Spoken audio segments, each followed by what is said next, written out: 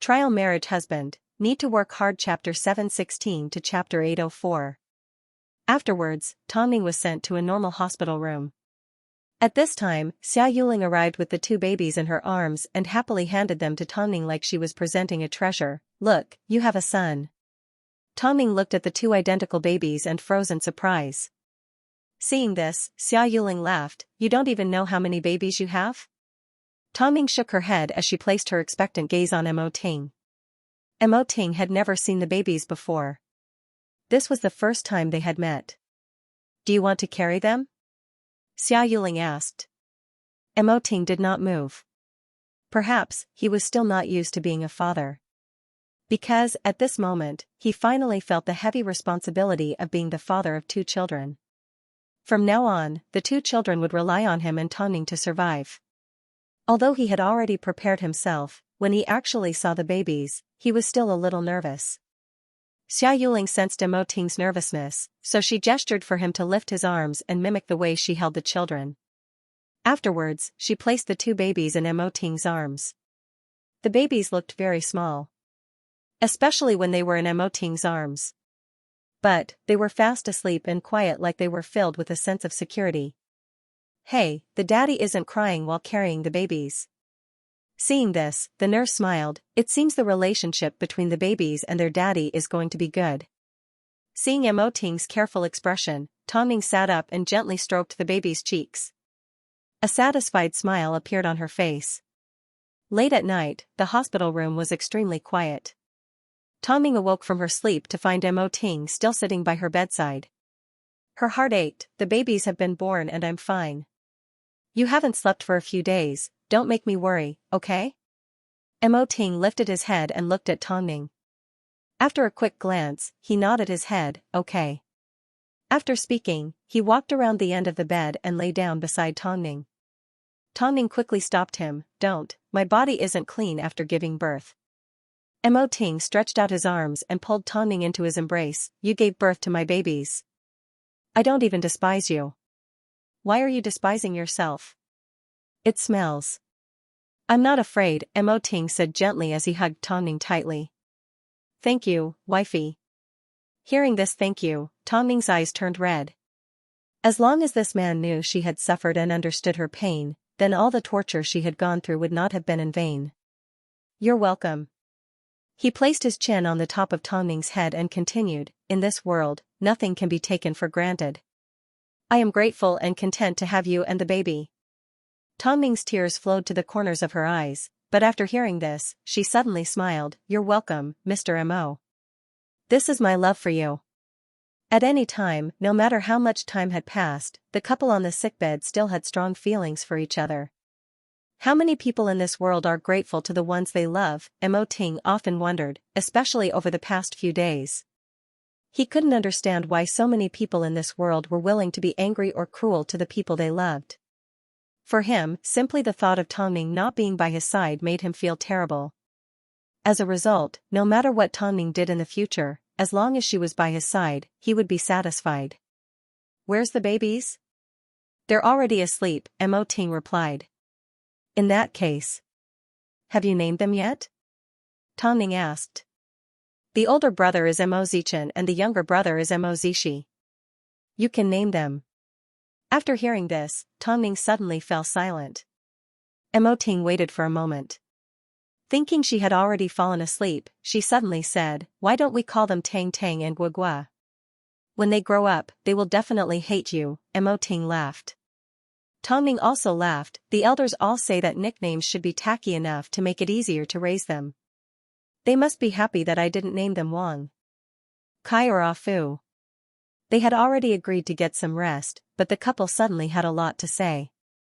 After all, the big baby had given birth to a little baby. Mo Ting felt that he would never forget this day for the rest of his life. She gave birth to a son, this was perfect. From now on, there would be 2 more men in the family to protect Tongming for him. The next day, Duan Jinghong received news that Tongming had safely given birth. In fact, she had given birth to twins. If it wasn't for the fact that they had to perform that night, the 4 of them would have already popped open a bottle of champagne to celebrate. Previously, Hua Wenfeng made so many bad rumors about my Tongning. She claimed that she was a girl and that she was disabled. But, look what happened in the end. Didn't my Tongning give birth to 2 babies? Wow, Mo Ting and Tongning's children are going to attract a whole bunch of girls when they grow up. I know, right? That's right. Let me calculate the leg length of these 2 babies first. Duan Jinghong watched as the members of the Mo family got busy. She was happier than if she had given birth herself. But, a smile also appeared on her face. Regardless of everything, she was happy to hear this news. However, the SL*T, Xianxia, was still trying to find out about Tongning's current situation and was planning to make a move on her and the babies. She refused to mend her ways, didn't she? In that case, tonight was the time to give Xianxia a big present. The group leader seemed to have noticed Duan Jinghong's thoughts, so she patted her on the shoulder. Do your best tonight. You are our secret weapon. Duan Jinghong nodded her head. Don't worry, I will. Hurry and arrange for 2 tickets to be given to her. Let her watch the live version.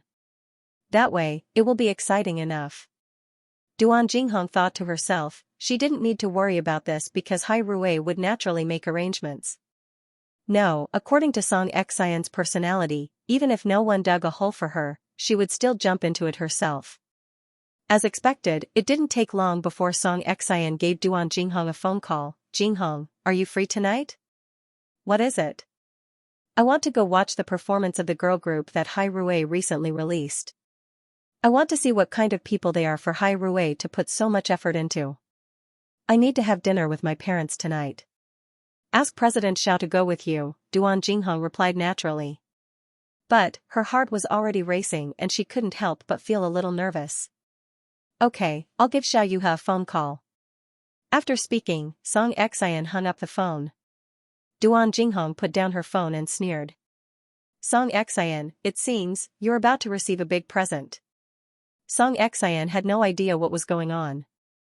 So, when she gave Xiao Yuha a phone call, she did not give the group a second glance. Xiao Yuha understood her pride, so he replied, Where's Jinghong? Why isn't she going with you? She needs to keep her parents company, Xianxia replied. Okay, I'll go with you tonight. Wait, have you heard from Tongning? No, Xiao Yuha replied.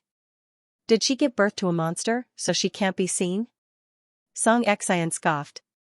Don't speak so viciously, Xiao Yuha reminded helplessly. Is this the first day you've met me? It's not like you don't know how I am, Xianxia replied casually. Yes, Xiao Yuha thought to himself. He already knew what kind of person Xianxia was from the beginning, but he still couldn't help but treat her without hesitation. In reality, the reason why Xianxia did not force Duan Jinghong was because she hadn't spent time with her parents for a long time. But, whenever she thought about how glorious Duan Jinghong was when she first returned to China, she felt extremely uncomfortable. She couldn't accept that someone that had always been her follower was suddenly more dazzling and eye-catching than she was. So, on the surface, nothing had changed between the two of them, but deep down, they were well aware of whether or not they had truly changed. 6:30 p.m. Xiao Yuha drove Xianxia to the venue. But, on the way, Xianxia couldn't help but ask, have you noticed that Jinghong has become prettier recently?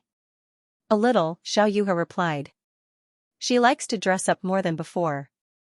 I don't like it when my manager wears so much makeup. I prefer her to be clean in the past, Xianxia expressed her dissatisfaction. But, in reality, her vanity was playing tricks on her. It must be tiring to be friends with you. Not to mention, I can't be better than you, Xiao Yuha smiled helplessly. What? I have the right to choose my friends. Xiao Yuha did not say another word. He simply focused on driving. The girl group that Duan Jinghong was a part of was called AOB. It consisted of 4 members and each member had their own specialties and was extremely talented. As they had just debuted, they did not have the right to hold their own concert. So, the other seniors of Hai Rui specifically invited them to perform as guests in order to support the younger generation. Backstage, Duan Jinghong and the others were getting their makeup done. At this time, the group leader suddenly asked, Is the B*TCH here?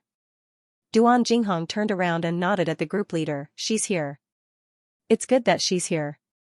Then, let's show her our might. This was a concert for 10,000 people.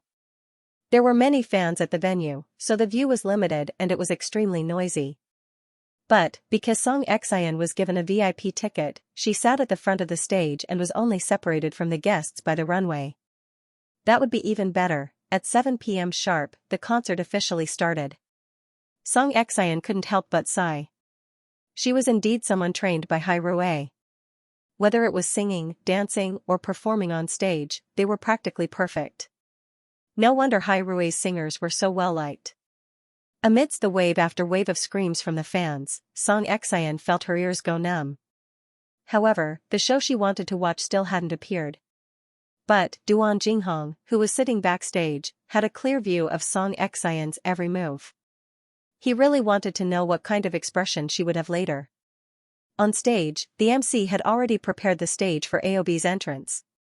Although the fans had never heard of them before, because they were guests invited by their idols, they were filled with anticipation and erupted in a loud round of applause. Get ready, it's time to go on stage. Don't be afraid. In a moment, all you need to do is bring out your usual charm. You have never lost to anyone. Duan Jinghong was encouraged as she nodded her head and smiled calmly at her captain. Soon, the lights on the stage changed and it was pitch black. At this time, Duan Jinghong and the others officially appeared on stage. A few seconds later, the spotlights on the stage lit up. The girls were already in position and began to sway their soft bodies to the rhythm of the music. As a result, the audience once again erupted into an intense round of applause. The girls sang and danced energetically. Their movements were confident and handsome as they choreographed the dance. At first, Song Xian did not notice that Duan Jinghong was among them because of her makeup. But, as soon as the cameras focused on Duan Jinghong and her face appeared on the big screen, Song Xian's expression changed. She immediately asked Xiaoyuhe, "Is that Jinghong? Are my eyes playing tricks on me?" As the girls were constantly changing positions, Xiaoyuhe couldn't get a good look, she only looked similar. Why is Jinghong here? Song Xian instinctively felt that she wasn't mistaken, so she continued to stare at the woman. The more she looked at her, the more familiar she looked. Finally, the song and dance came to an end, and they finished the last part. At this time, the stage lights were all lit up, and the host also walked in front of them. He smiled and said to them, "Come on, introduce yourselves and say hello to the fans." Song Xian looked nervously at the woman who looked similar to Duan Jinghong and watched as she received the microphone. "Hello everyone, my name is Jinghong." Jinghong, Duan Jinghong, Song Xian immediately stood up. At that moment, she really hoped that she was hallucinating. Impossible, how could this be possible? How could Jinghong be here? How could she be a member of the AOB group? After realizing that she had been deceived, Song Xian's mind went blank. Duan Jinghong actually lied to her. She actually dared to lie to her. Xiaoyuhe subconsciously turned to look at Song Xian and noticed the complex emotions in her eyes. Song Xian could now taste the feeling of being betrayed by her best friend. You are all so young. Everyone says that the AOB group is the most anticipated group of the year. After seeing your performance just now, I feel that you are all very young and beautiful. You are full of energy. President Mo has good taste, the host praised. Plus, I heard that Jinghong was injured and had only joined the group not long ago. But, looking at your performance just now, you were simply too perfect. You are truly outstanding. Thank you, Duan Jinghong bowed to the host. After speaking, she straightened up and looked at Song Xian below the stage. Her gaze was provocative and contained a sense of ridicule. It was like she was ridiculing Song Xian's stupidity and confidence. As expected, if they weren't in a stadium with 10,000 people, Song Xian would have torn Duan Jinghong in half a long time ago. How could she do this? She was merely a manager. What right did she have to be an artist? She even wanted to be more famous than her. At this moment, Song Xian's heart was filled with anger. Xiaoyuhe seemed to understand how she felt, so he suggested, "Why don't we go backstage and ask?" "Even if you didn't ask, I would still go," Song Xian said as she gritted her teeth. Song Xian gritted her teeth and said, I'd like to ask her what made her so confident and shameless. I treated her so well, but in the end, she betrayed me like this. She overestimated herself. Duan Jinghong knew that Song Xian would definitely go backstage. As for the other girls in AOB, they did not immediately remove their makeup. Instead, they kept their hair and makeup in the same style as Duan Jinghong to show their team spirit. They would never allow Duan Jinghong to face Song Xian on her own. No. To be exact, they had been waiting for this opportunity to tear Song Xian apart for a long time. Soon, a commotion could be heard from outside the waiting room. It was obvious, the concert staff had stopped Song Xian outside. The girls looked at each other inside the waiting room. The leader of AOB was not afraid of trouble. She immediately stood up from her dressing table and walked towards the door as she said, I'll open the door. Duan Jinghong sat in front of her dressing table without moving. As soon as the door opened, Song Xian threw a slap at the leader before she could even see who it was. It seemed, she thought the person who opened the door was Duan Jinghong. The leader clicked her tongue and grabbed onto Song Xian's wrist. Superstar Song is indeed different. She's a big shot and her temper is also big shot. All of you leave. I have something to say to Duan Jinghong. After hearing Song Xian's commanding words, the girls couldn't help but laugh. Who are you ordering around? Our big Miss Song? We all know that your grandfather is a government official. But, I'm sorry, not everyone is afraid of your revenge. You. Leader, please wait for me for a moment. Duan Jinghong knew that as long as the others were around, Song Xian would continue to put on an act in front of her. She was actually quite disgusted by it. So, it was better for her to deal with Song Xian sooner rather than later. The leader and the girls looked at each other and remained silent for a few seconds. In the end, they nodded their heads. We will wait outside the door.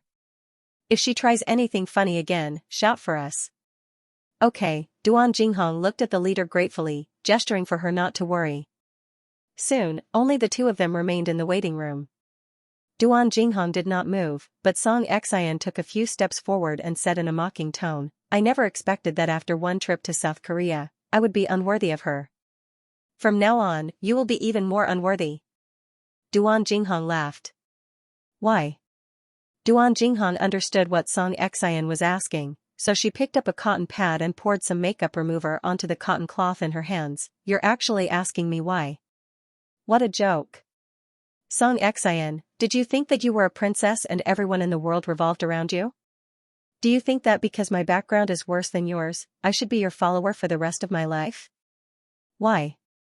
Why don't you ask yourself how you treat me? Because of you, I risked my life to hurt Hu Jingjing. Because of you, I risked my life to instigate Hua Wenfeng. Because of you, I even snuck into President Mo's office to steal your and Tong Ning's evaluation reports. But, when I was accused of stealing, what was the first thing you did? Do you still remember the look on your face when you threw the bank card beside me? You still have the cheek to ask why? After hearing this, Song Xian wanted to refute. She wanted to refute Duan Jinghong. Of course, she did. I treated you so well and took care of you at university. Who needs your care? Who needs your care? Duan Jinghong laughed even louder. Although my family background isn't as good as yours, I'm still a lot better than the average person. I simply wanted to prove that I wanted to be friends with you. That's why I treated you so well. I never did it because of the branded products you gave me. Don't make your charity sound so great.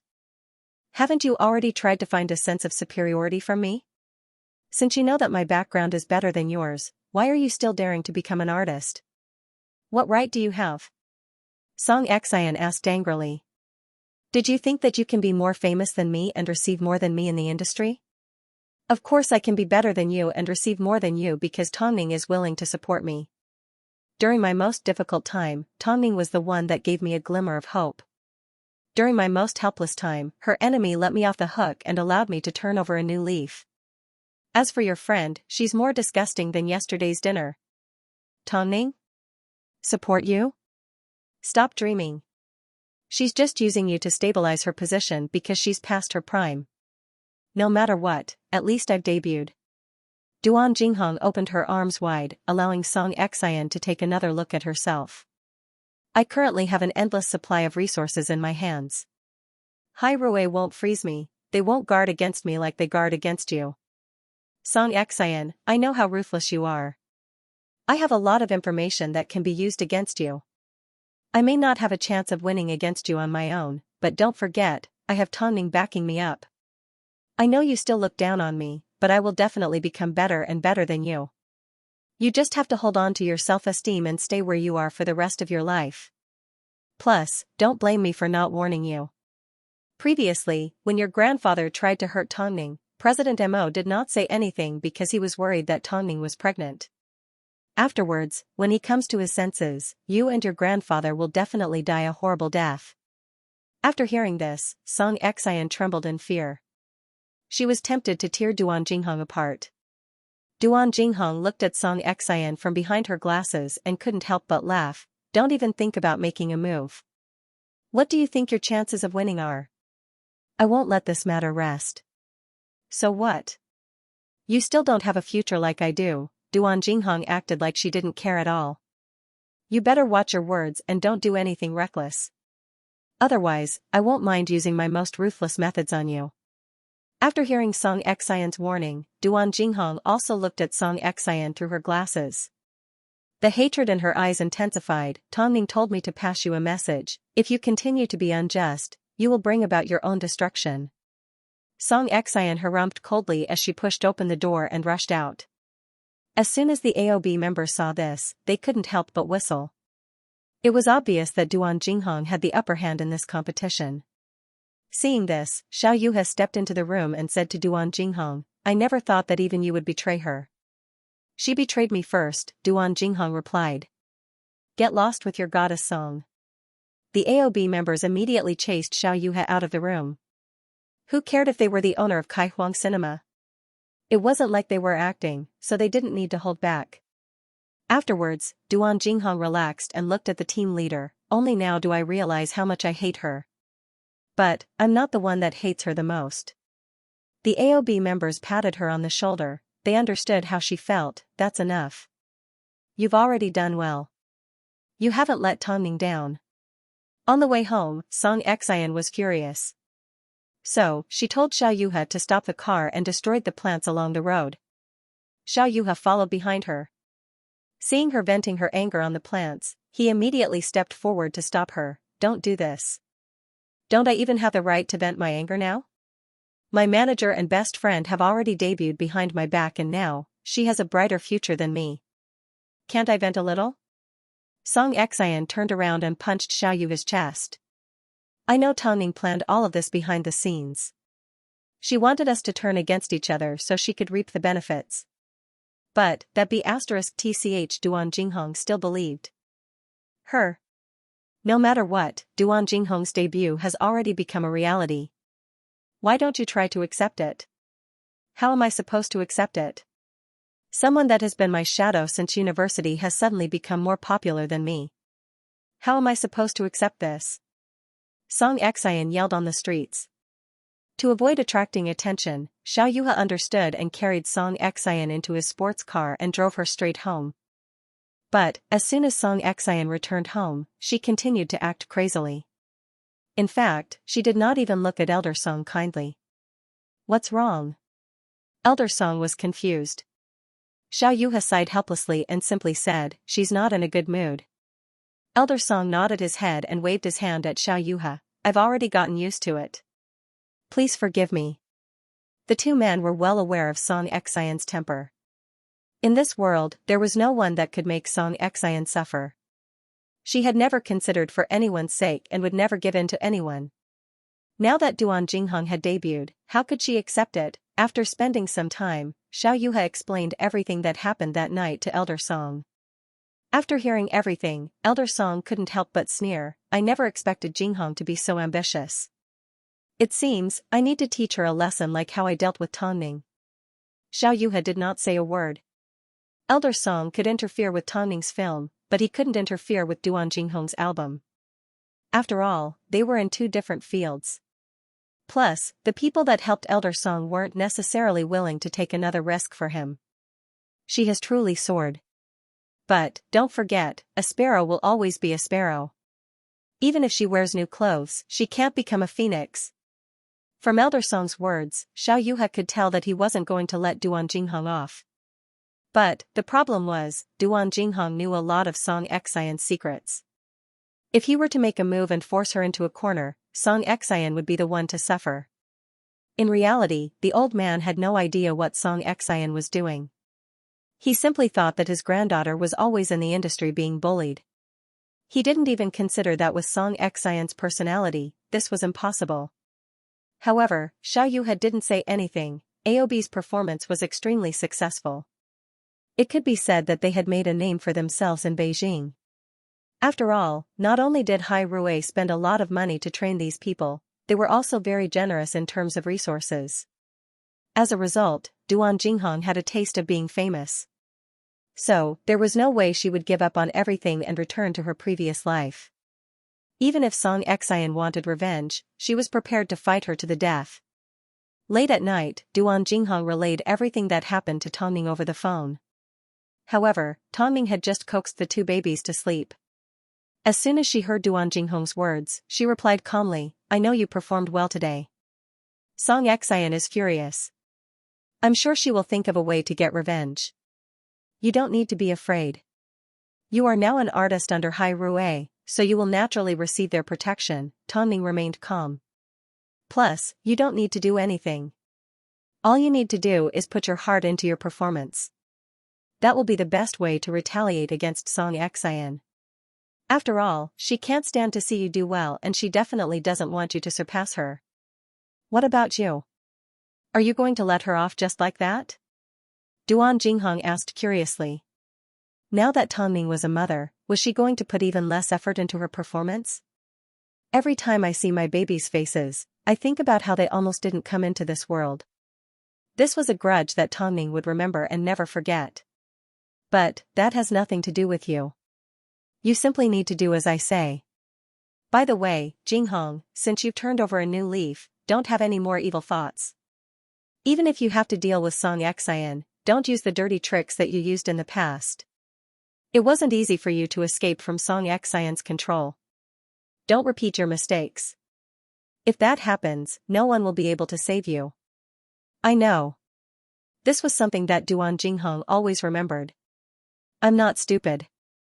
There's no way I'll go back to how I used to be. Don't worry. Compared to the unscrupulous and fearful life that I had in the past, I prefer my current life. Tongming wanted Duan Jinghong to leave. Duan Jinghong's existence was already a form of provocation and mockery for Song Xian. So, there was no need for Duan Jinghong to place her thoughts on her enemy. That way, even if Duan Jinghong didn't do anything, as long as she was more popular than Song Xian, she would definitely feel terrible. Not long after, Tongming hung up the phone and turned to look at Mo Ting. She watched as he carefully picked up one of the babies and gently coaxed it. Did I disturb him? It's okay, just coax him a little more, Mo Ting said with familiarity. Although he had only been a father for a short period of time, he had already gained a lot of experience. Of course, as the manager of an international company, it was easy for him to understand the two babies' tempers. So, it didn't take him long to grasp their tempers and habits. As a mother, Tongming couldn't help but feel inferior. As she watched Mo Ting carry the babies, Tongming couldn't help but want to snuggle up to him. The scene was too beautiful. In fact, she could already imagine that in a few years' time, when the two babies were able to walk, they would chase after Mo Ting all day long. That would be even more heartwarming than it was now. I've already given Song Xian a big gift. Next, it's time to give the Song family a gift. Be gentle. After all, he's getting on in years. I'm not sure if he can withstand the storm. Tongming said as she stroked her son's cheek. I know what I'm doing. After speaking, Mo Ting placed the babies on the bed and pulled Tongming into his embrace. In 2 days, I'll take the 3 of you home. Since we're going to watch a show, we should of course watch it in person. I can't wait any longer, Tongming replied in seriousness as she leaned against Mo Ting's chest. There were some things that Tongming could let go of, but there were some people that she wouldn't let go, even if they were to enter their graves. At this moment, all she could do was sit back and watch the show. Has the investigation been completed? Mo Ting asked Lu Che as he stood in front of the floor-to-ceiling window in Hai Rui's CEO's office. Absolutely, Lu Che replied. In Elder Song's eyes, Song Xian is his proudest granddaughter. Not only is she talented, but she is also pure and kind. Although he doesn't approve of her entering the entertainment industry, it doesn't hurt his love for her. Doesn't the old man know that his granddaughter is guilty of many crimes? How would Song Xian dare to let him know? Lu Che laughed. Send me an invitation. I'm quite interested in meeting this old man. After speaking, Mo Ting turned around and placed his gaze on the pile of documents on his desk. Also, from now on, leave everything that isn't too important to Feng Yu. Okay. Mo Ting wanted to meet Elder Song personally, although Lu Che didn't know what Mo Ting wanted to do. According to his temper, Elder Song wasn't going to get off easy. Elder Song never expected that Mo Ting would send someone to invite him. As soon as he heard that Mo Ting wanted to see him, he turned to his secretary and laughed. This Mo Ting is, at most, the boss of an entertainment agency. If someone like him wants to see me, they would have to queue up for God knows how long. I won't be able to meet him. The secretary bent over and whispered a few words in Elder Song's ear. After hearing this, Elder Song slammed his hand on the table in anger. How dare you? To prevent any more trouble, it's best that you meet with Mo Ting. You've already retired and are still working as a consultant. Things aren't as easy to deal with as they used to be. Don't leave any loose ends for yourself. Elder Song remained silent for a few seconds before he finally nodded his head. In that case, I'll leave it to you.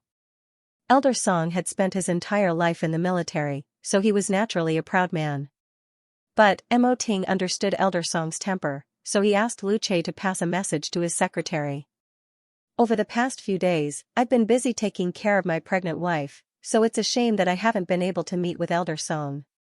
Now that I'm free, I naturally want to meet with Elder Song. At least, I want to know the true face of my enemy. Elder Song was aware of Mo Ting's arrogance, so he already planned to teach Mo Ting a lesson. Unfortunately, it was impossible for him to grasp such an opportunity. That night, it was raining heavily in Beijing. Elder Song boarded a black car and arrived at the meeting place. He instructed his secretary to escort him to a private room. He was already half an hour late. He originally thought Mo Ting had been waiting in the private room for quite some time. But, to his surprise, Mo Ting was nowhere to be seen by the time he entered the private room. It was only 10 minutes later that he finally arrived. The old man sat on the chair and looked at the young man in front of him. He smiled and said, "This is the first time I've seen a junior meet an elder but arrive later than him." Mo Ting straightened his suit jacket and wiped away the water droplets on his shoulders. He then sat down in his chair and replied, "Old man Song, please forgive me. After all, I have just become a father, so I was a little flustered and delayed a bit." "Young man, you're really arrogant. Do you really think that you can change anything by asking me out and pressuring me? You're too naive. You should know that when you're in a high position, there are many temptations. I've seen situations like this for half my life." Elder Song used his position to pressure Mo Ting. "Elder Song, why did you think I invited you here today?" Mo Ting sat opposite to Elder Song, unfazed by his ridicule. "What else could it be? Isn't it because of your wife? From what I see, Tongning is just an entertainer. It's bad enough that she's been banned, but you can still make someone else famous. Is it worth it for a woman?" Mo Ting looked at the old woman opposite him. For a moment, he seemed to understand why Song Xian had become what she was today. "I'm not here because of Tongning, nor am I trying to pressure you. I simply want to show you something." After speaking, Mo Ting pulled out his phone and played Duan Jinghong's voice recording for Elder Song to hear. "Up until now, Song Xian has instructed me to do a lot of wrong things, especially the last two. Firstly, she set up a dog to bite Hua Jingjing. Secondly, she instigated Hua Wenfeng to attack Tongning, causing her to almost have a miscarriage. I have important evidence in my hands. Song Xian has never been an obedient child. Ever since she was a student, she has been unscrupulous in order to achieve her goals. Once, in order to get first place, she set up a trap to prevent the other party from attending an award ceremony. Afterwards, she threatened the other party not to say a word, otherwise, her grandfather would make the other party's entire family lose their jobs. As long as Tongning allows me to turn myself in, I will tell the police everything. I'm sure, with the police's confirmation, Xianxia will definitely be convicted. Xianxia pretends to be too good. In reality, she's sinful. She's never felt guilty about everything she's done. Afterwards, Mo Ting put away his phone and looked at the shocked Elder Song. Elder Song, did you really think that I, the CEO of a multinational company, would have the time to go against your kind granddaughter? Elder Song tried to grab the phone from Mo Ting's hand, but Mo Ting quickly dodged. Duan Jinghong has been good friends with Xianxia since they were students. After graduation, they even worked together. Duan Jinghong knows better than anyone what kind of person Xianxia is and what she's done in the past. That's impossible. This is pure slander. Elder Song said angrily. Whether it's slander or not, we'll know once we call the police. After all, Duan Jinghong is already prepared to turn herself in. Mo Ting laughed. I'm sure we'll be able to get a lot of information from Duan Jinghong's mouth. When the time comes, we'll let the police interrogate her one by one. That way, the wronged victims won't suffer in vain. Elder Song's expression darkened as he looked at Mo Ting. After all, he wasn't an ordinary person, so he knew what psychological tactics were. But Mo Ting's expression didn't reveal anything. He simply looked fearless. This was enough to prove Mo Ting's confidence. He wasn't making things up. If this was the truth, you would have called the police a long time ago. Why would you come looking for me? Elder Song scoffed. I'm a person with a conscience. Before calling the police, I need to let you know what kind of person your granddaughter is and give you a heads up. It turns out that Elder Song is so righteous that he's willing to put family before righteousness. Since you can't wait for me to call the police, then I'll naturally fulfill your wish. After speaking, Mo Ting made a phone call to the police. But, as soon as the phone connected, Elder Song grabbed the phone from Mo Ting's hand and hung up. Don't do anything reckless. Mo Ting simply smiled at Elder Song. He didn't get angry, nor did he say anything harsh. But, even so, Old Man Song could feel the deterrence of an emperor. What do you want? It's simple. The person you found to ban Tongning in the past, I will now find that person to remove their ban, Mo Ting replied. He did not hesitate to reveal his motive. Are you asking me to go back on my word? That's your problem. Mo Ting's voice gradually turned cold. Mo Ting's voice gradually turned cold. If you don't feel sorry and guilty for what your granddaughter has done, then I don't need to care about your pride. I simply want to see you slap yourself in the face. Elder Song turned his head to the side unwillingly. What? Didn't you just tell me not to be arrogant a moment ago? Why are you so quiet now? Elder Song, let me tell you, if you don't make up for your granddaughter today, I will have no choice but to make up for it with her. Your granddaughter almost caused my wife and family to lose their lives. If you were in her shoes, how would you make up for it? Elder Song opened his mouth, but no words came out. He couldn't explain himself. What you owe has to be paid back sooner or later. Are you going to pay it back, or is she going to pay it back? Elder Song had never felt so wronged before. He had been scolded into silence by a brat who was still wet behind the ears. Could it be that human lives are so worthless in your eyes? Hearing Mo Ting's question, Elder Song finally calmed down to think carefully. In reality, he knew that Mo Ting wasn't wrong. As a man, it was normal for him to protect his wife and children. As for the human life that Mo Ting was talking about, how could it be worthless? However, he never expected that in his granddaughter's eyes, it was so cheap. Because of your connivance, Xianxia has acted recklessly. Don't you think you should take responsibility for this? Elder Song remained silent for a moment before he finally took a deep breath. Tell me. What other request do you have? Hearing Elder Song's compromising question, Mo Ting leaned back in his chair and laughed. What other request do I have? I'm waiting for Elder Song to give me a satisfactory answer. Apart from the request I just made, the rest depends on Elder Song's performance. I'll give you 1 day to think about it. If Elder Song still doesn't say anything after 1 day, I'll have no choice but to ruthlessly call the police. Old Master Song's face was ashen. He was so angry that he couldn't say a word. He stood up and almost fainted from his elevated blood pressure. Mo Ting was the one who called his secretary in, allowing Elder Song to leave safely. If it wasn't for Old Master Song's inability to distinguish right from wrong, why would he make things difficult for an old man? When an old man is disrespectful, he must pay the price for his mistake. Apart from asking the old man to lift the ban on Tongning, Mo Ting did not make any other requests. He simply wanted the old man to think about it and guess what he was thinking. He wanted to see how far the old man was willing to go to protect Xianxia. He was waiting to see what kind of answer the old man would give him. Xianxia had no idea that Elder Song had already found out about her crimes. After returning home, she saw Elder Song sitting on the sofa. She originally wanted to borrow his authority, but Elder Song glared at her coldly and ordered, "Come here." "Grandpa?" Xianxia was confused. "I told you to come here." Elder Song repeated coldly. Xianxia approached Elder Song suspiciously and cautiously. A second later, she felt a burning pain on the right side of her face followed by a loud slap.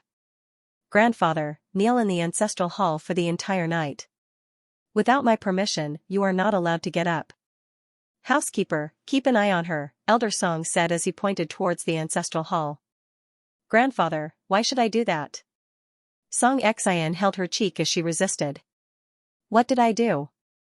How could I make you so angry?" "You will find out tomorrow." After calming down, Elder Song thought for a long time. Although he hated Mo Ting's methods, Tongning was someone else's wife and child. Even if she wasn't a big deal, what about his son? He almost died in the hands of his own granddaughter. If he was in her shoes, he would have shot her. What hurt him the most was the fact that Xianxia used his position as a grandfather to achieve her own goals. She even pretended to be a perfect angel in front of him. He was taking the side of the evildoer. After careful consideration, Elder Song finally decided to send Xianxia to Hai Rui the next morning and let Mo Ting deal with her personally. He could do whatever he wanted with her. Because of Xianxia, he had become a villain that couldn't tell right from wrong. It was hard to accept. Late at night, Mo Ting returned home to find Tongning coaxing the babies to sleep, so he immediately ran over to help. Although they had only interacted for a short period of time, the babies had already gotten used to being in their father's embrace. So, they needed to enjoy it for a while before they could sleep peacefully. Afterwards, the couple placed the babies in their cribs and entered the walk-in closet. Tongning helped Mo Ting remove his suit jacket. "Did you go see someone? Go lie down on the bed.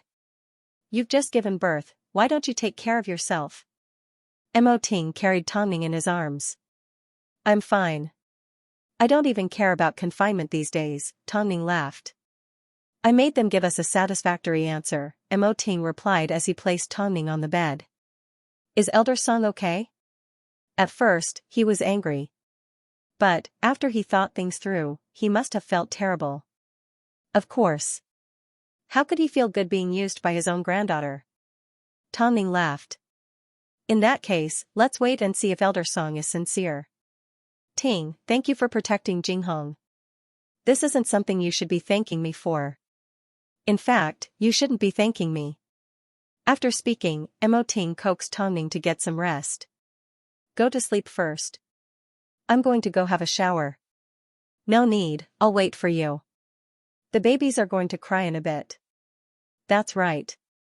After all, I don't have any milk." Tongning laughed as she punched Mo Ting on the chest. She then pushed Mo Ting, "Hurry up and go." In reality, Duan Jinghong had no evidence. Even if she went to the police, she would only be throwing Xianxia into a scandal. But, in the end, they wouldn't be able to do anything to her. Even so, was Xianxia brave enough to call the police for evidence? She had a guilty conscience, so she didn't dare to act recklessly. Elder Song shouldn't be underestimated. Although he was no longer as sharp as before and could be deceived by Xianxia, if he wanted to cripple Xianxia, he would still need to personally make a move. Tomorrow, it would depend on what Elder Song planned to do. With this thought in mind, Tongning turned to look at the two babies. The two rascals had been tormented for an entire day. The elders of the Mo and Tang family refused to let go of the babies. It couldn't be that she would never be able to hold her babies again, right? In the middle of the night, the couple were sleeping soundly when they suddenly heard a loud cry. Tongning was immediately awoken from her dreams. Seeing the baby crying, she was about to sit up when the man beside her quickly jumped out of bed and carried Guogua in his arms. As soon as Mo Ting touched the baby, he furrowed his brows. He's hot. He must have a fever. After hearing this, Tongning immediately jumped out of bed. The doctor said that babies don't have good immune systems, so it's normal for them to have a fever. She taught me a few ways to reduce a fever and warned us not to panic when something like this happens. Lie down and let me do it. After speaking, Mo Ting pulled out a thermometer and carried the baby into the bathroom. The doctor had told him that a warm bath would help lower the baby's temperature. The one lying in the crib was the older brother and the one who was sick was the smaller brother. While Mo Ting was bathing Guogua, Tongning made a phone call to the doctor. Although it was in the middle of the night, the doctor patiently answered Tongning's questions. Actually, at the beginning of the prenatal checkup, the doctor did not notice that she was pregnant with twins because the younger brother developed a little slower and his body was a little weaker. Also, you don't need to take special care of him. Don't get into the habit of being biased towards someone from a young age.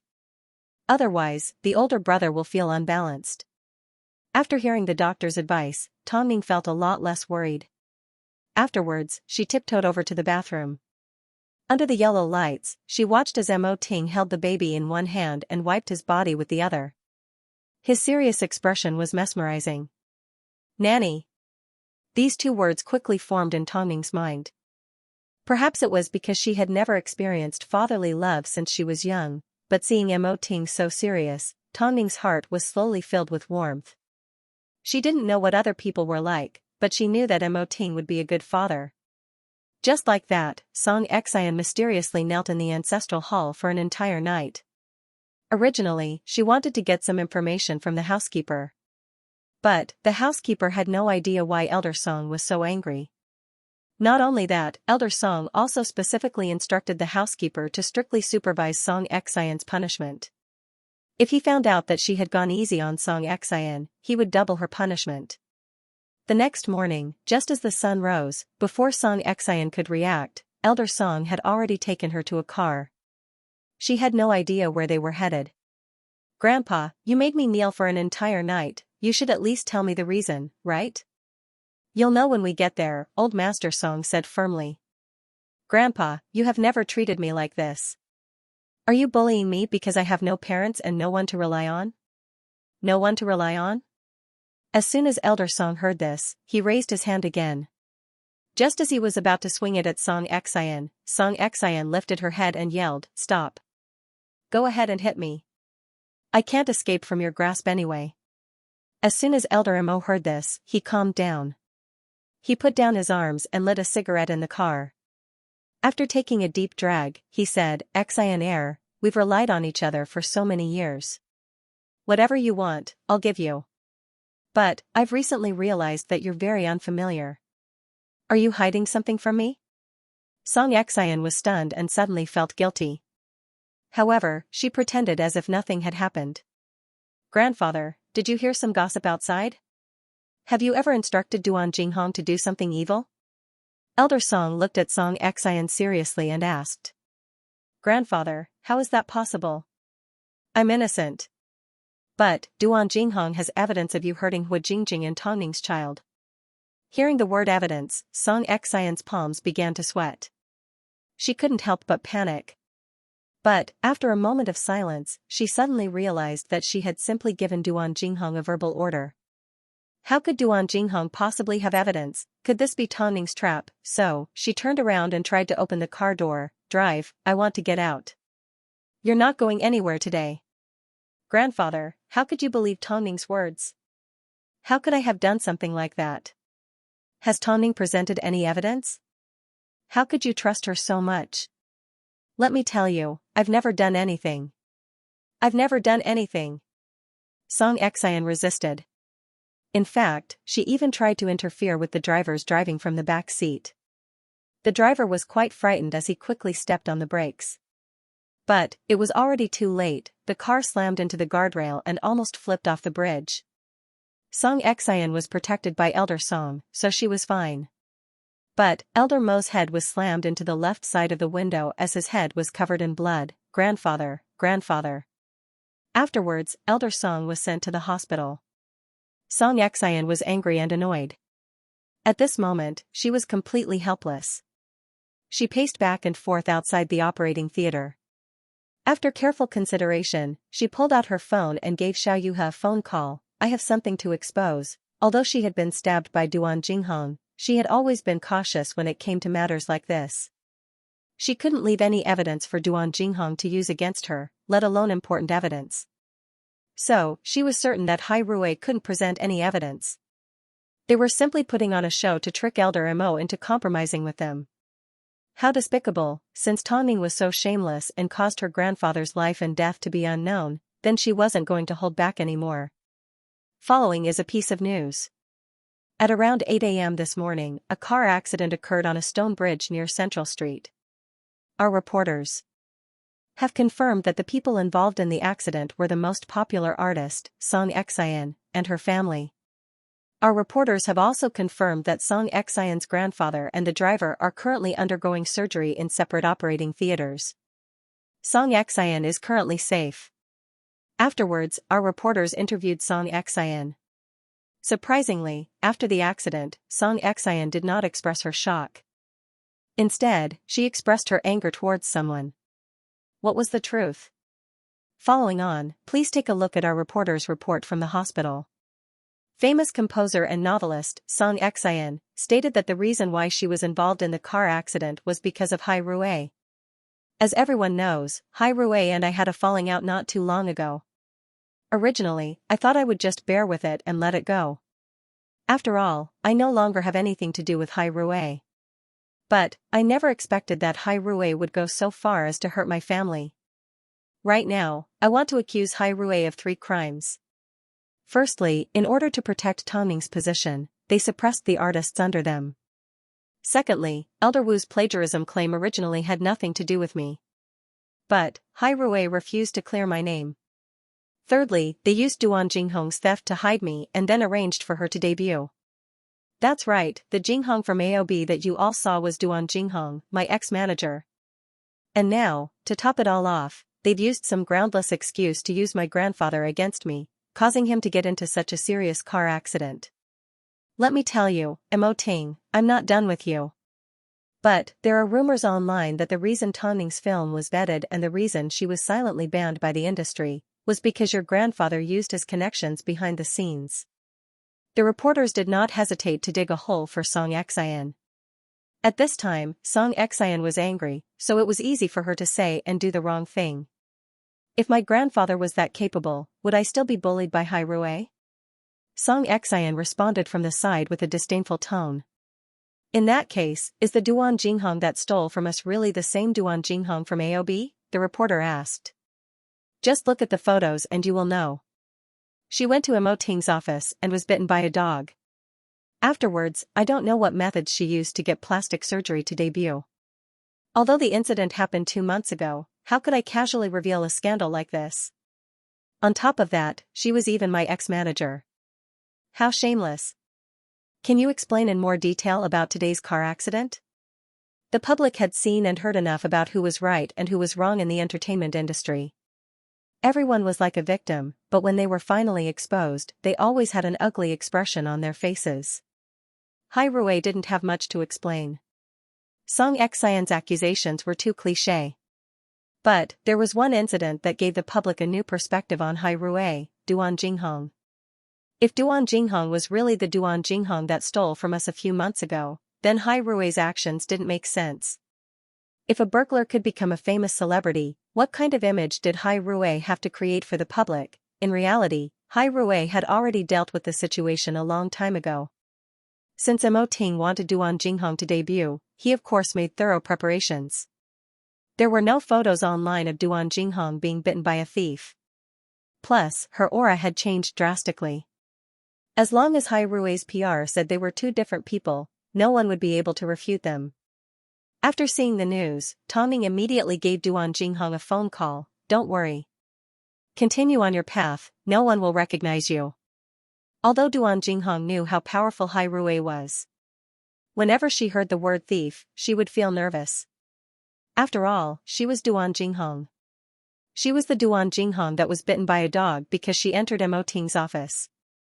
Previously, she was hoping that if she didn't expose Song Xian wouldn't go around spouting nonsense. But, in reality, someone like Song Xian, he didn't mean to do it. Song Xian was certain that she did not have any evidence. Tong Ning. Just as Tong Ning was about to hang up the phone, Duan Jinghong suddenly stopped her. Actually, I think it's enough. What? I've already tasted what it feels like to shine, but there are some things that I can't avoid. Now, I believe what you said. What I owe and what I've done will eventually be paid back in another way. So, I don't want to avoid it anymore. Duan Jinghong gathered up her courage and said, President Mo, please don't do any PR for now. Although I know that after Hai Rui's PR, I will have a bright future ahead of me, but I am not a person. Tong Ning, I'm sorry. I'm deeply sorry for what I've done to you and what I've done to your friends. I don't know how to make up for my sins. The only way is to prove your innocence. On the other side of the phone, Tong Ning remained silent for quite some time before she finally asked Duan Jinghong, have you made up your mind? My mind has never been this clear before, Duan Jinghong smiled. After stepping out, I may not be able to recover, but I feel that my life will be more stable. Thank you, Tong Ning. Tong Ning did not stop Duan Jinghong. To be exact, although Duan Jinghong was about to lose everything, she would be able to regain her freedom. What are you planning to do? I'm going to give Song Xian a head-on blow, Duan Jinghong smiled. I don't have any other requests. I simply hope that if anything happens to me, you can take care of my parents. They are simple people and not as greedy as I am. Don't worry. Hearing this, Duan Jinghong smiled and said goodbye to Tong Ning. Tong Ning had once promised her that even if she exposed Song Xian, she wouldn't be blamed. At that time, she thought it was a temptation. But now, she simply wanted to be blamed. That way, she wouldn't feel so guilty. Tong Ning could definitely keep her promise, but she didn't need it anymore. Hai Rui has been very quiet this time. Why hasn't they done any PR? I've looked through a lot of photos of Duan Jinghong. Some of the blurry silhouettes don't match what Song Xian said. Song Xian didn't explain the car accident clearly, so I'm not sure who's at fault. Mo Ting, hurry up and do some PR. We can't support a thief as an artist. Right now, Song Xian is the only one making a ruckus online. Hai Rui hasn't responded to her at all. I wonder what the truth is. I have a feeling that there's a big secret behind all this. I agree. I agree +1. Hai Rui did not do any PR, but news of Song Xian's ruckus spread throughout the streets. Entertainment news was like this, it came fast and furious and everyone enjoyed talking about it. But, when the next piece of news came out, they would quickly forget who made the headlines the day before. Elder Song and the driver's surgeries ended after 5 to 6 hours. As Elder Song was quite old, he was still unconscious, but the driver woke up first. Song Xian sat by the driver's bed. As soon as he opened his eyes, she immediately approached him and asked, Uncle Chen, are you okay? Mississippi, do you remember how the car accident happened? Song Xian asked as soon as Uncle Chen regained consciousness. I remember it was Mississippi. No, it wasn't me. It has nothing to do with me. After speaking, Song Xian leaned over and warned Uncle Chen, if you dare tell the public that the car accident happened because of my interference, then you better watch out for your family's safety. Uncle Chen's eyes grew big and he did not say another word. Song Xian thought that Uncle Chen had obediently accepted her threat, so she did not say another word. She simply said, Uncle Chen, get some rest. I'm going to go check on grandfather first. Uncle Chen glared at Song Xian. His heart was filled with frustration. But, just as the words were about to leave his mouth, he swallowed them back down. He had been a dutiful person his entire life. Who would have thought, with a single car accident, he would be threatened? This was obviously Song Xian's responsibility. Uncle Chen knew what was going on, so he did not say a word.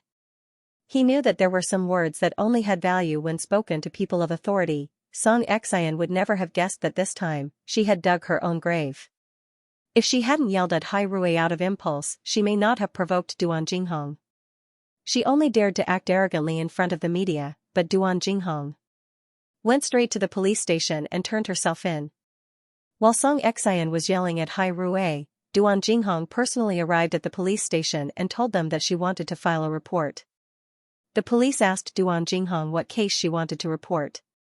Duan Jinghong bravely replied, "I want to turn myself in." The police immediately launched an investigation into Duan Jinghong. So, Duan Jinghong spent the entire morning explaining how she planned to injure Hua Jingjing's leg and how she instigated Hua Wenfeng to hurt Tongning. "Miss, if everything you've said is true, then the person you want to accuse will not be held responsible. Do you understand? In other words, if everything you've said is true, then you are the main culprit and she is merely an accomplice. Do you understand?" "I understand," Duan Jinghong nodded her head seriously. Duan Jinghong nodded her head solemnly. "I did everything, but the person that gave me the order was Song Xian. All I did was reveal the truth. As for the consequences, that is a matter for the police and the court to deal with. No matter what the verdict is, I deserve it." After hearing Duan Jinghong's words, the police nodded their heads. "You're very self-aware. That's great. Since the nature of this incident is so bad, we will definitely investigate it thoroughly. Otherwise, the entertainment industry's unhealthy tendencies will spread all the way to the Atlantic Ocean." Duan Jinghong was extremely calm. Especially after revealing the truth, she no longer had to carry any secrets or shackles on her shoulders. Everything was relaxed. The media quickly rushed to the police station and surrounded it. As Duan Jinghong had voluntarily turned herself in and was extremely cooperative, the police did not allow the media to get close to her in order to protect her. Even so, the media still received news that Duan Jinghong had turned herself in. Not only was she a member of AOB, she was also the Duan Jinghong that once burgled Mo Ting's office. Not only that, she was also Song Xian's ex-manager. In fact, she even personally described to the police how Hua Jingjing was injured and how Tongning almost had a miscarriage. She admitted that she had personally done it, but the mastermind was actually Song Xian. As soon as the incident happened, the internet exploded. Hai Rui's Mo Ting also sent 2 people to ensure Duan Jinghong's safety. From the looks of it, Hai Rui was extremely supportive of Duan Jinghong's decision. "I never thought there was an inside story behind Jingjing's injury. Duan Jinghong may be hateful, but Song Xian is a complete psycho." Duan Jinghong voluntarily turned herself in. Although we know that she's done a lot wrong, her courage in admitting her mistakes is commendable. Song Xian previously accused Hai Rui of hurting her grandfather online, yet she did so many shameless things behind his back. How hateful, bitch. At the hospital, as soon as Song Xian saw that Duan Jinghong had turned herself in, she almost went crazy with anger. It wasn't easy for her to use Elder Song's injury to gain some sympathy, yet, Duan Jinghong actually turned herself in. This bitch has no evidence. Doesn't she know that she'll only be hurting herself in the end? In reality, this was similar to her accusation against Hai Rui. Neither side could produce any concrete evidence, so they were simply having a good argument. However, the fact that Duan Jinghong went straight to the police station made people believe in her sincerity and believed in her words. So, public opinion immediately sided with her. "I can't just sit here and wait for death. I need to fight back." After speaking, Song Xian gave Xiao Yuha a phone call. "I want to sue Duan Jinghong for defamation at the same police station that she went to." Xiao Yuha did not know how to deal with a crisis. He simply felt that Song Xian's action was the best way to fight back against Duan Jinghong, so he agreed and escorted her to the police station to confront Duan Jinghong. But, as a result, the police station became extremely lively. Duan Jinghong never expected that Song Xian would appear at the same police station. Worst of all, Song Xian was going to sue her for defamation right in front of Duan Jinghong. The media desperately tried to find something to report, but the police were already prepared. Seeing this, both the plaintiff and defendant were already present. When enemies came face to face, their eyes were filled with hatred. But, Song Xian knew that Duan Jinghong's actions today would only result in a loss for both parties. There was no benefit to be gained. It's bad enough that you've ruined yourself, yet you're trying to drag me down with you. Are you satisfied with the outcome? Hearing Xianxia's question, Duan Jinghong's eyes turned cold as she calmly replied, "You can't escape." "What evidence do you have?" Xianxia shrugged her shoulders. "Since you've already debuted, you should just be a small-time celebrity. Why do you have to make it look so ugly?" Duan Jinghong did not say a word as she closed her eyes. Seeing this, Xianxia wanted to step forward, but the people from Hai Rui stopped her. "Step back. Where are the bodyguards? I told you to step back. Don't you understand?" The people from Hai Rui pushed Xianxia away. "Why don't you take a look at the type of person you're protecting? She's just a nobody. Is there a need to work so hard?" "But she has dignity, while you only have disgust." The people from Hai Rui warned Xianxia not to get any closer. Afterwards, according to Duan Jinghong's words, the police visited each and every one of them. However, they did not find any evidence and did not file a case for surrendering. According to the police's investigation, there is no more evidence to prove that the two of you are related to these two incidents. So, the police station can't make a case to arrest you. You can go back first. As long as there is any progress, we will definitely inform you. After hearing what the police had to say, Xianxia laughed. "Duan Jinghong, this is the consequence of surrendering." Afterwards, she said to the police, "I want to sue Duan Jinghong for defamation." The police glanced at Xianxia and said impatiently, "We simply haven't found any evidence yet. Why are you acting so arrogant? Before the case is closed, you are still a suspect. I have a lawyer that can handle it." After speaking, Xianxia left the police station arrogantly.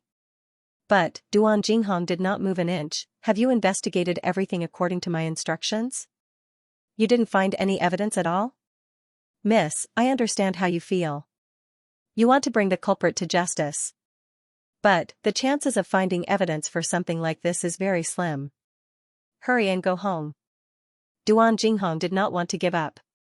She wanted to ask the police again, but the people from Hai Rui said to her, "Go home. There's no point in panicking. I'm angry that I can't do anything to Xianxia even though I'm looking at her. Heaven's net has a long way to go. Some people will always get what they deserve." The fact that the police couldn't find any evidence was within Xianxia's expectations. After all, she had always been the one that moved her mouth. Who could prove anything, so it was normal for her to be arrogant. After leaving the police station, Xianxia said to the reporters, "Regarding Duan Jinghong's slander, I will use the law to protect my rights. I never expected that I would be stabbed by my most important friend. From now on, I no longer have a friend like her. I will definitely make Duan Jinghong pay a heavy price." The plot had changed too quickly, so the public had no time to update themselves. All the media knew was that the crimes that Duan Jinghong accused Xianxia of were not established because there was no evidence. Xianxia left before Duan Jinghong and acted arrogantly in front of the media. But, what would Duan Jinghong do? Facing the cameras of the reporters, Duan Jinghong suddenly knelt down with a pained expression. "I don't want anything right now. I simply want to punish the evil. As long as someone can provide me with evidence, I, Duan Jinghong, am willing to give up everything I have as compensation." "Miss Duan, what made you step forward to testify against Xianxia? Is it convenient for you to reveal it to us?" "I've already made myself clear in front of the police. I am willing to accept punishment from the law. All I ask is that the law doesn't let any guilty person off, especially Xianxia." After speaking, Duan Jinghong left the police station under the protection of Hai Rui's bodyguards. Of course, a complicated entertainment gossip like this caused the bored netizens to fall into a heated discussion. If Xianxia was actually behind all this and we can't find any evidence against her, then she's too despicable. That's right. Duan Jinghong acted like she was asking for punishment from the law. I'm sure she's prepared for the worst. It's obvious that she has a sacrificial spirit. I hope Xianxia doesn't get away with it. Perhaps, Duan Jinghong is deliberately taking revenge on Xianxia? That's hard to say. After all, we don't have any evidence. Regardless, there were people supporting both sides and each of them had their own opinions. Duan Jinghong insisted that Song Xian was guilty, but the police couldn't find any evidence. To make Song Xian pay for what she had done was indeed extremely difficult. It was no wonder that Song Xian could remain arrogant even at this stage. As Tongming knew the outcome of Duan Jinghong turning herself in, she asked the bodyguards to escort her to Hyatt Regency. After coaxing the two babies to sleep, Tongming walked into the living room and saw Duan Jinghong. I already know the outcome. I never thought it would be so difficult to punish her, Duan Jinghong said in a choked-up voice. Duan Jinghong sobbed, if the law can't find any evidence, wouldn't my sacrifice have been in vain? From now on, no one will be able to deal with Song Xian. That's not necessarily true. Tongming gestured for Duan Jinghong to sit down and handed her a tissue to help her control her emotions. Does Song Xian have a criminal record of injuring someone? That was when she was still a student. In order to get first place, she purposely injured her opponent on the eve of the award ceremony. The other party had caught her, but she had used her background to whitewash everything. However, there is no evidence for these things. You're wrong. After you told us what happened, Mo Ting instructed Lu Che to start an investigation. However, there was no news until now. Perhaps because of Song Xian's attitude, the culprit was heartbroken, so he took the initiative to call Hai Rui and claimed to be Song Xian's classmate. He even found an eyewitness. Is this true? Duan Jinghong's heart was once again filled with hope. You'll know if it's true after you meet him. If this matter was exposed, neither Song Xian nor Elder Song would be able to escape the law. Of course, Elder Song had no idea what was going on. But, after all the trouble that Song Xian had caused, it was impossible for Elder Song to continue working and he would be investigated. After Duan Jinghong turned herself in, the police failed to find any evidence. This further fanned Song Xian's anger. She directly claimed that Hai Rui wanted to turn the situation around and make the media forget how they had hurt her grandfather. So, she bribed Duan Jinghong to stage a show of turning herself in. Since there was no evidence, as long as she said it, people would definitely believe her. Of course, the world was big, so it wasn't impossible. The public did not seem to notice that Hai Rui was in a quagmire. It was as if they couldn't find a way to prove their innocence. Faced with the media and the public, Song Xian spoke with conviction and played the role of a victim to the extreme. But, at this time, the police suddenly arrived at the hospital to investigate the cause of the car accident. Although Song Xian was nervous, she believed that her threat to Uncle Chen was effective. As soon as the police entered the hospital room, she followed closely behind. During this time, she glared at Uncle Chen multiple times. Your name is Old Chen, right? Can you tell us how the car accident happened? Old Chen sat up and glanced at Song Xian. He then replied in a raspy voice, yes, Uncle Chen isn't in a good state. Don't waste too much time. Speak. Actually, this car accident wasn't an accident like it seems. Uncle Chen pointed to Song Xian. She deliberately interfered with my driving. That's why the car accident happened. It has nothing to do with Hai Rui. It's all because of her. As soon as Uncle Chen finished speaking, Song Xian's expression changed. Uncle Chen, how could you say such nonsense in front of the police? Whether I'm lying or not, the memory card in the car can give the police the answer. Uncle Chen replied in a deep voice. I've driven for the Song family for so many years. I never expected the big miss to be such a jerk. How dare you ask me to hide the truth of an accident? That's impossible. The dashcam couldn't have recorded this. The Song family's car has always been equipped with cameras because Mr. Song has a high status and is afraid of being used to threaten him. After hearing this, Song Xian's face turned pale. No way. You're lying. I, Qin Liang, have been a driver my entire life and have always known my place. There's no way I would hide it from the police and ask you to frame someone else. Your conscience allows it, but mine doesn't. The police nodded their heads and turned to their colleagues. Remember to look for the cameras. Seeing the police move, Song Xian immediately grabbed onto them and said, You can't go. You can't go. The police looked at her mockingly. It seemed the truth didn't need to be verified by the cameras anymore. Song Xian was pushed to the ground. She suddenly felt powerless. She couldn't stop the news from being leaked. Soon, everyone in Beijing found out that Song Xian had been slapped in the face by her own driver. How shameless! She actually tried to blame it on Hai Rui. Luckily, the driver is a good person. She caused the car accident herself, yet she insisted on making Hai Rui take the blame. I've never seen such a shameless person. I'm starting to believe what Duan Jinghong said. From the car accident, we can see Song Xian's character. I also believe her. Meanwhile, Hai Rui finally made a statement. They also had something to say tomorrow. From the looks of it, they were going to have an ultimate showdown with Song Xian. Since Hai Rui was going to make a move, it meant the show was about to reach its climax and come to an end. After the police left, Song Xian glared at Uncle Chen angrily. Why did you tell the police? Did you know that because of what you said, I could go to jail? The Song family has treated you well. Is this how you repay your benefactor? Since you've done something wrong, you should go to jail. Uncle Chen was neither servile nor overbearing, completely unaffected by Song Xian's threat. You will pay for what you've said today. Uncle Chen scoffed as he lay down on the bed to continue resting. He had no intention of responding to the crazy Song Xian. He must have been blind to have come to work for the Song family. How could he have met such a crazy woman? Although Song Xian wanted revenge, she was more concerned about the police's progress. She wanted to know if they had already gotten their hands on the cameras and if they had discovered her crimes.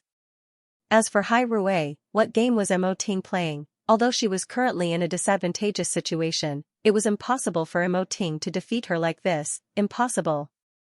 All. Nothing. Ever since her leg injury, Hu Jingjing rarely appeared in front of the public. If it wasn't because Tongning had given birth, she would have continued to stay at home, unwilling to face the outside world. Song Xian's incident caused an uproar and the topic of her was once again brought up. But, no matter what the outcome was, her career was no longer going to return. So, what was the point, especially when she saw the scars on her legs? How was she to compete on the runway with her legs? The babies are so well behaved. The two brothers look exactly the same. Otherwise, why would they be called twins? Tongning helped the babies clean up the crib and placed the babies on the bed with Hu Jingjing looking after them. What do you plan to do from now on? Are you not going to make a comeback? Hu Jingjing asked as she played with the baby's chubby hands. I'll deal with Song Xian first. Tongning had not thought about the future. Because of the birth of the babies, her plans were completely disrupted. After all, life before and after giving birth was completely different. So, she didn't want to be away from the babies for too long. I've seen the news. This Song Xian, out of all the people I know, is the most disgusting. I will definitely send her to where she belongs. Needless to say, Hu Jingjing understood. This place was a prison. I hope everything goes well tomorrow. But, this matter didn't need to wait until tomorrow. Because, as soon as the police followed Uncle Chen's instructions to retrieve the surveillance cameras, they already knew that Song Xian was the cause of the accident. That night, Song Xian was brought to the police station for questioning. However, Song Xian refused to say a word. Her lawyer had instructed her not to let her emotions affect her decisions before he arrived. Late at night, when Mo Ting received the news, he had just finished bathing the babies. As he tidied up the bathroom, he turned on hands-free and said to Lu Che, right now, she is only being detained temporarily. That is not our goal. Don't forget our goal, we want her to spend the rest of her life in prison. So, we will continue with our plan tomorrow and give Song Xian a huge surprise. I understand, President. As the almighty CEO of Hai Rui, he obviously didn't need to do everything himself. But, as long as it concerned her or the baby, he would always do it himself, no matter how big or small it was. Tongning couldn't help but sigh as she climbed onto Mo Ting's back and wrapped her arms around his neck. What happened? Nothing. I just feel like I married an amazing husband. Did you only find out now? Mo Ting smiled as he stood up and carried Tongning out of the bathroom. His footsteps were steady. Stay by my side for the rest of your life. You will discover even more amazing things about me. Tongning did not respond. She simply leaned on Mo Ting's shoulder and bit him hard. You're already a mother. How come you still can't change this habit? Mo Ting did not furrow his brows. He simply remembered that it had been a long time since Tongning had bitten him. Tongning loosened her bite and lifted Mo Ting's shirt to look at the bite marks on his shoulder. She suddenly felt a little guilty. Does it hurt? Mo Ting did not say a word. He simply let out a gentle laugh as he carried Tongning onto the bed. The couple seemed to have maintained this habit. No matter what they were like on the outside, when they returned home, they would always be each other's most needed partner. And now, their lives were about to be joined by two adorable little things. This was perhaps the most embarrassing night Xianxia had ever had. She was continuously interrogated at the police station until late at night without a single bite of food, let alone a bed for her to lie on. Miss Song, it's hard for us to keep your mouth shut like this. Why can't you be a little more straightforward? The case is actually already very clear. Before my lawyer arrives, I won't say anything. Xianxia repeated this sentence over and over again that night. The police were so tired of hearing it that they were about to grow calluses. The police rolled their eyes and shook their heads, taking the initiative to explain the case will help you, miss. Xianxia closed her eyes and pretended not to hear what the police were saying. The police helplessly slammed their hands on the table and stood up. She has quite a strong mentality. This was the scariest part about Xianxia. Without any evidence, she wouldn't say anything. Because this bit of evidence was not enough for her to admit defeat. Soon, Xianxia's lawyer arrived at the police station. Using some unknown method, Xianxia was released on bail. The police watched helplessly as the criminal left. As a result, Xianxia's smile was filled with a sense of ridicule and pride. Xiao Yuha was waiting outside to receive Xianxia. Seeing her in such a sorry state, he immediately ran over and escorted her home. Eat something first, we'll think about other things later. I will definitely return the humiliation I suffered today 100-fold in the future. Xianxia was still dreaming that there would be a future for her. But, she had no idea that Mo Ting never gave people a second chance. What do you plan to do with Hai Rui tomorrow? Xiao Yuha asked as he sat beside Xianxia. His right hand occasionally placed food in front of her. Mo Ting isn't someone to be trifled with. I don't have the ability to settle things for you. Don't worry, Hai Rui won't be able to find any evidence. Xianxia might have hesitated if it was anything else, but when it came to Hua Jingjing and Hua Wenfeng, wasn't it Duan Jinghong that did it? What did it have to do with her? Did Hai Rui make a move without any evidence? I don't know what Hai Rui is like at other times, but this time, Hai Rui definitely have no evidence because I didn't do it. After speaking, Xianxia put down her bowl and chopsticks and said to Xiao Yuha, in a moment, I'm going to treat my grandfather. I refused to believe that he would betray me. In reality, Xianxia only appeared strong on the surface. Deep down, she knew that every time Hai Rui made a move, it was always because they were confident. But, she had no idea if there were any loopholes in the way she handled this incident. Unless, Hai Rui wanted to fabricate evidence, according to Tongning's unscrupulous personality, this was definitely possible. But, when the time came, Xianxia could only react accordingly. Tongning, go ahead and bring it on. The outcome of the battle was not yet determined, but, she had no idea, Hai Rui didn't want to settle the score with her this time.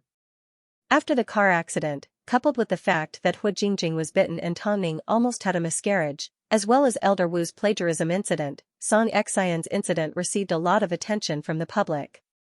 Almost everyone already believed that Xianxia was the culprit. But, they were also curious if Hai Rui would be able to produce any evidence. This was originally a matter for the police. But, because it happened in the entertainment industry, it was best to use the entertainment industry's methods to resolve it. Xianxia, of course, was deceiving herself. She thought, as long as Hai Rui couldn't produce any evidence, she would be fine. But, in reality, a lot of things were slowly changing. For example, from now on, the entertainment industry would no longer have a place for her. The next morning, it was 8 a.m., as promised by Hai Rui. As scheduled, Hai Rui held a press conference. This time, the new PR director personally attended. As Hu Jingjing was involved, he was afraid that Fang Yu wouldn't be able to control his emotions. As the lights of the media flickered, the new director stepped onto the stage and said, "This matter concerns Hai Rui's reputation and many of our artists.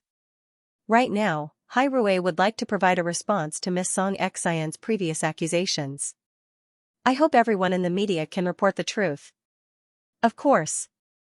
We will not be merciful to her just because of her grandfather. Song Xian and Hai Rui have been entangled for a long time. Today, Hai Rui will clarify everything." Firstly, Song Xian accused Hai Rui of suppressing other artists in order to protect Tongning's position. Of course, she was referring to herself. But everyone knows that Tongning is an actress and Song Xian is pursuing her career in the music industry. There is no competition between the two. Plus, Miss Tongning has already announced her indefinite retreat from the industry, so there is no need for her to compete with Song Xian. So, this is purely Song Xian slander. Secondly, Elder Wu's plagiarism case resulted in his brain being damaged and Tongning's film being taken off the shelves. She was also banned by the industry and the original author of the tracker stepped out to identify the culprit. As a result, there was a lot of gossip online, but Hai Rui did not do anything about it. I will keep Hai Rui's answer for now and reveal it to everyone later. Thirdly, regarding Song Xian's previous manager, Duan Jinghong. Due to the theft incident, she was left with a negative image, but Hai Rui managed to help her debut. There are reasons for this. Firstly, Duan Jinghong explained to Hai Rui the reason she entered President Mo's office was because of Song Xian. She wanted to help Song Xian obtain Hai Rui's evaluation of Song Xian, so she made the wrong decision. Secondly, Duan Jinghong confessed to Hai Rui about Song Xian's evil deeds and asked them for help. But, because Duan Jinghong knew Song Xian's secret and Song Xian was notorious, Hai Rui decided to make this arrangement to protect Duan Jinghong. If Duan Jinghong really wanted to be famous, she could have used another identity to walk down the starry road.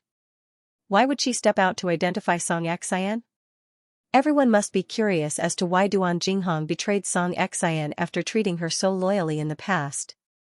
It was because Duan Jinghong shouldered the crime of theft for Song Xian, yet Song Xian abandoned her like a pair of worn-out shoes. So, this is the result we're seeing now. Duan Jinghong has calmly faced herself, but there are some people that still refuse to admit to their evil deeds. Let's not talk about the things that everyone thinks have no evidence for now and ignore the car accident incident. Hai Rui will now announce another big crime that Song Xian has committed. Friends from the media, please open your eyes wide. As soon as the director finished speaking, someone appeared on the red carpet supporting a woman on crutches. The reporters quickly moved aside, but they couldn't understand why Hai Rui was doing this. Who was this woman? This woman is called Song Xiaoxiao. She is in her early 20s and is the same age as Song Xian. Not only that, they are classmates. I'm sure everyone has noticed that this child's left leg has been amputated from a high position. So, how did she end up disabled? This is all because of Song Xian. At that time, they were both 19 years old. Because Xiaoxiao beat Song Xian and won first place, Song Xian made a crazy decision to push her down the stairs. Because Song Xiaoxiao was injured, she couldn't attend the awards ceremony. But, Song Xian never expected that Song Xiaoxiao would see the person that pushed her.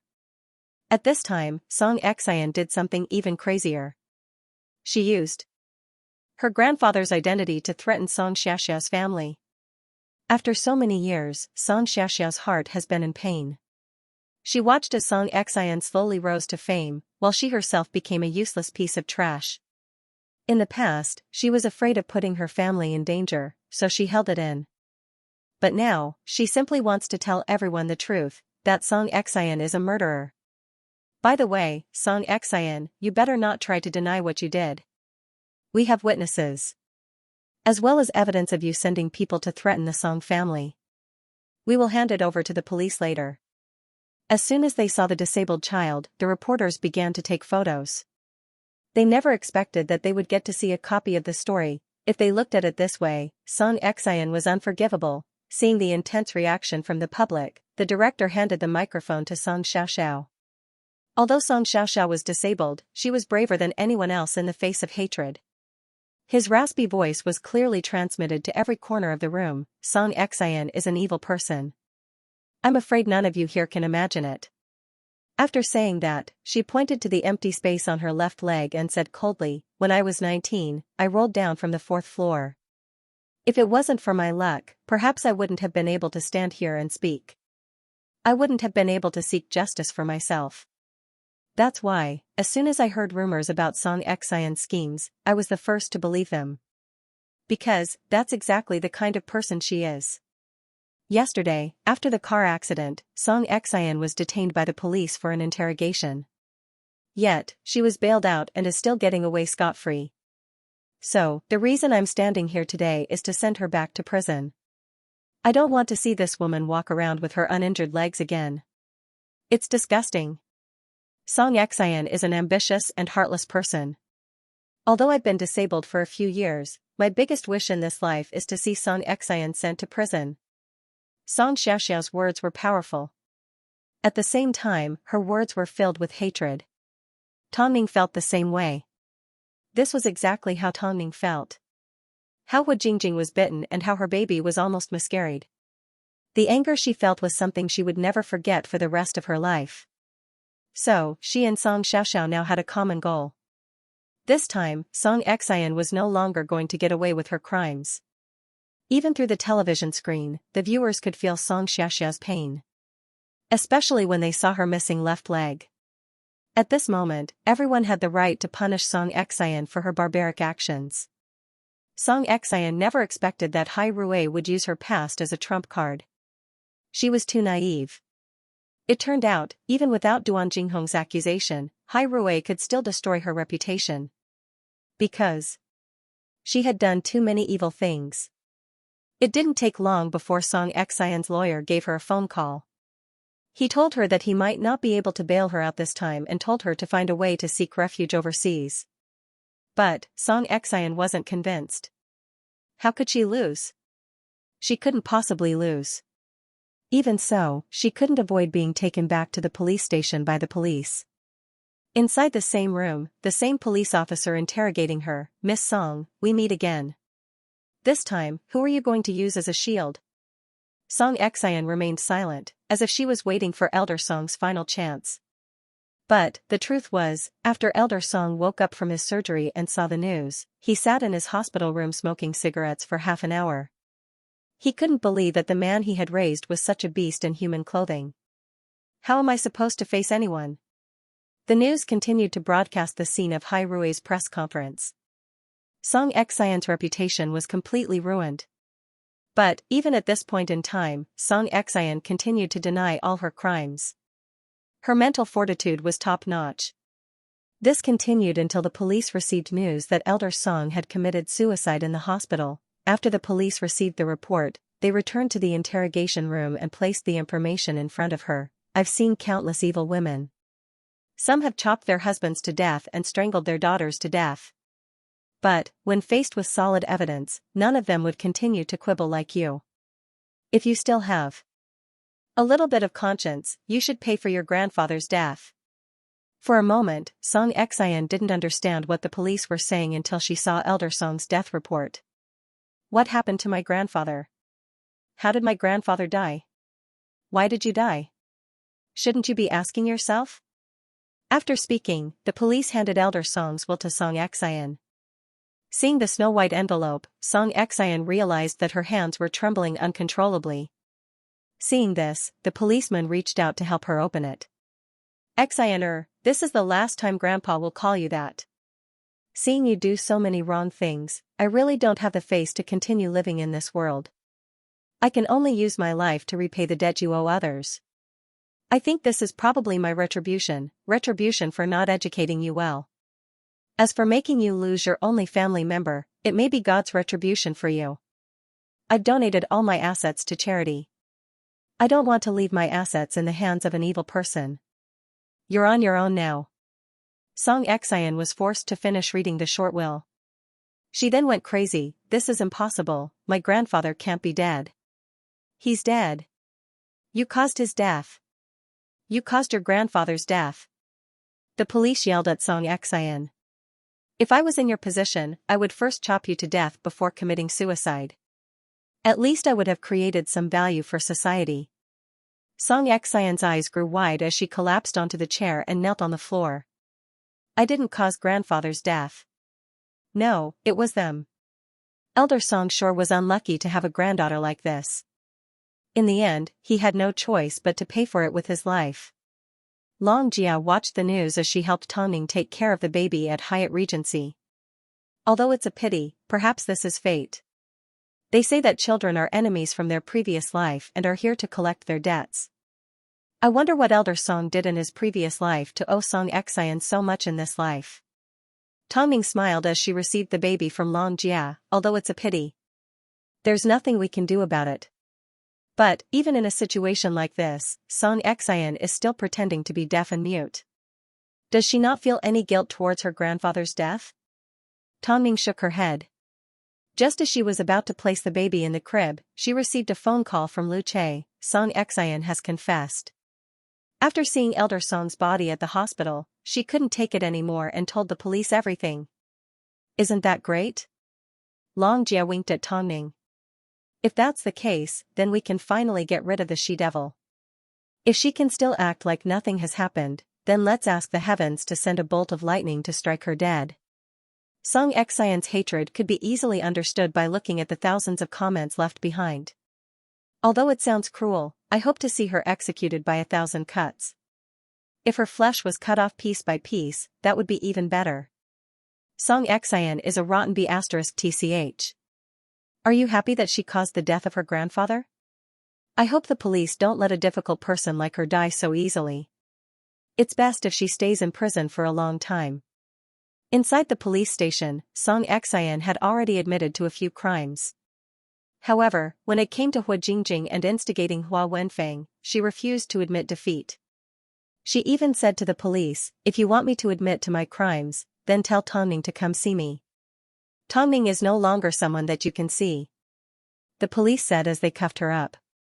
From now on, the only thing that will accompany you is the high walls of the prison. You will never see the light of day again. No, I still have Duan Jinghong to keep me company. Song Xian was still trying to find her last bit of comfort. But, it didn't take long before the police destroyed her hopes. You're wrong. Duan Jinghong has done a meritorious deed by turning herself in. Plus, the people involved in the incident have all expressed their forgiveness for her.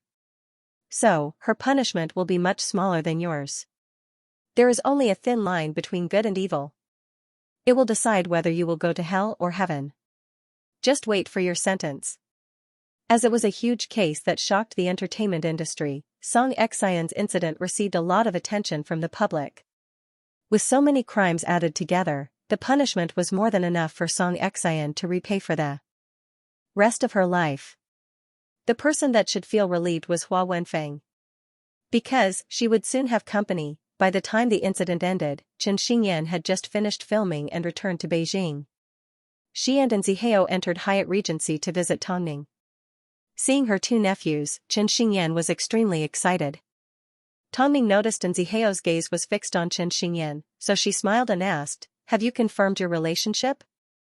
Zihao shook his head, we are simply working together. Tongning did not expose him. She simply smiled. Even if Zihao could hide his feelings, Chen Xingyan couldn't. Now that the babies have been born, can you consider making a comeback and acting in a film? Zihao had already started to think about Tongning's future. Your acting is so good, you can't let it go to waste so easily. The crew of Concubine Ning is waiting for you. Tongning looked at the babies in Chen Xingyan's arms and looked at them gently, we'll talk about it in the future. These two rascals can't leave me for now. You still don't plan to announce it to the public? I need to give Song Xian a spot in the headlines for now. Zihao looked at Tongning with a deeper meaning. He originally thought that after experiencing so much scheming in the entertainment industry, Tongning would have already seen through it. But, in reality, she had always been passionate and valued her career as an actress. Right now, the entire nation was waiting to see Song Xian's fate. After all, this was a celebrity committing a crime, so the novelty of it wouldn't die down anytime soon. Late at night, when Mo Ting returned home, Chen Xingyan and Mo Ting had just left.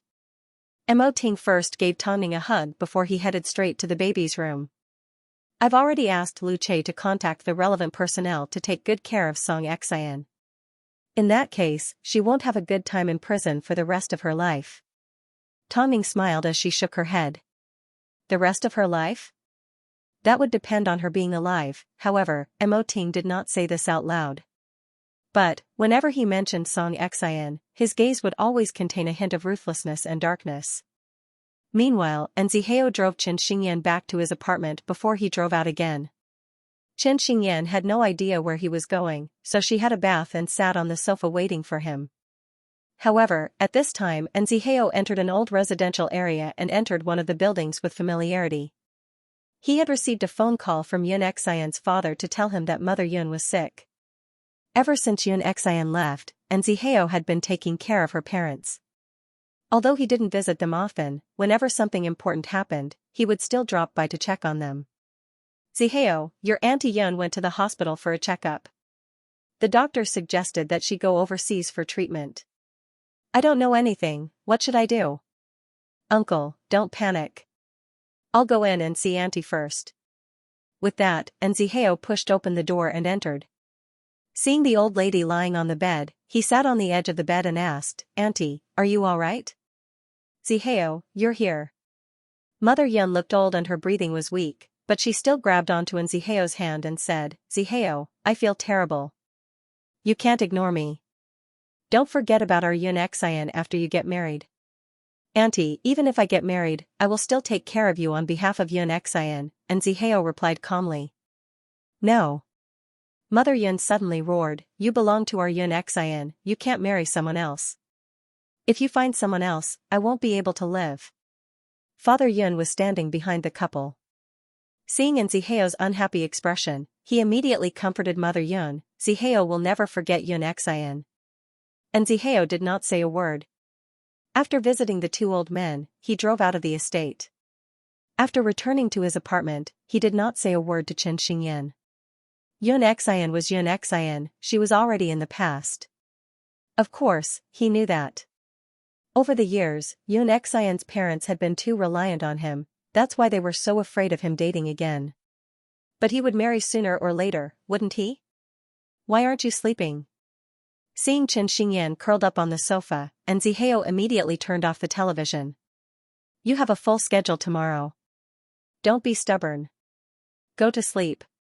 But, Zihao didn't say anything else and directly entered the study. He didn't know why, but he felt a little annoyed. He clearly knew that Xianxian's parents weren't his responsibility. Chen Xingyan tiptoed into the study room, quietly climbed onto Zihao's lap and sat down. Sleep with me? I still have something to do. You're obviously fine. Chen Xingyan exposed him. Go to sleep first. Be good. You have something on your mind.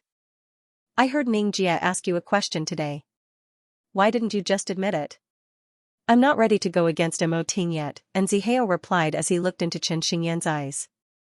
Plus, there was still the matter of Xianxian's parents that had not been resolved yet. Why should I let him decide the most important thing in my life? Chen Xingyan scoffed. I can marry whoever I want. Hearing the word marry, Zihao suddenly let out a gentle laugh as he held on to Chen Xingyan's cheeks and asked, you haven't truly understood me yet. How do you know you won't regret it? Will you make me regret it? I will try my best to give you happiness. After speaking, Zihao carried Chen Xingyan out of the study room and into the bedroom. Can you sleep now? Chen Xingyan looked at Zihao without saying a word. In the end, she nodded her head and closed her eyes to sleep. For some reason, she felt particularly uneasy that night. She could sense that Zihao was wavering. When a person's love for another person was too deep, they would often become sensitive and suspicious. This was her first love, so of course she would do everything she could for him. But, what about Zihao? Zihao sat in the study room thinking for the entire night. Before meeting Chen Xingyan, he had never imagined that he would fall in love with anyone again. So, he had never tried to correct Xianxian's parents. But now, he suddenly regretted not doing so in the past.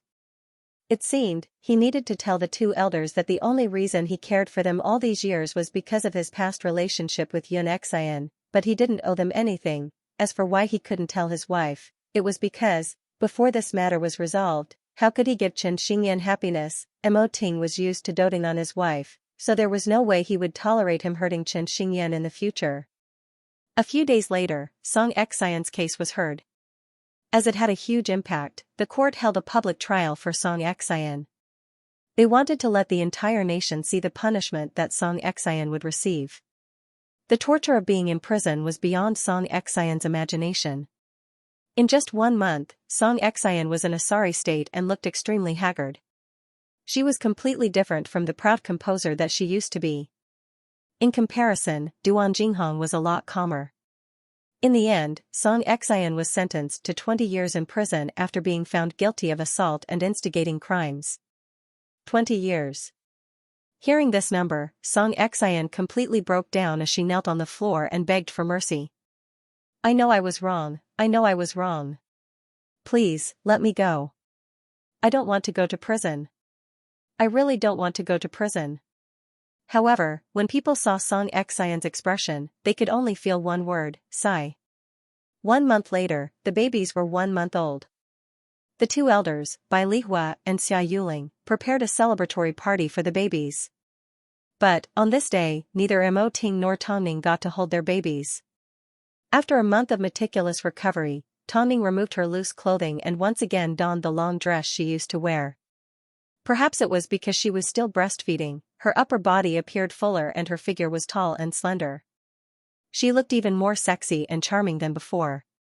Because of this, Hu Jingjing and Long Jia couldn't help but express their dissatisfaction. Other people's bodies turn into apples after giving birth. Why are you even more S than before? Of course, this was all thanks to President Mo. After giving birth, Tongning's nutritionist continued to take care of her diet. Although Tongning had 2 babies to take care of, she did not forget to exercise every day. As a result, her body was even more well-proportioned than before. I feel like you can still walk on the runway. Tongning looked at Mo Ting not too far away and smiled tenderly. It was this man who planned her life so well that she didn't lose anything. Whether it was her body or her confidence, after the 1-month celebration, Xia Yuling carried the 2 babies and said to Tongning, "Your son is going to stay with his grandmother tonight. You and Mo Ting can come pick him up tomorrow." Why? Xia Yuling blinked at Tongning. How long has it been since the 2 of you spent time together as a couple? Can you bear for your man to hold it in for so long? Mom. Tongning cleared her throat. Don't worry, we have a nanny at home. Your babies won't go hungry. It's a deal. After speaking, Xia Yuling and Bai Lihua sent off the guests and carried the 2 babies away. The noisy living room suddenly fell silent. The living room was still decorated like it was in a fairy tale world. But, Tongning took this opportunity to approach Mo Ting and hug him from behind. It's been a long time since I've spent so much time with you. Since that's the case, then don't waste Mom's efforts. After speaking, Mo Ting turned around and placed Tongning on the sofa. Do you know why Mom is doing this? Mo Ting leaned forward and lifted Tongning's hands above her head with one hand and lifted her dress with the other. Because she can tell that I can't wait to eat you up. How long had it been since the 2 of them had done this? Tongning couldn't remember clearly. All she knew was, when Mo Ting's hand brushed across her body, she trembled violently. The numb and itchy feeling was stronger than before. To the bedroom? Are you shy after becoming a mother? Mo Ting asked as he pressed the tip of his nose against hers. Tongning had nowhere to run, so all she could do was nod with a red face. Mo Ting did not say another word as he stood up, unbuttoned his shirt and threw it to one side. He then removed Tongning's dress. They still had 2 bodies without any excess fat, just like before. Mo Ting protected Tongning well. Her body was still in shape. A kiss followed. Tongning had no time to resist. All she could do was wrap her arms around Mo Ting's neck. Because of her passion, her heart felt empty. Soon, the restraints on her body disappeared. Tongning looked helplessly at Mo Ting until the emptiness was filled. She couldn't help but let out a satisfied sigh. Because she loved this man too much, she loved the feeling of Mo Ting inside her body. The combination easily made her excited and made her go crazy. Perhaps because he was afraid of hurting her, Mo Ting slowly rubbed against her. Tongming bit onto Mo Ting's shoulder and sighed, Ting. Just like before. Huh? Mo Ting pretended not to hear. I want you to be like before, ruthless and forceful. Mo Ting did not respond. Instead, he used his actions to prove it. On the sofa, on the stairs, in the bathtub, on the sink. That night, there was only endless demand, there was no end. After the deed was over, Tongming lay limply in Mo Ting's arms. Her voice was a little hoarse. Have I paid back what I owed you over the past few months? Did you think this would be enough? How naive. That night, it was raining heavily. Just as Xianxia finished her work and returned home with Nzihao, they found an old man waiting outside. Xianxia was a little confused, but Nzihao directly said, Go in first. Xianxia nodded her head and walked into the bedroom to give Nzihao and the old man some privacy. Nzihao, this woman. Father Yun asked curiously. She's my girlfriend, Nzihao replied calmly. Uncle, why are you here? So you have a girlfriend. Are you going to get married? Father Yun sat down and began to mutter, but, didn't you promise? Nzihao understood what Father Yun was trying to say, so he said patiently, Uncle, Xianxia has already passed away for many years. I need to live my own life. What are you saying? It's not like we're interfering with your private life. But I don't think it's appropriate. Xianxia will be unhappy. After hearing this, Nzihao fell silent. He understood what Father Yun meant. He was afraid that after he and Xianxia got married, he would no longer take care of them. I promised Xianxia that I would take care of you, so I won't go back on my word. No, that's not what I meant. I simply can't accept that you've found another girlfriend. Father Yun was a little surprised. Father Yun froze for a moment as his expression turned stiff. We always thought you would send us off in Xianxia's place. In other words, Father Yun meant that Nzihao already belonged to Xianxia, so he couldn't have any relationship with anyone else. If he did, he would be betraying Xianxia. In reality, Nzihao had taken care of them for so many years, so it was normal for them to be worried. But, weren't they being a little too selfish? Firstly, Uncle, Xianxia and I are only boyfriend and girlfriend, we are not married. Secondly, although I promised Xianxia that I would take care of you, I also have my own life. My life cannot be interfered with by anyone. Do you understand what I mean? Father Yun did not respond. He quickly turned around and left. I'll come visit you another day. Nzihao sighed and looked up at the bedroom door not too far away. Come out. Xianxia did not expect Nzihao to know that she was eavesdropping, so she had no choice but to open the door and reveal herself, that person. It's Xianxia's father, Nzihao replied straightforwardly. I've been taking care of her parents on her behalf. In reality, at the time, Nzihao thought that he was the one that caused Xianxia's death, so it was only right for him to take care of her. But, in reality, Xianxia's death was all because of Lan Shi's scheme. Are you going to take care of her from now on? Xianxia asked. Are you unhappy? If he was a reasonable person, then it would be fine. But he's obviously not, Xianxia replied straightforwardly. He wants to control your life. I know, leave this matter to me. You don't need to worry about it. Go have a shower, you have an interview tomorrow. Nzihao, I'm someone that likes to give up, but I don't want to give up on you so easily. Don't do anything that makes me feel bad. Okay, Nzihao nodded. After receiving an answer, Xianxia turned around and returned to her room. She quickly showered and climbed into bed.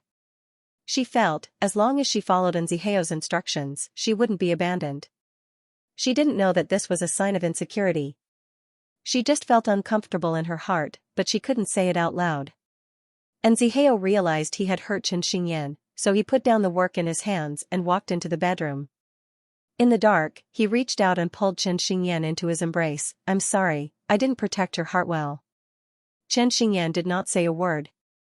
She simply bit Nzihao's arm, leaving deep bite marks on it. No matter what happens, I won't give up on you or abandon you, but don't be the one to give up on me first. Xianxia was still young, her personality wasn't stable and her mind wasn't fully mature. He didn't know how far Xianxia could go. After all, Xianxia's parents' torture was not going to be temporary.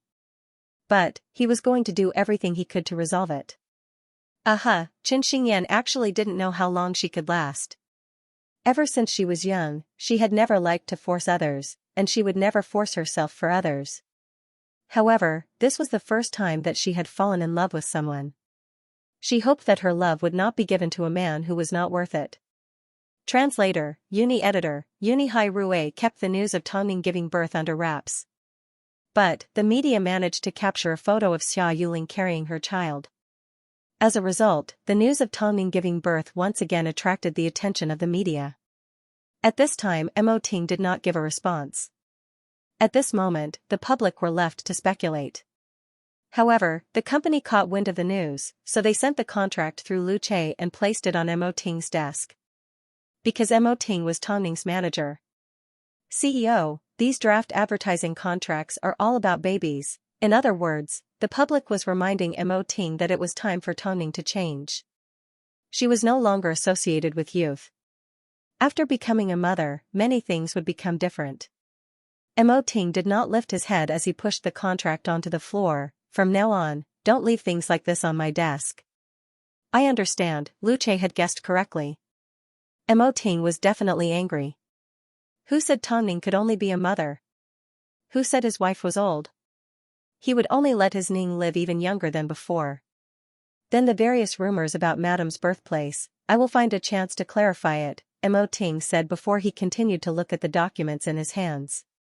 Actually, Tongning had already received news from Xianxia that plenty of baby products companies had already sent her offers and contracts. But, Tongning's reaction was the same as Mo Ting's. Look at your figure. Your skin is tighter than before. It is no different from before. Xianxia complained as she ate, why don't we ask boss to arrange for you to walk on the runway? Tongning tangled, Mo Long tangled said without a Tongning did not say a word. She simply looked at the contract for concubine Ning and pretended not to care. Tongning nodded her head. She took these words to heart. However, as she watched Xianxia wolf down her food, she couldn't help but laugh. Are you gluttonous? I don't know why, but I've been enjoying them lately, Xianxia complained. Have you had a checkup? Are you pregnant? Pregnant, hearing this, Xianxia froze. She had never considered this possibility. But, after Bai Lihua suggested they move, her worries disappeared and she let nature take its course. If Tongning hadn't reminded her, she would have thought her stomach had malfunctioned. I will immediately go to the hospital for a checkup. Go ahead, Tongning nodded. Give Lu Che a phone call. Someone needs to accompany him. Okay, Xianxia quickly disappeared from Tongning's sight. Afterwards, Tongning fell into deep thought. She couldn't accept the public's perception of her after giving birth. As a result, she worked even harder to train her body. That night, Mo Ting returned home. Seeing Tongning still in the middle of her workout, he went to feed the baby milk. However, Tongning had already spotted him. As he carried the baby in his arms, she took a photo of the loving father and son. Mo Ting lifted his head. Seeing that Tongning had taken a photo, he casually said, take the photo you just took and announce it to the public. Tongning nodded her head. She understood what Mo Ting meant. They needed to quell the rumors going around, especially since they had previously been slandered by Hua Wenfeng. So, Tongning found Mo Ting's social media account and posted a photo of the father and son. At the same time, she added 2 words, Nanny Ting. As soon as the public saw the photo Tongning posted, they exploded. Tongning has given birth to Mo Ting's little Ting. It's actually her son. Tongning is indeed good at face slapping. The people outside are making wild guesses. Their children were sent to the hospital. They can rest now. Look at this picture. It's so comfortable. Daddy Ting is so loving. I can't believe it's not Tongning. What a bad review. Tongning's body has already gone out of shape, hasn't she? Mo Ting asked Tongning to post a photo like this because he wanted her to maintain a sense of mystery and not let the public see her as a mother. Above all, Tongning did not reveal to the public whether she had given birth to 1 or 2 children. Before returning to acting, I accepted an advertisement for you. After taking care of the children and putting them to bed, Mo Ting said to Tongning in the bathroom, "It's an internationally renowned cosmetics brand." This was the most amazing thing about Tongning. Logically speaking, after retreating from the industry for so long, Tongning's popularity should have fallen. Yet, she did not seem to be affected. This was all thanks to her 3 films. As films were released overseas, they were usually released later than in China. So, The Lost Relative was currently being released overseas. With her influence overseas, it was naturally easier for her to secure an international endorsement. Why did you make such an arrangement? Because I want to prove to everyone that my woman is still as glamorous as ever. Tongning nodded her head as she worked out with Mo Ting. At the same time, the endorsement also took place. Of course, Mo Ting's eyes were as sharp as ever. The reason why he fought so hard for Tongning to secure this commercial was because the commercial was designed to portray a European and American woman. It would showcase Tongning's energy to the public. At that time, he would tell all the manufacturers that this was his woman and she was no different from before. Long Jia was now over 2 months pregnant. This was perhaps the best news that Tongning had heard in a while. Thinking about how Long Jia and Lu Che had finally achieved their long-awaited child, she couldn't help but feel happy for them. In order to take good care of the babies, Long Jia put down her work and returned home to wait for the birth. As soon as Lu Che's mother heard about this, she immediately flew over from another city. It seemed she had already decided to take care of Long Jia for a long time. At this time, Tongning and Mo Ting's babies were almost 60 days old. Seeing the 2 rascals starting to grow sparse hair, Tongning stretched out her hand and patted her brother on the head. Originally, Mo Ting wanted them to start weaning from now on because Tongning still needed to return to acting. But, Tongning rejected Mo Ting's suggestion. The babies need to drink breast milk for their immune system to improve. These are our babies, I can give them the best I can. My sons won't be that weak, I have breast milk now, why can't I give it to our sons? Even if I return to filming a commercial in a month, I can still squeeze out breast milk and store it in a scientific manner. That way, it won't affect the baby's nutrition, Tongning replied with a smile. Mo Ting had no choice but to pull Tongning into his embrace. These 2 rascals have it easy. Hey, this is your son, Tongning said as she placed her hand on Mo Ting's chest. Don't you think some people don't know what they're doing? Last night, you stole a lot of food from our son. Mo Ting did not say another word. He simply carried Tongning in his arms. They wouldn't dare to say anything. Because of her work on a few variety shows, Xianxia was quite popular. Of course, the main reason why her career was so smooth was because she was Mo Ting's sister. Even if outsiders wanted to make things difficult for her, they had to consider whether they could afford to offend Mo Ting. Although Mo Ting had never publicly acknowledged Xianxia, he never denied her existence either. The variety show that day was a talk show. Because of its novel perspective, it received a lot of attention. Xianxia was one of the guests. And Zihao did not stay by Xianxia's side. Now that she had her own personal assistant, and Zihao allowed Xianxia to do things on her own. Backstage, Xianxia and the other guests shared the same makeup artist. As they were of the same age, the other guests all approached to greet them. However, Xianxia was not familiar with them at all. Seeing Xianxia's indifferent expression, the woman awkwardly withdrew her hand. She then stood to one side and muttered, I wonder how many lifetimes of luck she has had to actually be Mo Ting's sister. So what if she's Mo Ting's sister? Take a look at Tongning. Even though she was personally groomed by Mo Ting, she is still facing anger because of giving birth. She is the wife of a wealthy family. Why would she care about being famous?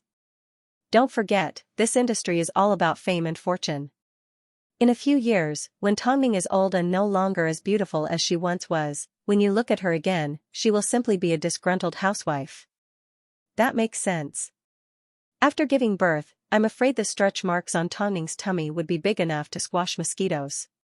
Rumor has it that Hai Rui even rejected a few commercials from international brands. Are they not satisfied with their age? Does she think she can defy the natural order? She can't escape it. As soon as a man has a child, he loses interest in women. Just wait and see. No matter how loving a couple is in the entertainment industry, they will still go their separate ways. Originally, Xianxia wanted to listen to them with one ear and out the other. But, these two B*****s continued to talk behind her back. In the end, she couldn't take it anymore. Wait until you guys reach Tongning's position before you say that she is outdated. You won't even have the chance to be outdated. The two women turned around and glared at Xianxia. They then rolled their eyes and scoffed. What did they mean by Tongning's figure had changed?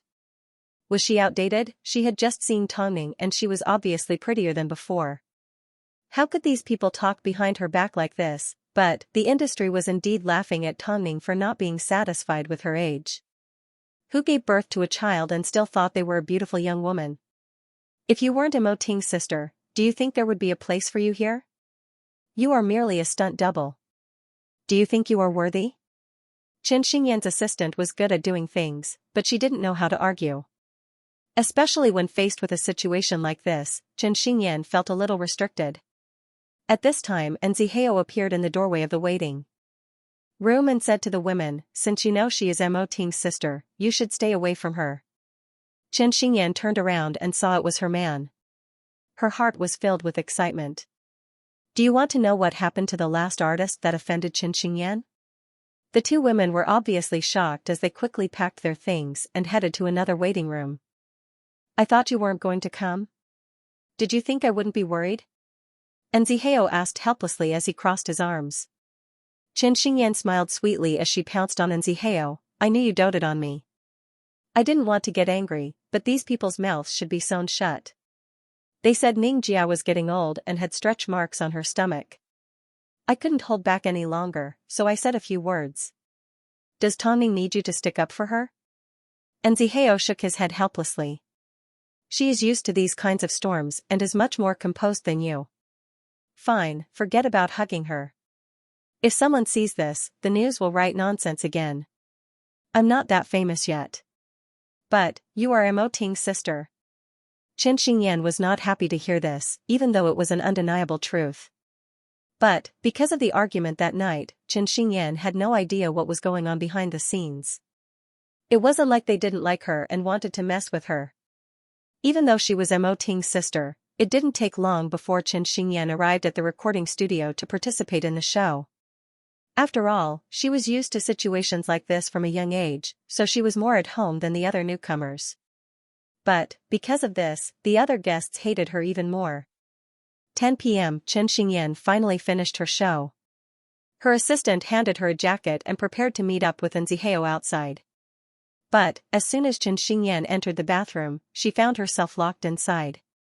Worst of all, she was thrown into a cubicle and had feces poured all over her. Xianxia couldn't avoid it in time, nor could she open the door. All she could do was give her assistant a phone call. As soon as her assistant heard the news, she immediately contacted Nzihao and explained the situation. Go to the nearest store and buy a change of clothes. Okay, mister. And afterwards, Nzihao barged into the women's bathroom, smashed open the cubicle door and pulled Xianxia out. He then took her to the tap and washed her. Why do you always encounter situations like this? Why can't you learn to behave? If you're not as smart as Tongning, then don't go around offending people. Nzihao was so angry that his eyes almost spat fire. Do you want me to be constantly on guard? Xianxia was no stranger to this scene. Last time, Annie. Thinking of these unpleasant memories, Xianxia crossed her arms and allowed Nzihao to wash her. It didn't take long before her assistant arrived to buy a change of clothes. The three of them spent 40 minutes in the bathroom, but they still couldn't get rid of the strong smell on Xianxia's body. As a dabbler, it was normal for her to be pranked. Thinking about her past, it was obvious that the industry would always support the strong and step on the weak. This was something that would never change. Xianxia had already fallen for so many tricks in the past, yet she was still being schemed against. No wonder Nzihao was disappointed. Her growth was too slow. After returning home, Xianxia locked herself in the bathroom for 4 hours to freshen up. During this time, Nziheo contacted the person in charge of the program and told them to keep this matter a secret. He also told them to find out who the mastermind was. But it wasn't easy. By the time Xianxia stepped out of the bathroom, it was already 3:30 am. Seeing Nziheo still waiting in the living room, she lowered her head and walked over. In the dark, Nziheo wrapped his arm around her waist and pulled her onto his lap. As their eyes met, Xianxia felt like she had been wronged. I don't think I'll ever be able to be as calculative as Ningjia. It would be too tiring. I don't think I'm suited for this industry. Forget it. Nziheo sighed as he pinched her nose. Since Xianxia couldn't become strong on her own and protect herself, then he could only become stronger to protect her. At times, he knew he was being too forceful. If you don't like acting and don't like doing these jobs, you can stop doing them in the future. I can? Who asked me to worry? Nziheo replied helplessly. Xianxia was silent for a moment. She suddenly felt that she had given up too little in this relationship. She wasn't willing to do anything and didn't want to change anything. It seemed Nziheo had always been accommodating her. I'll hold on for a little longer. If I really can't do it anymore, I'll let you know. Xianxia never imagined that news of Mo Ting's sister being splashed with feces would spread like wildfire the next day. Xianxia's name wasn't important. What was important was that she was Mo Ting's sister. This little stunt double was previously rumored to have drunk urine and now she's been splashed with feces. She's definitely faded with that aspect. Haha, who said otherwise? Mo Ting's sister doesn't seem like much. Compared to Mo Ting and his wife, the difference is like heaven and earth. Mo Ting never expected that Xianxia would create such news. It seemed, no matter when she made it to the top, it was always because she was being bullied. Nziheo didn't seem to be a good manager. Originally, Mo Ting had no intention of getting involved in Xianxia's matter. But, he suddenly received a phone call from Tongning. Xingyan is, after all, your sister. Even if Hai Rui doesn't say anything, we can't just stand by and watch. But this kind of thing, how to deal with it? Don't tell me you're going to watch the Mo family get bullied like this? Mo Ting raised an eyebrow. He then instructed Feng Yu to contact Nziheo and tell him that if he couldn't protect Xianxia, he should hand over her contract. Hai Rui wouldn't allow their artists to suffer like this. Meanwhile, Nziheo made use of his connections and finally found out who the culprit was. But, the troublesome thing was, this little artist had a powerful sister backing her up. As an internationally famous film star, this little artist's sister was one of the most powerful characters. This was probably the reason why the culprit was brave enough to make a move on Xianxia. She had a powerful background. This artist had previously signed with Hai Rui. Afterwards, her career expanded overseas. But, after her contract expired, she established her own agency and signed with Hollywood.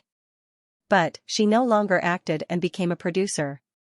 Although her focus was overseas, she was still famous in the country. But, she was rarely seen in the domestic scene. After finding out how powerful the culprit was, Xianxia stopped Nziheo from getting even with her. You previously gave up everything you had for me. What are you going to give up this time? Isn't it just being splashed with feces? It's okay, I can endure it. Nziheo looked deeply into Xianxia's eyes. I will definitely get revenge for you. If I say I will do it. You don't need to worry about how I do it. Xianxia looked at Nziheo in seriousness for a moment and finally nodded her head. I will try my best to be good from now on. But, Mo Ting can't ignore this matter. You were set up because of Tongning, Nziheo scoffed. Nziheo humphed. Even if he wasn't a good manager, Mo Ting's brother wasn't any better either. So, Nziheo directly replied to Mo Ting through Feng Yu. The culprit said that Tongning's stretch marks could crush a bunch of mosquitoes, that she would age in a few years and that she would be abandoned by you. What he was trying to say was that Mo Ting didn't protect his woman's reputation well and didn't give the public much confidence. After hearing this, Mo Ting smiled meaningfully and told Feng Yu, contact the CEO of Yixing Film and Television. Her sister has provoked my sister. Tell her to show some attitude. Sister, this was the first time Feng Yu had heard Mo Ting say this word. Of course, Feng Yu understood that the reason Mo Ting wanted to get even with the culprit was not because of his sister, but because of his wife. Who asked the culprit's sister to say that Tongning had stretch marks on her body, although a lot of people looked at Tongning in this way. If she dared to say it out loud, she would have grown bolder. It didn't take long before the CEO of Yixing Film and Television personally made a phone call. Something like this should be discussed in person. After all, this is an old employer. As an international superstar who had successfully changed her career, she was naturally capable. Plus, the American culture taught her that women were independent, so she was not afraid of Mo Ting's threat. It's just a child's quarrel. President Mo shouldn't take it to heart. Small quarrel. This was how she defined it. From what I understand, President Mo isn't concerned about a child's quarrel, but because my sister accidentally said something bad about your wife. President Mo sure dotes on his wife. I would like to see for myself. You will see for yourself very soon. Even Mo Ting couldn't force the culprit to give an explanation, let alone Nzihao. As for the culprit's claim that it was a small quarrel, then Nzihao was going to give it a try. Even so, I still need to say something out of concern. I heard that your wife has already given birth. Since that's the case, isn't it normal for her to have stretch marks? It's a pity that an international supermodel or a talented actress, after giving birth, doesn't have much value anymore. Is that why, for the sake of greater value, you decided to abandon your own child during your career transition? Mo Ting asked calmly.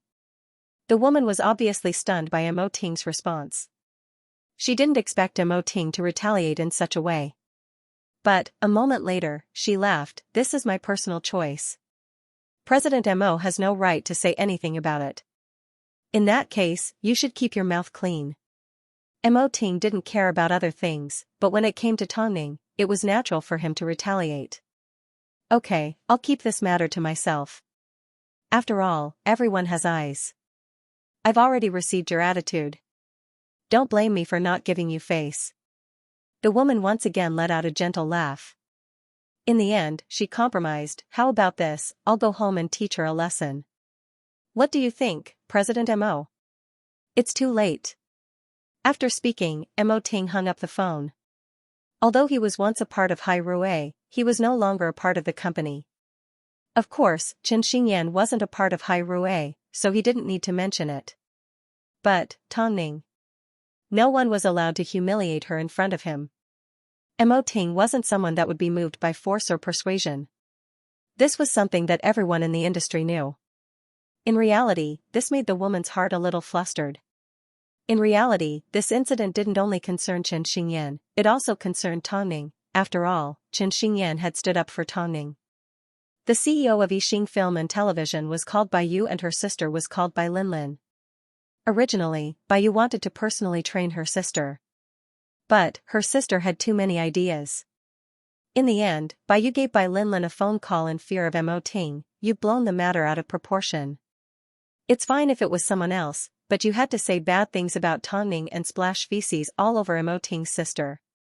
Do you still want to work in this industry? At this moment, Bai Linlin was sitting in her apartment with her legs crossed proudly. What? My sister is in Hollywood. If worst comes to worst, I'll go work for you. Go apologize to Chen Xingyan. Bai Yu ordered. I'm not going. If you don't go, don't call me your sister from now on. I won't give you a chance to develop in Hollywood. Think carefully and tell me. Bai Linlin angrily hung up the phone and almost smashed it on the floor. Although she couldn't take it lying down, she understood that a wise man knew better than to fight when the odds were against him. So, she gave her manager a phone call, find an opportunity to buy Chen Xingyan a present as an apology. Aren't you going in person? His agent asked. The fact that I'm willing to apologize is already a blessing for Chen Xingyan. Yet, she wants me to go personally? No way. Plus, what's wrong with me talking about Tongning? I'm already old, and it's only a matter of time before I'm past my prime. What's there to hide? The manager looked at her phone awkwardly. Bai Yu had already given her a phone call asking her to make Bai Linlin apologize, but Sister Yu wants you to go personally. Bai Linlin angrily kicked the table. After fuming for quite some time, she finally said to her manager, go find out what that B*TCH has been doing lately. Okay, the manager assumed that Bai Linlin had thought things through, so she was overjoyed and immediately went to find out what was going on. Bai Linlin scoffed. She wanted to see if her sister would care about her if she offended Hai Rui too much. Tongning understood Chen Xingyan's current situation. Although no one dared to humiliate her in public, there were plenty of people that made things difficult for her behind her back. After all, as Mo Ting's sister, while she enjoyed being a deterrent, she also had to bear the pain of her identity. Mo Ting had always been ruthless in the industry. When it came to dealing with other artists, he never showed any mercy. So, there were plenty of people that hated Mo Ting. But, because of Mo Ting's capabilities, they never dared to act recklessly. But, Chen Xingyan was different. She wasn't an artist from Hai Rui, nor did she have any backing. Although her manager was in Zihao, this alone wasn't enough to protect her. If someone wanted to play tricks in the dark, no one would be able to tell. After the news of the manure incident spread, Chen Xingyan remained silent for a few days. Even though Zihao was by her side, she still felt very upset that she couldn't do anything at all. She still had to attend a live broadcast tomorrow. Just thinking about the ridiculing looks of people made her feel uncomfortable. So, no matter how big the event was, she didn't want to attend. Zihao sensed her depression, so he pulled her onto his lap and asked gently, "You don't want to go to tomorrow's event?" I don't want to be ridiculed. You're no longer the Chen Xingyan I used to know. Where did the Chen Xingyan that was willing to flip the world upside down and make others unhappy go? After hearing this, Chen Xingyan scoffed, "I'm afraid I'll cause you trouble." After all, Zihao had used everything he had to get revenge for her. She didn't want to experience it all over again. Respect is something that needs to be given to yourself. If you want others to respect you, you need to respect yourself first. Just go on the show tomorrow. If the sky falls, I will hold it up for you. Zihao comforted as he hugged Chen Xingyan lovingly. He knew that Chen Xingyan had changed a lot since they started dating. The Chen Xingyan that was once free and unrestrained was now. She had become restrained and had completely lost her sense of self. Late at night, Zihao was sitting in the study room reading through some documents when he received a phone call from Tongning to confirm Chen Xingyan's schedule. "Is there a live broadcast tonight?" "Yes, 8 p.m. I'll go have a look and give her some encouragement," Tongning suggested. Okay. He was more than happy to have someone to protect Chen Xingyan with him. Of course, Tongning didn't anticipate that Bai Linlin would appear the next day. She simply felt, at a time like this, she should act like a sister-in-law. At least, the Mo family weren't people that could be easily bullied. Behind them, Mo Ting overheard Tongning's phone call and couldn't help but ask, "Do you want to go protect Chen Xingyan?" "You protect me and I'll protect my family." Mo Ting did not say a word. He simply patted Tongning on the head in agreement. Plus, if Chen Xingyan continues to be bullied, wouldn't you be embarrassed as well? How can a member of the Mo family be bullied by others? Okay. So, Tongning wouldn't be attending an official event tomorrow. She was simply there to support them.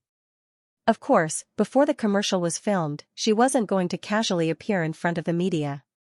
Since they were already mocking her for her stretch marks, she was going to give them a good slap in the face.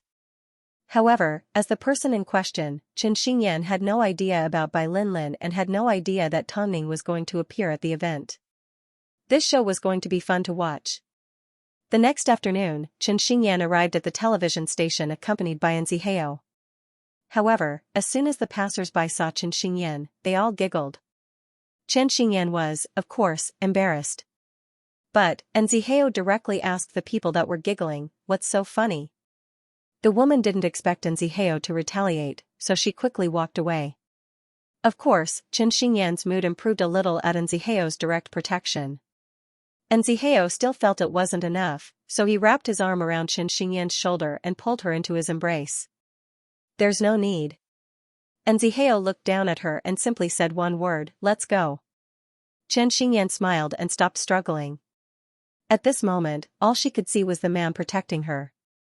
No one was taller and more powerful than him. Soon, the couple entered the waiting room. Perhaps because of Zihao, the makeup artist was extremely polite to Chen Xingyan. Even if she didn't respect Zihao, she still respected her. "Okay. You've already escorted me here safely. I'm experienced with live broadcasts, you can go back to work. Xianxia remembered that Xianxia had an important meeting that night. If it wasn't for her, he wouldn't have been in such a hurry. Go, don't be late because of me. Xianxia looked down at Xianxia and then at the makeup artist. Obviously, the look in his eyes was different. One was gentle, while the other was stern and filled with warning. The makeup artist smiled. This made Xianxia relax a little, she wasn't a bad person. In that case, I'll get going first. Tell little Seven to give me a call later. Okay, Xianxia nodded. Little Seven was the name of Xianxia's assistant. Perhaps because of Annie, Xianxia found this assistant for her. She was very capable, but she wasn't slick enough and wasn't smart enough. She simply wanted to take care of her daily life, so there was no need to find someone too slick. Xianxia already had him. Afterwards, Xianxia turned and left. The makeup artist picked up her makeup tools and said enviously, although she didn't sign with a good agency, with Xiao's care, it's worth it. Xianxia looked into the mirror and nodded her head. She didn't want to join Hairui or Hollywood. As long as she was Xiao's only artist, that was enough. As the live broadcast was scheduled to start at 8 p.m., Xianxia had plenty of time to get her makeup done. However, before her makeup was even halfway done, Bai Linlin's manager pushed open the door. She peeked inside to confirm that Xianxia was indeed inside before she pushed the door open. Hello Miss Chen, can I have a few minutes of your time? Xianxia had no idea that this was Bai Linlin's manager, nor did she know that Bai Linlin was the one that splashed feces at her. So, she directly asked, what is it? The matter is, why are you wasting your breath on her? Bai Linlin walked past her manager and interrupted her polite words. She walked into the makeup room and leaned against another mirror. We've met before. My sister asked me to come and apologize. When Xianxia saw Bai Linlin in person, she finally remembered the reason. Give me the flowers. Seeing Xianxia's expressionless face, Bai Linlin stretched out her hand towards her manager. Bai Linlin's manager immediately handed the bouquet of flowers she had hidden behind her back to Bai Linlin. After receiving the flowers, Bai Linlin directly threw them at Xianxia. I'm sorry. Perhaps no one had ever seen an apology like this. She was obviously here to cause trouble. Xianxia looked at the flowers on her body and knew that the woman was here to cause trouble. So, she threw the flowers away and said, get out of here while I don't want to make a move. Are you angry? Bai Linlin giggled. I thought you had some guts. But, in the end, you still complained to Mo Ting. All I did was say that Tongning was old. Did you have to make such a big deal out of it? Hey, did Tongning tell you not to say that she's old? But, this is the truth. She's already given birth to a child. Is it possible for her to become a virgin again? After hearing this, Xianxia glared at the man in front of her. But, Bai Linlin wasn't afraid. She replied straightforwardly, if you can't win against me, then go look for my sister. Can you be any more shameless? If you have the ability, then return the suffering you've suffered. Let me tell you, I came here today to scold Tongning. I want to see how far you can go to suck up to her. Xianxia endured because the woman had a powerful background. She didn't want to rely on Hairui and cause trouble for Xianxia. But, the more indifferent she was, the more outrageous Bai Linlin became. The event was about to start, but before Tongning's makeup was complete, Bai Linlin continued to cause trouble. When it came to shamelessness, Tongning couldn't compare to Bai Linlin. Do you know what people call Tongning? They call her watermelon skin because her stomach has the same pattern as a watermelon. Xianxia couldn't take it anymore as she grabbed onto Bai Linlin's shirt. But, Bai Linlin wasn't afraid as she glared back at Xianxia. I want to say that Tongning is a SL*T, really? Of course. Bai Linlin replied so quickly that she didn't notice that Xianxia didn't actually say really. As soon as Bai Linlin's manager saw Tongning, her face turned pale as she hid in the back, not daring to make a sound. I'm a SL*T. How come I didn't know? Tongning asked in amusement. Hearing this, Bai Linlin finally realized that Tongning had personally arrived at the waiting room. Bai Linlin was stunned as she turned and looked at her manager, asking, why didn't you tell me? However, Tongming wasn't someone to be trifled with. She immediately said to Lu Che, "Close the door." Lu Che nodded his head and closed the door. Tongming walked over to the waiting area and sat down. She then asked Bai Linlin, "How am I ASL*T? How am I ASL*T? Miss Bai, I'm sure you have plenty of time to talk to me." Not only Chen Xingyan, but even the makeup artist was shocked by Tongming's sudden appearance. But, Tongming didn't forget to remind her, "Continue with your makeup. Aren't you going on stage in 20 minutes? The makeup artist nodded and continued to apply Chen Xingyan's makeup as she watched the commotion unfold. Bai Linlin gulped nervously. For some reason, the arrogance she had earlier completely disappeared. No matter how arrogant she was, when she saw Tongming, she couldn't help but feel a chill down her spine and get goosebumps. "Why aren't you saying anything?" Tongming asked as she lifted her head. That is. I'm sure you haven't forgotten about Xianxia, who has just been sent to prison, Tongming suddenly interrupted. "I'm an expert at returning an eye for an eye." You wouldn't dare," Bai Linlin realized she was trembling as she spoke. "I can't believe there's a private bathroom here," Tongming mumbled as she looked at the bathroom. Tongming looked at the small room and mumbled, "Why don't you have a taste of feces splashed all over your body?" "No, that's too troublesome. You'll dirty other people's hands. All you know how to do is bully the weak. If you're so capable, why don't you ask Chen Xingyan to fight me on her own? If she can't win, then she asks for help. How much better do you think you are compared to her? If you're so capable, then say it in front of me. What's the point of gossiping about me behind my back?" Tongming asked back. "There are plenty of people that are gossiping about you. Why don't you ask them one by one?" After hearing this, Tongming decided that since she was already here and had bumped into Bai Linlin, she might as well resolve the matter in one go. So, she said to Lu Che, "Open the door." "There are plenty of people eavesdropping outside," Lu Che replied. "Let them see it openly," Tongming replied casually.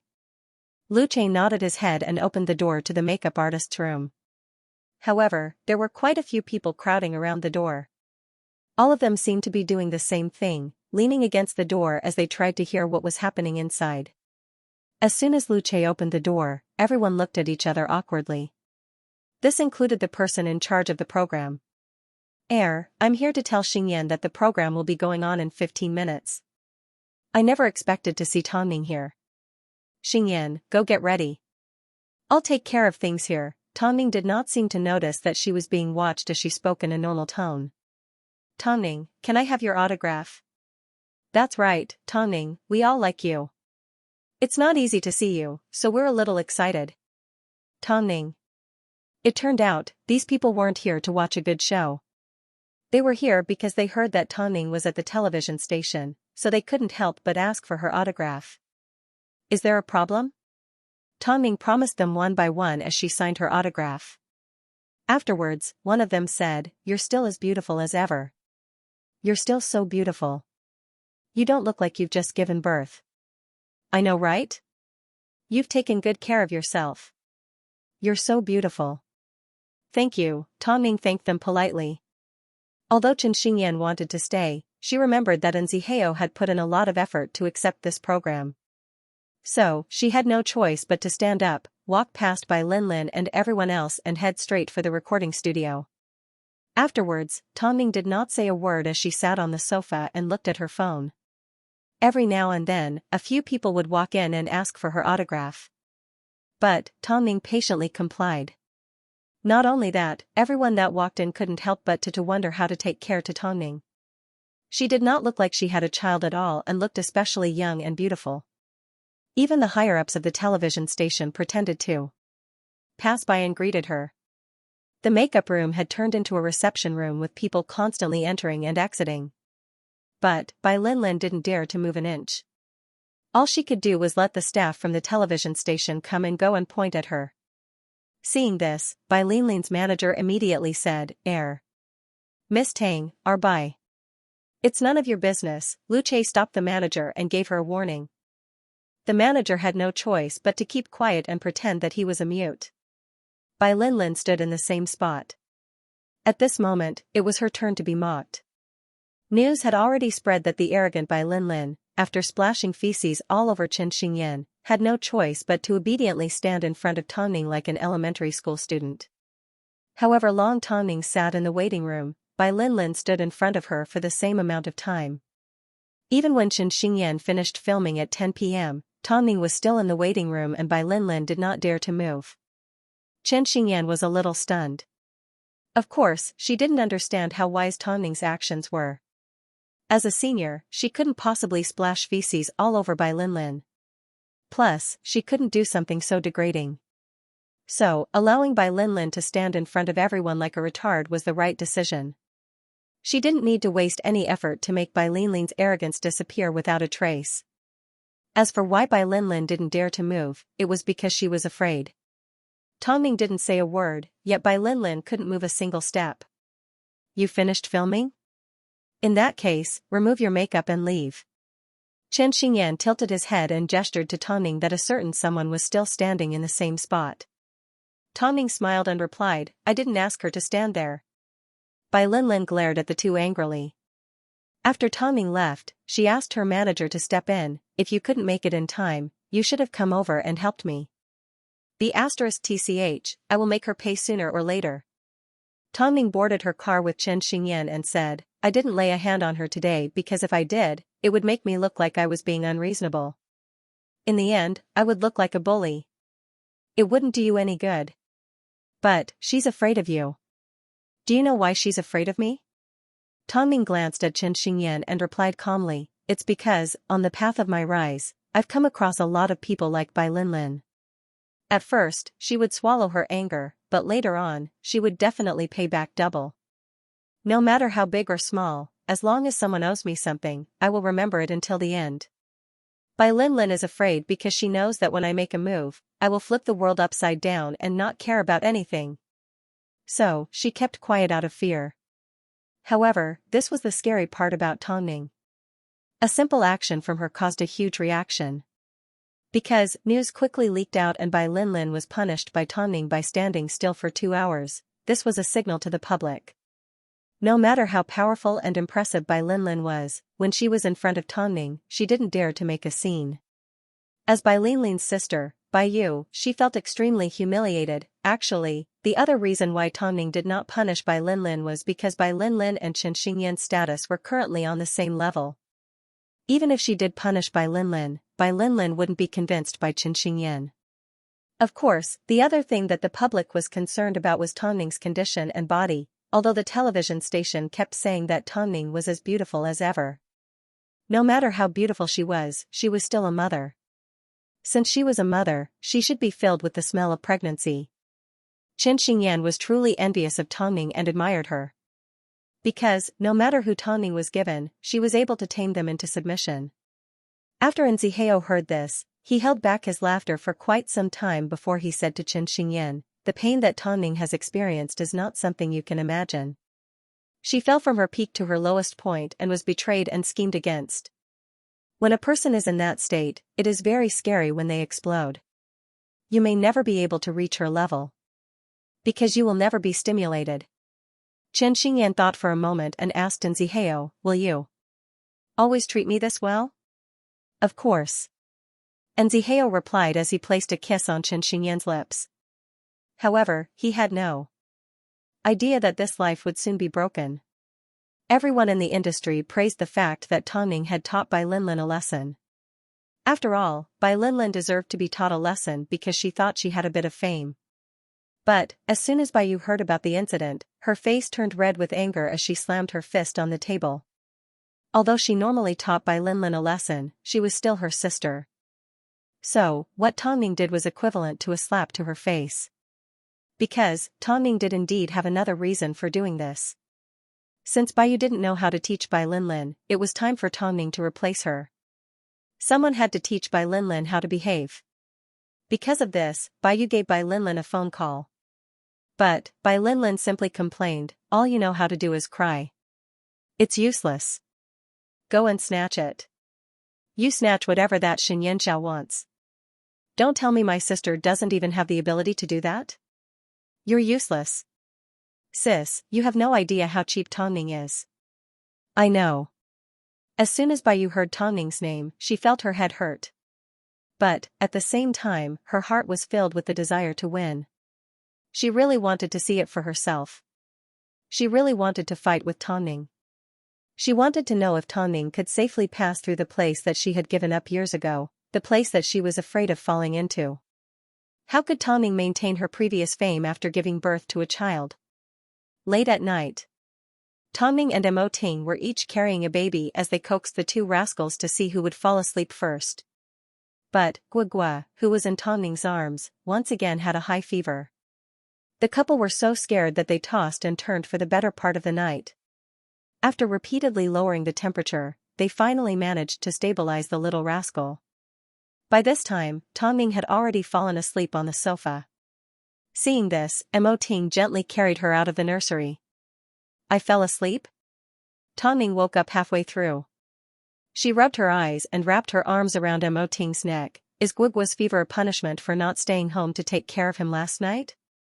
You're just imagining things, Mo Ting replied in a low voice.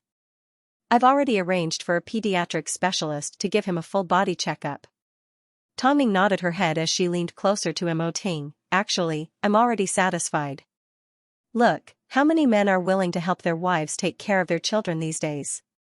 In our house, as long as you're at home, you'll take care of everything for the two babies. When I was young, I didn't have as many impressions of my father as I did of my second uncle. So, I don't want my children to have the impression that I'm not at home all day. Daddy Ting, you've already done well. Mo Ting didn't say it, but his actions were no less than her mother's. Sometimes, Tong Ning thought, if it wasn't for the fact that she was a woman and Mo Ting was a man, or if it wasn't for the fact that men could bear children, he would never have allowed these two babies to come out of her stomach and torture her. So, her love for Mo Ting. In fact, he had been accumulating them from these small places. You have no way not to love such a man. Do you need me to accompany you to shoot a commercial in a few days? It's okay.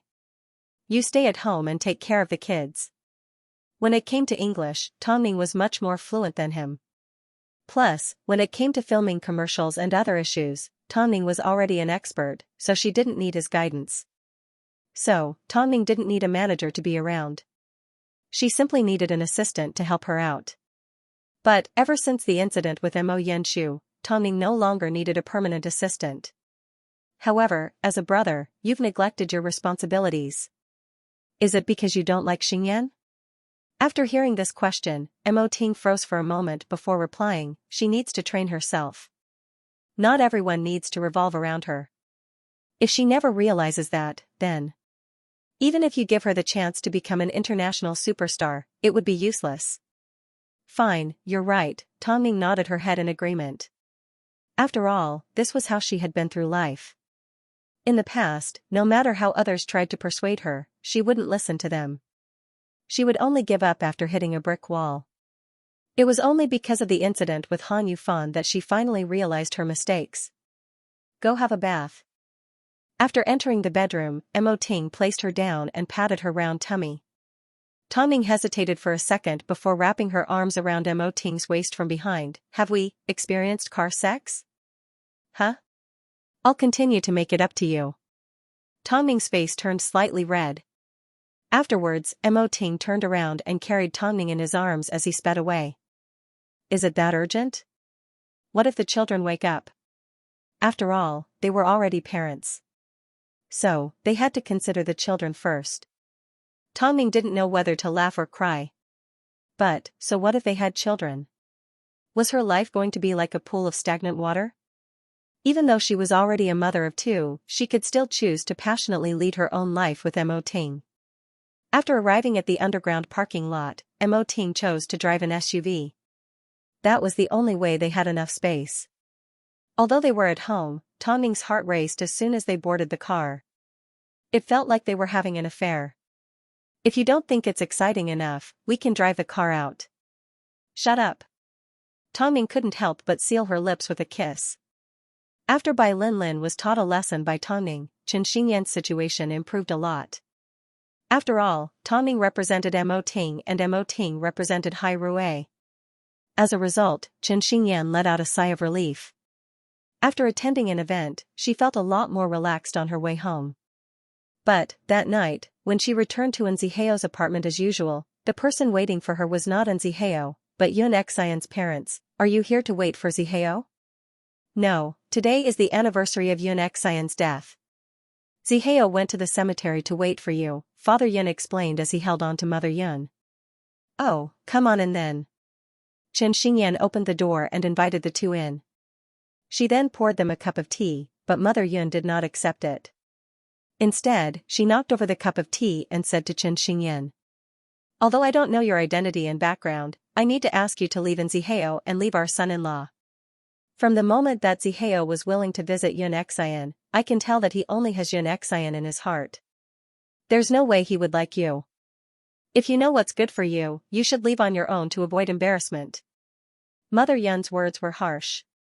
This was the first time Xianxia had encountered a situation like this.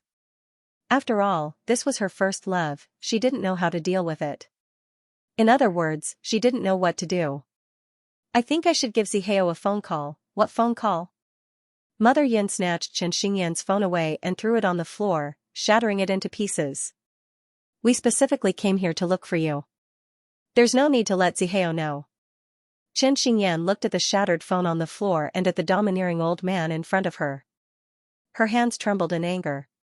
Father Yun noticed that Xianxia was on the verge of exploding, so he quickly pulled Mother Yun behind him and said, "If you have a temper, then come at me. Don't hit my wife. Plus, you are indeed not good enough for our son-in-law. It's not that we don't want him to get married. Look, what a righteous pair of parents." Xianxia's eyes turned red as tears of anger began to well up in her eyes. Suddenly, she remembered what Tongning had said to her: if she didn't want to be bullied, she should turn the world upside down. There was no need to hold back. So, Xianxia gave Father Yun a shove and said, "Don't think that I'm too afraid to hit you. You are the ones that have no respect. Plus, don't try to attack me by saying I'm not good enough for you. Let me tell you, I am Mo Ting's sister. In terms of background, Xianxia doesn't even deserve to carry my shoes. Also, don't pretend to faint or be weak in front of me. If you dare to do this, I will immediately jump from the 3rd floor and call the police to tell them that you forced me to commit suicide." Father Yun was stunned as Mother Yun stared at Xianxia with wide eyes. They had never experienced a situation like this before, they had never met someone more ruthless than them. Xianxia used all her might like she was ready to throw caution to the wind. This, of course, was enough to shock the two old men. Especially Mother Yun. She had originally prepared a method to make Xianxia faint, but it suddenly became useless. All she could do was stutter and repeat. One word, you. You. Are you trying to say that I'm shameless? Xianxia finally gained control of the situation as she sneered at the two old men. Although this may sound bad, when it comes to shamelessness, I am still far from being shameless. Nziheo and I are a couple. I am his girlfriend and I have my own identity. Who are the two of you to him? You are not related to him. He has supported the two of you for so many years out of morality. Yet, you have the audacity to force him to break up with his girlfriend? You are like a farmer and a snake, biting the hand that feeds you. Yun. Don't tell me he caused Xianxia's death. You guys are well aware of how Xianxia died. If it were anyone else, they would have thanked the heavens that they still had food to eat. But the two of you, do you really think that you are Nziheo's biological parents? Honey. I can't. My head is dizzy. After hearing Xianxia's words, Mother Yun held on to her forehead as her body swayed. At this time, Xianxia displayed her shameless side as she walked over to the window and pushed it open. If you dare to blackmail me, I'll jump down from here right now. There are so many witnesses outside.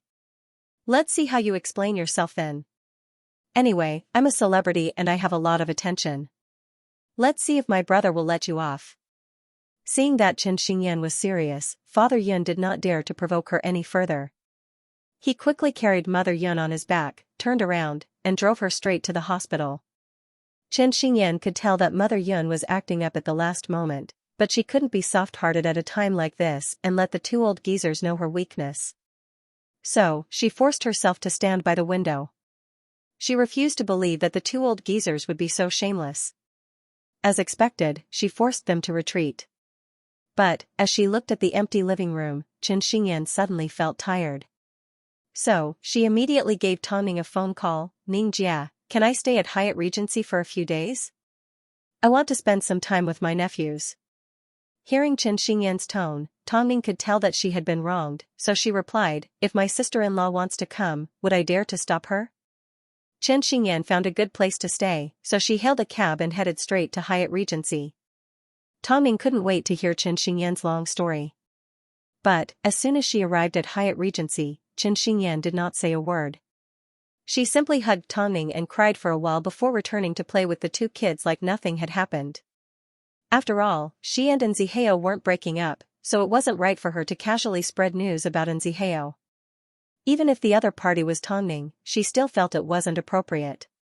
Tongning looked at Xianxia and suddenly felt that this child had matured quite a bit.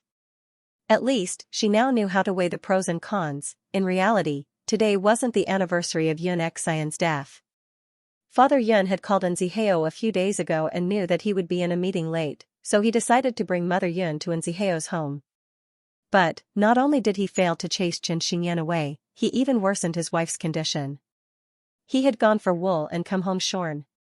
So, Father Yun was so angry that he gave Nzihao a phone call. "Nzihao, come to the hospital. Your auntie can't hold on much longer." At the time, Nzihao was in the middle of a meeting. After receiving the phone call and receiving Director Chen Feng's understanding, he finally left. But, as he rushed to the hospital in a panic, he found the old couple sitting together talking. It wasn't an emergency at all. Nzihao took a deep breath to calm the anger in his chest. He then asked Father Yun, "What's wrong with Auntie?" "Nzihao, you came at the right time. Today, your auntie and I went to your house with good intentions. But, your little girlfriend scolded us for being shameless and called us the farmer and the snake. She even made your auntie faint from anger. She's not that kind of person." Nzihao replied. "Nzihao, it's been so many years. Don't tell me you don't trust me and trust a woman that you've only dated for a short period of time? You've disappointed me. Uncle, take care of Auntie for now. I'm going to go home and have a look." Nzihao turned to leave, but the man stopped him. "Nzihao, I beg of you, Uncle, do you know how important my meeting tonight is? Don't always think that the entire world revolves around the two of you. I was so worried about Auntie. In the end, you lied to me." After speaking, Nzihao left the hospital without looking back and sped back to his apartment. But, the lights were off in the apartment. Xianxia wasn't home and she didn't have anything to do that night. He then looked at the mess on the floor and Xianxia's broken phone. His heart felt like it had been crushed. It was extremely painful. She doesn't have many places to go. After mumbling to himself, Nzihao gave Tongning a phone call. "Xingyan is at your place, right? She cried a lot and is now asleep," Tongning replied honestly.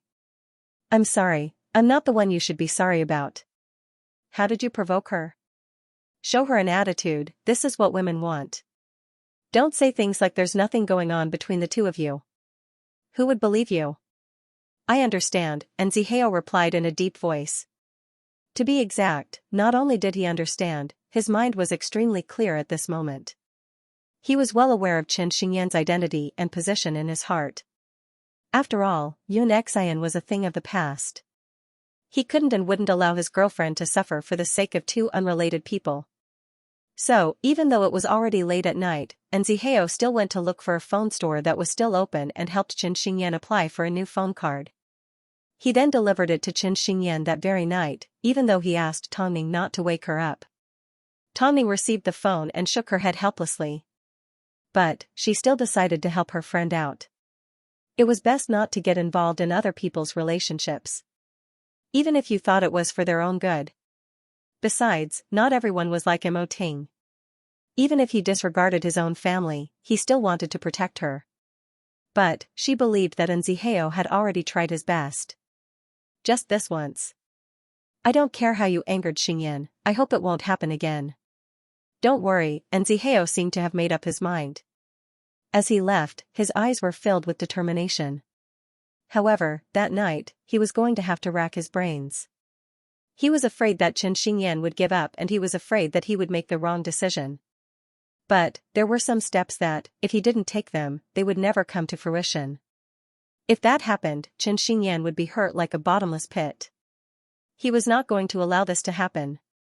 In reality, that night, Chen Xingyan was also tormenting herself.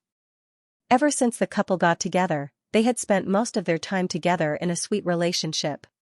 It was rare for them to have conflicts like this. But, as soon as they did, it hurt her heart. It was a painful feeling. So, Chen Xingyan cried for the better part of the night before falling asleep.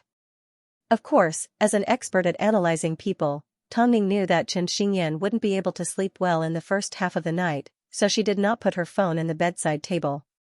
It was only when she woke up to feed the babies that she placed the phone on top of Chen Xingyan's bedside table.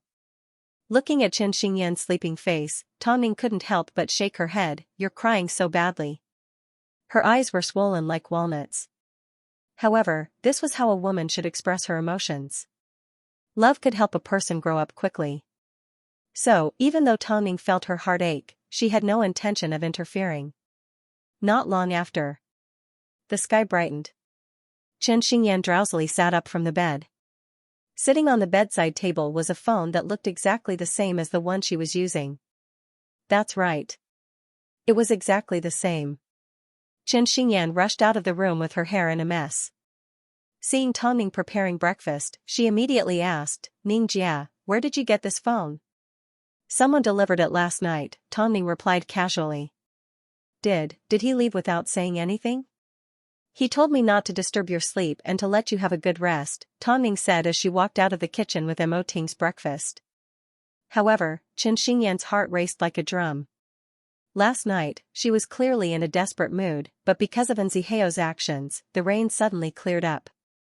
Love, in fact, it was such an unreasonable thing. No one could say that there was a rule and a reason for it. "Are you sure you want to attend the show looking like this? Your assistant has been waiting for you outside for a while." A moment later, Tongning returned to the kitchen and pointed to the guest sitting in the living room. Chen Xingyan turned around and saw Xiaoqi. She quickly returned to her room and tidied herself up before she approached Xiaoqi and said, "Let's go." "You're not eating breakfast?" Tongning asked as she crossed her arms. "Nope." How could she possibly eat? However, Nziheo was well aware that Tongning didn't like to eat breakfast, so he instructed Xiaoqi to bring her breakfast. After they boarded the van, Xiaoqi finally handed the breakfast to her. "Mr. and bought this." As soon as Chen Xingyan saw the breakfast, her eyes turned red. She had run out like this last night. In reality, it wasn't Nziheo's fault. Plus, she had thought about a lot over the course of one night. She relied on Nziheo so much. But, what if one day, he decided to leave? When that time came, would she not even know how to stand? "Miss Chen, do you want to go home first or head to the venue first?" "Let's head straight to the venue," Chen Xingyan replied. Nziheo had done so much for her because he hoped that she would improve. She couldn't let him down all the time. Xiaoqi was a little surprised, but she obeyed Chen Xingyan's wishes and headed to the venue with her. She did not contact Nziheo immediately because she still needed to reflect on herself.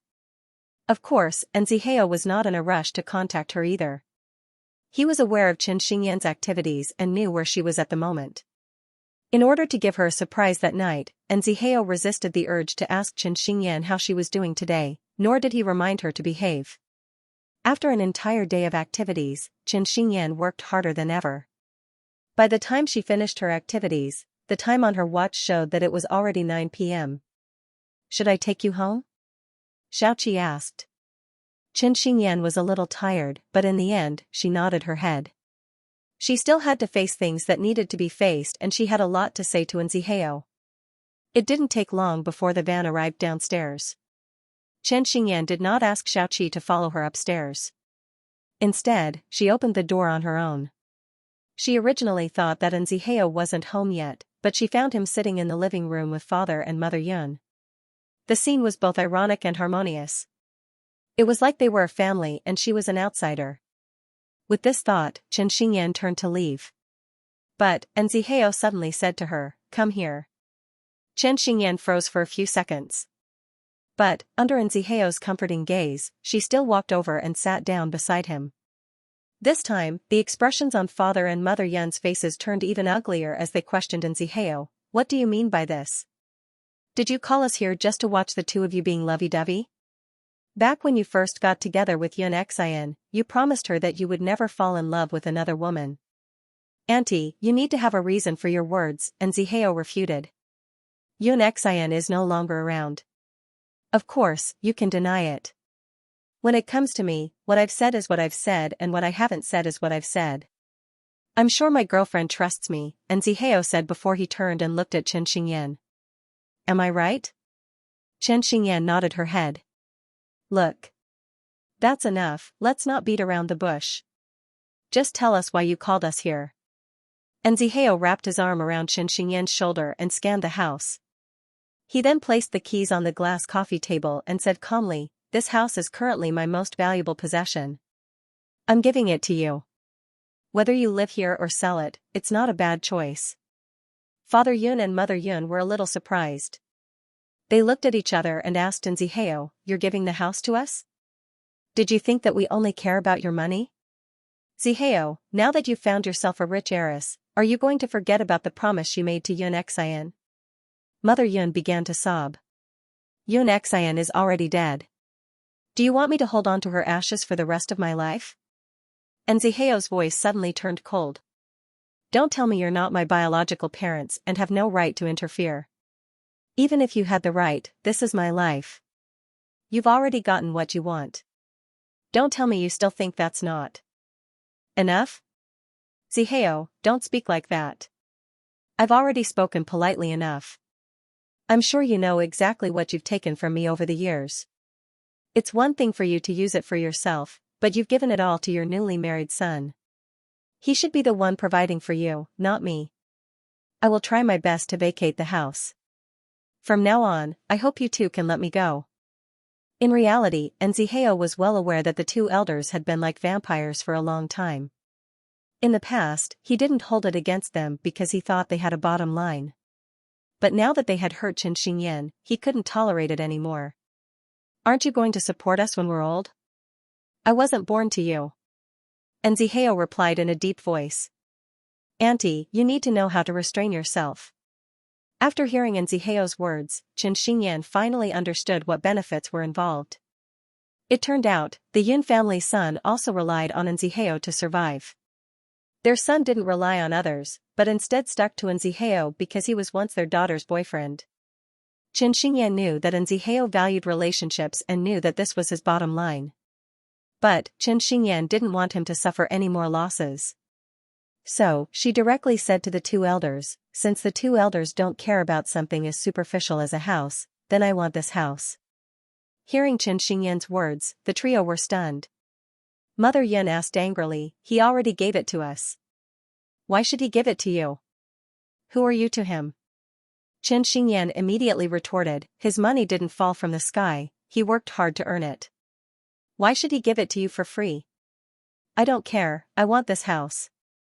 You, Nziheo, you said that this house is for us. Are you going to go back on your word? Of course, Mother Yun couldn't compare to Chen Xingyan's shamelessness, so she turned her attention back to Nziheo. I'll go back on my word. Anyway, the paperwork hasn't been completed yet. Are you going to bite me? If not for the fact that you are Xianxian's parents, I would have kicked you a long time ago. Do you think you have the right to speak here? Xingyan. Nziheo, let me tell you, no matter how much enmity you have with Xianxia or how much hatred you have towards her, you have already paid her back after so many years of hard work. If you truly love someone, you need to make them feel grateful. Right now, I want to ask these two easygoing people to get out of this house. Nothing in this house has anything to do with you. Chen Xingyan said as she pointed to the front of the house. Mother Yun trembled in anger, but there was nothing she could do to Chen Xingyan. She originally wanted to pretend to faint again, but Chen Xingyan was one step ahead of her as she said to Nziheo, Nziheo, give my brother a phone call. I have a headache. I'm not sure if it's because I haven't recovered from my previous injury. Tell my brother that someone has angered me and that he can handle it.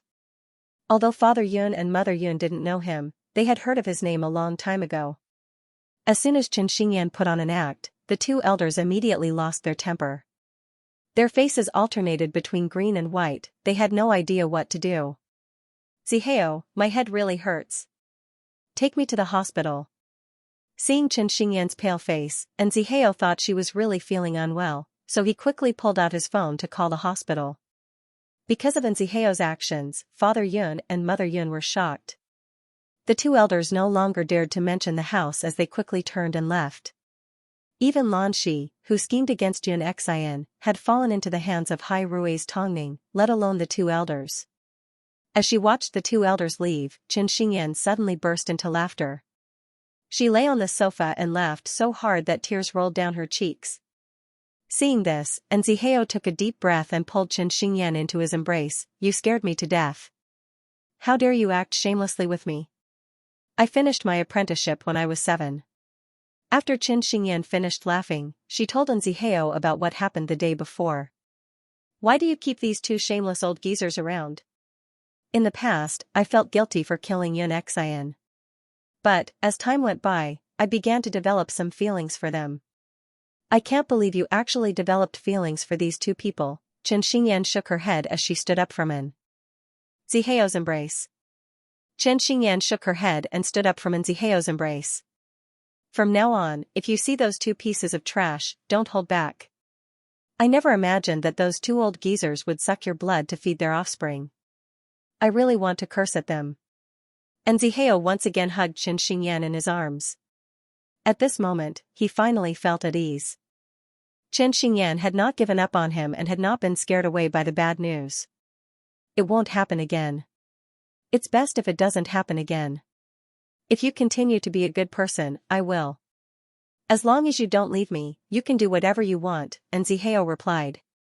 "Why would I leave you? It's not your fault." Chen Xingyan hugged Zihao back. Luckily, she had Tongning by her side to teach her the meaning of perseverance. Otherwise, she would have given up on this tiring relationship a long time ago. "From now on, I will take care of your assets. Those scumbags can forget about taking a single cent from you. Whatever you say. Last night, I was so upset." "I know." Zihao gently pushed Chen Xingyan away and placed a kiss on her forehead before moving on to her lips. "This is the last time. I won't hurt your heart for the sake of someone else. You need to do what you say. Otherwise, I will definitely leave you." After speaking, Chen Xingyan took the initiative to kiss him. The couple suddenly became intense, like they had used up all their emotions. It wasn't until Zihao's hand uncontrollably placed on top of Chen Xingyan's chest that the couple stopped in shock. "No, not yet." Chen Xingyan did not say a word as she lay on Zihao's chest to calm herself down. "Then. When can I? At least not right now." After speaking, Zihao patted Chen Xingyan on the back and gestured for her to get up. "I'm going to go have a shower." "Is it really okay to endure it like this?" Chen Xingyan giggled as she watched Zihao lose control. "So, stop seducing me, okay?" After speaking, Zihao immediately headed into the bathroom and drenched himself from head to toe with cold water. However, for a long time, his mind was filled with the feeling of touching Chen Xingyan's soft body. It was so good that his self-control almost collapsed. Perhaps it was because of this emotional crisis that Chen Xingyan suddenly had a lot of emotions in her life. That night, Zihao lay in bed and was about to go to sleep. But, Chen Xingyan suddenly appeared in front of his door with a pillow. "Can I sleep with you?" Zihao froze for a moment. Just as he was about to speak, Chen Xingyan beat him to it. "I swear, I won't do anything reckless." Zihao stared at Chen Xingyan for a long time. In the end, he couldn't dissuade her. "I just hope you don't regret it." After speaking, he moved closer to the bed and gave her half of the bed. Chen Xingyan jumped onto the bed and pounced into Zihao's arms. The feeling of regaining what she had lost made her swear to herself that she would never argue with Zihao again. Zihao gently stroked Chen Xingyan's hair. At this moment, there was only intimacy between the couple and no other desires. They hugged each other tightly until they fell asleep.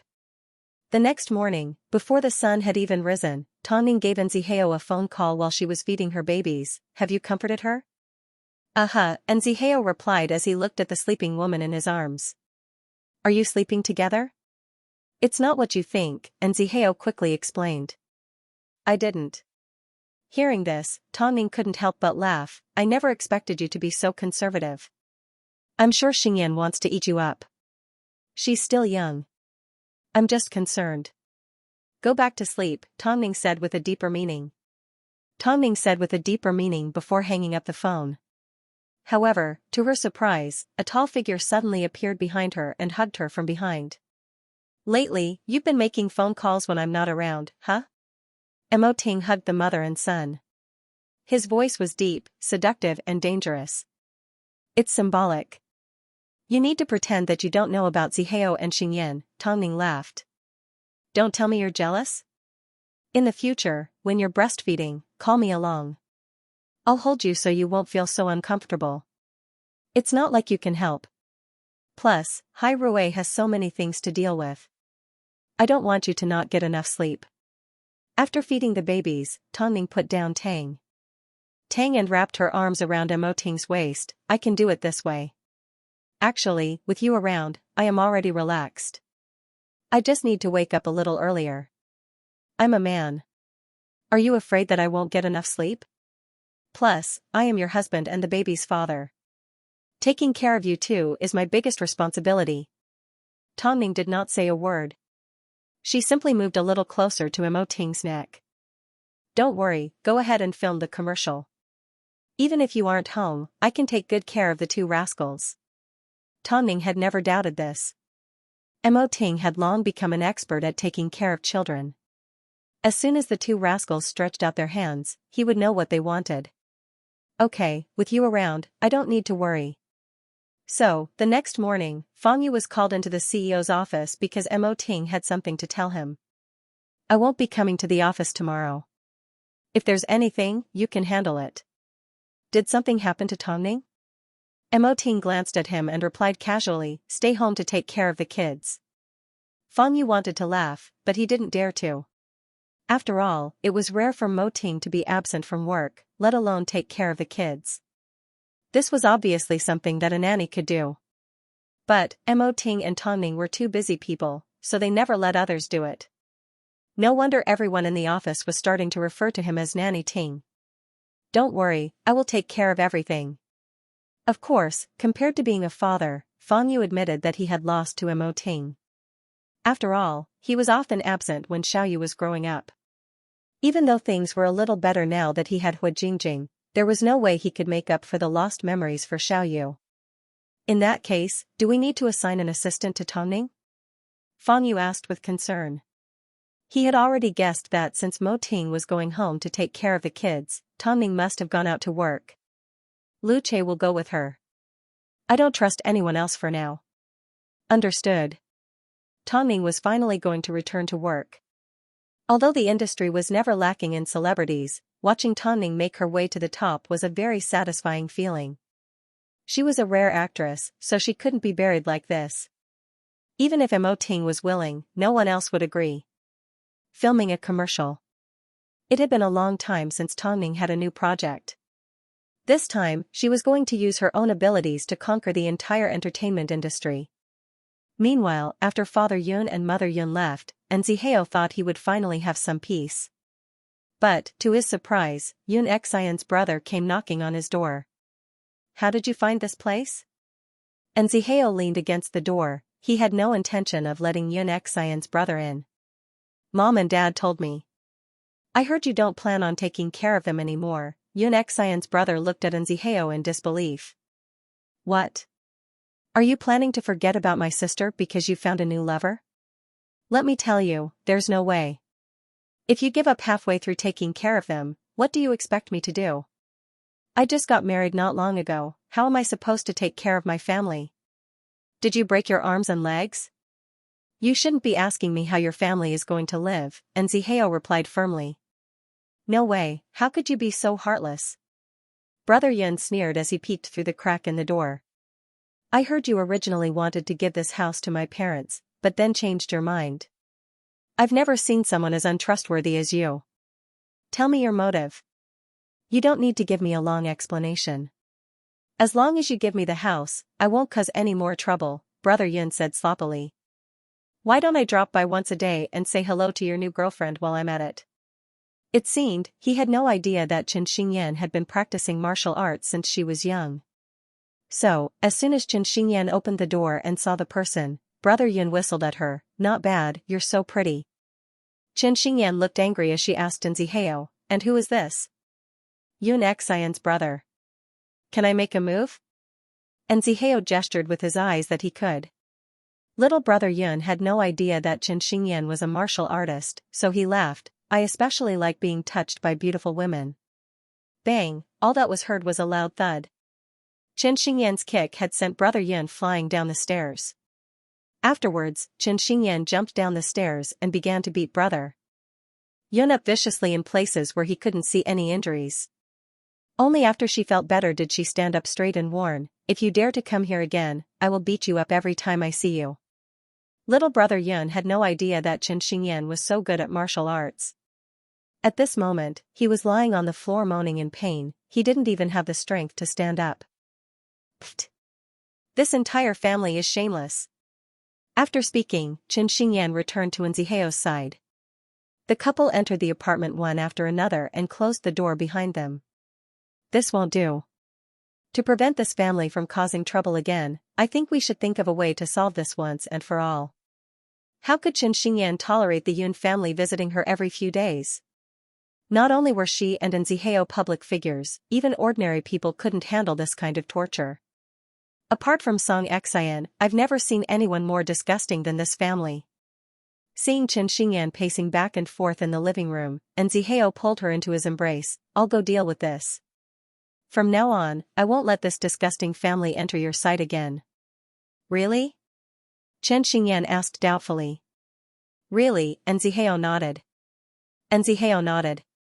"Go wash up. There's an audition in the afternoon. Bring little Seven along. Don't embarrass me." "Okay," Xianxia obediently asked for a kiss before she headed into the bathroom. Meanwhile, Nzihao's expression darkened. There were some things that needed to be dealt with once and for all. After Xianxia and little Seven left, Nzihao drove over to the hospital that Mother Yun used to stay at. As expected, little Brother Yun was also staying at the hospital because of a broken rib. As soon as they saw Nzihao, not only were Father Yun and Mother Yun furious, even little Brother Yun's wife was furious. "You guys are bullying people. Why did you hurt my husband? Nzihao, how dare you show up?" Mother Yun immediately yelled, "I'm going to expose people like you to the media. You're a complete disregard for human life. You're a complete mess." Mother Yun didn't read much, so she didn't know how to use words. She was probably angry, so she didn't choose her words carefully. Nzihao let out a gentle laugh before asking Mother Yun, "What are you going to expose to the media? Are you going to tell me that I'm the one who's supporting your entire family? Or did your son ask me for money to buy a house and marry a wife?"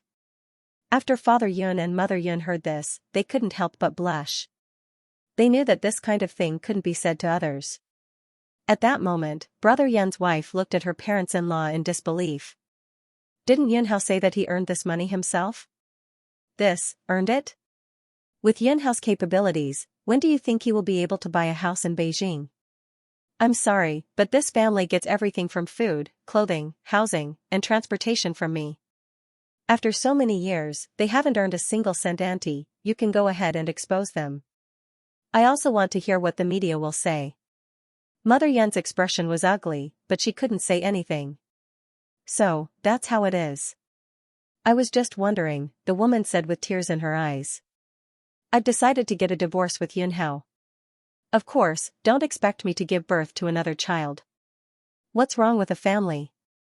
It's bad enough that they rely on someone else to survive, but they even need to raise their son. I must be extremely unlucky to have married this piece of trash. That's because he caused my daughter's death. This is what he deserves. Forget it. Don't be so shameless," the woman said as she wiped her tears away. "Not too long ago, Yunhao excitedly told me that he had found the culprit that killed his sister. What now? Are you still blaming Mr. N? Let's not talk about this anymore. Let's get a divorce. I will submit the divorce request to the court and let the judge decide what to do. I want to see if the two of you are really that shameless. After speaking, the woman grabbed her handbag and left the room. Father Yun originally wanted to chase after her, but Mother Yun held him back. It's fine if you don't know the big picture. Our son can find someone better to marry. And Zihao, are you happy now? And Zihao originally didn't want things to get to this point. But, when faced with people like this, he realized there was no need to show mercy, so, he pulled out a receipt from his pocket and asked, Auntie and Uncle, when do you plan to return these IOUs? Seeing the IOUs, the couple froze. The couple had already been taken care of by Zihao for a long time, but there were always times when they needed money. Especially when it came to buying a house for Yunhao.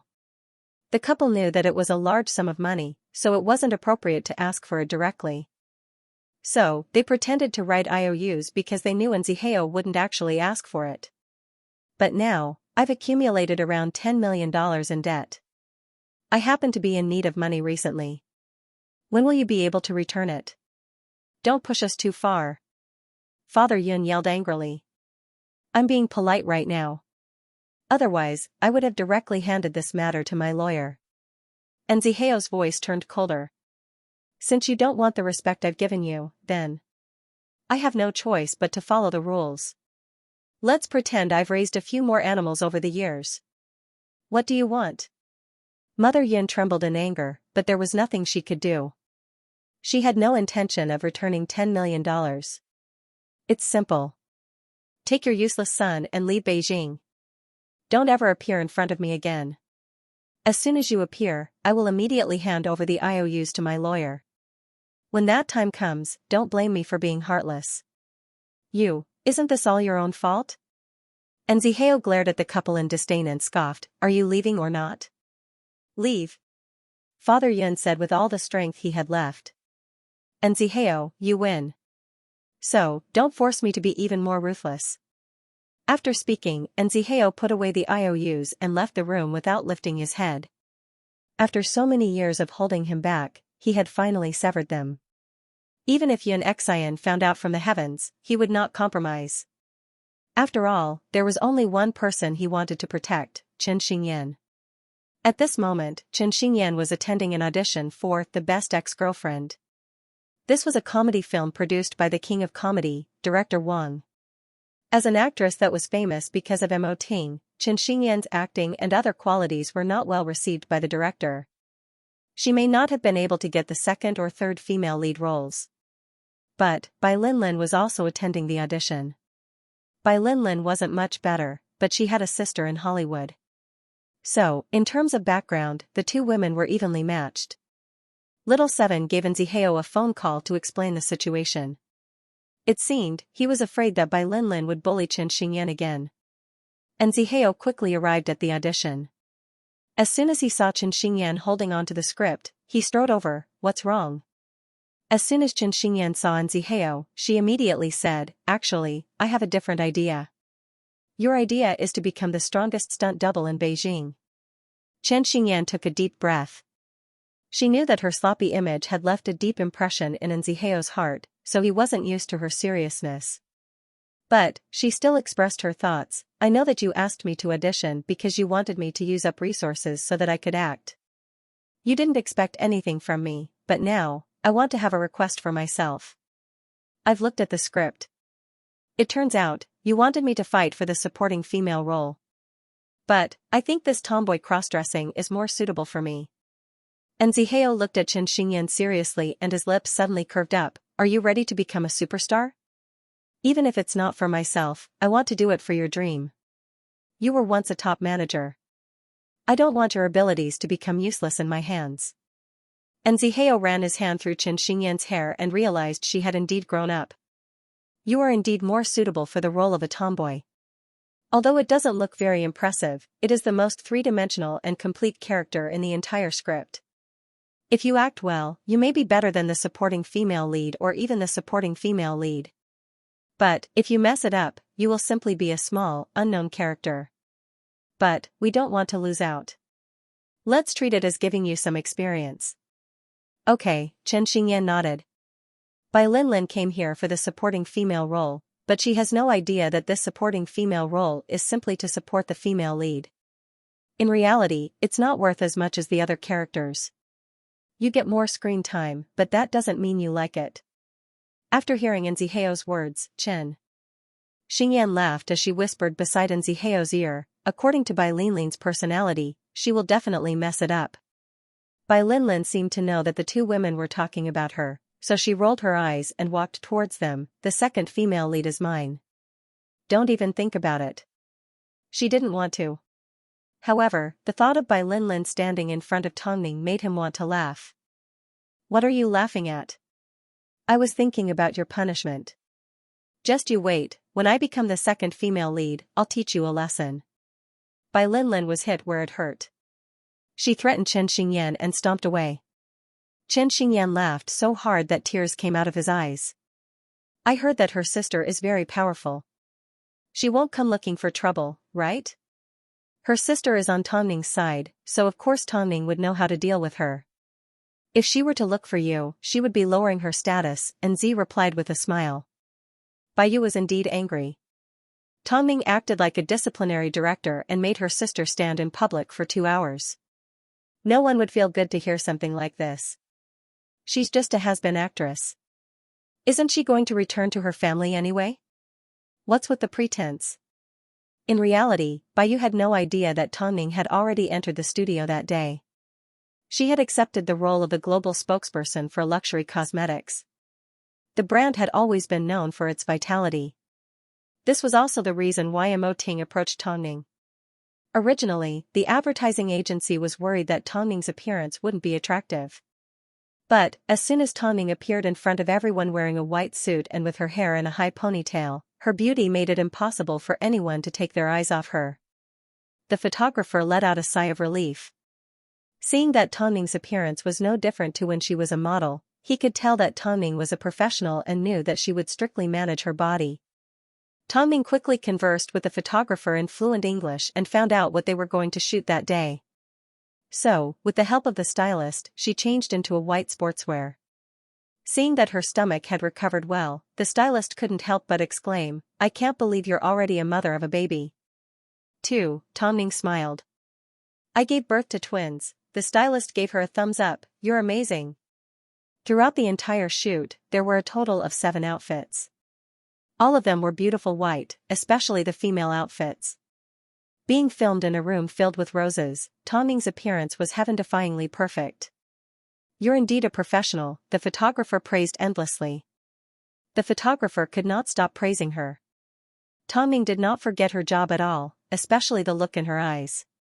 She could be fierce, she could be wild, she could be gentle, and she could be clear. Perhaps it was because she had honed her acting skills, but when she used all of this on the commercial, even the advertising agency couldn't help but be amazed. Out of all the models she had worked with, Tongning left the deepest impression. When this commercial is released, the results will definitely be amazing.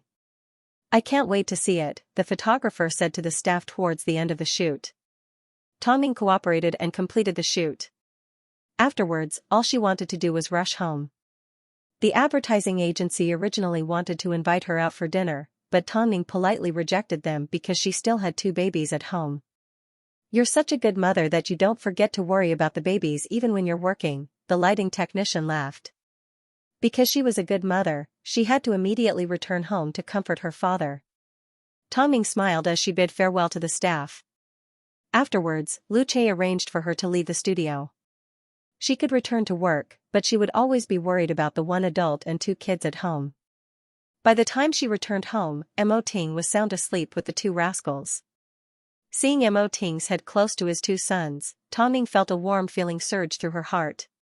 She and Mo Ting had once promised each of them that after moving into this home, they would be a simple married couple. In this home, there was only them. Tongning approached the father and son trio and placed a kiss on each of their foreheads. She then turned around and headed into the kitchen to prepare dinner for Mo Ting. A moment later, Mo Ting appeared behind her and wrapped his arm around her waist. Did your first day back at work go well? Of course. Tongning nodded her head confidently. Hai Rui received news that Bai Yu is returning to China to further her career. It's obvious that she is targeting you. When the time comes, she may cause you trouble. Is it because I was punished by her sister? Tongning scoffed. Isn't it normal for small fights in the entertainment industry? She is a smart woman. When necessary, she is willing to sacrifice the most important people in her life. The two of you are on the same path, but when it comes to a fork in the road, your choice is the opposite of hers. So, she is waiting to see the result. Everything else aside, this Baiyu is quite elegant. Tongning had to admit. She's waiting to see me make a fool of myself, isn't she? In her early years of fame, Baiyu experienced a lot of unspoken rules. So, she knew how to conduct herself.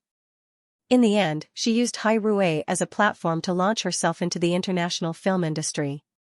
Afterwards, she founded Yixing Film and Television and worked hard with her husband in Hollywood. Of course, the important turning point for Baiyu that Mo Ting mentioned was during her time at Hai Rui. She originally had a loving boyfriend and they were together for many years.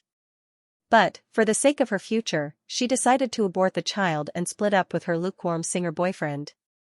For female celebrities, youth was a short-lived rice bowl. There was no reason to retreat to a family right after starting out. So, Baiyu did not hesitate at all. After her ex-boyfriend found out, he almost broke down. But, he still maintained his rationality and let her go. Perhaps, he wanted Baiyu to regret, so her stubborn ex-boyfriend suddenly realized reality and used his connections to climb his way up the ranks. He was now a publicly acknowledged coach in the music industry. It could be said that Baiyu and Tongning's paths were very similar. So, if Baiyu was in Tongning's shoes, she wouldn't have become an actress while she was a supermodel, nor would she have a child while she was at the peak of her popularity. Was she crazy? How many people wanted to be famous on this path? Why didn't Tongning cherish the opportunities she had? Baiyu hated Tongning because she had sacrificed so much to get to where she was today. Yet, Tongning insisted on proving that her choice was wrong. As Tongning returned to work, the cast of Concubine Ning, which she had been preparing for the past few months, naturally began to move forward. Although Tongning was always mentioned as the female lead, it was never officially announced. Because of this, Xianxia once again came looking for Tongning. Are you ready to enter the set? For such a long palace drama, once she entered the set, it would definitely take anywhere from 3 to 6 months. Although Tongning really liked the story. Let me think about it, Tongning replied. If she was to be away from her baby for so long, it was indeed a worry. You can return home every day and don't have to worry about not seeing your child, Xianxia tried to tempt her. Xianxia tried to coax her. There are a few other actresses who are also in contact with the crew.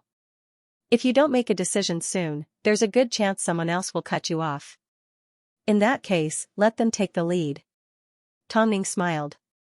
Do you think there's anyone more suitable than you for this role? The contract was already in front of you, but you refused to sign it. It wasn't that Tongning wasn't tempted by a script that challenged her acting skills. Plus, she had never tried wearing an ancient costume before. But, she had her concerns. You have to give me an answer by tomorrow morning. Xianxia was getting impatient. This book had been prepared for far too long. Even if it was delayed for another day, it would be a waste. Tongning nodded her head. Didn't you say you wanted Xingyan to play one of the roles? What about now? She has other ideas. Xianxia revealed a rare look of relief. Xingyan now had the ability to consider a lot of things on her own.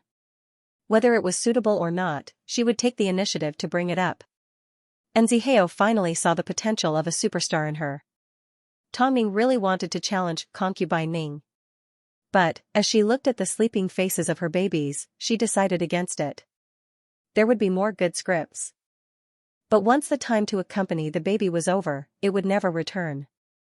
Mo Ting seemed to have seen through Tongning's doubts, so as her manager, he gave the production crew a reply.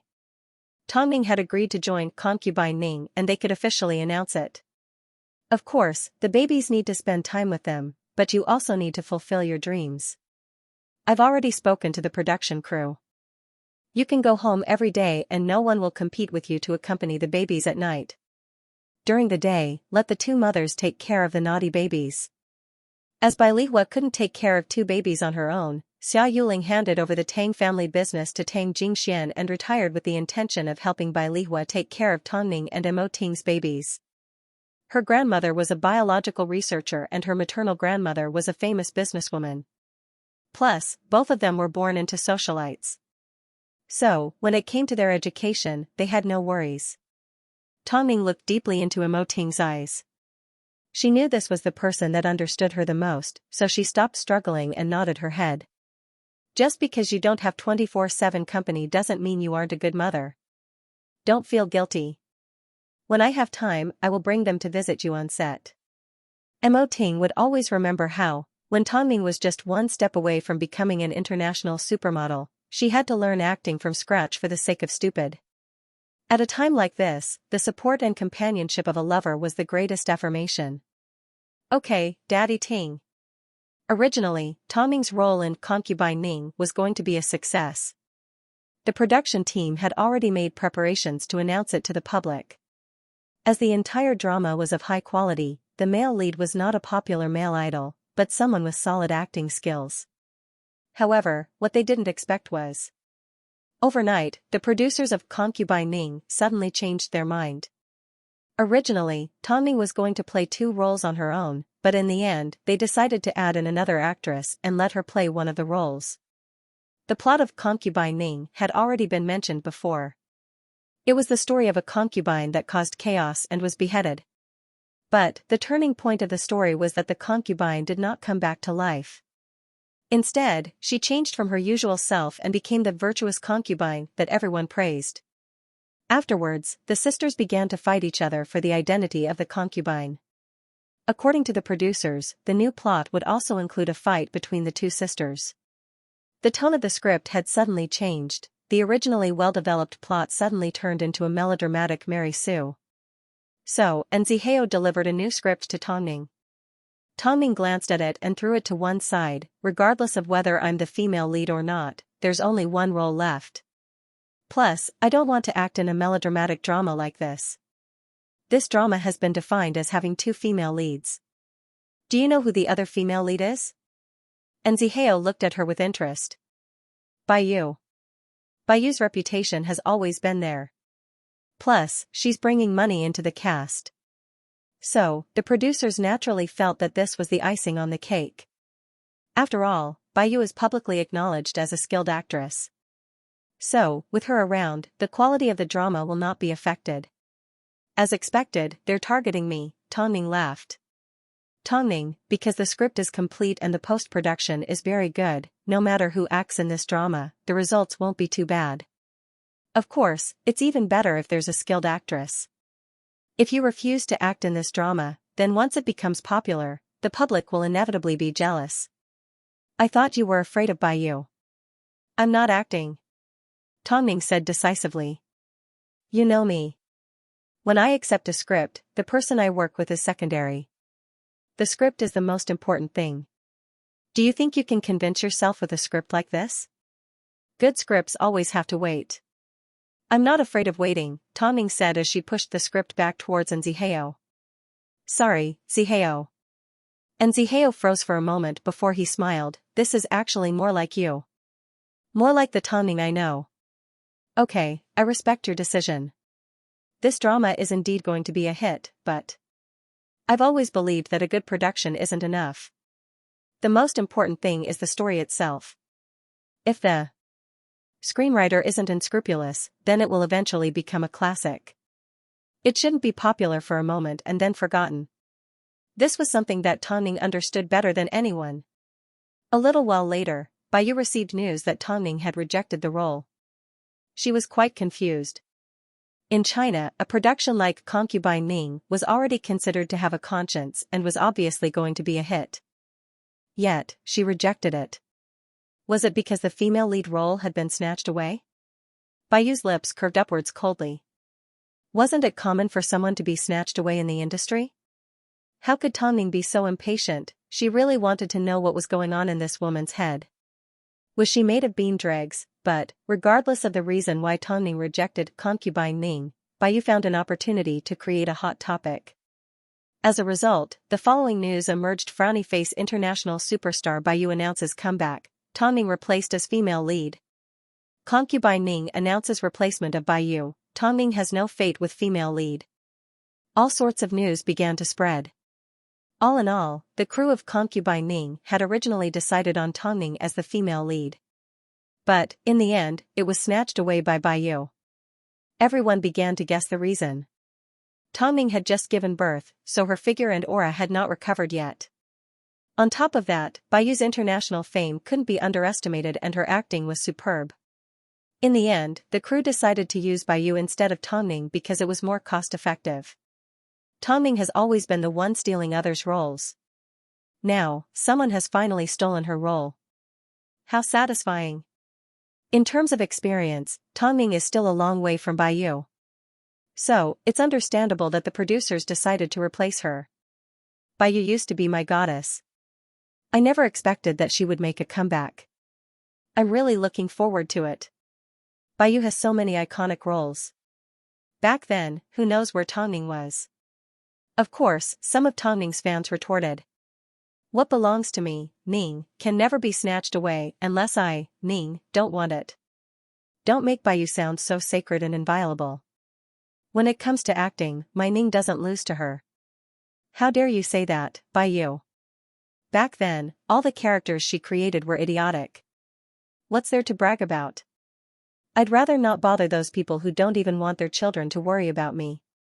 Regardless of the truth, based on the intensity of the fan war, it was obvious that Concubine Ning had completely exploded in popularity. At a time like this, Tongming couldn't step out and speak up for herself. If she said that she was forced out, it would be the same as admitting that she wasn't as good as Bai Yu. If she said that she gave up on her own accord, after the drama exploded, people would say that she was a slap in the face and a fool for giving up on such a good role. Therefore, she could not make a sound at all. Of course, she had another excuse: she wanted to take care of the babies. But, Tongming couldn't possibly use the babies as a shield. Things were as they were and she didn't need to explain herself. But, she would never do anything that crossed her bottom line. Even though Long Jia was pregnant, she was worried for Tongming. Look at how aggressive this woman is. Don't tell me she's trying to steal your role? Are you going to let her go? No, it's just that I don't like the script. It's changed too much, Tongming replied. If the script was still the same, she wouldn't have let it go so easily. In that case, what are you going to do next? You're in an awkward situation right now and everyone is making wild guesses. Wait. Without a good script, all she could do was wait. I can't stand the fact that someone is bullying you. Bullying? Not really. On the other hand, Tongming felt like she was constantly bullying Bai Yu. After all, her two babies were the source of her confidence. Tongming simply said that she wasn't going to act, but Mo Ting followed Hai Rui's procedures and filed a lawsuit against the production crew. Firstly, when they signed the contract, they agreed that Tongming would be the female lead. But, in the end, there were two female leads. Secondly, Hai Rui had previously agreed with the production crew that the script could not be changed. Yet, not only did Concubine Ning change, it was a huge change. This went against the spirit of the contract. Of course, the production crew of Concubine Ning had a strong backing. Since Hai Rui requested compensation, they simply had to pay the penalty. But, the production crew of Concubine Ning also announced that from now on, they would no longer consider their artist, Tongming. The matter was blown out of proportion and director Chen Feng was a man of character. So, in the end, he resigned from his position as executive director and left Concubine Ning with An Zihao. In other words, the production crew was about to undergo a huge change. In the end, director Chen Feng said something that was inconvenient for Hai Rui to say. As the former executive director of Concubine Ning, I would like to say a few things. Firstly, before Concubine Ning started filming, Tongming had already signed a contract with the assistant director to communicate with her until the script was changed. Secondly, the first thing that Tongming cared about was not who she was going to work with, but the changes to the script.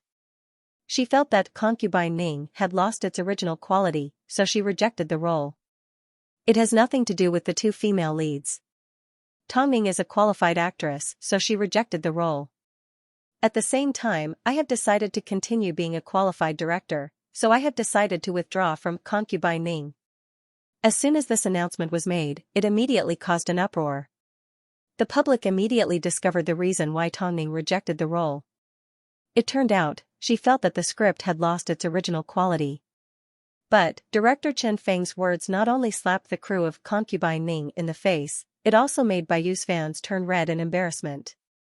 This was a rotten script that Tong Ning didn't want. Yet, the mistress treated it like a treasure and flaunted it around. Indeed, this script was going to be a huge hit. But, it had nothing to do with the word good.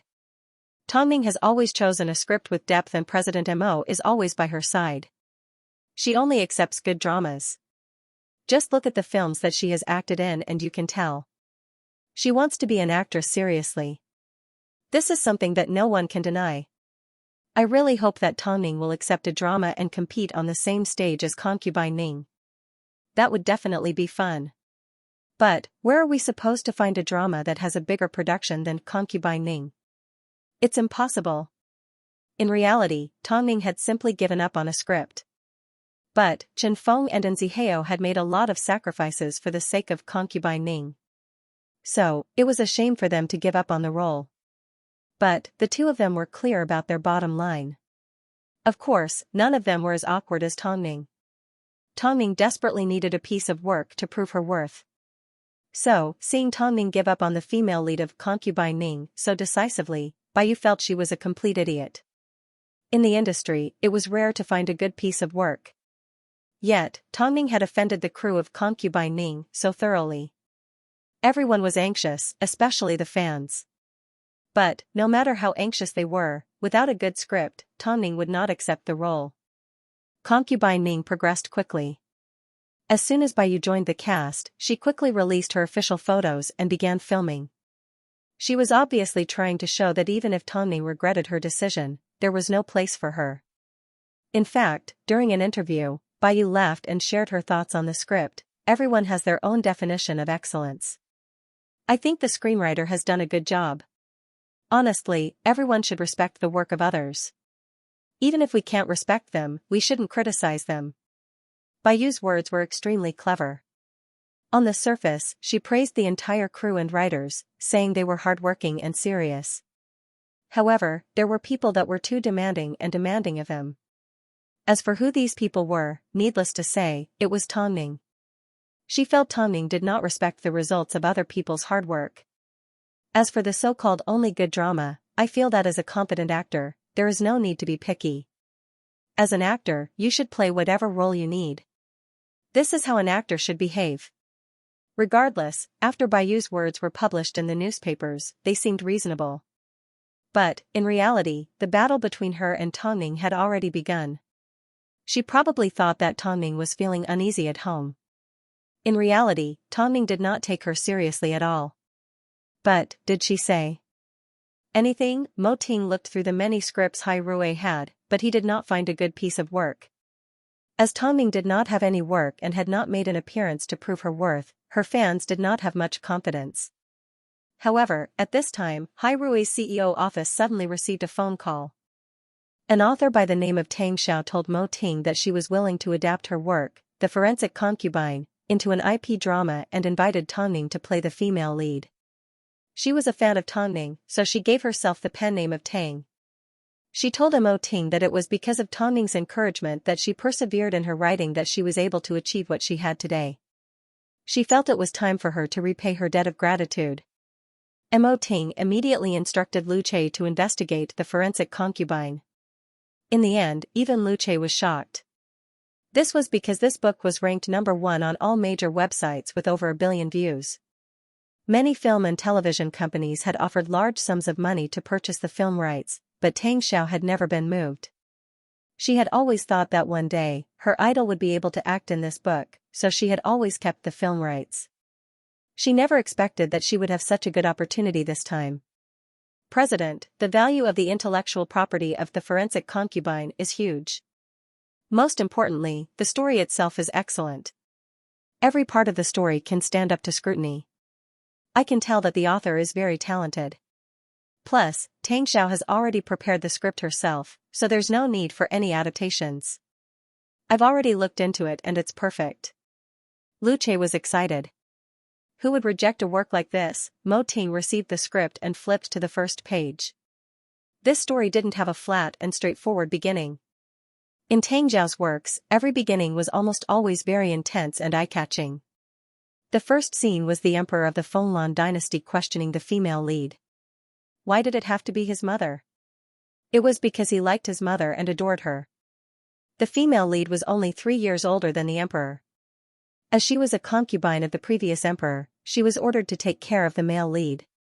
Although she was a transmigrator, she still abided by her duties as a concubine and kept a low profile.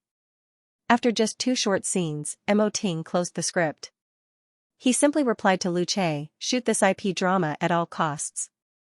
Tang Ning only received the script after receiving it. At first glance, she fell in love with the setting.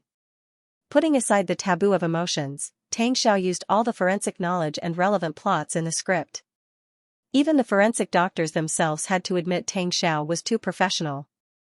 It didn't take long for Long Jia to hear about this and let out a gasp. Oh God, when I was bored, I even read this novel. Oh my God, I can't believe you're going to be the female lead. My Qing Lan, let me tell you, Tang Ning, this novel is amazing. You'll regret not reading it. Was this a pleasant surprise? Tang Ning suddenly laughed. Long Jia could guess how Tang Ning was feeling, so she quickly explained, this is all because of the cause you've planted. Reality has proven that every path you've taken has been right. Oh my God, I'm really looking forward to it. Because of this, Tang Ning was truly grateful to the author called Tang Xiao. She even told Mo Ting to invite her over to their home. After all, they needed to interact with each other in order to get to know each other better. Tang Xiao was also pleasantly surprised. Although she knew that if it wasn't for the forensic concubine, Tang Ning would never have met her, she was still extremely lucky to be able to interact with her idol. As the script was good enough, Mo Ting immediately called for a board meeting and confirmed that Hai Rui would be investing in the project and that Chen Feng would be the director. The board of directors unanimously agreed and allowed Mo Ting to do as he pleased. With Hai Rui's strong support, the production was set up very quickly. In fact, as soon as Mo Ting sent Chen Feng the script, he immediately gave him a phone call to sign the contract. He was even more anxious than Mo Ting and the others. It didn't take long before the production confirmed the key members of the cast and began to select the actors. However, Tang Ning told Mo Ting that she needed to speak to the author first. Tang Xiao was so talented, she definitely had a candidate in mind. So, she could listen to her opinion first. So, Mo Ting quickly arranged for Tang Xiao to drop her off at Hyatt Regency and asked Lu Che to personally drive her to Tang Ning's home. Before Tang Ning met Tang Xiao in person, she had always assumed that she was a man. But, as soon as she saw the beautiful young woman in front of her, she was shocked. Who would have thought that Tang Xiao had such talent and explosive power? Oh God, Tang Ning, you're so beautiful. Tang Xiao exclaimed as soon as she saw Tang Ning. You're nowhere near as plump as everyone says. What if I became plump and chubby? Would you still use me as the female lead?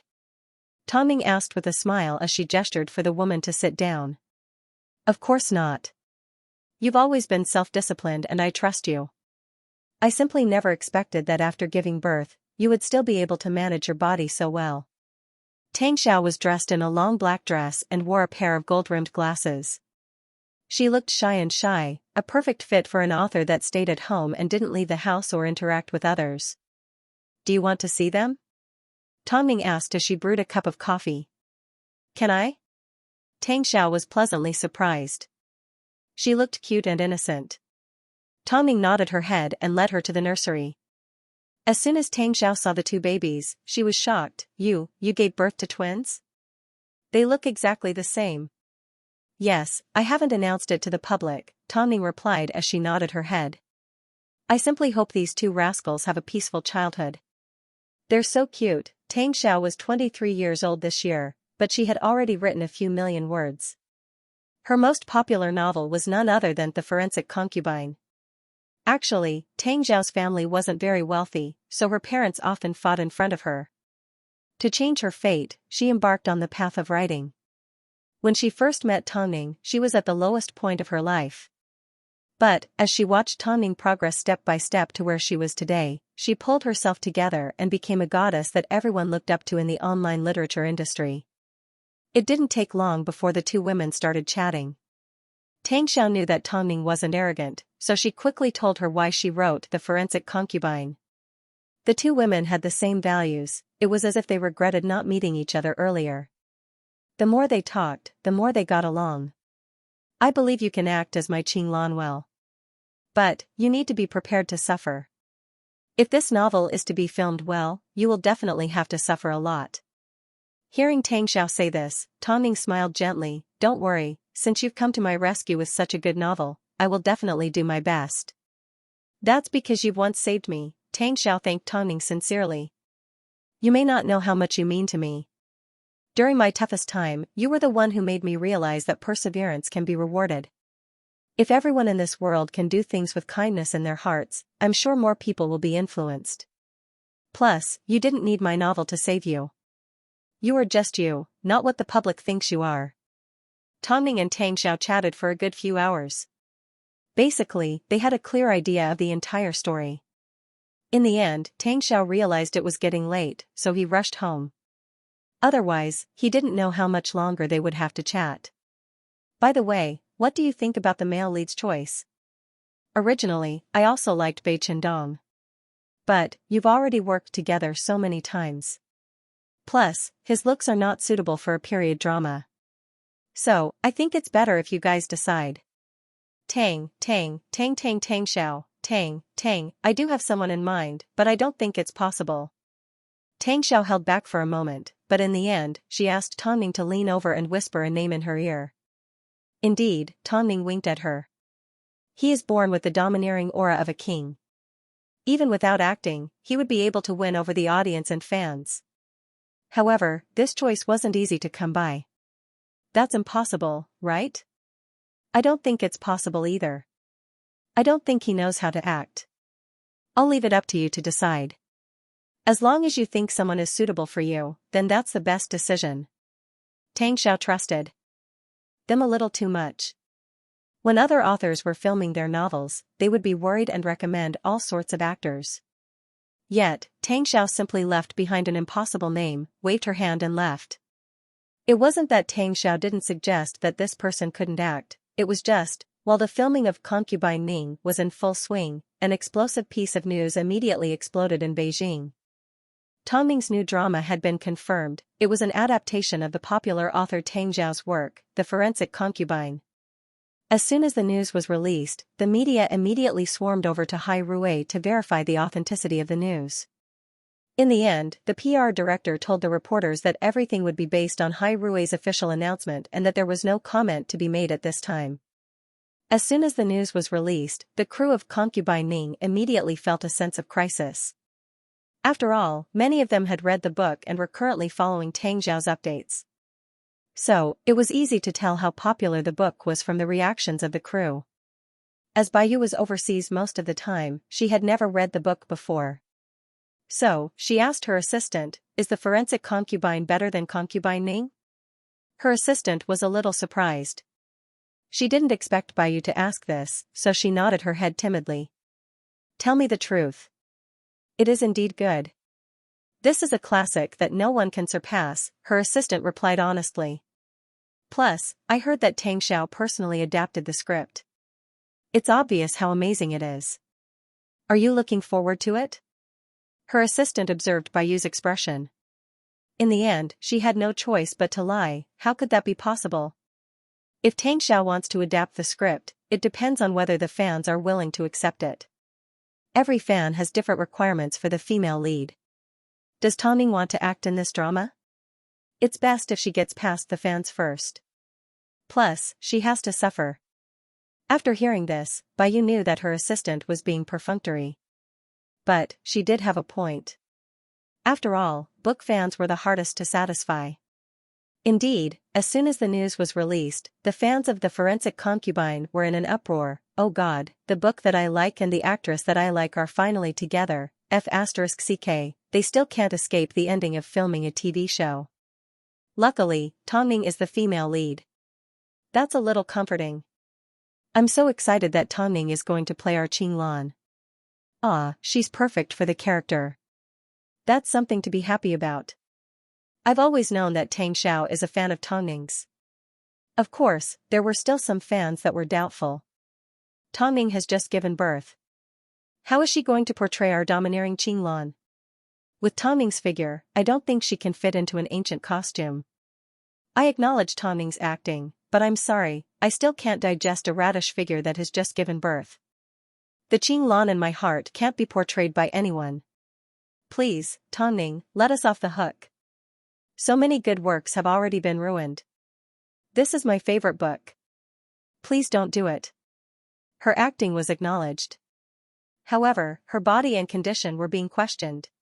Tongning was not in a rush to clarify because it wasn't the right time yet. But, the crew still had to select the male lead. In the end, Mo Ting gave Tongning two choices.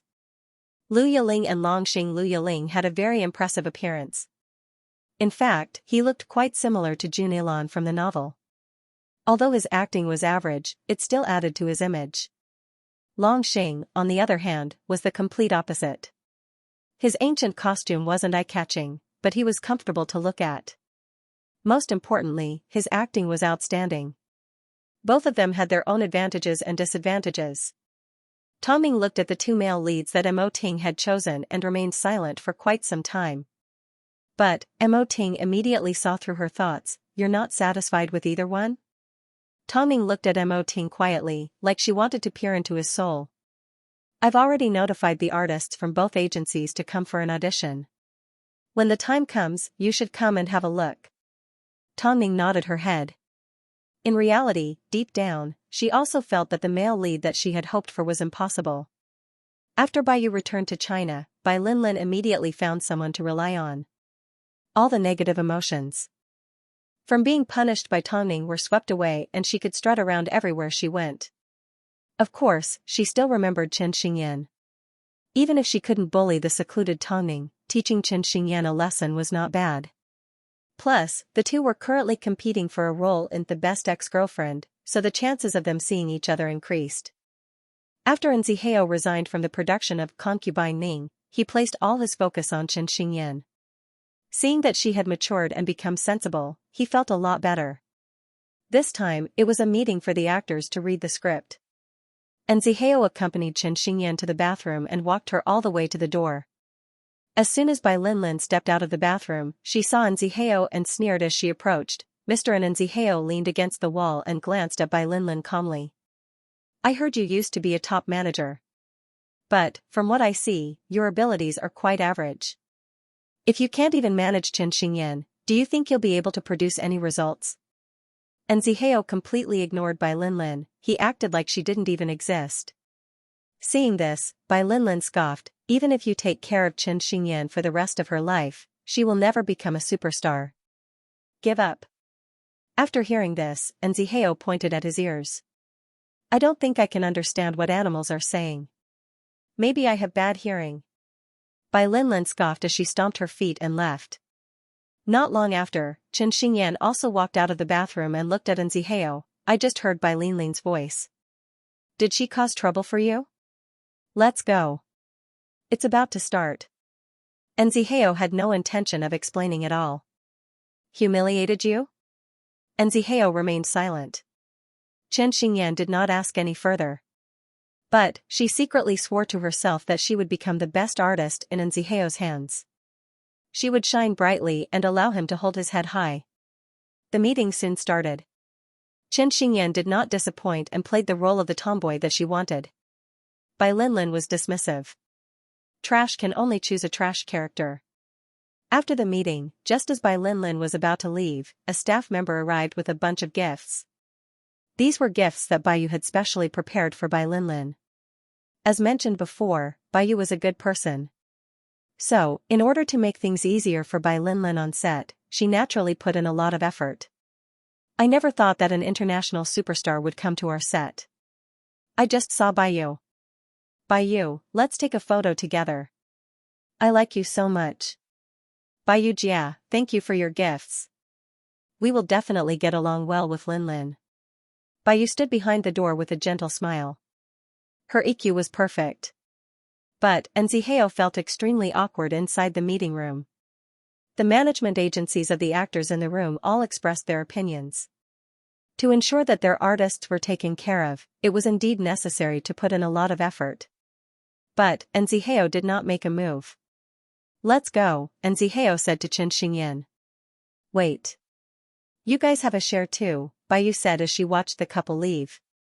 So, she pulled out 2 gifts and handed them to Qin Xingyan. Qin Xingyan glanced at Nziheo. In the end, little Seven stretched out his hand and accepted the gifts. "Thank you, Baiyu Jia." In the workplace, there was always a type of person that used their high EQ to make others look bad. Of course, Baiyu simply wanted to embarrass Qin Xingyan and little Seven. Bai Linlin revealed a proud expression. It was like she was saying with her eyes, "Look. This is my considerate sister. Let's go." Nziheo said to Qin Xingyan. He then wrapped his arm around Qin Xingyan's shoulder and led her out of the meeting room. She's Mo Ting's sister. How can she not know how to act? What an embarrassment. I heard that Nziheo used to be a top manager. Why would he take on a role like Qin Xingyan? Because he's used up his talent. Before the couple could get far, unpleasant discussions could be heard behind them. Qin Xingyan wanted to turn around, but Nziheo held her back and said, "Ignore them." "But, they said you." Nziheo did not give Qin Xingyan a chance to respond as he quickly led her out of the set. Baiyu was indeed good at acting. But, so what? "Sis, you've come at the right time. You've made me proud." As Bai Linlin watched Nziheo leave, she was finally able to vent her anger. "From now on, I will teach her a lesson on set." Unfortunately, Nziheo's reputation as a top manager wasn't undeserved. Baiyu was indeed good at acting, but she didn't do it to the point. How much was a gift worth? The next morning, Nziheo invited a few important people on set to a 5-star hotel for dinner. During dinner, he said to the director, "Director Wang, I happen to have a friend who is the head of the School of Foreign Languages. I think he can give your daughter some advice." As soon as the man called Director Wang heard this, he immediately slapped the table and cheered, "I was just worrying about this. Nziheo, you really understand me." The School of Foreign Languages was one of the most difficult schools to get into. Director Wang had already pulled a lot of strings, but he still couldn't get his daughter in. Who would have thought Nziheo actually had the ability? "Don't worry, I know what you're trying to do. I will take good care of Xingyan, don't worry." When it came to bribing people, there was no need to waste money on irrelevant people. All they needed to do was use it where it mattered most. It didn't matter how other people treated Qin Xingyan. After all, the important things were decided by the director. The atmosphere during lunch was very harmonious. Of course, there was going to be a good show to watch after filming started. Did Nziheo not know how to behave? What a joke. But, did he need to suck up to the average person? That would be lowering his status. Most importantly, the director knew how to weigh the pros and cons. No matter how capable Baiyu was, her power was limited to the US. If she wanted to survive in Beijing, she couldn't afford to offend the big boss Missouri Ting. Especially since she was his sister. But, what was the public saying? Not only was Baiyu's acting top-notch, her EQ was also admirable. An actress like her was truly 1 in 100.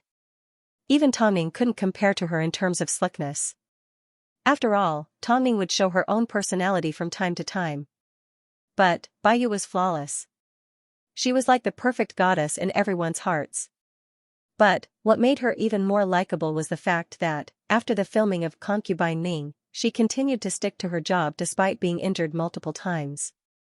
She never delayed her schedule because she was a superstar. Amongst the highlights, Baiyu's fans were heartbroken as they begged the director to protect their national goddess, the national goddess. In an instant, Baiyu's limelight overshadowed the bloated Tongning. Because, she seemed more perfect than Tongning. F*ck, this Baiyu is disgusting. Long Jia was furious after seeing the comments online. Even though she was pregnant, she still rushed over to Hyatt Regency. "You're pregnant. Can't you stay calm?" Tongning said in a strict tone. "Do you want your future child to also have an impatient temper? Is this hereditary?" Long Jia was stunned.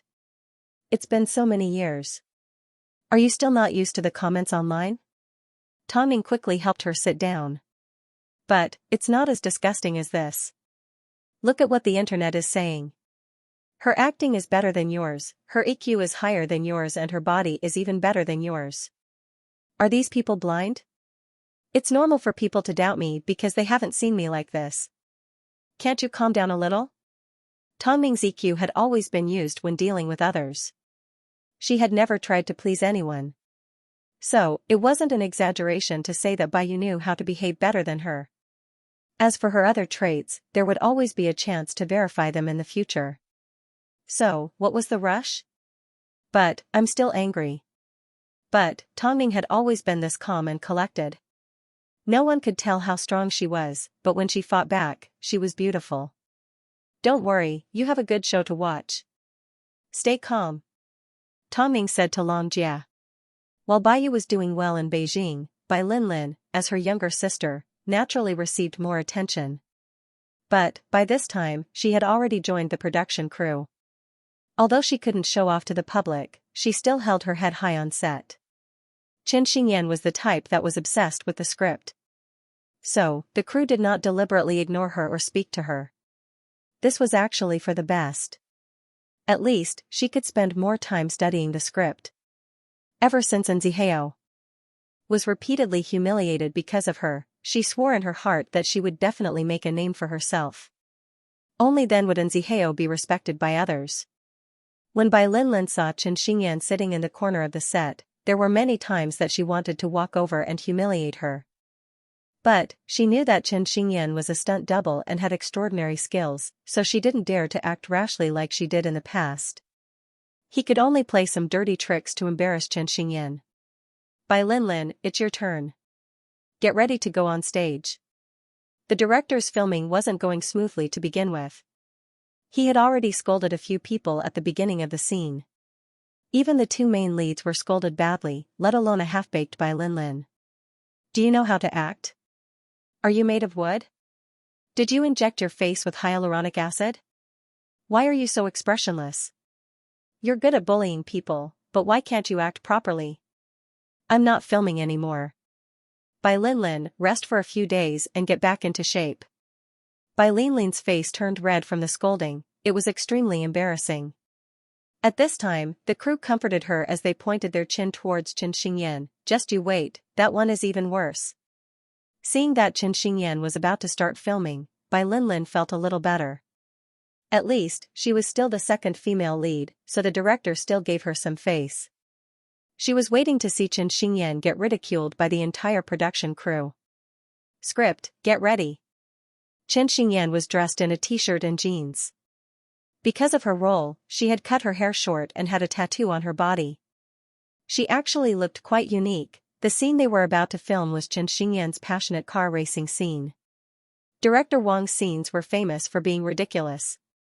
So, in this comedy, Chen Xingyan's character was a tomboy with an extreme personality. She smoked, drank, raced and got into fights. As long as it was something that men liked to do, she would be an expert at it. In reality, the director wasn't too happy with Chen Xingyan's attitude. Especially during filming, the director stood up from his chair and furrowed his brows. The director is going to explode. Haha, Chen Xingyan is going to get scolded. However, to everyone's surprise. Xingyan, pay attention to the way your left hand is positioned. You're doing a good job.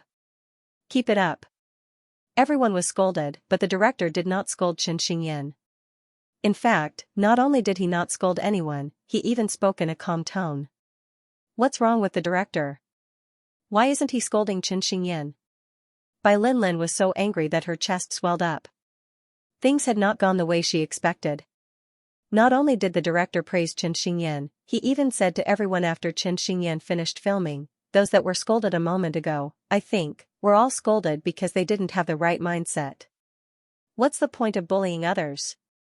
Also, some of the staff shouldn't disregard their own jobs and look down on others just for the sake of some benefits. You guys better be careful from now on. If I find out about this again, I will ask you to pack up and leave. After saying this, Director Wang called it a day. However, the faces of the staff on set were flushed red with embarrassment. Why is Director Wang being biased towards Xianxia? Bai Linlin asked curiously. Perhaps, it's because she's been bullied by everyone, the staff shrugged. Bai Linlin was extremely unhappy. Although she was welcomed by everyone on set, the most important thing was that the director hated her. She wondered what kind of luck Xianxia had. Was this luck? Bai Linlin would never understand. Just like her sister, she only knew how to act on the surface. But, she had no idea that there were some things that arrogant people like her couldn't control. Over the past few days, the public's favorite thing to do was compare Baiyu and Tongning. Everyone laughed. It was difficult for Tongning to meet a female artist with a higher EQ than her. Not many people could see through her true nature. Baiyu's high EQ was simply another way for her to show off. Baiyu is so perfect. She alone is enough. Tongning should stay at home and take care of the kids. I know, right? For the sake of filming, Baiyu was willing to give up on her kids. Someone like her is a complete drama addict. The two of them are so similar. One person is enough. Since Tongning has already announced that she's retreating, she shouldn't make a comeback. Let someone else film The Forensic Concubine. Faced with this wave of criticism, Baiyu was in the limelight. But, Tongning didn't like to explain herself. So, she became nothing more than a replica of Baiyu. With the addition of footage from Baiyu's filming of Concubine Ning, fans paid a lot of attention to Baiyu and liked the way she handled things. In this world, both male and female fans liked a perfect face and a perfect body. This was how the industry worked. No matter if you gained weight or had plastic surgery, as long as you became ugly, your career had no choice but to go downhill. Perhaps, in everyone's eyes, Tongning was an artist that could only go downhill. Yet, she was struggling on her deathbed. Tongning never tried to explain herself, but there were still people that were willing to protect and believe in her. So, whether to side with Tongning or Baiyu caused quite a few of her friends to fight. President, the luxury cosmetics advertisement that Madame shot will be released globally tomorrow. The advertising company has already confirmed it with us. Inside the CEO's office at Hai Rui, Lu Che held a thick stack of documents in his hands as he waited to report to Mo Ting. But, Tongning's commercial was a big deal, so he had to place it at the forefront. When the time comes, Beijing's biggest shopping malls and office buildings will be broadcasting the latest season's commercial. You don't need to worry about exposure. Mo Ting was standing beside the floor-to-ceiling window. After hearing Lu Che's report, he turned around elegantly. News of the male lead audition for The Forensic Concubine will be on the headlines in a few days. Baiyu had bullied Tongning for so long. It was time for Baiyu to experience the true meaning of overwhelming suppression, competing with Tongning's EQ? Who gave her the guts? The next day, Baiyu happened to participate in a program called Visiting the Big Shot. As the hottest actress at the moment, she naturally didn't want to miss an opportunity to show off her EQ. Especially when a reporter asked her what she thought about the recent comparisons between her and Tongning, she replied humbly, "Actually, if we go by the time we debuted, Tongning is indeed my senior. I think Tongning has already done well, honestly." "Not at all. Actually, you did better." "Is that so?" "Thank you." Baiyu smiled as she thanked the reporters. By debuting early, she was merely hinting to everyone that Tongning was old. Plus, you are living a better life than Tongning. "Thank you." "Really, thank you." "But, Tongning has the little north nose." Baiyu continued to speak up for Tongning, displaying her kindness and high EQ to the extreme. But, the more she replied in this manner, the more obvious the disgust everyone felt towards her. Because everyone felt that Baiyu's presence was more comforting than Tongning's. However, at 10 o'clock in the morning, on the huge screen in Beijing's most bustling central square, a certain luxury cosmetics brand's latest commercial was being broadcasted. As soon as the commercial was played, it immediately ignited the internet.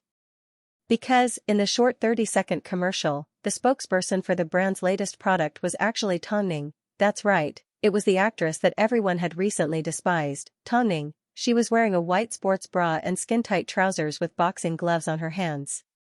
Her shoulder-length hair was dyed blonde and slightly curly. she exuded elegance and energy, instantly captivating the onlookers. Because she was handsome. Because she looked clean and at ease, and because she gave off a natural girly vibe. As mentioned before, she changed into 7 outfits throughout the commercial. In particular, the long dress that she wore at the end of the commercial with Rose was absolutely stunning. It accentuated her figure and made her look even more voluptuous than before. Her stomach had returned to normal and there wasn't a single trace of excess fat on it. It was enough to make one go crazy with envy. Oh God. I'm about to explode from Tonning's body. I've already jumped onto Bayu's side. F*ck, all I can do now is embarrass myself by jumping back. Those that said Tonning was fat and out of shape, their faces must be swollen by now. All I want to say is, a certain someone in Hollywood has never received such a big name endorsement before. Mai Ning has really given herself a ticking time bomb. While Bayu was still feeling proud of her high EQ, the entire Beijing was filled with the words Tonning and big name endorsements. Some fans even commented that a commercial like this, even if they watched it a few dozen times, they wouldn't get sick of it. Because Tonning's figure and looks were still there. At the same time, Tonning's appearance on the runway brought back the attention of those in the fashion industry who had watched her show. In their hearts, there had never been a model like Tonning. Even though she had been away from the fashion industry for so long, she still managed to make people excited. Great, this was very Tonning. Whenever her news was released, it always gave people the feeling of being slapped in the face. So, Bayu's news was quickly overshadowed. Meanwhile, Tonning's commercial only lasted for a few hours and it already had over 10 million views. Afterwards, a certain big-name cosmetics company announced on their official Weibo that they would be inviting their spokesperson, Tonning, to attend their press release the following night. In other words, after being hidden for so long, Tonning was finally going to meet the public. WTF, I must say, Tonning's tolerance is the best in the world. So many people scolded her for being fat, yet she was able to endure it for so long. Now, she's finally stepping out to slap them in the face. If I was her, I would have been pissed off a few thousand times already. That's because she knows she's not like how the public portrays her to be. She has the confidence, so why can't she endure it? As Bayu was busy filming, she had no idea of the drastic change that had occurred in the outside world. So, it wasn't until late at night that she finished filming that she looked at her phone and saw that there was an overwhelming amount of news about Tonning. What's going on? Bayu asked her assistant. Her assistant looked at Bayu helplessly and shook her head. I'm not sure what trick Tonning is playing. Bayu did not say a word. In front of everyone, she had always maintained an amiable image. But, inside, she was already furious. She had no idea that because she played the high EQ card, she had dug a lot of holes for herself. In an instant, Tonning turned the tables around and once again crushed Bayu. Because, people were starting to realize that when people previously compared Tonning to Bayu, they were wrong. Tonning had a personality, how could she possibly be similar to Bayu? It was true that Tonning had a personality and was self-centered, unlike Bayu who had to please everyone.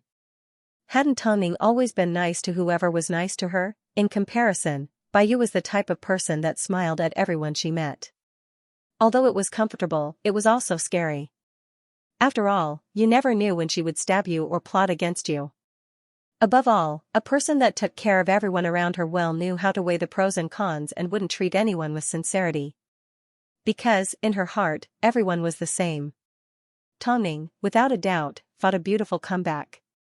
As a result, Bai Linlin and Xianxia, who were on set, were also affected. Previously, when Bayu was being praised by everyone, her younger sister, Bai Linlin, also received a lot of envious looks. In fact, these people also looked down on Xianxia. But, with Tonning's sudden rise, the wind suddenly changed.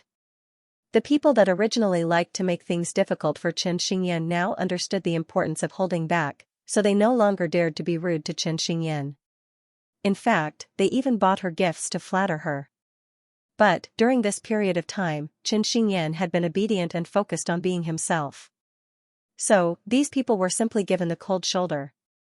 Seeing this, Bai Linlin angrily approached Xianxia and said in a jealous tone, "Hey, did you think that because of Tonning, your status has suddenly risen? Let me tell you, it's Tonning, not you." After hearing this, Chen Xingyan did not want to waste another second on Bai Linlin. Haven't you always been using your sister to show off? What? If you can do that, why can't others? You. Plus, since Ningjia has already made a comeback, it means your sister no longer has a chance of beating her. If you have the time to be jealous in front of me, you might as well find a chance to improve your acting. Chen Xingyan, I think you were the one that shamelessly seduced the director, Bai Linlin said in a harsh tone. Bai Linlin said sarcastically, otherwise, why would the director scold the female lead and only care about you? After hearing this, Chen Xingyan dragged Bai Linlin over to Director Wang and asked, are you brave enough to repeat what you just said in front of Director Wang? What happened? Director Wang immediately asked. Bai Linlin never expected that Chen Xingyan would drag her over to confront Director Wang. Do you dare? You're using taunting to bully me. Bai Linlin suddenly felt wronged. Fine, if you don't want to say it, I'll help you. Chen Xingyan wasn't going to hold back. She knew, no matter how she treated Bai Linlin, the Bai sisters wouldn't appreciate it. So, she might as well make things easier for herself. Bai Linlin just asked me if I seduced the director, that's why he's taking care of me. After hearing this, Director Wang's face turned red in anger. He stretched out his hand and threw a slap across Bai Linlin's face. I dare you to King say that again. Are you brave enough to say it in front of me? After receiving a slap, Bai Linlin was shocked speechless by Director Wang. Why should I take care of Xingyan? Can't you see that she has a script with her at all times? She's here to act seriously. What are you doing here? You've formed cliques and swaggered around, yet you have the nerve to say that I'm biased towards Xingyan? Do you think a teacher would care about the worst student? Bai Linlin, let me tell you, I'm going to get my lawyer to sue you for defamation. I have a family and a wife, I won't allow anyone to insult me like this. It was obvious that Director Wang was extremely angry. By the way, Bai Linlin, I don't think you can act in my film. You can leave right now. Director. What? Do you mean by that? What I mean is, you can leave now. The production doesn't want you anymore. I'm going to replace you. Director Wang waved his hand in an imposing manner. No one dared to make a sound. As for the staff that were normally on good terms with Bai Linlin, all they knew at this moment was self-preservation. Director, I was just joking. Please don't replace me. I don't want to. When had Bai Linlin ever been treated like this, especially when it hurt her self-esteem? But the industry was heartless. Even your sister was instantly crushed, so how could you compare? After speaking, Director Wang turned and left. As everyone witnessed Bai Linlin being swapped out, they began to re-evaluate Chen Xingyan's status. Bai Linlin went around begging for help, but no one was willing to offend the director for her sake. Unless, they didn't want to work anymore. Seeing this, Chen Xingyan was a little emotional, but she still grabbed her script and returned to her original position. Bai Linlin hated Chen Xingyan to the core. So, she pounced on her with the intention of hitting her. But not only was Chen Xingyan skilled, she also had Nziheo to protect her from the storm. So, as soon as Bai Linlin pounced on Nziheo pressed her to the ground. Chen Xingyan, I hate you. I will make you pay for everything that happened today 100-fold. However, Nziheo did not care as he turned to Chen Xingyan and praised, well done. Chen Xingyan smiled confidently before she lowered her head and continued to study her script. In reality, she knew deep down that Tongning was the reason why she got what she wanted. If it wasn't for Tongning's resurgence, it would have been difficult for her to lay a finger on Bai Linlin. Seeing that there was no turning back, Bai Linlin pulled out her phone and gave Baiyu a phone call. Sis. You need to get justice for me. At that moment, Baiyu was not in the mood to care about Bai Linlin. As soon as she returned to the hotel, she found Tongning's commercial and watched it over a dozen times. She never imagined that Tongning was so scheming. First, she watched as Bai Linlin showed off to the public and won the applause of the audience. Then, Tongning took the opportunity to explode. Mo Ting's wife was indeed better at manipulating power than her. But, there was still a lot to be done. It was still unknown who would come out on top. Perhaps, in Baiyu's eyes, it wasn't easy for Tongning to deal with her. In reality, even without Bai Linlin, Tongning would still have done the same thing. But, with Bai Linlin around, the effect was more obvious. Meanwhile, inside the walk-in wardrobe at Hyatt Regency, Tongning put on the dress she hadn't worn in a long time. It felt like a lifetime had passed. Afterwards, Mo Ting hugged her from behind. "Are you planning to wear this for tomorrow's event?" "I'm not a child. Do I need you to worry about me?" Tongning patted Mo Ting on the back of his hand and smiled. "Don't worry, everything is perfect." After being suppressed for so long. "It's time for me, Ning, to shine," Mo Ting mimicked a fan's tone. "Although tomorrow's event isn't that important, it will be the first time you've made an appearance after giving birth. Plus, it will prove. It was the best time to prove that Baiyu was stupid." "I understand." Tongning nodded. "Let's go try on the costume in a couple of days. Right now, my mind is filled with images of you in ancient clothing," Mo Ting said to Tongning in the mirror. "It will definitely be perfect." In reality, Tongning was also imagining Mo Ting dressed like an emperor in her mind. He would definitely shock everyone. Mo Ting and Tongning looked at each other through the mirror. The couple understood each other's thoughts, but Mo Ting did not show it. He simply placed a kiss on Tongning's back and left the wardrobe. He was afraid that if he continued to watch, he wouldn't be able to hold back and would end up in the wardrobe with Tongning. Meanwhile, after watching Tongning's commercial, Baiyu found it hard to fall asleep. So, she got out of bed and gave a few of her friends in the industry a phone call. As soon as Tongning retaliates, she has no tolerance towards her enemies. "Baiyu, how did you provoke Tongning? She's not a pushover. She's already sent a few people to prison. Tongning has Mo Ting backing her up. Why did you fight with her?" Baiyu wanted to hear a different perspective. But, when it came to Tongning, everyone avoided her.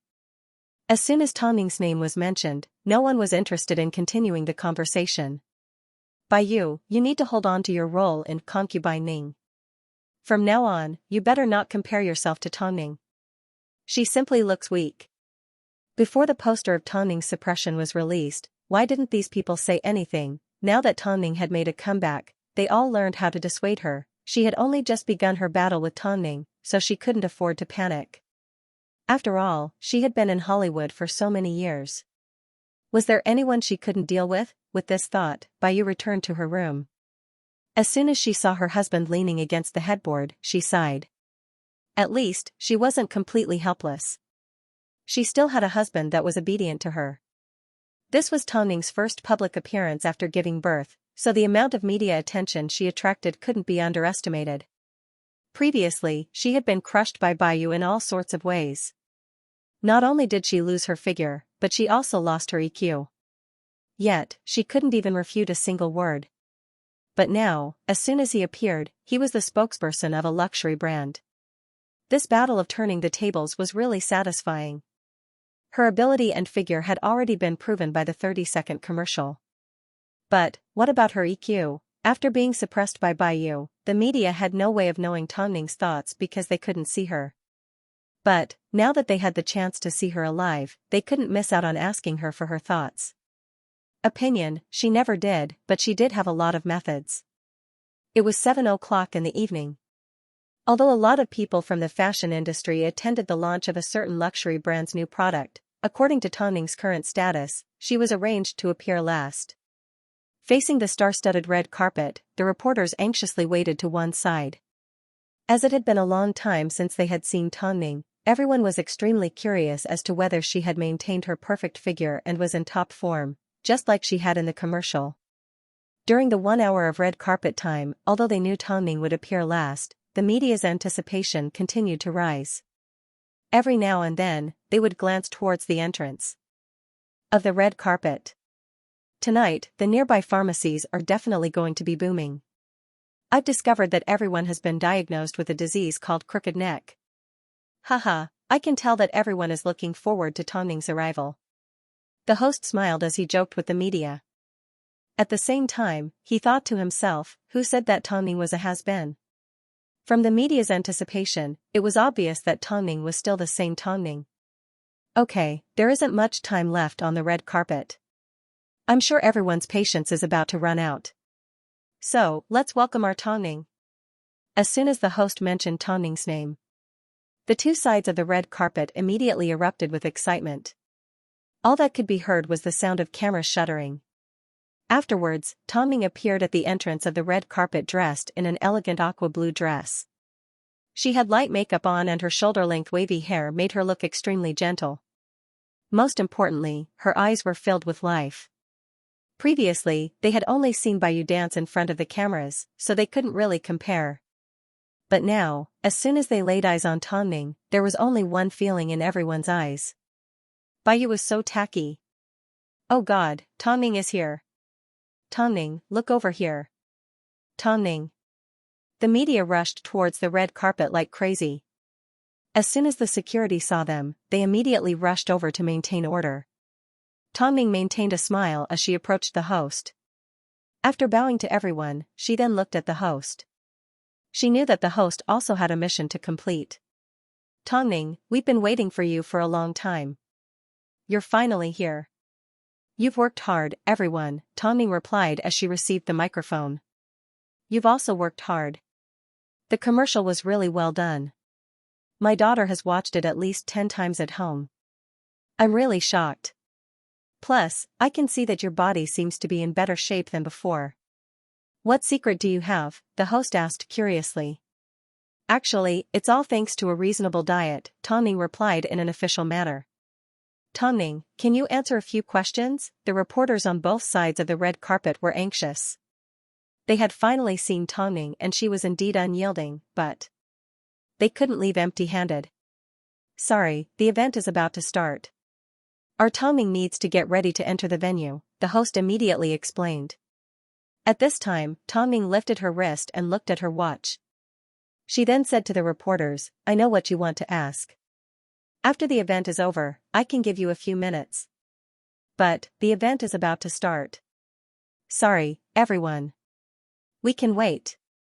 Tongning smiled at the crowd before she quickly entered the venue under the protection of the security guards. If Bayu was in her shoes, she would have put on a pitiful expression. She obviously didn't like being interviewed, yet she pretended that she had no choice but to win the sympathy of the reporters. But, after watching the live broadcast, Bayu's fans scolded Tongning for pretending.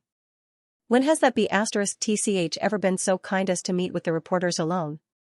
She's just trying to compete with our Bayu in terms of EQ. Keep pretending. Let's see how long she can keep up the act. She obviously doesn't have a good temper, yet she insists on putting on an act for others to see. How shameless. I can't wait to see what she has to say to the reporters. The two women had both worked on the international stage, but their fields were different. If they were actors, Tongning would still be a newcomer who had only won one Best Newcomer award. But, Bayu already had a place in Hollywood.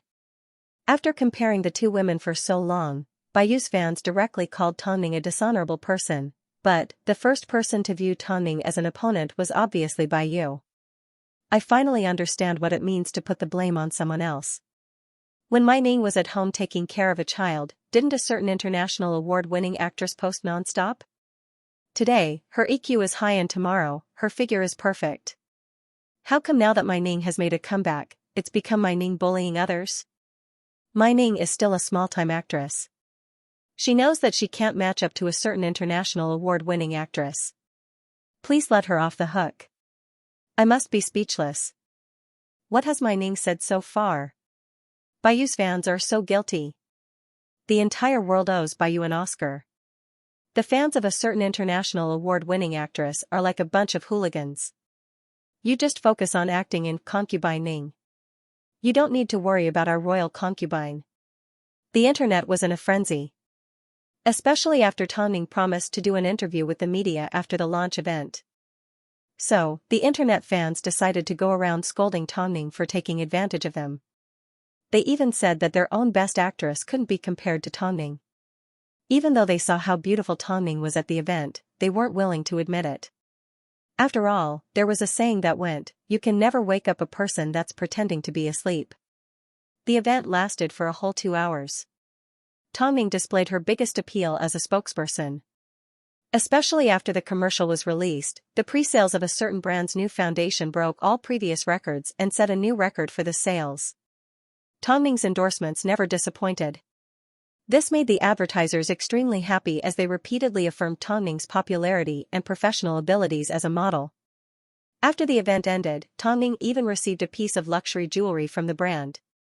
Perhaps it was because she wanted to accept an interview, Tongming did not leave in a hurry. Instead, she waited for the other guests to leave before she walked out to face the reporters. After the advertisers found out about Tongming's situation, they specially lent the venue for her to accept an interview to show their support and love for her. The reporters were pleasantly surprised that they didn't have to interview an artist in an outdoor environment. Beijing was currently in the rainy season, so the outside of the venue was already soaking wet. The reporters quickly entered the venue.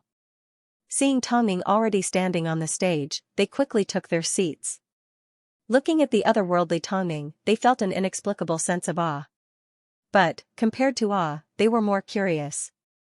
In everyone's eyes, this female artist, who was always going to be a has-been, had given you one resounding slap after another with endless surprises. It was as if she would not allow herself to lose no matter what. Okay, we don't have much time left. I still have a little rascal at home waiting to be fed. I hope everyone can ask your questions in an orderly manner. Of course, I reject any malicious speculation. If I come across a question like this, I will skip it, Tongming said as she looked at her diamond-encrusted watch. Please start. Raising one's hand to ask the question was a rule in the industry. So, the reporters all rushed to raise their hands and let Tongming choose who to answer. I would like to ask, did you really give up on Concubine Ning because of the quality of the script, or was it because you were unhappy that the female lead was stolen from you? I would like to ask, how do you feel about the crushing that Baiyu has received over the past few days? Baiyu has publicly spoken up for you on multiple occasions. How do you respond to this? I would like to know the gender of the babies. It's a boy, Tongming immediately replied as soon as she heard the reporters ask about the babies. Did Tongming mean to skip the first 3 questions? The reporters were here for these things. If Tongming didn't plan to respond, then there was no point in accepting the interview. Actually, Tongming, I am a fan of yours. What I want to ask you is a very sensitive question, but I hope you can answer it. Because, in my heart, you are not worse than anyone else, a female reporter stood up and said some heartfelt words to Tongming. As Tongming's fans, they all hoped that Tongming could slap Baiyu in the face and shut her fans up. Tongming was well aware of this fact. So, in the end, she picked up the microphone and said, firstly, the reason why I gave up on Concubine Ning is because of the script. Otherwise, I would have been looking forward to acting with Baiyu. I have always been focused on the character, not the person. As long as the character is good enough, I would be able to accept it, whether it's the female lead or the female lead. My identity as an actress exists for the sake of acting. Secondly, regardless of whether Baiyu is an actress or an international award-winning actress, she has the right to like and dislike anyone. I respect that. As for the crushing comment, I did not take it to heart. I know that I am not the person that the public portrays me to be, so there is no need for me to feel uneasy over the twisted truth. Most importantly, with comparison, I can clearly see the difference between 2 people. Since the fans were able to list 3 similarities between us, that means, apart from these 3, there are thousands of other similarities that cannot be replicated. As for the words that Baiyu has said in public, that is her personal freedom. I have no way of determining whether someone is sincere or not, so I can only do my best. Lastly, I don't think there is much value in discussing which of us has a higher EQ. Because we have different values, we have different ways of doing things. But, from the moment that I announced my comeback, I have made it clear that I am not a kind person. I will never forgive those that secretly bully me. I will respect those that respect me. Lastly, I will only place my sincerity and time on the people that I care about. Regardless of whether you think of me as arrogant or cold, I will not waste my time on people that have nothing to do with me. So, from now on, whether there is a comparison or a poster, I will treat it with a smile. I am well aware of the path that I want to walk and the type of person I want to become.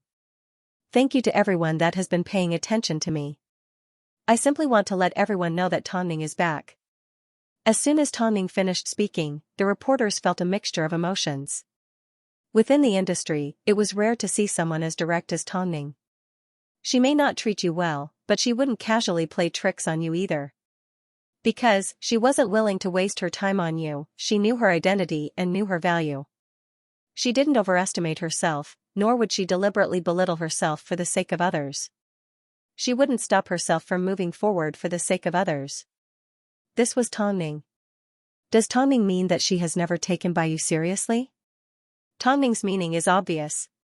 She doesn't want to compare herself to anyone because she has her own path to walk. Baiyu's poster has become a little awkward. Tongning is one of the few people in the industry that has their own ideas, while Baiyu is simply copying someone else's path. With this comparison, it's obvious who's better. Those that accused Tongning of throwing herself at Baiyu were embarrassed. Because Tongning didn't care at all. She viewed herself as too important. Those that accused Tongning of showing off her EQ were simply expressing her inner thoughts. From the beginning, she had no intention of comparing herself to Baiyu. So, when Baiyu spoke up for Tongning during the interview, it was simply wishful thinking. In other words, the main point of Tongning's interview was that no matter what Baiyu did or said, it had nothing to do with her. All she wanted to do was film in peace. Baiyu's nervousness, in front of Tongning, became an understatement.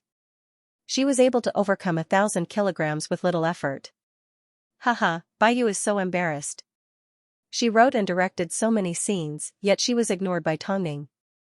I want to give Tongning full marks for her response. As an artist, you shouldn't appear too perfect in front of others. Otherwise, the audience will only magnify your flaws. Just wait and see. As soon as Baiyu's scandal is revealed, it will definitely be a disaster. Tongning, on the other hand, is different.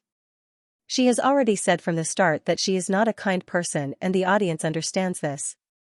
From now on, if something else is revealed, everyone will understand Tongning's actions. The first thing they will think about is whether someone has crossed her bottom line. Baiyu, you should play by yourself. Tongning doesn't want to play with you. Indeed, Tongning's every step was firm. No matter how others tried to distract her, she would always stick to her own path. So, she had no need to care about others' comparisons. After the interview was over, the reporters slowly left the venue. Everyone had a satisfied expression on their faces. Even as they walked down the streets, they did not forget to discuss, this Tongning is really hard to hate. You always treat her with malice, yet you can feel her sincerity. At this point, she is indeed the one with the least cunning. Look at Baiyu, she spends so much time on the ways of the world, where would she find the time to practice her acting? His words are nice, but the feeling he gives off is that he's very cunning. Who cares about her? Tongning already said she doesn't care about Baiyu, so why should we worry about it? It's fine as long as there's news to write. That's right. Although Baiyu cooperates with us every single time, there's never been a time where she didn't beat around the bush. Although Tongning isn't very cooperative because she keeps a low profile, every time she says something, it's always the answer the reporters want. I feel, no matter what, I have to stand on Tongning's side. How I wish we could interview people like Tongning. That way, we would be able to live up to our status as entertainment reporters. No matter what, Tongning's method was extremely effective. This made Tongning's fans proud. It didn't matter what Baiyu's fans said about Tongning throwing herself at them. If worse came to worst, they would just stop playing with her. After all, the big name endorsement, the best script, the best management agency and the best man would all belong to Tongning. Baiyu's fans were furious, but it was like they were throwing punches at cotton, they felt weak and powerless. They were obviously furious, but they couldn't find an excuse to vent their anger on Tongning's fans.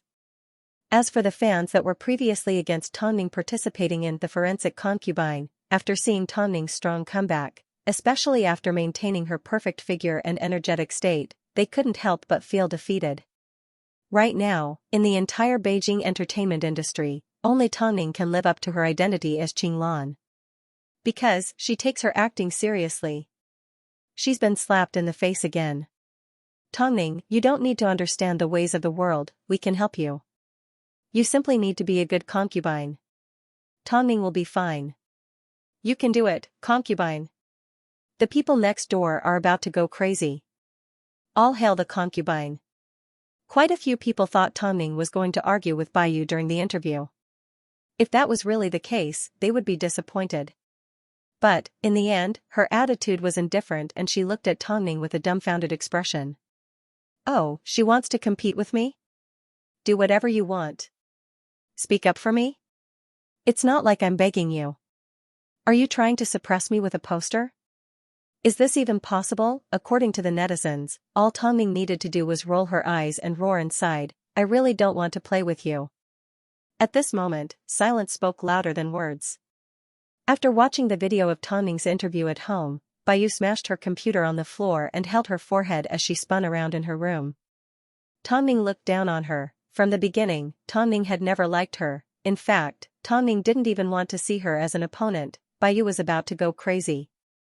She had never felt so humiliated before, but there was nothing she could do. How was she going to face the reporters tomorrow? Sis. Get out. Bai Yu yelled at Bai Linlin, who had just entered the house looking for her. How could Bai Linlin endure this? With tears in her eyes, Bai Linlin turned around and ran out of Bai Yu's study room.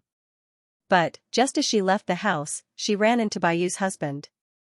Linlin, what's wrong? Brother-in-law. You need to help me, Bai Linlin said to Bai Yu's husband with tears in her eyes. Let's go talk to brother-in-law in the living room. Bai Yu's husband was a pure American man. He was tall and had a mature and handsome appearance. In the past, he often appeared on stage. Later on, he became a director and then an actor.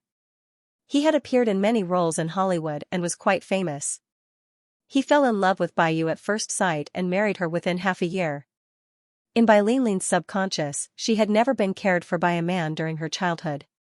So, as soon as Bai Yu's husband showed concern, she clung to him affectionately and refused to let go. Brother-in-law, my sister is bullying me. It's okay, you can tell brother-in-law. One of them didn't have a strong concept of relationships and the other was a man that grew up in the US. So, they didn't notice that their actions were extremely intimate. Bai Linlin briefly explained how Bai Yu had yelled at her and the man immediately comforted her. Your sister is simply in a bad mood. If you have any problems from now on, just tell brother-in-law and he will stick up for you. I understand, brother-in-law is still the best. After speaking, Bai Linlin hugged the man a little tighter. The man was mesmerized by the fragrance of the young woman and suddenly realized he was having a physiological reaction. But, he did not reject her. After being married to Bai Yu for so many years, Bai Yu had never satisfied him in terms of sex.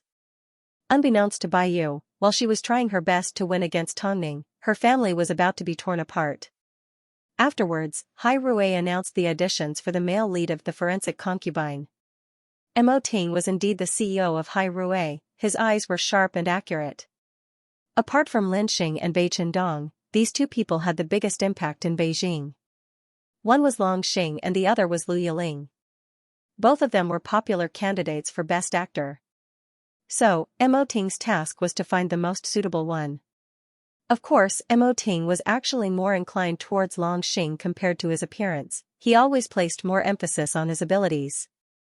But, what if Lu Yiling's acting skills were triggered when he acted with Tongning? However, when the day of the audition arrived, neither Long Xing nor Lu Yiling turned up for the audition. One of them rejected Hai Rue's offer because his schedule was full, while the other said he needed to rest for 6 months due to health issues. Yet, these two popular candidates actually rejected Hai Rue's offer with excuses. When their managers came to Hai Rue to explain, they looked helpless. Our Long Xing really can't shift his schedule. I'm so sorry, Assistant Lu, our Xiaoxing really wants to act, but as an artist, we have to be honest. We can't reject a film that we've already agreed to, so. Assistant Lu, this is Lu Yiling's medical report. Due to overworking his body, his stomach and liver can no longer take it, so the agency has arranged for him to take 6 months off. After all, his health is more important than anything else. We're so sorry. Although Lu Che didn't know why the two men rejected Hai Rue's offer, he did not expose their excuses. After all, no one knew what was going on behind their backs. President, that's basically what happened. Both of their managers personally came to Hai Rue to apologize. From the looks of it, they didn't want to offend Hai Rui, but they had no choice. Lu Che placed the documents on Mo Ting's desk. Lu Che placed the information on Mo Ting's table and continued, I verified this information and it was indeed as the manager said. But, we all know that information like this can be deliberately faked. Give me a new list of actors and lower the requirements, Mo Ting instructed without lifting his head. Right now, we are in a period of shortage of actors. Bai Chendong and Lin Xing can be considered, but they've already worked with the madam. Plus, Bai Chendong isn't suited for ancient costumes. As a result, there aren't many actors that can take on the role. In such a big entertainment industry, there aren't even a few qualified actors. There are some unknown actors with good acting skills and looks, but they are the type that will never become famous no matter how hard I try, so I don't want to take the risk. Lu Che handed over the resumes of a few other actors. If you have time, you can take a look. It didn't take long for Tongning to hear that neither male lead turned up for the audition. But, what did Hai Rui have to offer? There were actually people who refused. It could be imagined that the sinister person behind the scenes must have offered even more generous conditions. What other reason could there be to stop the audition for the male lead? This meant that no one in the industry could meet the high standards of the forensic concubine. Everyone knew that casting for a good script was also very important. This was also one of the deciding factors for the success of a film or TV series. After coaxing the babies to sleep, Tongning took the opportunity to pick up the script for The Forensic Concubine. In reality, this was more to her liking. Everything started from the moment Bai Yu heard that Long Xing and Lu Yiling were both going to star in The Forensic Concubine. Since Mo Ting and Tongning had their eyes on them, she was going to think of a way to snatch them away from Tongning's hands. So, she arranged to meet with Long Xing and Lu Yiling separately. Her words were very tempting. If you guys take on The Forensic Concubine, it will simply be a female drama. In the end, the only person that will shine will be Tongning. But, it will be a waste of your time and will not help you in your fight for Best Actor.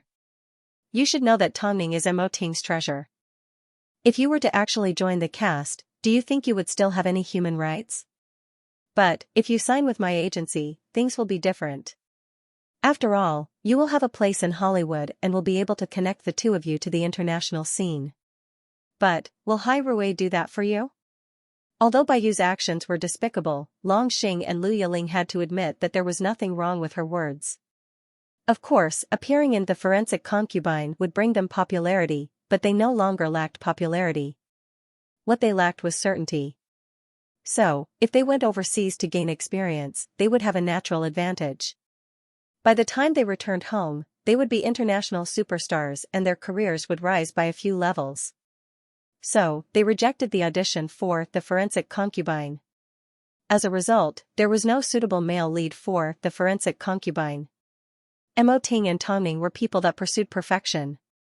Even if they had no choice but to settle for the next best thing, they would still do their best and not randomly pick someone to take on the role.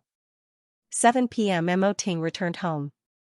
Seeing Tongning in the kitchen preparing dinner, he immediately wrapped his arms around her from behind. Why are you so tired? Are you worried that I don't have a male lead? It's not like Hai Rui can't even find a male lead, Mo Ting replied in a deep voice. Then, why aren't you happy? I simply want to deliver the best into your hands. Tongning rolled her eyes as she put down the spatula and turned to face Mo Ting. If you really want to deliver the best into my hands, I think I have a suitable candidate. I'm just afraid you won't agree. Mo Ting looked deeply into Tongning's eyes. He could guess what she was thinking, so he shook his head. I don't know how to do it. Don't give me that thought. Grandfather already told me. Tongning immediately retorted. I've already asked Grandfather. If you are willing to take on the role, Grandfather is willing to temporarily manage Hai Rui. He won't think about running the company. I've never thought about doing this. I'm actually very resistant to it, Mo Ting replied honestly.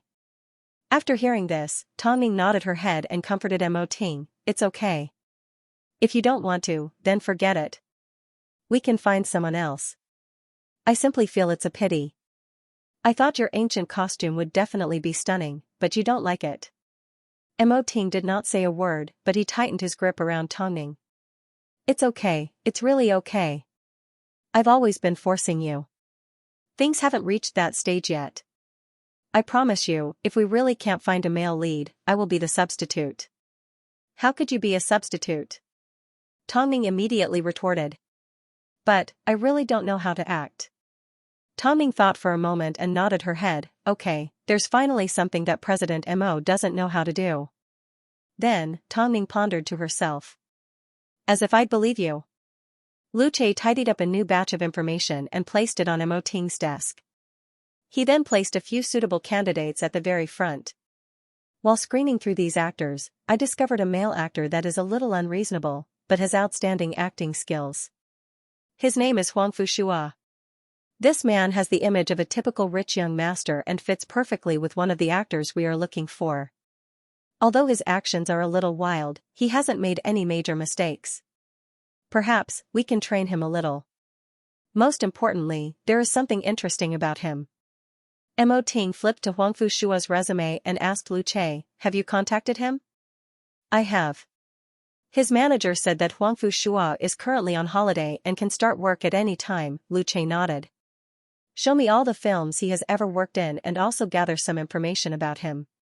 It would be best if you can find a more complete one, Mo Ting instructed as he threw the information aside.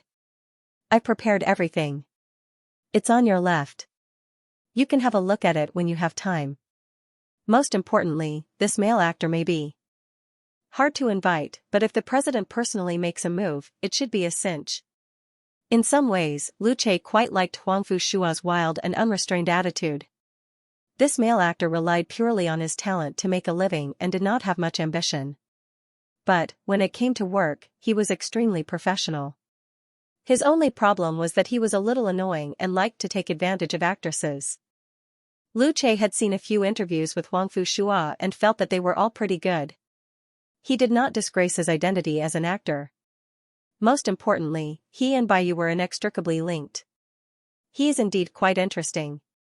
Huangfu Shua doesn't lack anything. Everything he does depends on his mood. He hates flattery from others and prefers excitement and challenges, Lu Che explained in seriousness. Let's meet with his manager and discuss a detailed plan. Of course, the most important thing is to arrange an audition for Huangfu Shua. Mo Ting had a slight impression of this actor. He had a lot of scandals, but he was never afraid and continued to do things his way in the industry. There was only one redeeming quality about him, his attitude towards acting. His professionalism was no worse than any other big-name actor. Of course, if Hai Rui wanted to use an actor like this, it would be extremely risky and bold. If they weren't careful, the entire production team would end up in a mess. But, who was he? He was Mo Ting. As long as he was in this industry, there was nothing he couldn't suppress. Have you guys heard that the forensic concubine still hasn't found a suitable male lead? During their free time, the crew of concubine Ning gossiped amongst themselves. But, their words were filled with a sense of schadenfreude. After all, they were competitors and the crew that Tongming had given up on. Out of a protective heart, when the crew heard that the forensic concubine had yet to make any progress, they couldn't help but cover their mouths and laugh. There will be retribution for splashing dirty water on others. This is the cycle of karma. Tongming has always been so arrogant.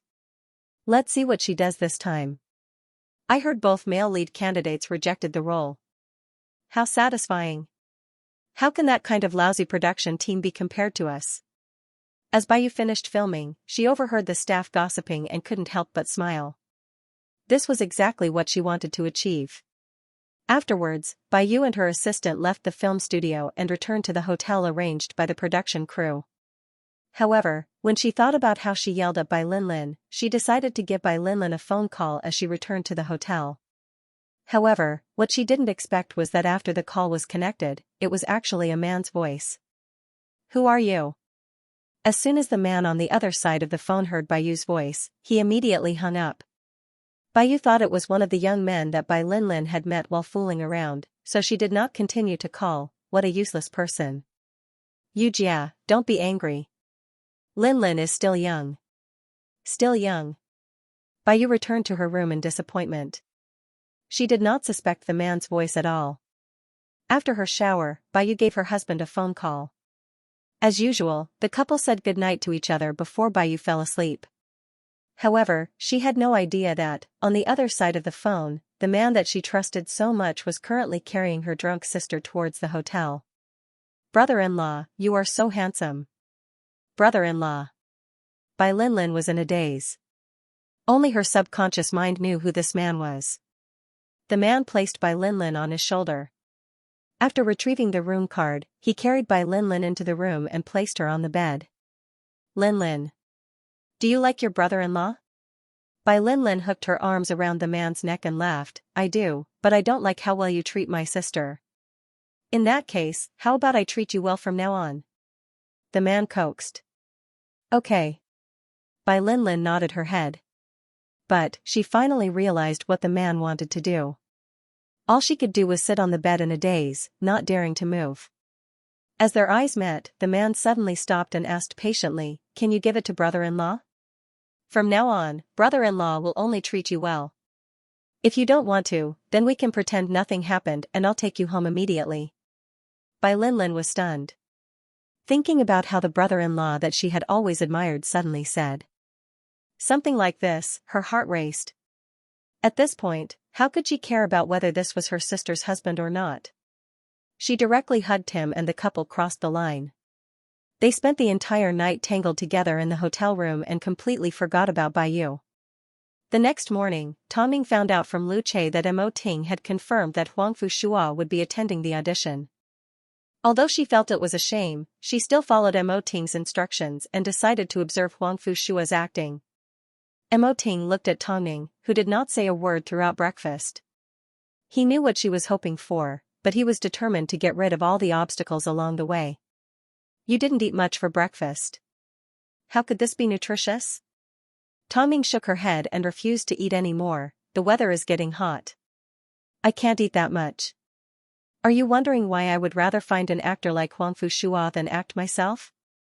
"Not really," Tongming denied.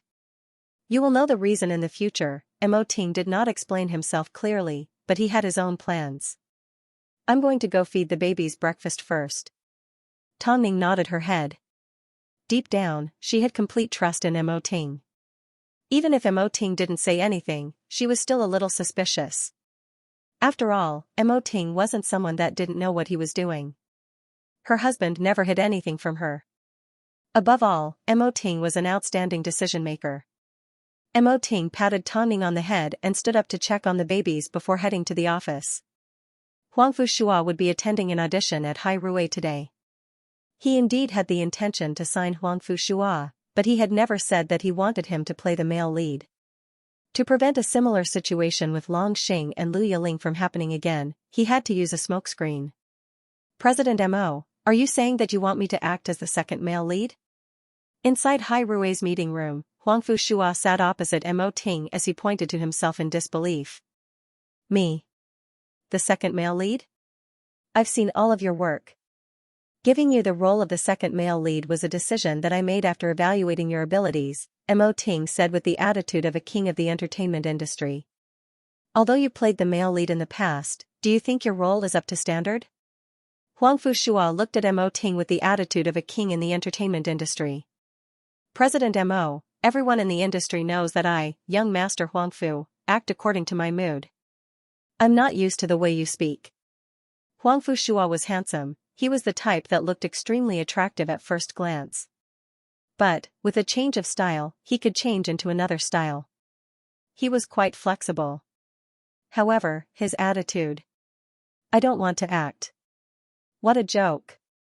You debuted at the age of 17. At that time, you were still a good boy and suffered a lot because of the unwritten rules. But, at that time, a woman gave you a lot of encouragement, but ended up abandoning you. So, from then on, you presented yourself as a playboy. Aren't you curious as to why she abandoned you? After hearing this, Huangfu Shua immediately put away his carefree attitude and became a little angry. "So, Hai Rui likes to dig up other people's secrets?" Afterwards, she hooked up with a singer. But, after a short period of time, the singer disappeared. So, she aborted the child and went overseas to marry a famous actor in Hollywood. "You win." Huangfu Shua scoffed. "I've seen the contents of your audition. It's very good. Are you going to sign it? Mo Ting changed the topic. Actually, you really want to question her and attract her attention. That's why you're acting so seriously. Unfortunately, her status is too high for you to reach. Now, Hai Rue is giving you a chance. I can guarantee that, as long as Hai Rue announces that they will be joining the royal concubine, she will look at you differently. Do you think I care? Huang Fushua scoffed. Yes, you don't care. But, you can make a beautiful turnaround in front of her and make her regret it. Will it really happen as you say? Don't you know? Right now, Baiyu is going around posting posters to crush my wife. What do you think she would think if she were to find out that the lover she once abandoned is acting in her enemy's film? Mo Ting asked straightforwardly. That would be awesome. Okay, Huang Fushua was tempted. Although he had already matured, sometimes, what harm was there in being willful for once? What else can I say? Of course I signed it. Happy working with you, CEO Mo. Huang Fushua once again returned to his carefree self. In reality, Tong Ning had already come across plenty of situations like this. But, Huang Fushua. How should she put it? Everyone had a story that they couldn't talk about. It was like a thorn hidden in the depths of their hearts. You think it is thin, it is small, it is insignificant, but, once touched, it is fatal pain. Some people could be cured by others, like Tong Ning. However, the majority of them continued to move forward with the burden on their backs. I heard you've already signed Huang Fushua. Is that true? Tong Ning asked as she sat at the dining table during dinner. Have you confirmed it? Okay, Mo Ting nodded. Tong Ning lowered her head. It seemed this was the first time Mo Ting had made a decision without discussing it with her. But, I don't think Huang Fushua has any chance of being the male lead. I'm not talking about his scandals, I'm talking about his acting. Although Tong Ning wanted to hold back, in the end, she still revealed her unhappiness to Mo Ting. Don't you think you've made this decision too rashly? After hearing this, Mo Ting stopped eating and pulled Tong Ning into his embrace, placing her on his lap. You're the only one that knows. Don't you think I'm the only one that knows? It's because I know Huang Fushua isn't cut out for the role that I only signed him on as the second male lead. Idiot. Second male lead? Tong Ning was stunned for quite some time before she reacted. Because he is Baiyu's first love and was once abandoned by her. Since Baiyu is so good at persuading people, let's see if she has the guts to approach Huang Fushua, Mo Ting said with a vengeance. This was Mo Ting, the black-bellied Mo Ting. As long as someone wanted to bully Tong Ning, he would definitely find a way to fight back. Even though, Lu Che was the one who had done a great job this time. Tong Ning immediately understood Mo Ting's intention as she pinched his thigh. I really don't know what to do with you. What about the male lead? For such an important character, no matter what, the mystery must be revealed at the last moment. Alright, you've really made me nervous. After speaking, Tong Ning tried to stand up, but Mo Ting wrapped his arms around her waist and said in a low voice, Don't touch me. Don't go. Huh? Tong Ning was confused. I don't think I've asked for you on this dining table, Mo Ting replied as he lifted his handsome face. This time, Tong Ning couldn't help but be surprised. I've already repaid what I owed you. No, I'm paying you back now. I owe you. After speaking, Mo Ting placed Tong Ning on the dining table. He no longer cared about anything else. At this moment, all he wanted to do was become one with her. How could there be such a magical woman in this world? How could she make him fall in love more and more, wanting to possess her more and more? The next day, another actor for The Forensic Concubine was confirmed. Huang Fushua was confirmed to be joining the cast. But, Hai Rue was very experienced in not announcing the role he would be playing. As a result, the public couldn't help but guess, were they planning to cast Huang Fushua as the male lead? Regarding this, fans of the novel couldn't decide whether to agree or disagree. If they were to reject Huang Fushua, he was handsome, dressed in ancient clothing and most importantly, had decent acting skills. But, if they were to accept him, he had too many tricks up his sleeves. Of course, even though he was passionate, he wasn't too promiscuous. As soon as this news was released, the ones that were shocked the most weren't the fans. After all, Mo Ting wasn't aiming for the fans, he was aiming for Bai Yu. As expected, as soon as Bai Yu saw the news, her face turned pale. If she hadn't seen this name with her own eyes, she would have forgotten that she once had a past like this. Hai Rui actually cast Huangfu Shua as the male lead. Huangfu Shua, was he even worthy? Plus, did Hai Rui know something? Otherwise, why would they choose Huangfu Shua out of so many other actors? She had never admitted to her relationship with Huangfu Shua. If Huangfu Shua remained a nobody, it would be easier to control him. But if Huangfu Shua became famous and revealed that she once abandoned him for the sake of climbing up the social ladder, then Mo Ting was wrong. He had completely underestimated how shameless Bai Yu could be. Bai Yu was definitely shameless enough to look for Huangfu Shua. After all, she didn't think that exposing this matter would benefit Huangfu Shua in any way. For the sake of mutual benefit, after careful consideration, she asked her manager to find out where Huangfu Shua was living. Afterwards, she geared up and headed over to Huangfu Shua's home while she had nothing to do in the morning. But, to her surprise, Huangfu Shua was living all by himself in a 300-square-meter villa. Back when they were still together, Huangfu Shua was still a nobody. Who would have thought he was now so rich? Huangfu Shua also didn't expect Bai Yu to show up. So, as soon as he opened the door and saw her, a look of surprise flashed across his face. Seeing this, Bai Yu removed her sunglasses and smiled at Huangfu Shua. "Aren't you going to invite me in?" Huangfu Shua stepped aside to let her in. He then followed behind Bai Yu and said, "There's nothing at home, just plain water." "It doesn't matter. That's not why I'm here." Bai Yu elegantly sat down on the sofa. Huangfu Shua sneered. Mo Ting's method was indeed effective. Previously, he had done so many useless things, but he had failed to attract Bai Yu's attention. Who would have thought, after taking on the forensic concubine, this woman would anxiously come knocking on his door? "Why are you looking for me? It can't be that you're here to catch up, right?" Huangfu Shua sat down on the sofa opposite Bai Yu and placed his hands behind his back. He looked extremely relaxed.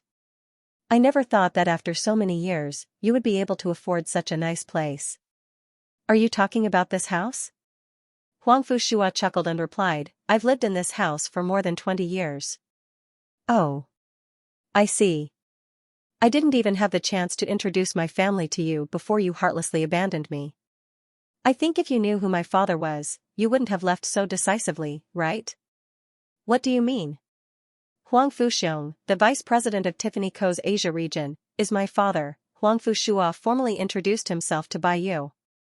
"It was only after you abandoned me that I realized that being a rich second-generation heir wasn't that bad."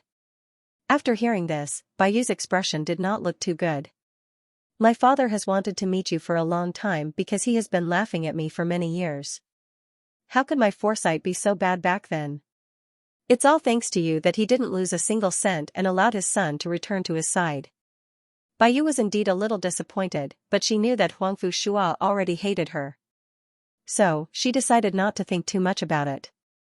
Instead, she changed the subject. "Let's get back to business. I heard you accepted the role of male lead in The Forensic Concubine."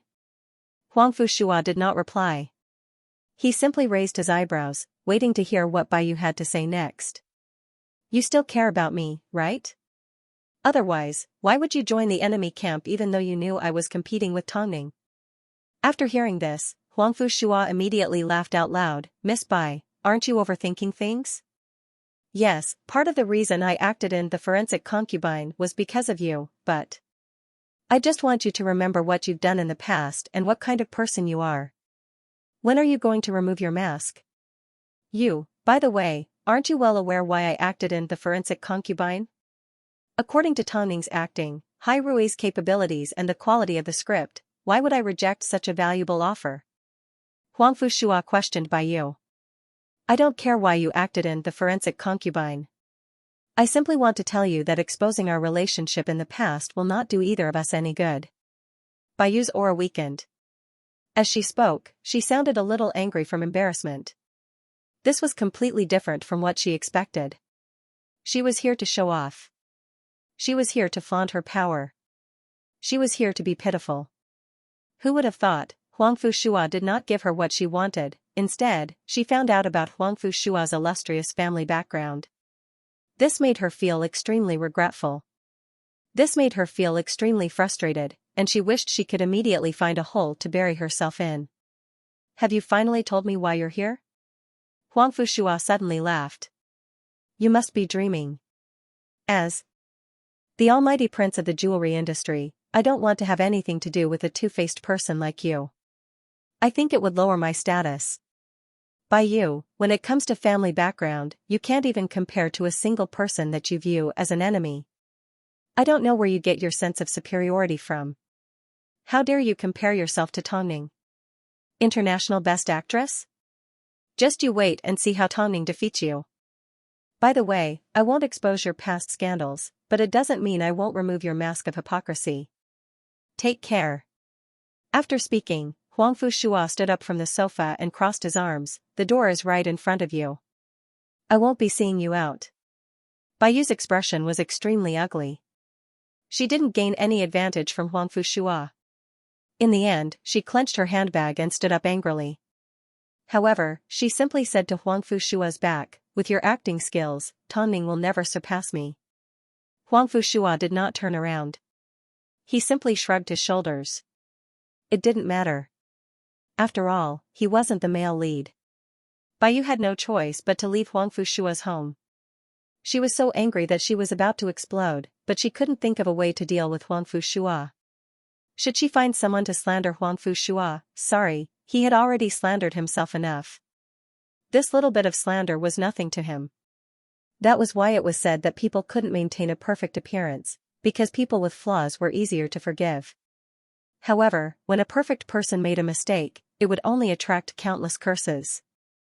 It would forever be a black mark that couldn't be erased. After this incident, Huang Fushua was truly satisfied. Because he had finally seen the complete Baiyu. Of course, the most satisfying thing was Baiyu's anger and shame, as well as the flash of regret in her eyes when she heard about his family background. Baiyu was annoyed. In order to find a sense of balance, she needed to hurry home and see her husband. Only then would she feel that she had made the right choice. However, her husband wasn't home and he didn't pick up his phone.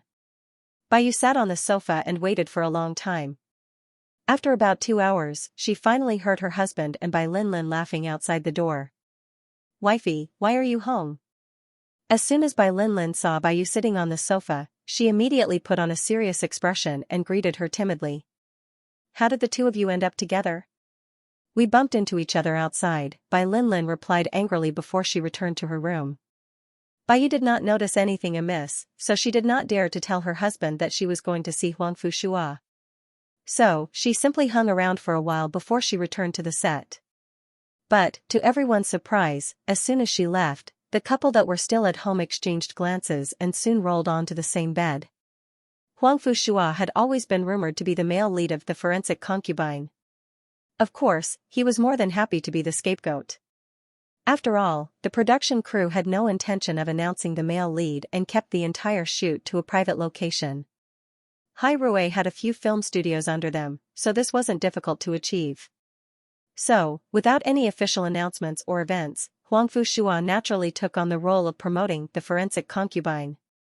After taking on the role, he did not change the fact that he was surrounded by beautiful women.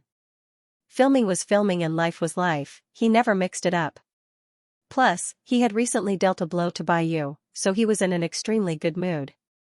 So, whenever the reporters interviewed him, he would mention the forensic concubine to fulfill his responsibility as an actor and to repay Mo Ting for giving him the opportunity to humiliate Baiyu. Actually, it had already been a month since he was announced to be on set, but even he had not seen the male lead. Because, for the first few days, he had been filming for supporting roles. Tongning had not officially joined the cast yet. Perhaps, it was because of the 2 kids that she had not made the necessary arrangements yet. Huang Fushua did not mind. After all, he liked his role as the second male lead and liked his costume even more.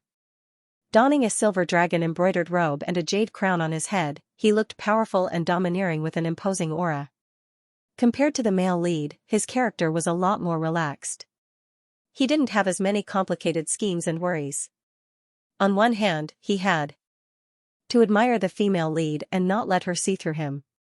On the other hand, he had to scheme to protect his empire. A person like this, living in real life must be tiring. Actually, 2 days before Tongming joined the cast, she tried to test Mo Ting. But Mo Ting did not show any signs of abnormality. He simply went to work as usual and took care of the babies.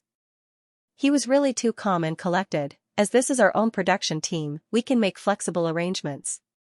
So, you can go home at night and the two mothers can take care of the babies during the day, Mo Ting instructed. If you're too tired and want to sleep in the hotel, give me a call and I'll make arrangements. That's right, Mo Ting instructed. Are you sure you don't have anything to say to me? Tongming asked one last time. Do I? Mo Ting lowered his head and continued to help her pack her luggage. This time, the set will be completely sealed off. During filming, the set will be cleared out and the extras will sign a confidentiality agreement. So, you don't need to worry about anything. With you here, what do I have to worry about? Tongming was a little discouraged. Don't think too much. Hurry up and check on the baby. Go to sleep and rest, Tongming nodded her head.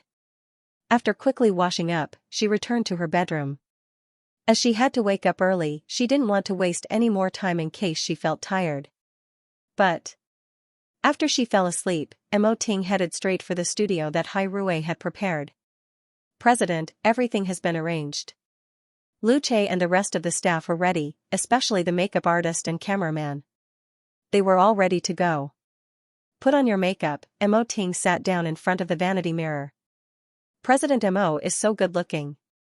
This was the first time the makeup artist had been in such close contact with Mo Ting.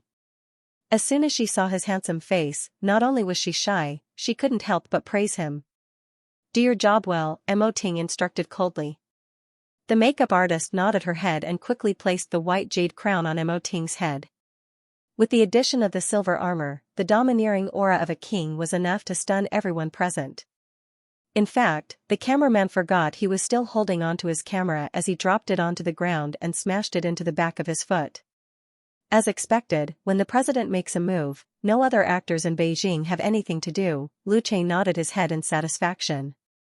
This military uniform was for the female lead to bravely kill enemies on the battlefield. Women were most infatuated with men when they were heroic like this. Especially a man like Mo Ting, who was born with the aura of a king. If he was born in ancient times, his appearance would definitely cause chaos. Handsome. He is so handsome. His side profile, his lips, his nose bridge and his eyebrows. I feel like I've been shocked by electricity. Tonight, they were only shooting promotional photos, but the photographer couldn't stop himself. When it came to beautiful things, people couldn't help but want to look at them for as long as possible. Afterwards, Mo Ting changed into a dragon robe.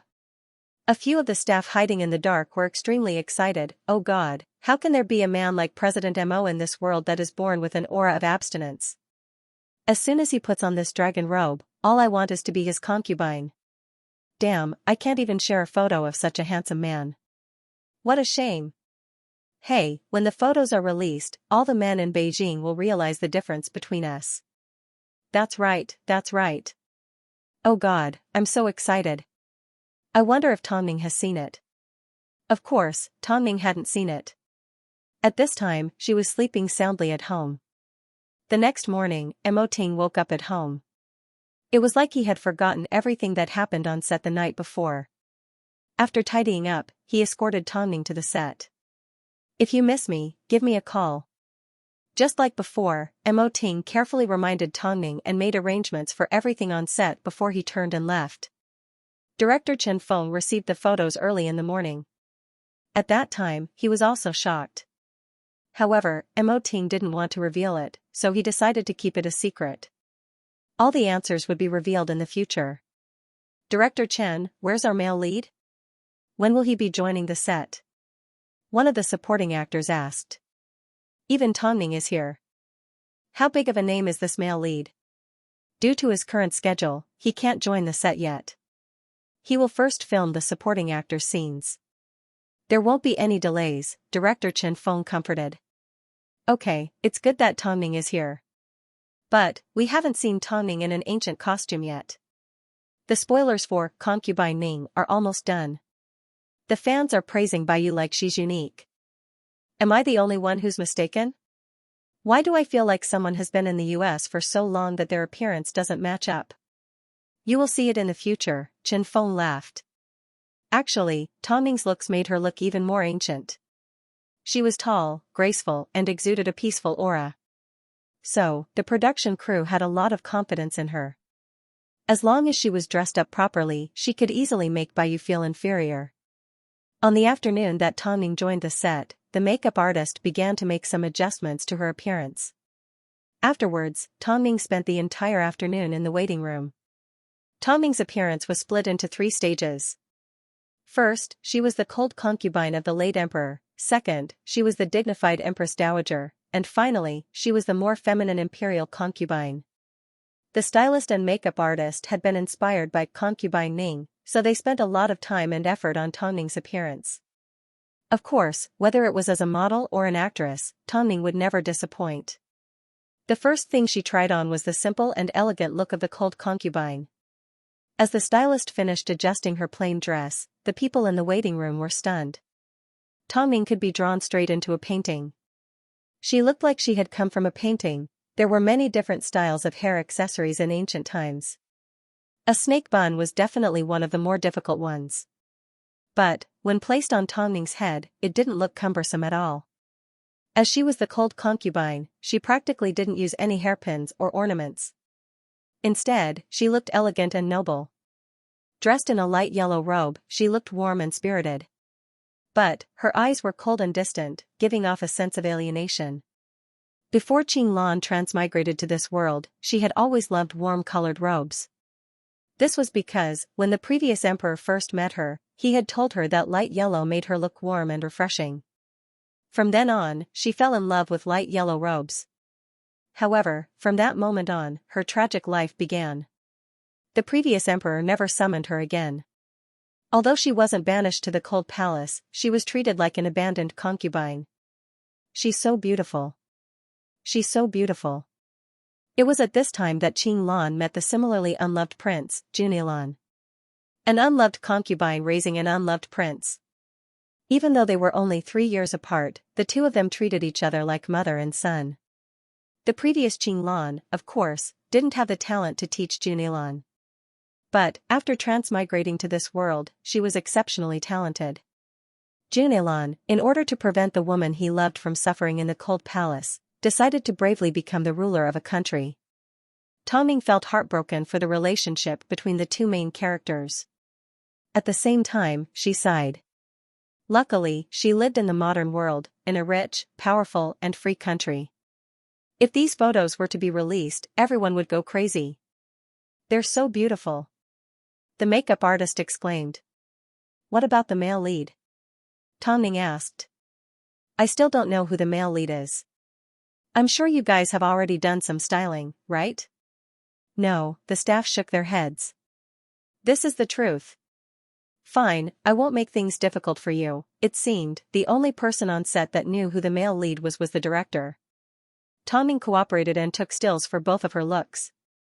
The photographer was extremely satisfied with the result. Tongning smiled without saying a word. After work was over, she returned to the set to watch the supporting actors film their scenes. The director was Chen Feng, so the quality of the film was naturally indescribable. Not only that, even the extras were especially attentive. It was obvious that Mo Ting had put in a lot of effort in such a short period of time to find all sorts of talented actors. After all, there was nothing more important than acting. This made Tongning feel a little relieved. The mystery of the male lead became a topic of discussion among the crew. But, Chen Feng did not explain. After all, the answer would be revealed when the time came. It didn't take long before the production crew of The Forensic Concubine released Tongning's final photo to the public. Quick, look, Tongning's photo is out. Wow, she didn't disappoint, she's really beautiful. As a fan of The Forensic Concubine, after seeing these photos, I can't help but feel confident in Tongning. Especially when it comes to her acting, just looking at her photos is enough to captivate people. Tongming's acting lies in her eyes. They are especially good at conveying things and are extremely accurate. After seeing these photos, I am even more certain that she is an actress. I love Tongming's beauty. Afterwards, someone placed Tongming and Baiyu's photos next to each other for comparison. This was natural. After all, both of them were popular figures and they were competitors, so the audience couldn't help but compare their abilities. But, Baiyu's fans had previously praised Baiyu like she was a goddess. But, when placed next to Tongming's photos, she became like a passerby and looked especially old. I feel like Baiyu is playing the role of Tongming's mother. Ha ha ha, that's true. Previously, when I looked at Baiyu, I thought she wasn't bad. Her makeup was really thick and she looked stunning. She had the presence of concubine Ning. But, when placed next to Tongming, I can't see anything wrong with her. Baiyu's fans immediately refuted. The two of them are from different times, of course they can't be compared. Exactly. The mask on Tongming's head is almost crushing her to death. Tongming looks like a white lotus. How is she as domineering as our Baiyu? Seeing this, the crew of the forensic concubine once again released a photo of Tongming as the Empress Dowager. This time, Baiyu's fans were speechless. Baiyu's makeup was from a different time period, but her eyes were exactly the same as before. But, Tongming was different. The coldness and desolation of the cold concubine and the fierceness and helplessness of the Empress Dowager were all seen through by a single glance. Based on the photos, Tongming is the complete winner. I've always felt that Tongming's acting is a product of talent. She has a high level of understanding. Although other people can also hone their acting skills, they can't compare to her. Look at how Baiyu's fans boast. They're always so confident. But, when they get slapped in the face, they always try to turn the tables around. What an eye-opener. I can't wait for the forensic concubine. Although I already know the plot, I'm sure it will be fun to watch Tongming act. Although it's a pity that the male lead is a bit of a stretch, I hope they can take a photo together. That's right. The public had always thought that Huangfu Shua was the male lead, so they had this kind of attitude. But, even though Tongming had been on set for a few days, no one had heard anything about the male lead. Instead, she began to get closer to Huangfu Shua. In reality, Huangfu Shua liked crowds and Tongming liked silence. The two simply looked at each other, but they never spoke to each other. After all, their personalities were worlds apart. Huangfu Shua was the happiest person on set. So, when he heard other people's discussions, he teased his narcissism. Bro is the male lead. Who else could be more suitable than me? You guys talk about the male lead all the time. Don't tell me I'm not as handsome as the male lead? In reality, the crew of the forensic concubine did not announce their male lead. This was the strategy of the forensic concubine. Jia, the crew next door probably only have this much to show. After all, the male lead isn't that likable, Baiyu's assistant comforted. Her assistant comforted Baiyu on set, they've already used their big moves. Let's see what else they can do to attract attention. Perhaps, the only thing that people criticized about the forensic concubine was that Huangfu Shua didn't have the qualifications to play the male lead. But, at this time, the official Weibo account of the forensic concubine suddenly responded to a fan's question: the official production has not announced the male lead. This is a big surprise. The official Weibo user is looking forward to the day the mystery is revealed. Huangfu Shua had misled the public for so long because he wanted to divert Baiyu's attention.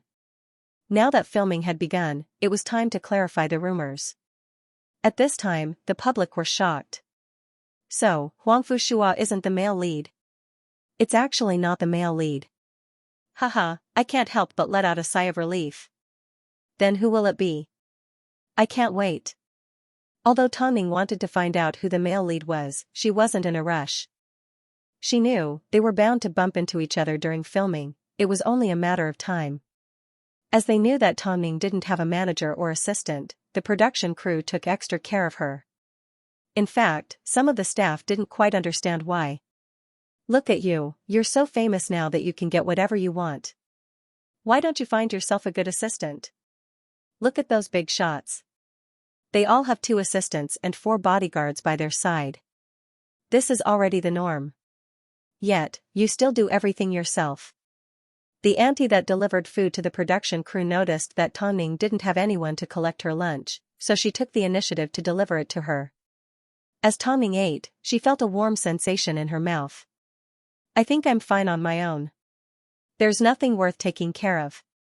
Auntie, you're a good person. Hayes, it's rare to see a down-to-earth person like you. You should eat more. It wasn't that Tongning didn't need an assistant.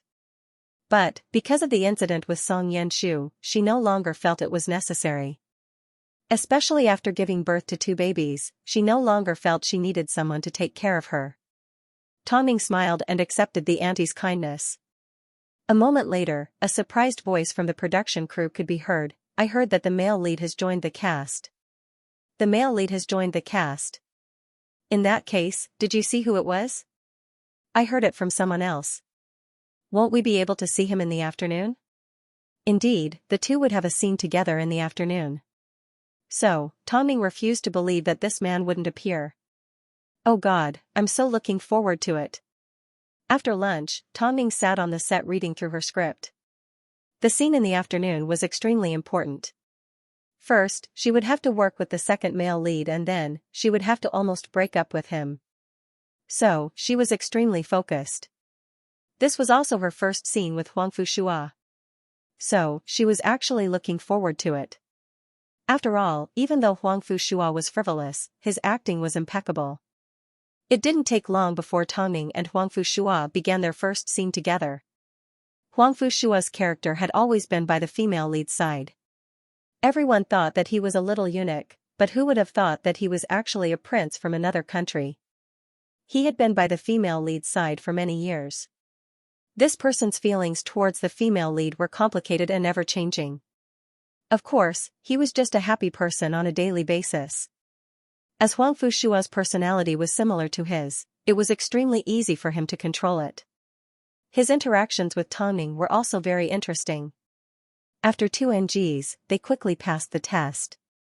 Afterwards, it was time for Tongning and the male lead scenes. As soon as Huangfu Shua heard that the male lead had already joined the cast, he joked, I refuse to believe that there's a better and more handsome actor on set than me. And at this time, a black figure walked out from the dressing room. His figure was long and slender, peerless and peerless. Heavens! Heavens, look, look! Heavens, as soon as everyone on set saw Mo Ting, they couldn't help but feel excited. They almost lost control of their emotions. On the other side, Huangfu Shua was still exaggerating and making everyone smile. Meanwhile, on the other side, everyone that saw Mo Ting passing by exploded. I am the most handsome. I refuse to believe that the male lead can be any more handsome than me. A moment later, Mo Ting appeared behind Huangfu Shua.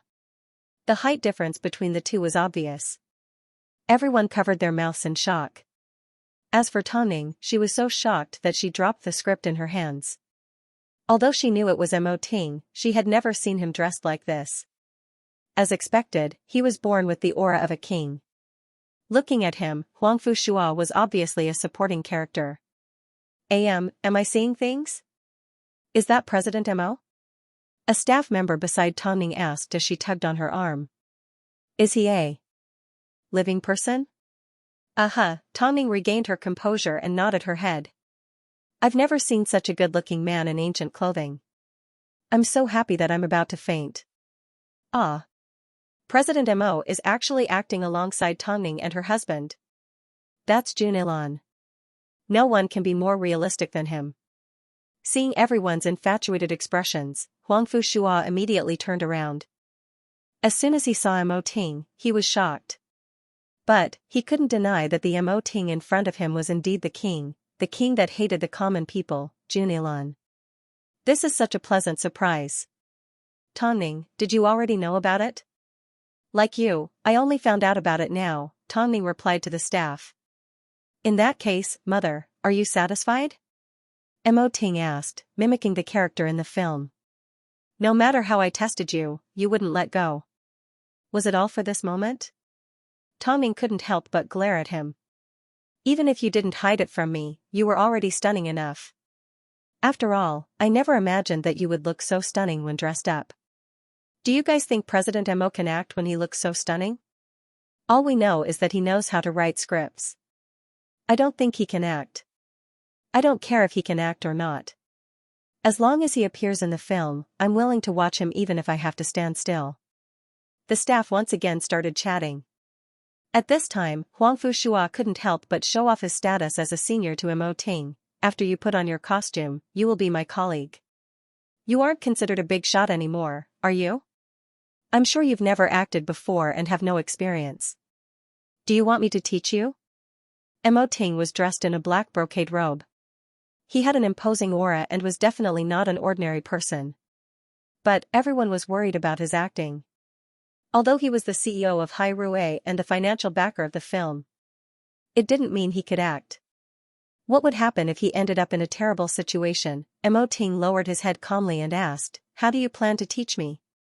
Tongming couldn't help but let out a gentle laugh. She then lowered her head and looked at the script. The scene that was about to take place was extremely important. Jun Ilan had seen through the eunuch that Huang Fushua was playing. So, without giving Qing Lan a heads up, Jun Ilan directly replaced her confidant. Although Qing Lan knew that the eunuch was up to no good, she hated Jun Ilan's methods. Especially since she was his mother in name. As a result, the two had a huge argument. At first, Jun Ilan respectfully addressed Qing Lan as mother. But, afterwards, he suppressed his anger and grabbed onto Qing Lan's neck, asking her if she had a heart. This was a scene that required explosive power and emotions. Even an actor like Huang Fushua had a hard time, let alone Mo Ting. This man was like a mystery.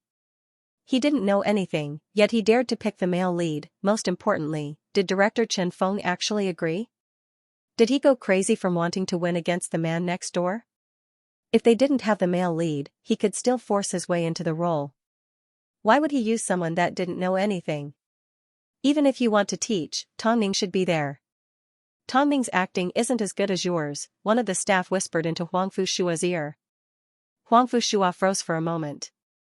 In the end, he cleared his throat to distract himself from the awkwardness.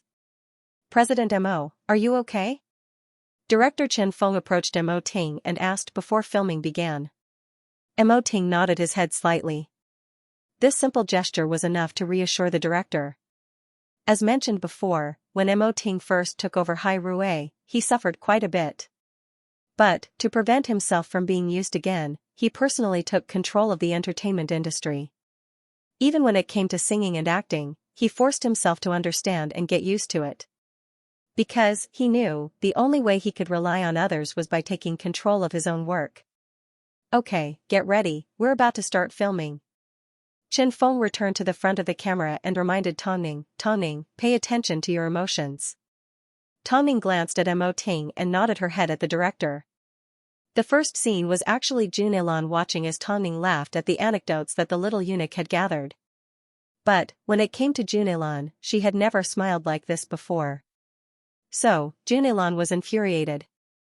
The first scene was Qing Lan facing Jun Ilan from the side. The camera first focused on Qing Lan, then on Jun Ilan. Does President Mo really know how to film?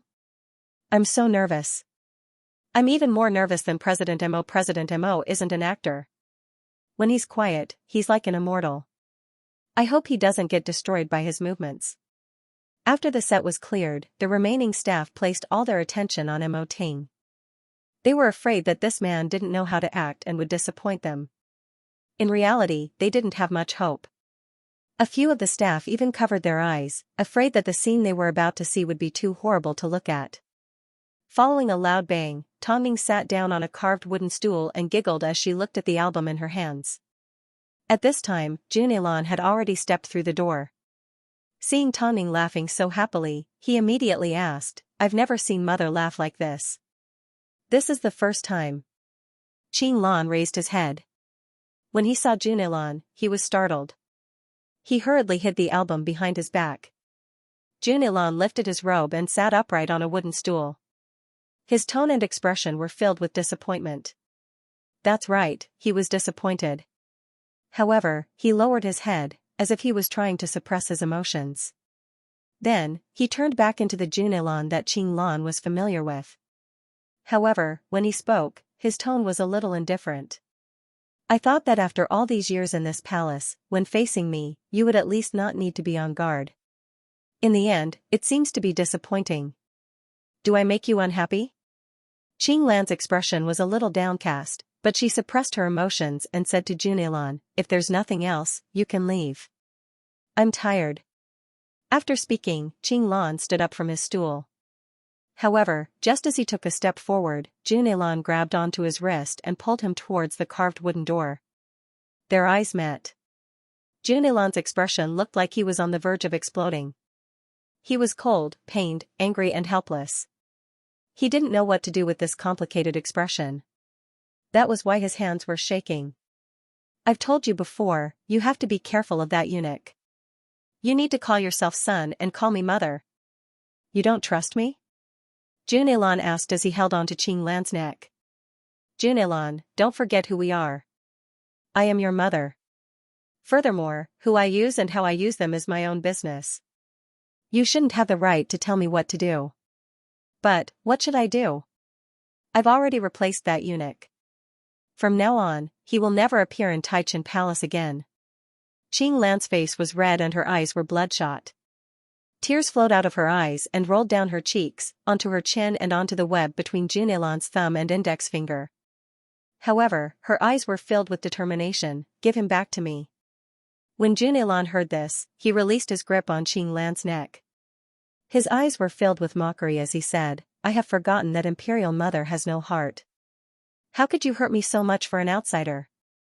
As he spoke, he took 3 steps back and left the Great Dawn Palace without looking back. Qing Lan leaned against the wooden door as her sobs turned into painful sobs. Cut. Director Chen Feng yelled as he stood up. Great. I never expected President Mo to be so good at hiding his abilities. Most importantly, the two of you actually managed to do everything in one go. The surrounding people were all dumbfounded. What had just happened? When did this scene end? Everyone held their breaths. Mo Ting's grip a moment ago felt like he was strangling their own throats. The feeling was too real. Juneilan is so affectionate. Sob sob sob. Qing Lan has it so hard. On one hand, she has to control her emotions, but on the other hand, she has to succumb to Juneilan's tenderness. It's so torturous. Wait a minute, what did I just see? Mo Ting is too godly. I've never heard rumors that President Mo is an actor. If he knows everything, how can he be alive? Chen Feng looked at everyone's confused expression and explained, President Mo wasn't born with this ability. When he took over Hai Rui, he specifically trained himself.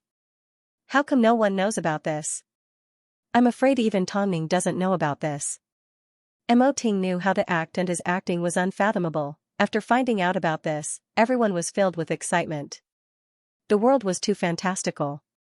How could a man be so perfect? After filming, Mo Ting returned to his usual iron-blooded CEO. He was dressed in a well-ironed suit and had a serious expression on his face. But, as soon as he put on his costume, he turned into Juneilan. Did you think you could teach President Mo how to act? With President Mo's smooth acting, you would look like child's play to him. Huangfu Shua scoffed as he crossed his arms and turned around. When a man is too perfect, he becomes boring. An outstanding actor was able to motivate other actors, especially those that he had scenes with. Tongning was already used to controlling her acting. But, when she was acting with Mo Ting just now, she had completely forgotten that she was Tongning. All her reactions were because of Mo Ting. So, she didn't dare to imagine how good Mo Ting was. This man really deserved a beating. While they were at home, he insisted that he didn't know how to act. So, President Mo, can you explain to me what you're doing? Didn't you say you didn't know how to act? Tongning raised an eyebrow. I indeed don't know how to do it. Juneilan does, Mo Ting smiled gently. As for the reason why Tongning and Mo Ting passed in one take, it was because Mo Ting had already done a lot of scenes for Tongning while they were preparing for filming. I'll deal with you when we get home. Tongning scoffed. Mo Ting responded with an affectionate smile. Haha, this time, the forensic concubine will definitely crush our neighbor. The staff on set were extremely excited. Because Mo Ting had joined the cast, the entire crew acted like they were on steroids. Every day, after filming their own scenes, they would stay on set to watch Tongming and Mo Ting's scenes. While everyone was learning the acting skills of the two actors, they also felt the pain in their hearts. They were like television viewers. When they saw Mo Ting and Tongming's sweet scenes, they would laugh like idiots. But, when they saw their heartbreaking scenes, they would cry on the spot. Oh God, I can't wait to see the final film after the editing. But, our neighbor is already halfway through filming. Who cares about them? They've already started filming for so long. But, according to our speed, we should be able to catch up soon. Watching Tongming and President Mo's scenes is so satisfying. Of course, all of this was happening internally on set. The entire process was kept under wraps and no one from the public knew about it. Whenever Mo Ting had nothing to do, he would appear at Hai Rui and appear in front of the public like he didn't even need to act. In reality, he enjoyed his heartbreaking scenes with Tongming. At least, the forensic concubine was very satisfying for him. Because of the love and hatred between Junelan and Qinglan, the film was extremely satisfying and complete. During this time, news about concubine Ning came in one after another. Baiyu couldn't find any news about the forensic concubine, so she couldn't sleep or eat well. She had already lost in terms of the official photos. So, she wasn't going to let Tongming surpass them again. So, she hired a professional paparazzi to infiltrate the filming set and find out more about the male lead of the forensic concubine. But, to her surprise, the staff of the forensic concubine had all been carefully selected and trained. As soon as they saw the paparazzi approach, they simply smiled and said, "We have found a newcomer that has never acted before." "Are you sure?" "Of course I'm sure. Don't you believe me?" Everyone in the crew knows about this. Translator, Uni editor, Uni the paparazzi brought back some news for Baiyu. Baiyu slammed her hands on the table and cheered, "This is great. Mo Ting is indeed cunning." He used a newcomer and was afraid that the public would object, so he sealed off filming. Once the final film is released, the public will have no choice but to accept it. He was indeed a newcomer and had never acted in a film before. But, didn't Baiyu notice that something was wrong? News of the royal concubine using a newcomer and not daring to announce it to the public quickly spread. Of course, fans of the royal concubine objected. They loved Junelan's character deeply, so naturally, they would not allow it to be tarnished. If it's a newcomer without any acting skills, we won't watch it. That's right. Our Junelan is a pitiful and domineering man. Don't act like a naive and sweet guy. I refuse.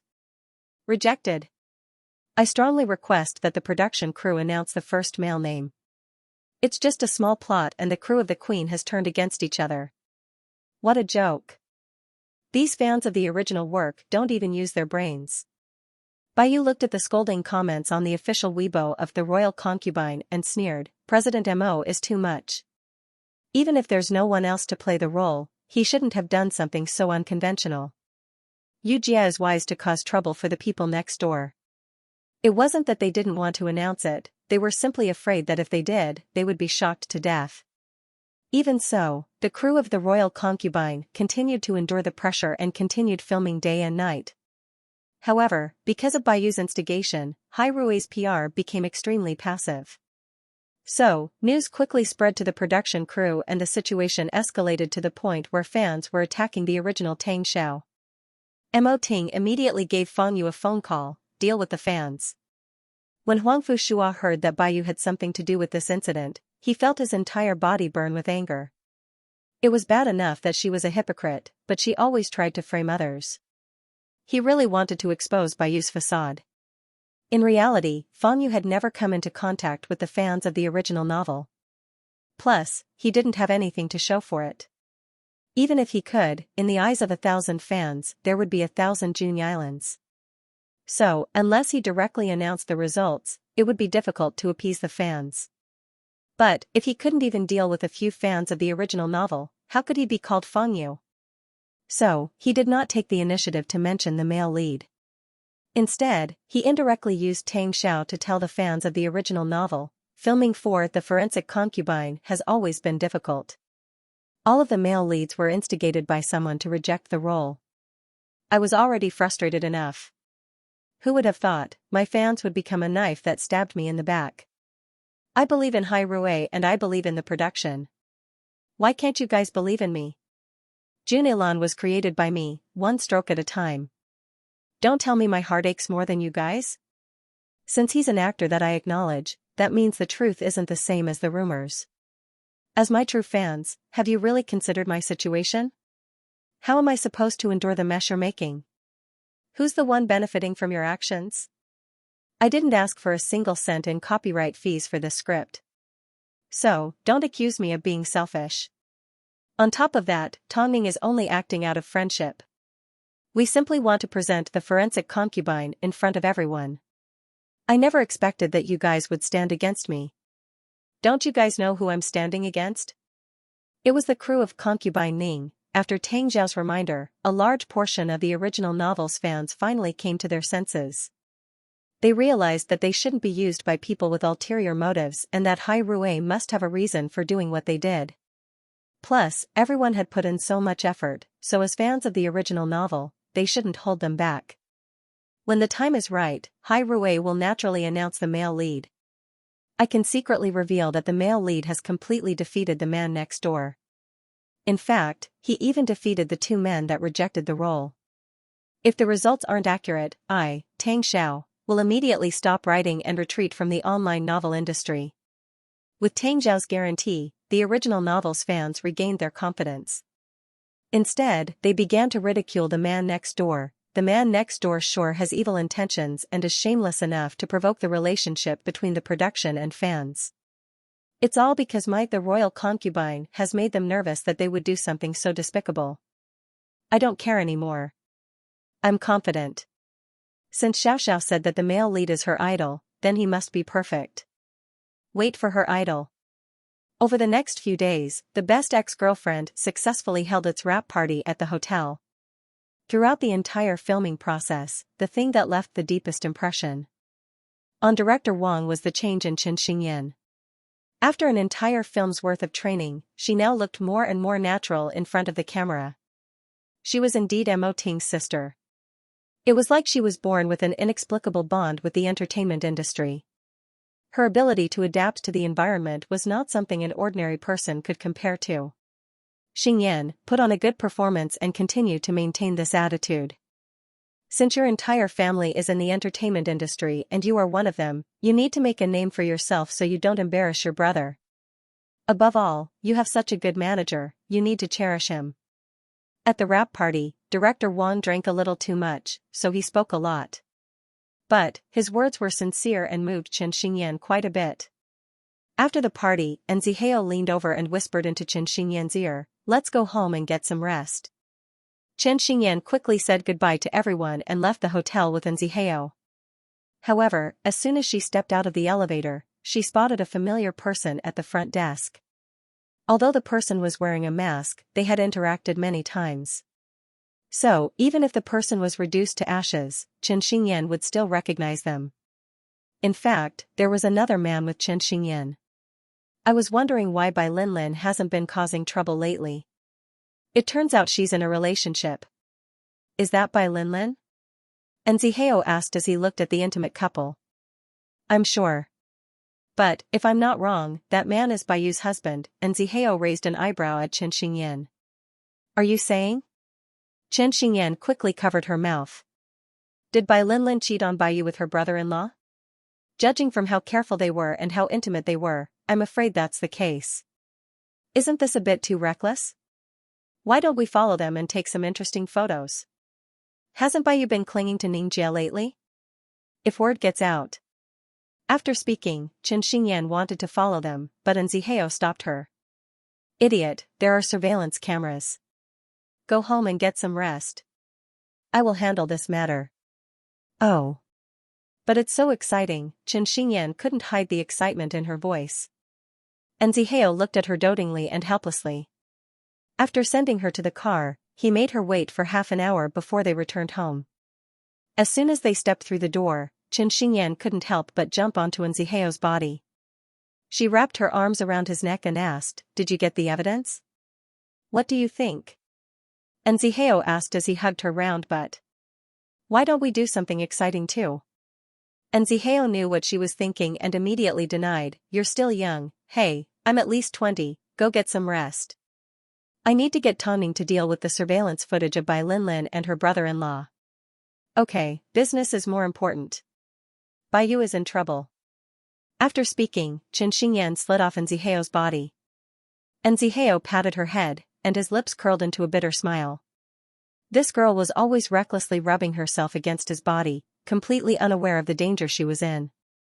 Worst of all, he was losing more and more control over himself.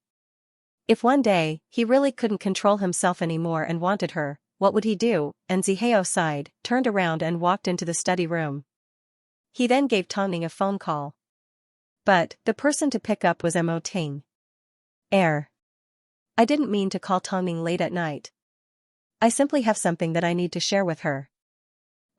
You are a qualified bestie, Mo Ting said as he raised an eyebrow. And Zihao helplessly rubbed his forehead. Although he didn't want to admit that he was like a woman in Mo Ting's heart, compared to Mo Ting, he had to admit defeat. While Xingyan and I were attending the celebration dinner, we ran into Bai Linlin and Bai Yu's husband having an affair. Recently, Bai Yu has been clinging on to Tongning. I thought it might be of some use to the two of you, so I went to the surveillance room and asked for the surveillance footage. You don't need to make a phone call about something like this, Mo Ting replied coldly. Couldn't Zihao say that he had something else he wanted to talk to Tongning about, but didn't want Mo Ting to know about it, plus, it wasn't like he had the obligation to catch them in the act. Couldn't Mo Ting thank him? If this was in the past, he would have definitely questioned Mo Ting. But, because of his guilty conscience, he could only watch as Mo Ting retorted. What did Zihao say? Tongning was actually feeding the babies by Mo Ting's side. I discovered Bai Linlin and Bai Yu's husband having an affair, Mo Ting said as he put down his phone. Tongning was a little surprised, but she quickly accepted it. That's not surprising. Bai Linlin is young and beautiful, while Bai Yu is competitive. Any man would choose the former. I wouldn't, Mo Ting said in seriousness as he looked at Tongning. My choice is always for you. Recently, Tongning had become Mo Ting's fangirl. She discovered that she was even more infatuated with this man than before. Every time she discovered something new, Tongning would wonder, was there anything in this world that Mo Ting couldn't do? After putting down the babies, Tongning grabbed onto Mo Ting's shirt and pulled him closer to her. We still have a debt to settle. Mo Ting let out a gentle laugh as he followed Tongning into the couple's bedroom. How many things haven't you told me yet? Tongning asked as she pressed Mo Ting against the wall. After being married for so long, I've realized that there's still something worth digging out from you. Mr. Mo, you have surprised me. Does that make you even more infatuated with me? Mo Ting asked with a smile. That's not right, Mrs. Mo. I've always felt that the thing that attracts you the most about me is my abilities. You. Before Tongning could finish her sentence, Mo Ting lifted her in his arms and carried her towards the bed. Mrs. Mo, I can't listen to anything you say right now. My mind is filled with one thought. I want you. During the day, when the couple were filming, especially when they were working together, most of the scenes were heart-wrenching. Love and hate intertwined at the same time and they loved each other, but couldn't stay together. Every time she was in a scene like this, Tongning would reflect on herself and cherish the man in front of her even more and their warm family. Filming for The Forensic Concubine lasted for a good few months and was completely sealed off from the public. Up to this point, there were still a few important scenes that had yet to be completed. Perhaps it was to speed things along, but after the incident where the fans of The Forensic Concubine fought with Hai Rui, Bai Yu took a break and focused all her energy on the filming of Concubine Ning. Actually, when it came to acting, her acting wasn't bad. But, on one hand, she pretended to be kind, while on the other, she acted evil. It was quite disgusting. After Zihao handed over the evidence of Bai Linlin and Bai Yu's husband's affair to Mo Ting, he was not in a rush to use it. After all, President Mo was used to being two-faced. Good things should be used where they were needed most. Before he knew it, it was the end of the year with the most awards. Because Concubine Ning had completed filming, Baiyu began to appear on all sorts of TV shows to promote herself. Of course, she continued to put on a fake smile and say fake words. But, every time she went out, someone would take special care of her husband. Concubine Ning has already been scheduled to air on the 15th of the Lunar New Year so that it can air before The Forensic Concubine. If it was also a period drama, there would definitely be more advantages if it was aired first. Firstly, the audience liked to be prejudiced. Secondly, if it was aired consecutively, then the audience would feel tired. Plus, Concubine Ning has secured the best broadcasting platform and is being broadcast at prime time. This is definitely not good for us. During a meeting at Hai Rui, the higher-ups in charge of operations expressed their opinions. Baiyu has always had a good relationship with the public. Her image has always been well taken care of. Although we didn't get along well in the past, Concubine Ning has always had a good grasp of the bigger picture. Most importantly, our male lead has yet to be revealed. So, after the first round of promotions, Concubine Ning has doubled our expectations. President Mo, the royal concubine hasn't finished filming yet, what should we do? Could it be that he was going to fight for the summer holidays? If that's the case, then we will miss out on this year's Fei Tian Awards. Who was the one that said we had to air later than Concubine Ning? Concubine Ning has indeed grabbed the best primetime slot, but that's only limited to Mondays to Fridays. What about Saturdays and Sundays? The weekend is the world of variety shows. What happens after the variety show ends? President Mo, are you saying that we should adopt a weekly format? No matter how much publicity Concubine Ning tried, Mo Ting still had a lot of explosive information in his hands. So, once this information was revealed, Concubine Ning would no longer have anything to do with it. Most importantly, he couldn't reveal Bai Linling's affair with Baiyu's husband to the public. So, he had to deal with it in private. After all, Baiyu was the victim. If he revealed it to the public, he would be playing the sympathy card for her. At this crucial moment, something big happened on the set of The Forensic Concubine. Due to the weather and the negligence of the production team, director Chen Feng was injured during filming. In the end, he was sent to the hospital. Soon, the news spread, and all kinds of speculations began to spread. I heard that director Chen Feng fell off a cliff and died. I heard that the filming location for The Forensic Concubine is quite creepy. A few people have already died there. Io, what bad luck, I heard that too. Apparently, when director Chen Feng died, his head was separated from his body. It's too scary. No matter what was going on, there was one thing that was for sure. The filming of The Forensic Concubine had to stop. This would delay the progress of the show even more. Actually, for a matter like this, all Hai Rui had to do was step out and clarify the truth. But, the most annoying thing was, director Chen Feng's leg was temporarily incapacitated. Even the heavens are helping me. After seeing the news, Baiyu sneered, let's see how long they can last with such a lousy production. Actually, Sister you don't have to worry at all. The viewership ratings will prove who the real queen is. Her assistant flattered her. In that case, you should also keep a close eye on the news from next door. Concubine Ning is about to air. I don't want any more accidents to happen, Baiyu said coldly. As she knew about the story between Huangfu Shua and Baiyu in the past, she told Huangfu Shua about how Baiyu had been betrayed by her own sister and husband to help him vent his anger. But, in reality, after Huangfu Shua heard about it, he did not feel the same pain as before. It wasn't because he no longer hated Baiyu, it was because he finally understood one thing: no matter how Baiyu had treated him in the past, there was no need for him to be hysterical. Because, whatever Baiyu owed him, she would always find a way to return it. This time, because of the incident on set of The Forensic Concubine, Mo Ting gave everyone a day off. So, Huangfu Shua ran into Baiyu at the hotel. As he looked at her husband standing beside her, he suddenly felt extremely ironic. This wasn't a coincidence. He had purposely asked around for Baiyu's whereabouts before he appeared at the hotel. As always, Baiyu felt like she had the entire world in her hands. So, as soon as she saw Huangfu Shua, she blocked his way and refused to let him leave. I haven't introduced my husband to you yet, have I? I don't think it's necessary. I've been getting to know him better lately, Huangfu Shua said with a hidden meaning. Since you're familiar with him, then you should know that I'm still not someone to be trifled with, Baiyu warned beside Huang Fushua's ear. On one hand, Huang Fushua felt that Baiyu was pitiful, but on the other hand, he also felt that she was not worthy of his sympathy. By the way, I heard that your production has stopped working again? How pitiful. Previously, you couldn't find a male lead and now, the director has been injured. Your production sure is plagued with misfortune. Baiyu said proudly.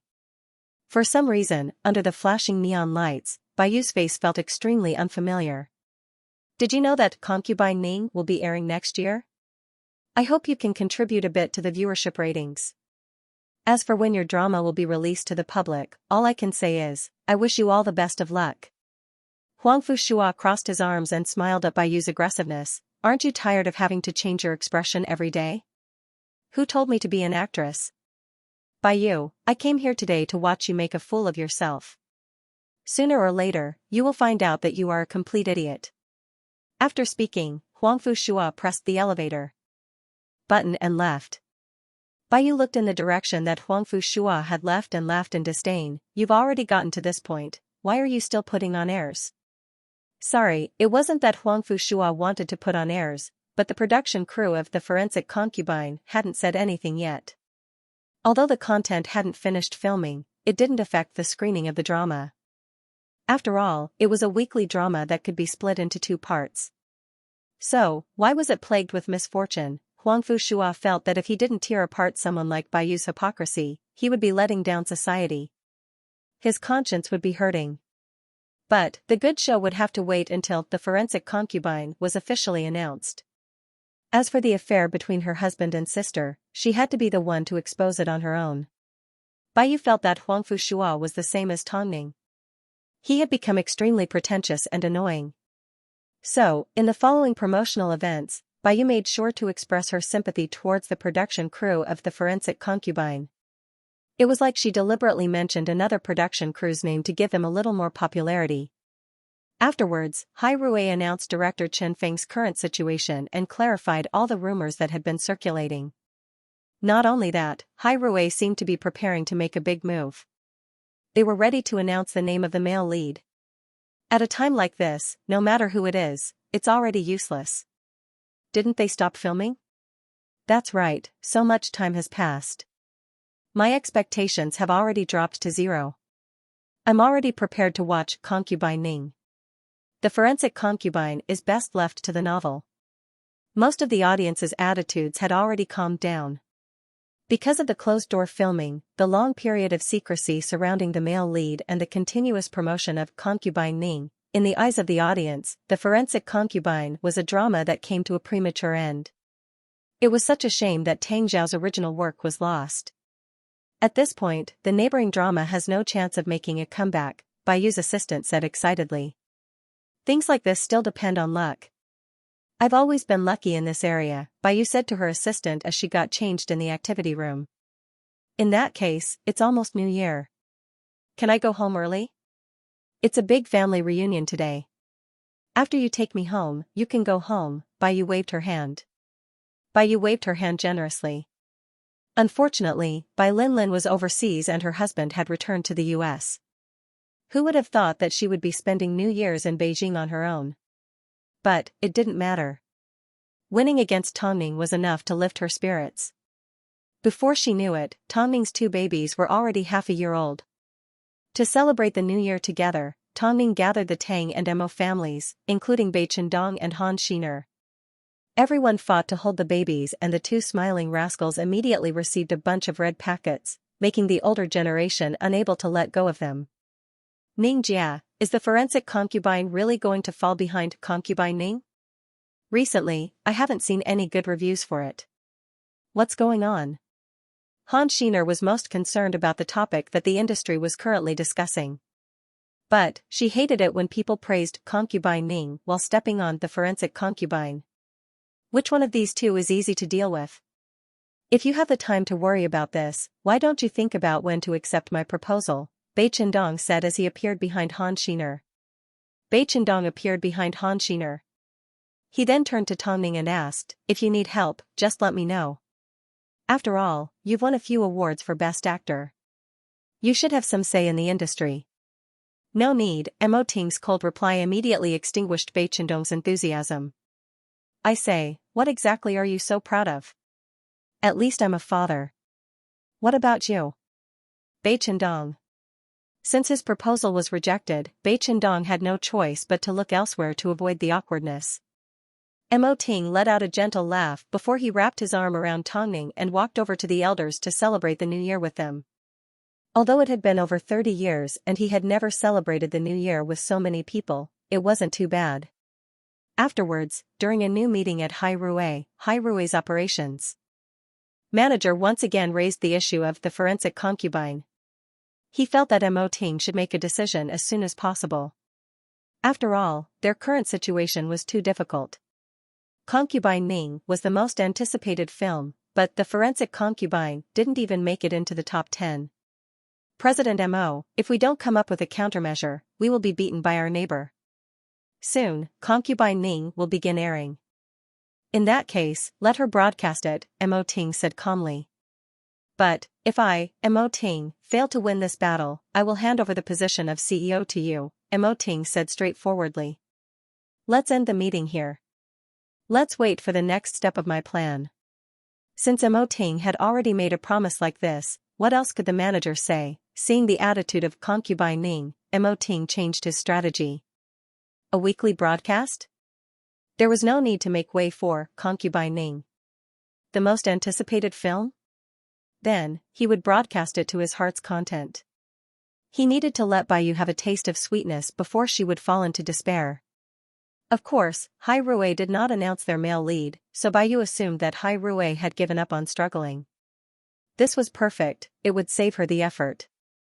Concubine Ning's premiere audience rating breaks too, viewers rave. Concubine Ning's premiere is hot. Bai Yu is indeed the queen of viewership. Concubine Ning's ratings continue to rise on day 2, its highest rating is 2.6. It didn't take long before Concubine Ning broke new viewership records. It had only been on air for 2 days, but it was already met with a wave of praise.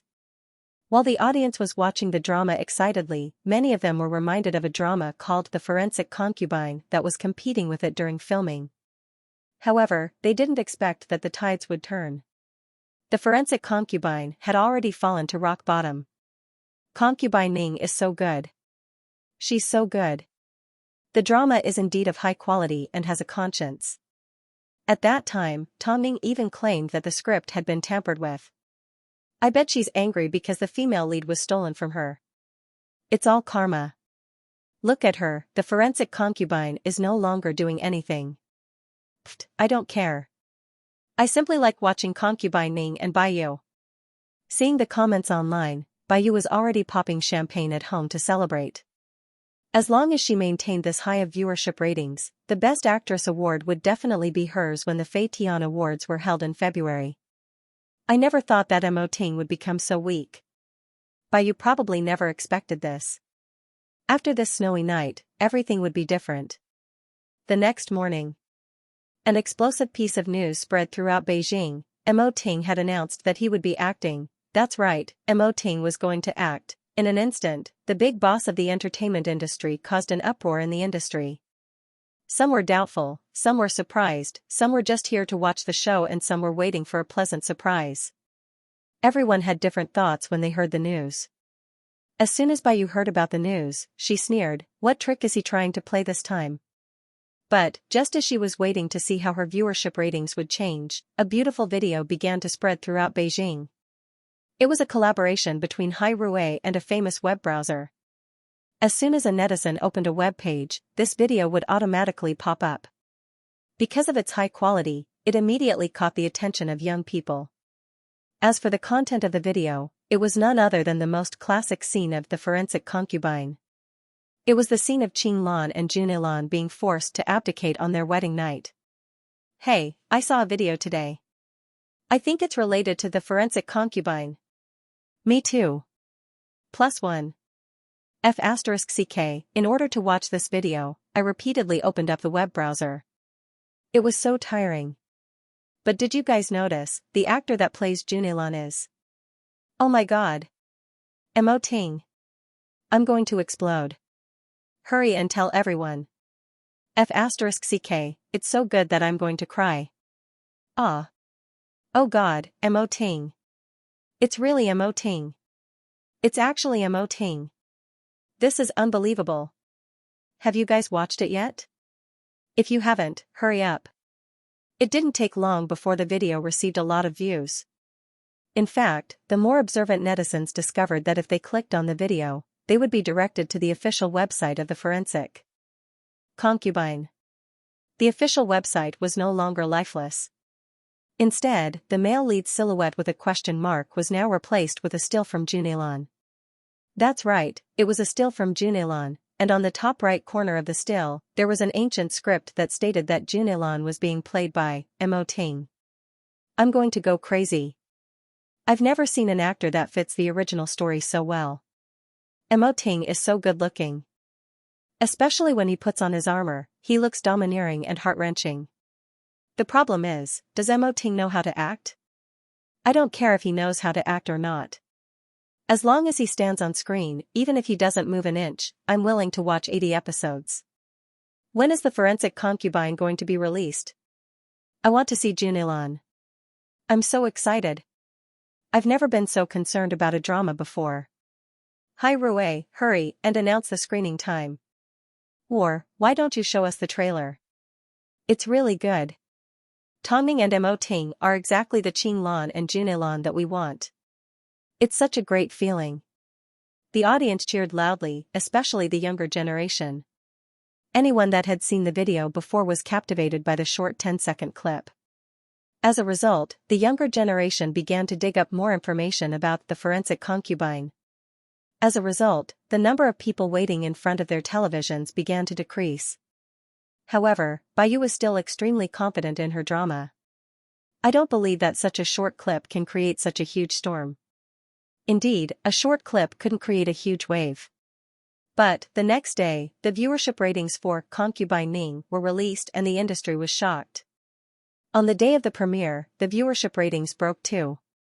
But, 2 days later, the viewership ratings had dropped to 1.4 and less than 1.5, simply because the forensic concubine released a short clip that lasted 10 seconds, Concubine Ning lost almost half of her audience.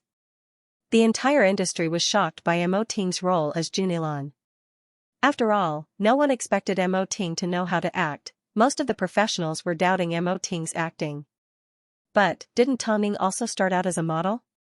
Worst of all, the public's reaction to Mo Ting acting as Junelon was huge. For an entire day, the words Mo Ting and Junelon were at the top of the search rankings. One could imagine, the amount of attention they received was quite shocking. Hai Rui struck while the iron was hot. At 8 p.m. that night, as if they were deliberately going against the broadcast time of Concubine Ning, they released the latest trailer for The Forensic Concubine. It was 3 minutes long. With this 3-minute preview, the fans once again fell into a frenzy. After all, the Junelon that was portrayed by Mo Ting was so handsome that even the gods were enraged. Everyone was attracted to Mo Ting's handsomeness, but in the end, they were conquered by the 3-minute trailer. They had to admit that the acting of the characters in the film, especially Tongming's, was real. As for Mo Ting, he exceeded everyone's expectations. Like a veteran, he was familiar with all sorts of scenes. Wah, it's not satisfying enough. I want to see the real thing. How can 3 minutes be enough? Hai Rui is going to release the real thing.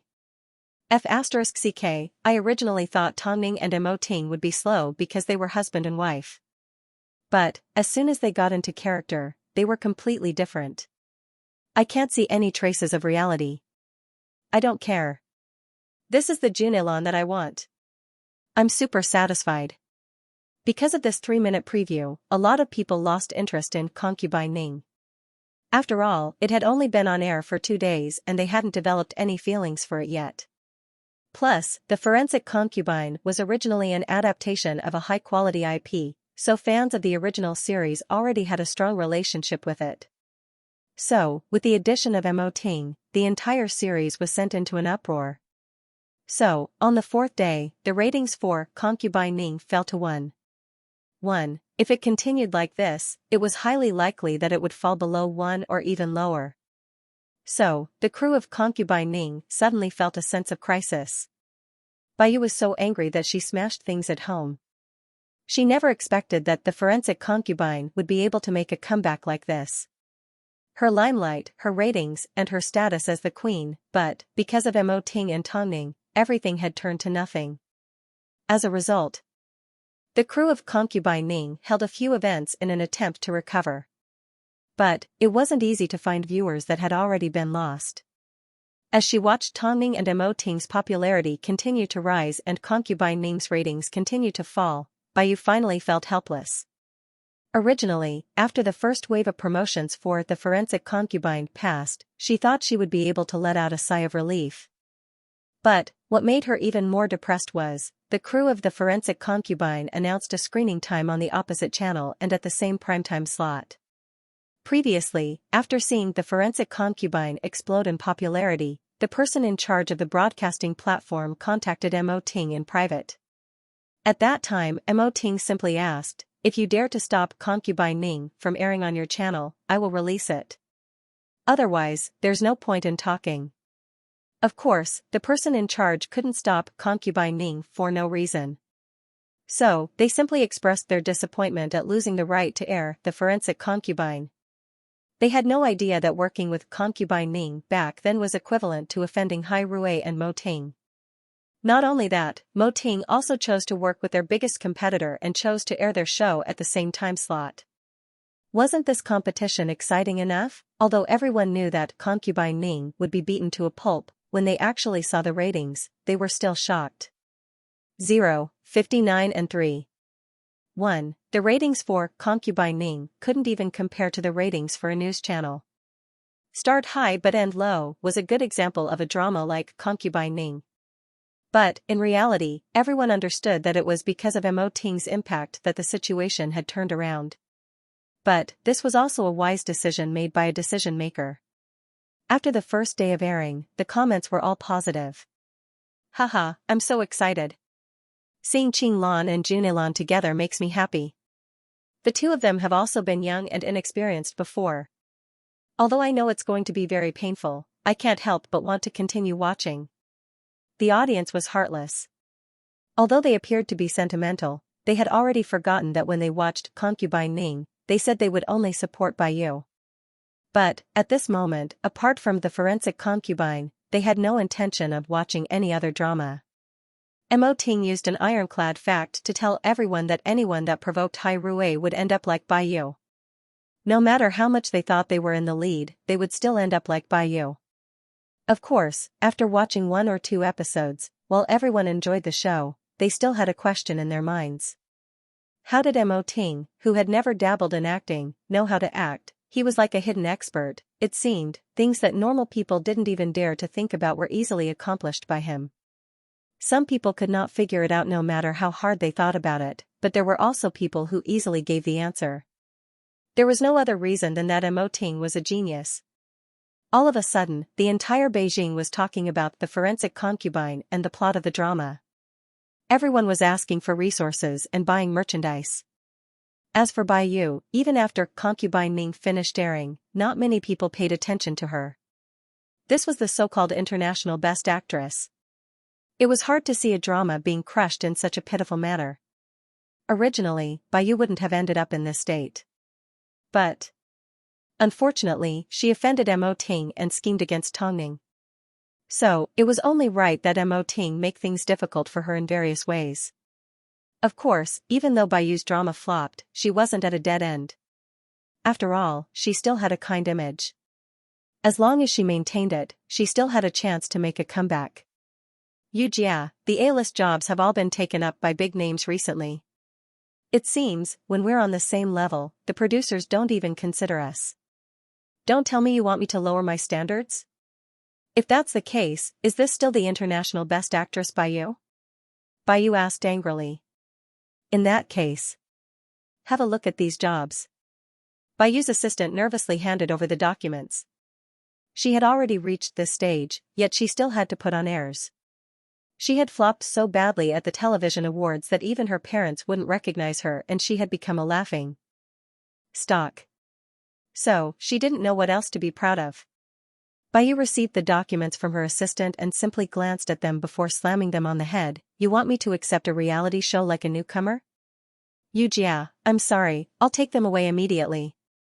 Seeing her assistant pick up the documents from the floor, Baiyu immediately stopped her. Wait, perhaps you can try a reality show. Showing off her EQ was her forte. Her assistant handed over the documents in a daze. After looking through them, Baiyu agreed to participate in a reality show called One Day, One Night.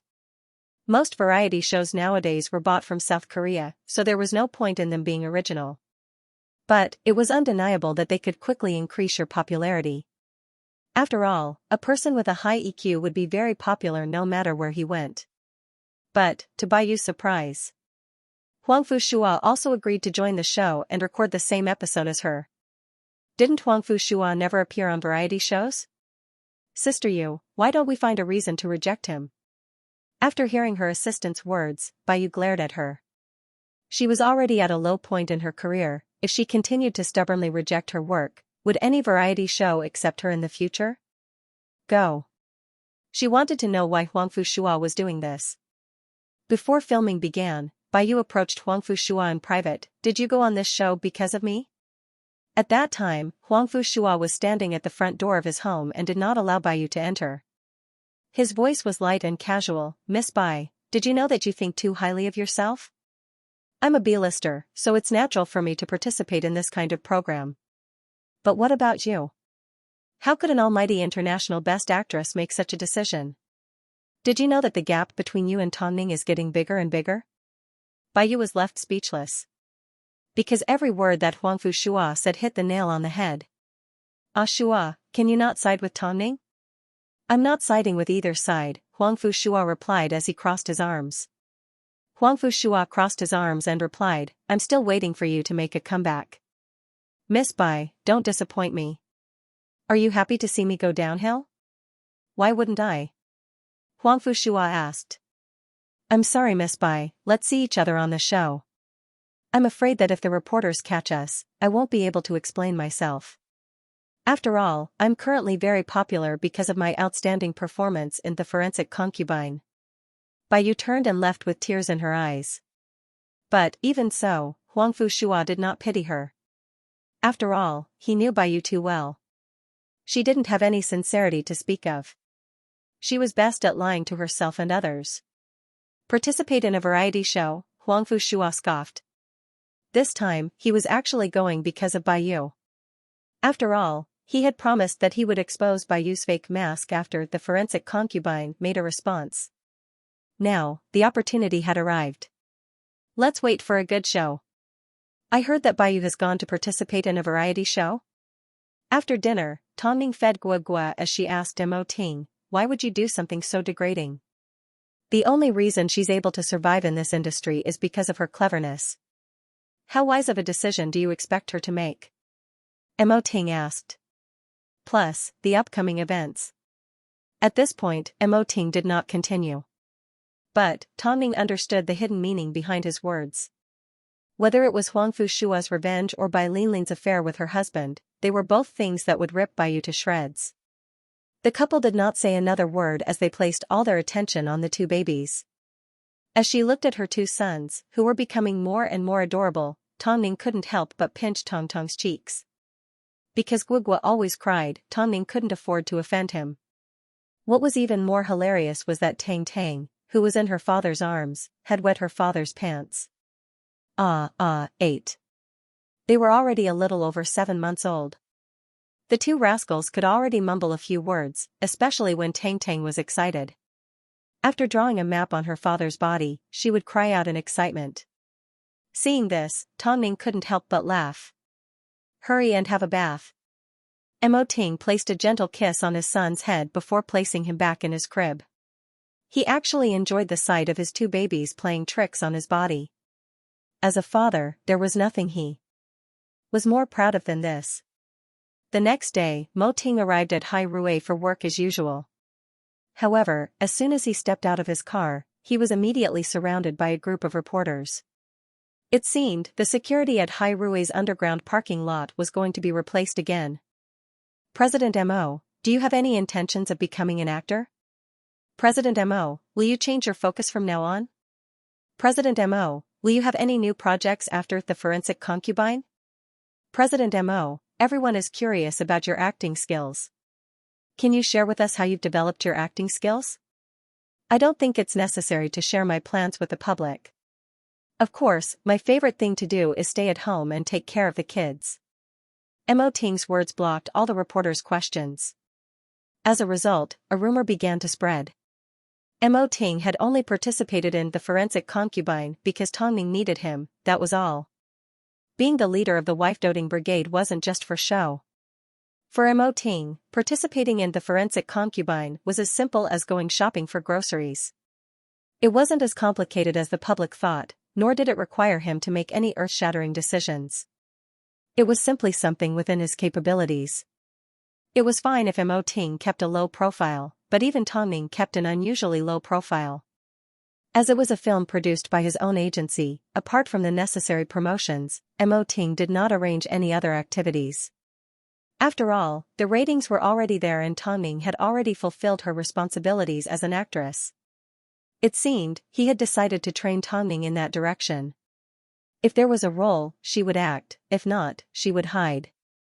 It seemed, he wanted to tell everyone that only a good script would allow Tongning to be active in the industry. She was a true actress that was born to act. This further cemented Tongning's status as a high-quality actress that only acted in good dramas. At this time, Baiyu was thinking about how to make a comeback. The reality show One Day, One Night would place 5 guests on a deserted island and attempt to survive in the wild. They would also leave behind a distress signal, but they would only be given 24 hours to decipher it.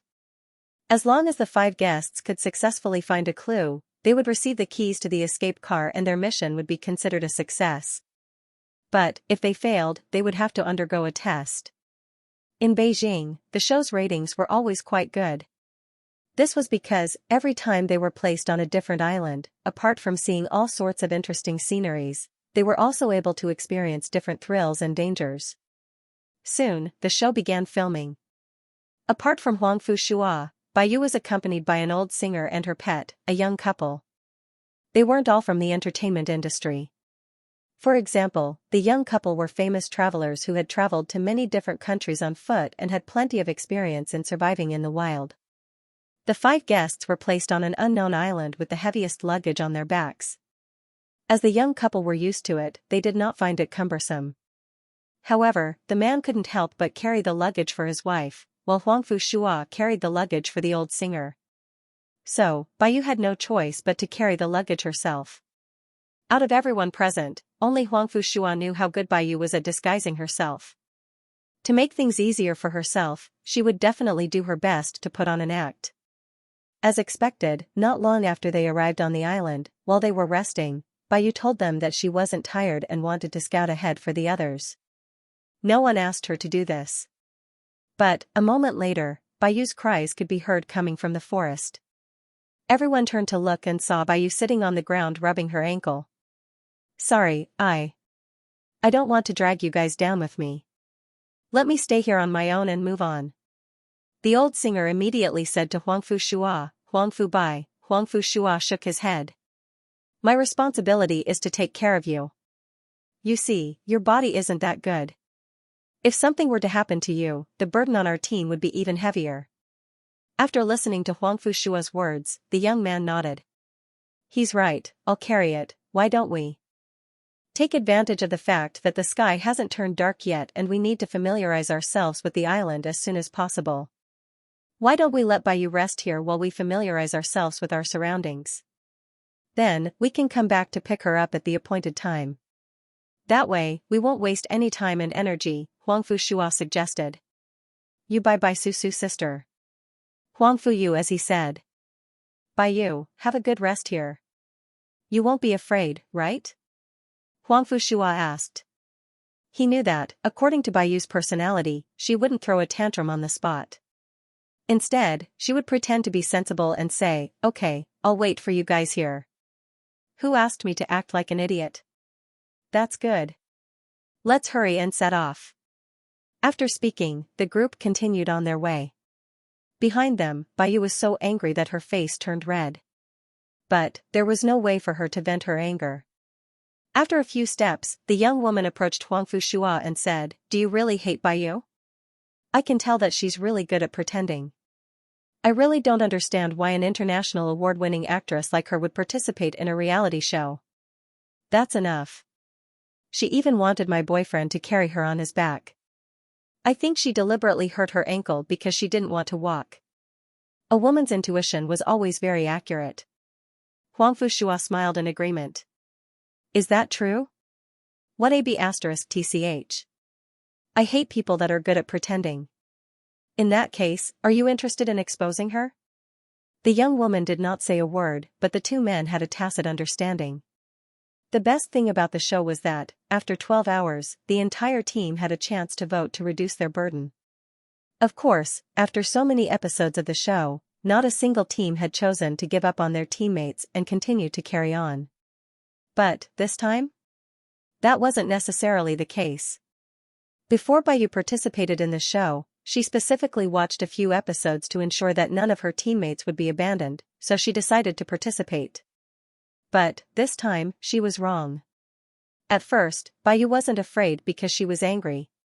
But, as her vision began to blur and night approached, she finally felt her palms start to sweat. She refused to believe that her teammates would leave her in the same spot for a few hours without caring about her. Of course, Huangfu Shua and the others weren't so stupid.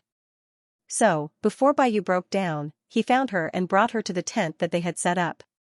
He then began to study the clues that they had found in the few hours that Baiyu was gone. Although Baiyu was present, she couldn't understand a single word. She felt like an outsider.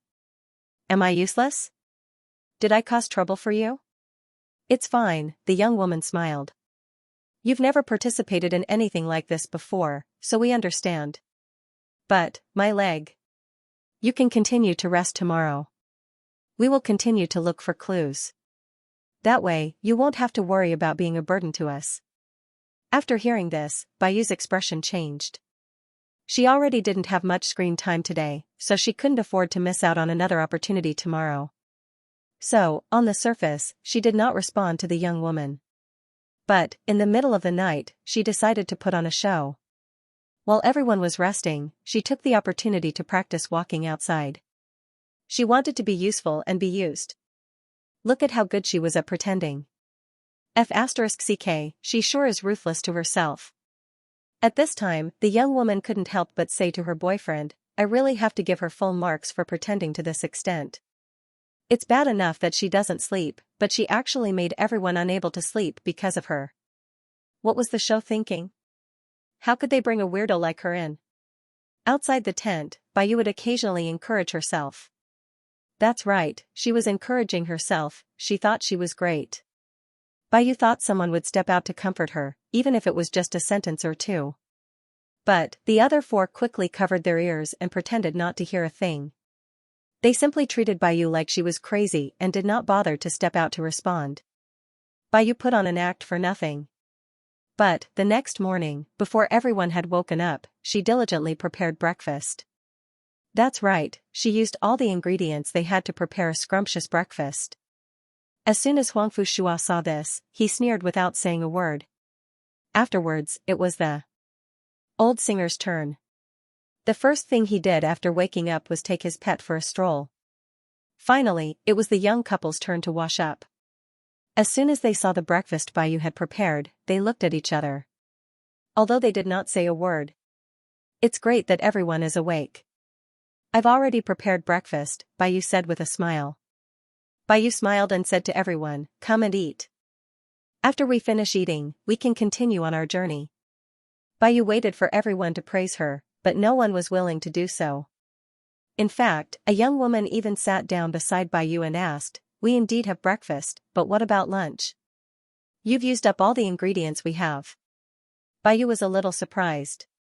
She then pointed to the cameraman and said, "Don't we have food supplies? Miss Bai, did you seriously look at the rules before coming on this show? Who told you that you could receive outside help while surviving in the wild?" Baiyu was completely stunned. Her eyes turned red from being criticized. "I simply wanted to reward everyone for their hard work. I even woke up early." "You've worked hard. You can have breakfast on your own. We need to continue on our journey. Your leg is injured, so you should stay in this safe place. We will come back to look for you. My leg is fine. Hearing that they were going to leave her behind again, Bayu quickly stood up and took a few steps forward to indicate that she was fine.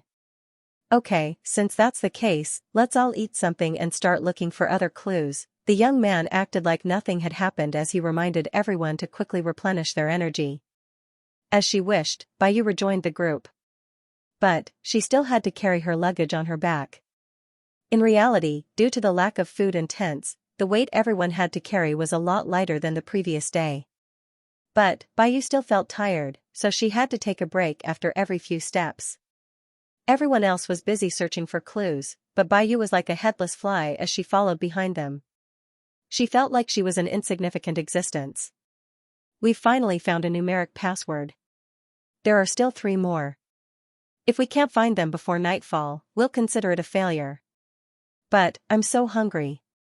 There's not much food left in my backpack. It's all been used for breakfast, the young woman said as she subconsciously looked at Bayu. I really didn't do it on purpose, Bayu immediately apologized guiltily. Forget it, it's normal for you to encounter all sorts of accidents in the wilderness.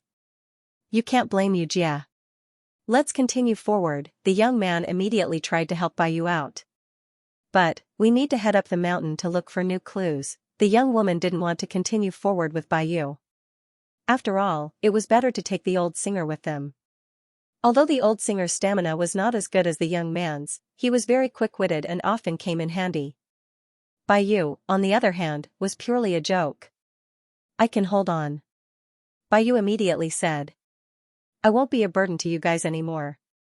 The young woman looked at the young man and the young man looked into the distance. Huangfu Shua followed the old singer from the beginning to the end. The two of them moved forward in tacit understanding. In the end, the young woman had no choice but to say to Bayu, in that case, hurry up. The path up the mountain was difficult to begin with. But, because they were waiting for Bayu, everyone's progress was quite slow. In the end, the young woman couldn't take it anymore and suggested that she go up first. In order to protect his girlfriend, the young man also sped up. Seeing how desperate the two were to win, Bayu said to them, you guys walk in front. I'll carry the things. That way, we can save you a lot of time. The young woman rolled her eyes in the dark. Couldn't Bayu be a little less mischievous? She was already at a time like this, yet she was still trying to show off. Why was she being considerate of others? At this time, the production team's helicopter finally landed in front of them. It was time to eliminate the contestants. The young woman had been looking forward to this moment. She was so unlucky that she ended up participating in the same show as Bayu. The staff handed over a pen and paper and said to the group, write down the burden or person you want to leave behind. Or, perhaps, you want to stick together until the end. Now is the time to make your decision. Bayu glanced at the group. She was well aware of the style of the show, the 5 of them would definitely stick together and no one would be left behind. So, she directly gave up and did not write down anyone's name. It didn't take long before the staff collected all of their notes and said, now is the time to reveal your answers. All of you should be prepared to be eliminated at any time. Bayu wasn't worried at all. But, the others had a tacit understanding. Afterwards, the staff opened the paper and randomly picked out a piece of paper. Bayu, eliminated. Bayu was a little surprised. She looked at the group and smiled awkwardly before waving her hand, it's fine, it's fine. A moment later, the staff opened the second piece of paper and revealed a meaningful smile, Bayu, eliminated. 2 votes. I never thought that I would make you guys so unhappy. Bayu, eliminated. 3 votes. As for the last piece of paper, I don't think I need to open it. Bayu's elimination is already a foregone conclusion. Are you sure this is the result you want? The staff asked. The group looked at each other and nodded their heads in unison. As a result, Bayu was completely eliminated. Bayu never imagined that, after so many years of hosting the show, she would become the first artist to be rejected by the other members of the show to the point of being voted out. That's right, she was directly eliminated. In other words, the content that followed had nothing to do with her. I know I've caused a lot of trouble for you guys and that's why you hate me. But, am I really as bad as you think I am? The girl did not say a word. Huang Fushua was squatting on the floor playing with his dog and the old singer was trying to figure out the clues. Only the young man dared to respond, "You are suitable to be an actress and you are suitable to be glamorous. But, you are not suitable to participate in any reality show. Because, from start to finish, you have been acting as yourself. By you, please board the helicopter. By you, you have been eliminated."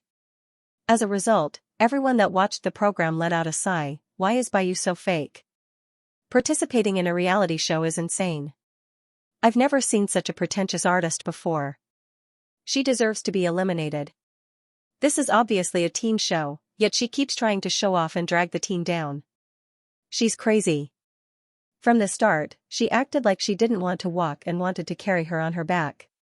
Unfortunately, no one bought her act. Bayu's personality isn't bad, but she likes to be in the limelight. If I had a friend like her in my life, I would be scared.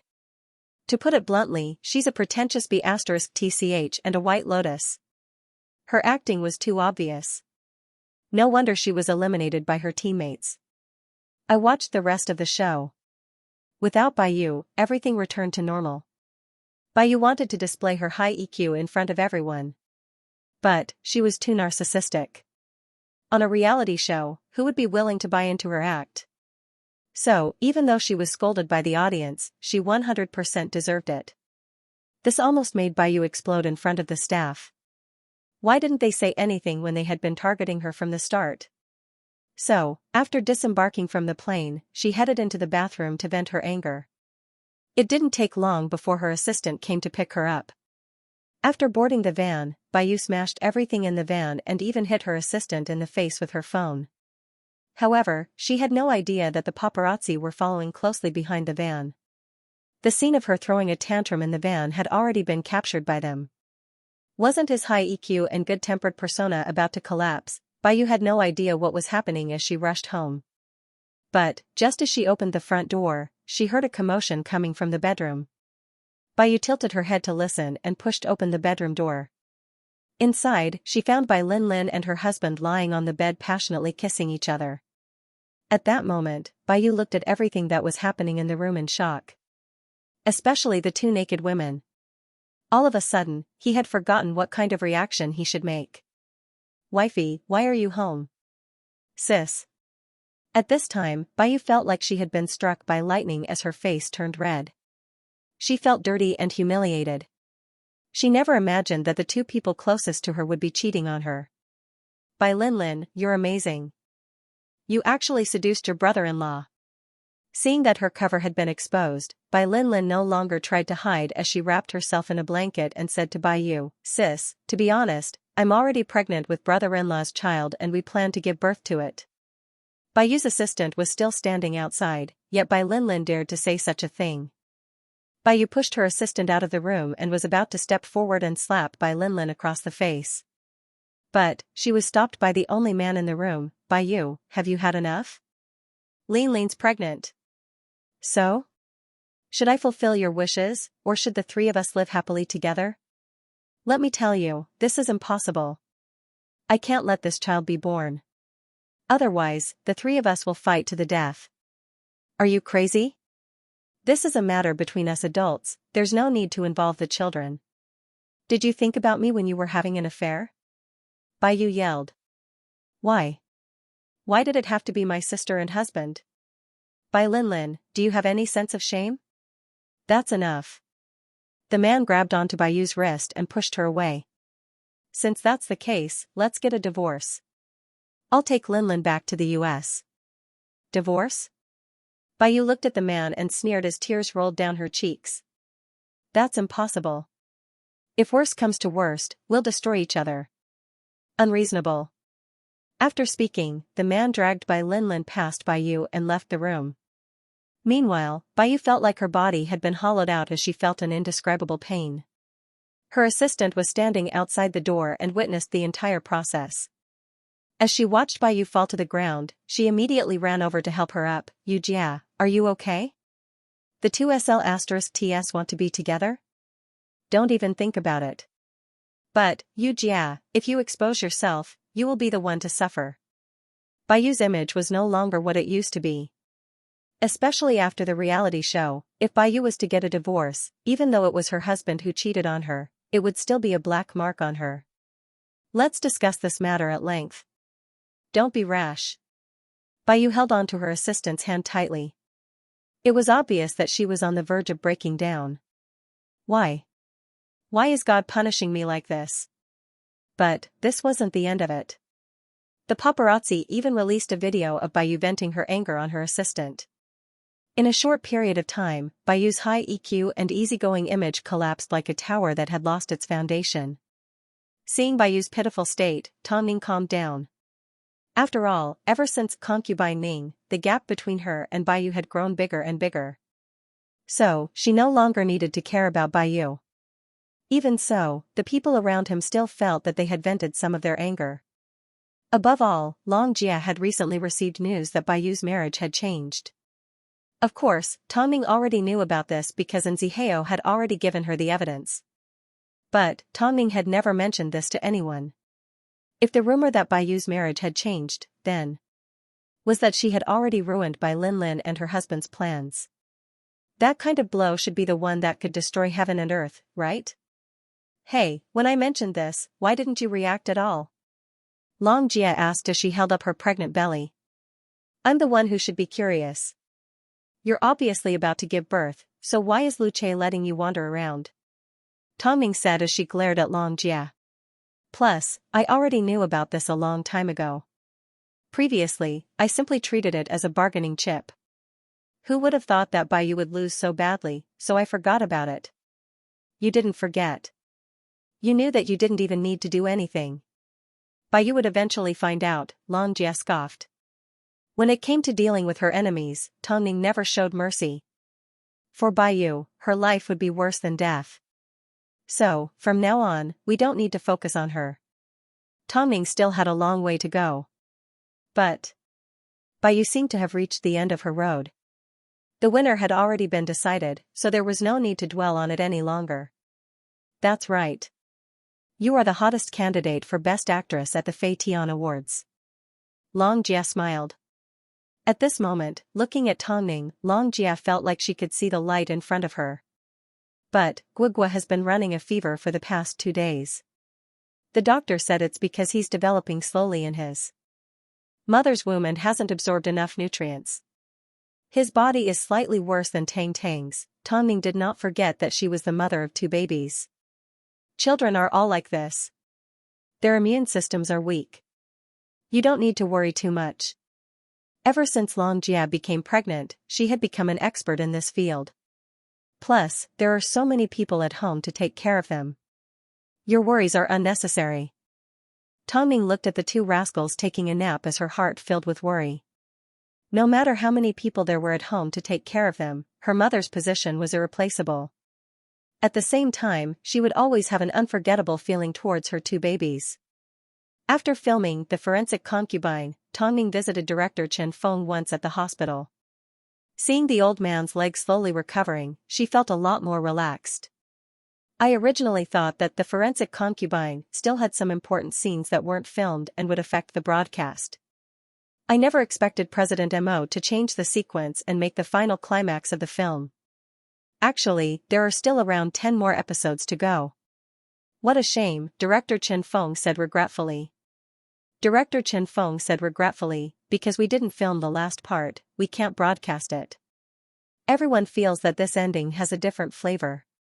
Although it's not as satisfying as the original, it's still a rare piece of work, Tom Ning replied with a smile. Director Chen Feng smiled as he looked at Tom Ning in seriousness.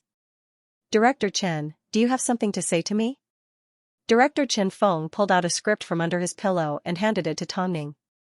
He then said in a serious tone, I recommended you to the production. I'm sure this film will be amazing with your performance. Tom Ning received the script and had a look. The name of the film was Survivor. This story is based on a real incident from 20 years ago. It was a plane crash in Beijing. I've looked through the script and the main character is attractive. So, I recommended you to the production. Go home and have a good look at it before you make a decision. Thank you, Director Chen. You won't even get to wear a clean set of clothes or have a proper meal during the entire filming, let alone your image. You'll look like a crazy woman. Many actresses are afraid of ruining their image, so they don't dare to take the role, but I believe in you. Director Chen Feng believed that Tongning, who had changed careers for the sake of acting, wouldn't care about her image as long as she was given a good role. I will look through the script, Tongning promised in seriousness. Tongning promised Chen Feng in seriousness. However, unlike in the past, this time, the script in her hands felt heavy. This was a movie adapted from a true story, so if she took on the role, she would be given a new mission, and she would feel that she had a great responsibility. This type of disaster film was somewhat similar to WH, but it was also very different. This was because WH was more about imagination and gave the audience a visual impact and experience. However, Survivor was different. This was a true story that had actually happened. Therefore, the feeling it brought to the audience was reality. Of course, Tongning had no idea that this film, Survivor, had broken all the box office records in film history and helped her reach unprecedented heights. Of course, that was a story for another time. After returning home, Tongning handed the script to Mo Ting. Old man Chen gave this to me. Mo Ting put down the documents in his hands, grabbed the script and flipped through it. Elder Chen really understands you. So you approve of me filming Survivor, right? What reason do I have to reject? Mo Ting asked straightforwardly. Tongning didn't know why, but the thought of acting in this film made her feel excited. In fact, she even went into the nursery to hug and kiss the babies. Perhaps others might not understand why, but Mo Ting knew exactly what Tongning was thinking. Because Survivor was extremely challenging and the characters in the film were extremely attractive to Tongning. Above all, Mo Ting had a feeling. This film was going to make Tongning the queen of the film industry. Survivor was produced by the National Film Corporation and was under the jurisdiction of Beijing officials. When they were recruiting actors, they clearly stated that the pay was very low and that it would ruin the actress's image. With such a heavy topic, coupled with all sorts of restrictions, many actresses stopped in their tracks. But, Tongning agreed to the job without any expectations regarding her salary or image. The officials directly announced that Tongning would be the female lead of Survivor. This result was within the expectations of most people. For a role like this that tested one's acting skills, not to mention being old, ugly, and receiving zero pay, even if they wanted her to throw herself at it, she would still do it. So, the public started to ridicule Tongning. No wonder Tongning was able to gain everyone's approval so quickly. As long as it's a good script, she would do anything to get it done. Tongning is extremely thirsty for a good drama. And of course, it's a guarantee of a good one. Haha, an actress like Tongning should be treated like a national treasure. Because we don't have to worry about her doing the same thing in every film, people are always full of anticipation for her work. Everyone in the industry was optimistic about Tongning taking on Survivor. Of course, there were also people that were jealous. I refuse to believe that there's an actress that doesn't care about her image. Just wait and see, Tongning will definitely regret it. If she messes up in a film like this, her job will be ruined. It would be strange if she doesn't drown in saliva. Does she really think she's a national treasure? Isn't she overestimating herself a little too much? Regardless, the news of Tongning being cast as the female lead of Survivor created a huge reaction. But, what was Bai Yu doing at this time? Ever since Bai Linlin and her husband cheated on each other, Bai Yu no longer hated Tongning as much as she did before. No matter how much people hated Tongning, at least she didn't steal her husband or destroy her family. Yet, Bai Linlin, as her biological sister. Thinking of this, Bai Yu felt extremely disgusted. Especially after laying all their cards on the table, Bai Linlin and Jeff became even more fearless in front of Bai Yu. Yet, there was nothing Bai Yu could do. As a public figure, she couldn't even get justice for herself. While everyone's tempers are still fine, you should sign the divorce papers. Otherwise, no one will look good. Bai Yu wanted to yell at Jeff to get lost, but this was a house that Jeff bought, so she had no right to do so. If she left, she was sure that Bai Linlin would not feel guilty and would simply take over her home. If that happened, she would be dreaming if she wanted to come back. I've never seen someone act so righteously after an affair. Even if I break up with Linlin, I can't continue living with you. I can. As long as I can make you suffer, I don't care what it is, I will do it. At this time, Bai Linlin walked out of the bedroom and raised an eyebrow at Bai Yu. Sis, why are you doing this? Shut your mouth. You have no right to speak here. Bai Yu yelled. Jeff has wanted to be a father for a long time, but for the sake of your career, you've decided not to give birth to a child for him. It doesn't matter, as long as you have me, you can continue to work hard. I'll take care of Jeff, Bai Linlin said as she leaned into Jeff's embrace. Her voice was filled with arrogance. Bai Yu looked at Bai Linlin for quite some time. In the end, she squeezed out one word from between her teeth, B*TCH. Sign it. Jeff once again placed the divorce papers in front of Bai Yu and forcefully held onto her hand as he forced her to sign them. Get lost. You adulterer and adulterer. You're an inhumane couple. Bai Yu tore the divorce papers to shreds like crazy and threw the pen in her hand to one side, causing a loud crash. Sooner or later, you will still need to sign it. Jeff was not in a rush. He looked deeply into Bai Yu's eyes before he hugged Bai Linlin and led her into the master bedroom right in front of Bai Yu. Bai Yu directly threw something at the door. The hatred in her heart had already reached the sky. She had never thought that such a vulgar plot would happen to her. She could laugh it off when she heard other people's stories, but when it happened to her, she just wanted to kill the pair of bitches in the room. B*TCH, she wanted to give birth to the child? Don't even think about it, plus, she understood Bai Linlin better than anyone else. After all, Bai Linlin was still young, so she loved to be vain and admired. So, making the child in Bai Linlin's stomach disappear wasn't a difficult task. With this thought, Bai Yu pulled out her phone and gave a familiar person a phone call. Soon, Bai Linlin received a phone call asking her to attend an audition. An audition, Bai Linlin never expected that someone would remember her. So, she said excitedly to Jeff, "Darling, I will be attending a banquet tomorrow night because a director has invited me to film a film." As soon as Jeff heard this, he yelled, "You're already pregnant, why would you film a film? Tongning can film even when she's pregnant, why can't I? Don't worry, I'll take good care of our child. Just let me meet the director, even if it's just a meeting, so that I can fulfill my wish." Bai Linlin clasped her hands together and said sincerely, "I swear, I won't accept it. I'm just going to have a meal. Knowing that someone still remembers me, I'm content. After you go to the United States, as long as you give birth to a child, I can still let you become an actress. I can make you famous. Why do you have to rush now?" Although Jeff liked Bai Linlin's youthful body, most of the time, her thoughts made him scratch his head in frustration. "Honey, just let me go." "As you wish." There was nothing Jeff could do. All he could do was slam the door and leave. Meanwhile, Bai Linlin had no idea that this was a trap set up by Bai Yu. So, the next afternoon, as she left home, Bai Linlin deliberately showed off in front of Bai Yu, "I don't think anyone would ask me to act in a film anymore. After all, my sister's perfect image has been completely destroyed. But, what should I do?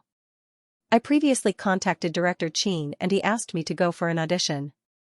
Although the role is small, doesn't that mean I still have hope and you have no chance?"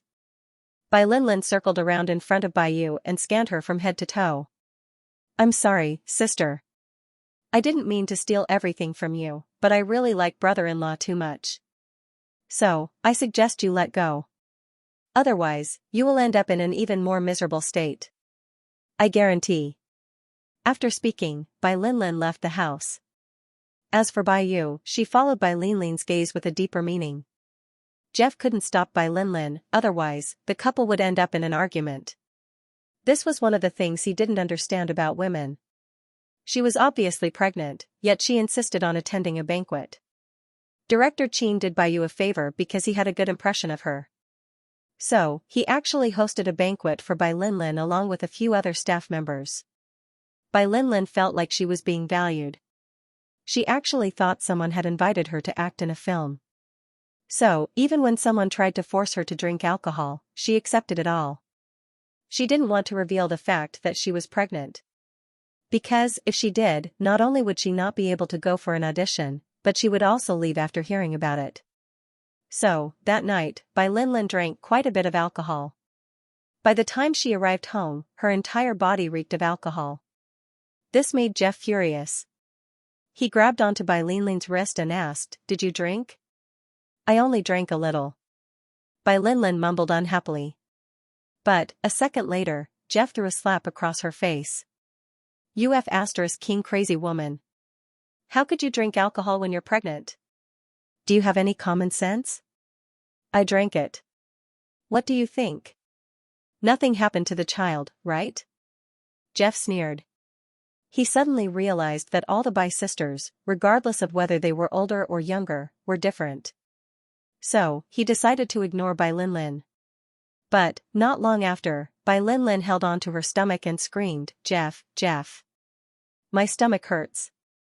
Jeff looked down and saw that Bai Linlin's lower body was covered in blood. From the looks of it, the child wasn't going to be safe. The child hadn't even formed yet this SL*T ran out to drink. Didn't she deserve it? Jeff, save me. It hurts. However, Jeff did not budge an inch as he threw Bai Linlin's hand away and said, "Save you? Who can you blame for taking the child out to drink? SL*T, you're the same as your sister, you're also a SL*T. You don't listen to me, so I can't possibly save you. You can just stay here and die on your own." After speaking, Jeff left the bedroom, leaving Bai Linlin to sit on the floor and moan in pain. Soon, Bai appeared outside Bai Linlin's bedroom door. As she looked at the scene in front of her, her lips curved upwards. "Sis. Save me. Save me. Of course I will save you. But, I want you to have a taste of this before I save you." Bai crossed her arms and stood calmly in front of Bai Linlin's bedroom door. It wasn't until Bai Linlin completely fainted from the pain that Bai called the ambulance. Afterwards, Bai Linlin was sent to the hospital. Of course, the child couldn't be saved. But, most importantly, it attracted a large number of reporters. And this time, Bai did not avoid the questions. She did not avoid them at all. She was no longer the Bai that cared about everything. This time, she decided to be herself again. "Bai, may I ask if Bai Linlin really had a miscarriage? In that case, did she get pregnant out of wedlock? Can you tell us who the father of the child in Bai Linlin's stomach is?" Under normal circumstances, when a reporter asked a sharp question like this, no artist would respond seriously because it was too rude. The reporters never expected that Bai would actually respond. So, a lot of the questions were simply asked to create hype. But, facing the black hole of the camera, Bai remained silent at first. After a while, she finally said, "That's right, Bai Linlin is indeed pregnant." As soon as the reporters heard this, they looked at each other and asked, "Then, who is the father? How did Bai Linlin have a miscarriage? Why did Bai Linlin have a miscarriage?" Hearing this question, Bai suddenly felt it was quite funny. She ruined someone else's family, so she deserved a miscarriage. The reporters had never seen Bai like this before. She had always maintained a good image and high EQ in front of the cameras. But, for some reason, this time, Bai did not hold back at all. It was like she had suddenly become a different person. She ruined someone else's family, so she deserved a miscarriage. Even so, Bai Linlin was still her own sister. Didn't Bai feel heartache at all? "Miss Bai, can you be more specific? Whose family did Bai Linlin break into?" After hearing this question, Bai gestured for the reporter to turn the camera towards Bai Linlin. "Please focus on that person and remember the consequences of ruining someone's family. She's not ruining someone else's family, she's ruining her own sister's family. When I wasn't around, she hooked up with my husband. After I get home, I will announce my divorce. I know, if this matter is announced, I will become a laughingstock in the industry. I don't want to stay here any longer, so I will return to the US. But, before that, I hope this adulterous couple will receive the punishment they deserve. Although Bai Linlin is my sister, I don't want to forgive her. Plus, from today onwards, she will no longer be my sister. As for the details of the seduction, I think it's more appropriate for you to ask the person in question. Also, from now on, please don't disturb my life anymore. I admit defeat. I don't want anything, I just want some peace. I hope you reporters can fulfill my wish. After speaking, Bayu pushed the reporters away and left the hospital with her head held high. I've wanted to get into trouble for a long time. I've wanted to, after pretending for so long and for so many years, she had had enough. Now, this was just the right time. Above all, she was convinced by Tongning. Not only was she a good person or her acting skills, but she had never let anyone down. So, she lived an honest life. On the other hand, she had done so many things that she shouldn't have. Now that she was betrayed by Bai Linlin and her husband, she felt she deserved it. Perhaps, he had done a lot of things wrong.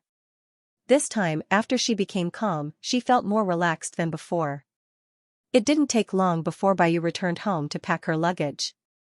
But, Jeff suddenly appeared in the living room and tried to stop her. Darling, what are you doing? Bai Linlin is at the hospital. You should go see her. Wifey, I was wrong. Jeff took a few steps back and knelt down with a thud. But, it's too late, Bayu said coldly. You and that B*TCH, Bai Linlin, can die together. I'm going to sign the divorce papers. After speaking, Bayu dragged her luggage and left the house. Meanwhile, the man behind her kicked the chair beside him in regret. It was over. Everything had come to an end. Bayu packed her luggage and immediately returned to the US. But, before she left, she left a note for Tongning. Mo Ting received it at Hai Rui and returned home to hand it to Tongning. It was a strange feeling to receive something from one's enemy. But, Tongning still opened the envelope to see what was written inside. In reality, there was nothing else. It simply said, "You've won. You've won fair and square." It seems, Bayu has suffered a huge blow. The pain of being betrayed by two people is naturally deep. Mo Ting looked at Tongning in seriousness. He was reminded of the time when Tongning was betrayed by Han Yufan.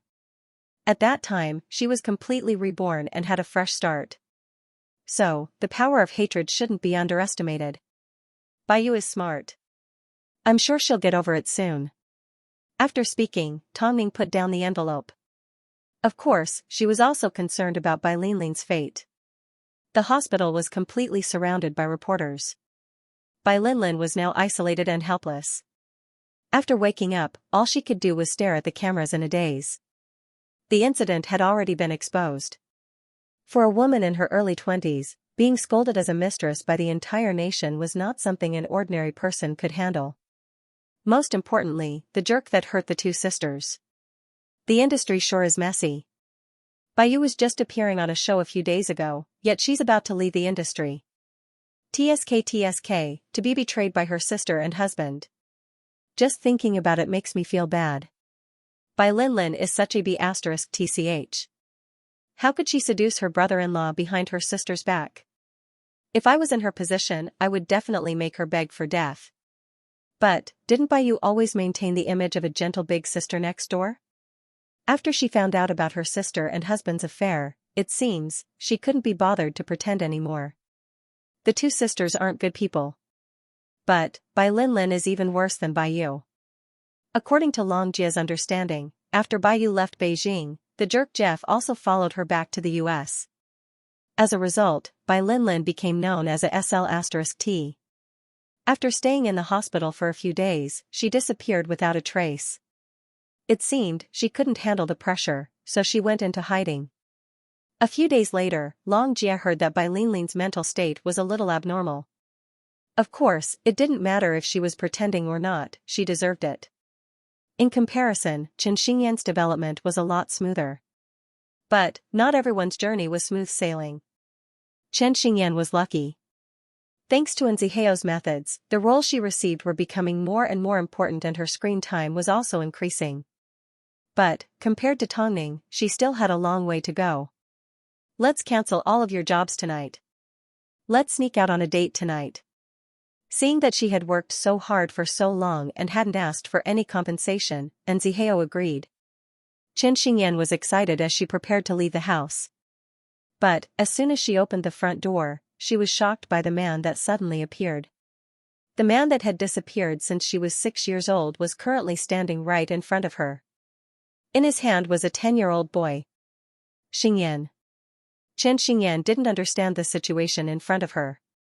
She simply stood there in a daze until Nziheo held her from behind. How did you find this place? The filming environment for Survivor was obviously going to be tough. In order to film the film well, apart from taking care of the babies, Tongming spent all her time training her body. As a result, she looked healthier and healthier. In fact, her waistline was clearly visible on her abdomen. After the incident with Baiyu was over, the Beijing entertainment industry returned to normal. While Tongming prepared for her role, she also updated her fans on her recent situation. However, 1 month before the start of filming for Survivor, Mo Ting's ears started ringing due to his long period of fatigue. Mo Ting purposely hid it from Tongming, so Tongming had no idea that Lu Che had taken time off to accompany the baby. So, only Mo Ting knew about his condition. That night, after feeding the babies, Tongming stood behind Mo Ting and told him about Qin Xingyan's father. But, for the first time, Mo Ting did not respond. Tongming called out suspiciously, but Mo Ting did not hear a word. He simply leaned against the side of the crib and fell asleep. Seeing this, Tongming's heart ached a little. On the outside, Mo Ting was the decision-maker at Hai Rue. From morning till night, there were countless things waiting for him to decide. But, after returning home, he was the father of 2 children, so he had to help take care of them. Tongming fed them once every few hours, but he was always by her side and never once did he miss out. Was he tired? Tongming couldn't help but put down the babies and approach Mo Ting. However, as soon as she reached out her hand to touch the man's body, Tongming immediately realized that not only had Mo Ting fallen asleep, his body was also burning up. It was winter and the weather was freezing cold. Although the heater was always on at home. Thinking about how Mo Ting kept waking up to take care of Guogua, Tongming felt a little guilty. So, she immediately gave Xia Yuling a phone call and asked her to come over and take care of the babies. After Xia Yuling arrived, the 2 women helped Mo Ting upstairs to his bedroom. Don't just focus on yourself all day. You should also take care of Mo Ting. The babies are important, but does that mean the father isn't? Xia Yuling nagged. From the moment you got married, Xiao Ting has never done anything wrong. You should take care of his health too. He's busy with work, but he still has to worry about you when he's home. Okay, Mom. I'll leave the babies in your hands. Take good care of him, Xia Yuling instructed before she ran downstairs to look after her 2 grandsons. Tongming immediately helped Mo Ting change his clothes, wiped his body clean and cooled him down. But, he did not wake up. He was still in a deep sleep. Looking at Mo Ting's sleeping face, Tongming couldn't help but reflect on herself. Mo Ting had already endured so much for her, yet she took it more and more for granted. Since they were husband and wife, she never felt that a man was born to protect and love a woman. There was no love that could last forever just because one party dotes on the other. Girls outside always yearned for handsome and rich men who could dote on them for a lifetime, but feelings were mutual. If one party gave and tolerated the other for a long time, then the relationship would eventually come to an end. Men were also easily tired. The reason why Tongming received so much love from Mo Ting was because she was determined to improve herself and doted on Mo Ting. Mo Ting was well aware that for him, Tongming was willing to give up everything, even her life. Only by doing it for each other could a relationship like this last. In love, there was no room for selfishness. She originally thought, with how tired Mo Ting was, he wouldn't wake up that night. But, at 2 a.m., he suddenly moved, waking up Tongming who was sitting by his bedside. What's wrong? Seeing Tongming was still awake, Mo Ting propped himself up and looked around. After a few seconds, he finally asked, "Why aren't you asleep yet? Did you know you had a fever?" Tongming sat up from the sofa and leaned into Mo Ting's embrace. "Did you know you scared me?" "I'm fine. It's just that I've been a little busy lately." "Why did you suddenly wake up?" Tongming refused to believe his nonsense. He obviously woke up last night, that's why he had a fever. Normally, at this time I would be feeding the 2 rascals milk. Mo Ting let out a sigh of relief. Mo Ting let out a sigh of relief. perhaps it's a biological clock. As soon as it's time, I naturally wake up. After hearing this, Tongming's tears naturally rolled down her cheeks. How could you have so much love for me and our child? Did you know, by acting like this, you're drowning me in your love? So, the child. Mom is taking care of it, Tongming replied. Tomorrow, I'll ask Lu Che to arrange a plane ticket to the Maldives. Let's go relax for a few days. I'm fine. You need to rest, Tongming said in seriousness. I'm not discussing this with you. Listen to me. Okay?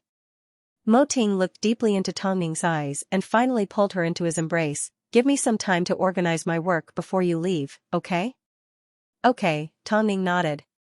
Sometimes, Tongming couldn't help but wonder if she was too stubborn to make Mo Ting so tired.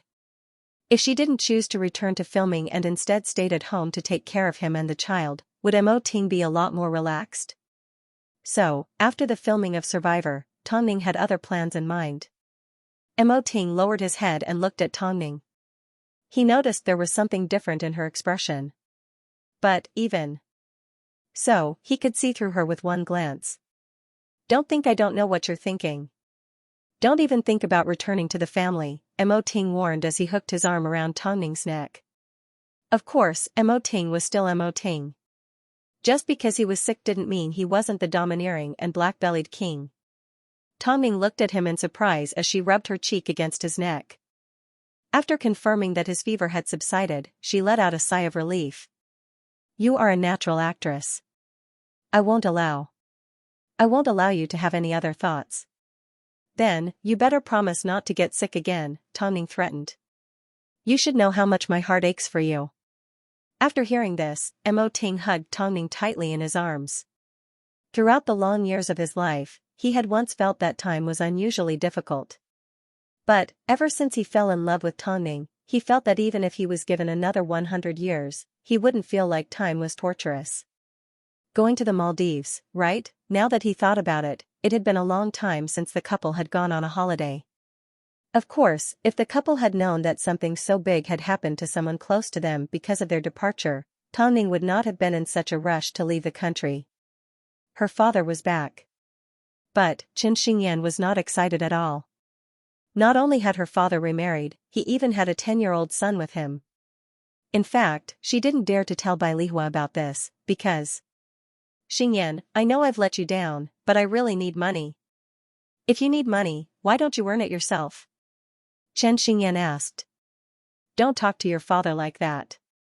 And Zihao leaned against Chen Xingyan's elbow, trying to stop her from saying something wrong and making him feel even worse. Am I wrong? I've always thought that my father went missing when I was 6 years old because he got into an accident and couldn't find his way home. Isn't it good for me to keep thinking like that? Chen Xingyan asked the man that hadn't shown his face for many years with tears in her eyes. In reality, for a person to suddenly disappear without a trace, it was definitely not an accident. This was something that Chen Xingyan had understood many years ago. Xingyan, I know you're a big celebrity and you have money. I beg you, please save your brother. If I had a choice, I would never appear in front of you. The man looked old and wore reading glasses. He held onto the quiet son in his hands and did not want to let go of him for even a second. Chen Xingyan remained silent. After quite some time, Zihao finally said to Father Shen, you can go home for now. Father Shen understood that it was difficult for Chen Xingyan to accept all of this, so he sighed and left the apartment with his son. Why? If you didn't have any expectations for your father, you wouldn't feel so bad. Stay at home, I'll go see if he has a place to stay. Chen Xingyan originally wanted to tell Zihao not to worry about anything, but as the words reached the tip of her tongue, she couldn't find the words. In the end, she simply said, I'm going to work. After Zihao escorted the father and son to the hotel, he paid for their room. Father Shen looked at Zihao. After entering the room, he almost knelt in front of Zihao. I beg you, please persuade Xingyan to help me. With all due respect, you haven't fulfilled your responsibilities as a father to Xingyan. So, you have no right to ask Xingyan to do anything for you. Father Shen was well aware of this, so he finally stood up. Are you trying to force us to our deaths? How much do you want? Father Shen froze for a moment before he replied, 1 million. This is my son's medical report. I can agree to give you the money, but I have one condition. I want you to leave Xingyan and her mother's sight from now on. As long as I can save my son, I will stay far away from her from now on. Shen father promises. And Zihao confirmed the medical report and threw it to one side. Actually, he really wanted to say that as long as it was something that could be solved with money, he didn't want to talk to these people about his true feelings. After all, people who could abandon their wives and daughters had no such thing as true feelings. However, he did not know that his generosity this time had led to a very big disaster. The next morning, Tong Ning and Mo Ting boarded a flight to the Maldives. The babies were temporarily handed over to Bai Lihua and Xia Yuling. Now, the two mothers were as close as sisters, and Bai Lihua often stayed at the Tang family home. The two families were like a family.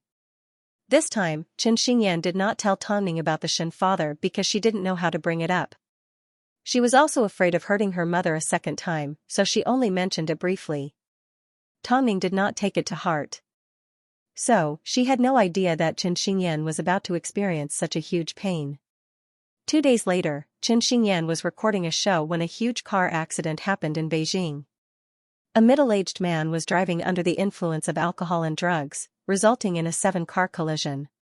2 people died on the spot, 3 were seriously injured and 4 were lightly injured. The news quickly found out the background of the man.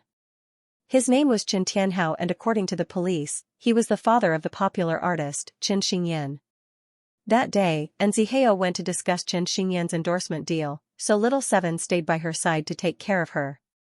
The police then contacted Little Seven. As soon as Chen Xingyan finished her show, Little Seven immediately said, "Something's happened. I'm afraid we'll need to go to the police station." "What's wrong?" Chen Xingyan thought something had happened to Zihao. But, when Little Seven showed the news to Chen Xingyan, she was shocked, but she pretended to be cold. "What does this car accident have to do with me?" "But, the police want you to go to the police station immediately. There is an unknown amount of money in Uncle Chen's bank account that the police want to verify." "What kind of money?" Chen Xingyan had no idea that Zihao had given money to Father Chen, so she looked at him confusedly.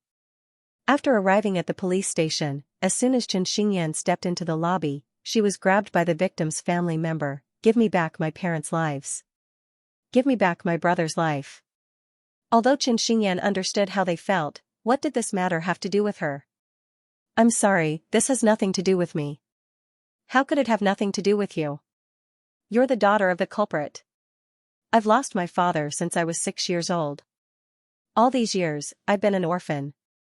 What do you want me to take responsibility for?" Chen Xingyan asked. "No shouting is allowed in the police station. Chen Xingyan, come in for questioning." Seeing the commotion outside, the police stepped out and yelled as they led Chen Xingyan into the interrogation room. "Do you know what happened to your father?" the police asked. "I've heard that your father contacted you a few days ago." "I have no father." After a short pause, she explained, "That day, he suddenly asked me for money and asked me to save his son, but I ignored him." "But, what do we do with the money that was transferred from Zihao's account?" the police officer asked. Chen Xingyan received the receipt from the police and confirmed that it was indeed from Zihao. There was no mistake. This idiot, why was he cleaning up after her behind her back again? Did you know? Because of this money, Chen Tianhao bought a luxury car, drank, gambled, took drugs, and got into fights. There was nothing he didn't do. And because of this money, he had the capital to commit crimes. He bought drugs, drove drunk and harmed 6 families at the same time. After hearing this, Chen Xingyan's eyes grew wide in shock. She immediately said to the police, "That's right, I asked my manager to transfer the money to him because I didn't want him to bother me anymore. But, I simply transferred the money. Did I break the law? In the end, I thought he did it to save someone. I had no idea that he had other intentions." The police glanced at Chen Xingyan and shook his head helplessly. "I'm afraid your conscience will never be at peace for the rest of your life." Chen Xingyan's tears immediately rolled down her face. But, she quickly wiped them away and gave Bai Lihua a phone call. In the end, she simply said to the police, "Listen to the police. Chen Xingyan's father is worse than a pig. A person like him should be sentenced to death. With this, it's impossible for Chen Xingyan to continue in the entertainment industry. It's so embarrassing to have a father like this. He's going to be a stain on her for the rest of her life. He took drugs and drove drunk. A person like this should be torn to pieces. If even her father is like this, it's obvious that Chen Xingyan isn't a good person. Chen Xingyan sure is unlucky. I heard that her father went missing when she was 6 years old. It wasn't easy for him to reappear, but he ruined his daughter's future. That's right, Chen Xingyan knew that because of this incident, she could no longer continue in the entertainment industry. In fact, she couldn't drag Xianxia and Mo Ting down with her. So, after the police finished their interrogation, Chen Xingyan walked out of the room and bowed apologetically in front of the family. I apologize on behalf of my father. I hope that you can forgive me. I will do my best to make up for the harm that your family has suffered, even though I know that material things can't save a precious life. Don't even think about it. Don't expect me to forgive you. No. Chen Xingyan replied. I'm not going to beg for mercy on behalf of my father. I will leave everything to the law. I simply want to apologize to everyone for what I did wrong. The family remained agitated. They even approached Chen Xingyan, tugging on her clothes and slapping her across the face. At this time, Xianxia rushed over and immediately separated Chen Xingyan from the crowd. He then shielded her behind him. Chen Xingyan is also a victim. She lost her father when she was 6 years old. Now that she's finally reunited with him, the first thing you do is ask for money. If you want to cause trouble, you should be looking for the culprit. The family gradually calmed down. Meanwhile, Chen Xingyan left the police station under Xianxia's protection. I will find a lawyer. No need, Chen Xingyan replied. Take me to Hyatt Regency. I want to be alone. Xingyan. I will never appear in the entertainment industry again, and I will never be the superstar that you think I am. With this stain on my past, I will forever be the daughter of a murderer, Chen Xingyan said in seriousness. So, let's cancel our contract. What do you mean?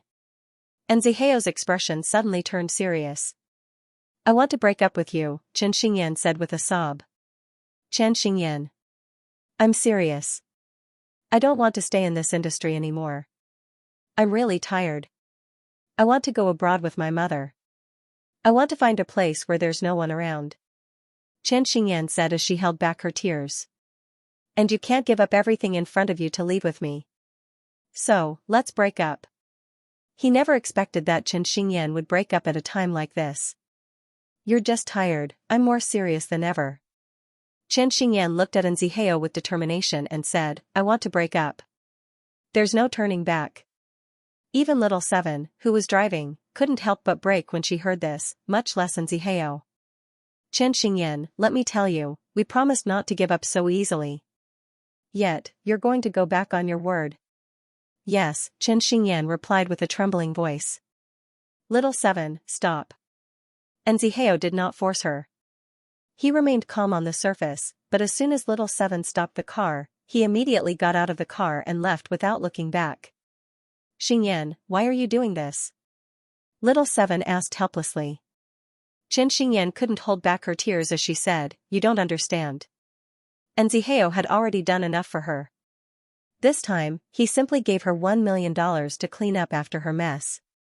If Xianxia was to find out that the money he transferred out was used by the Shen father to commit crimes, he would never be able to live in peace for the rest of his life. Since someone was going to get hurt, she was going to take responsibility for it. Xianxia was ambitious and capable, while she simply wanted to be a stunt double. So, their value was completely different. Above all, the public couldn't know that Xianxia was the one who transferred the $1 million. Otherwise, it would be a huge blow to Xianxia. She knew that she was still young, but it didn't mean that she couldn't take responsibility.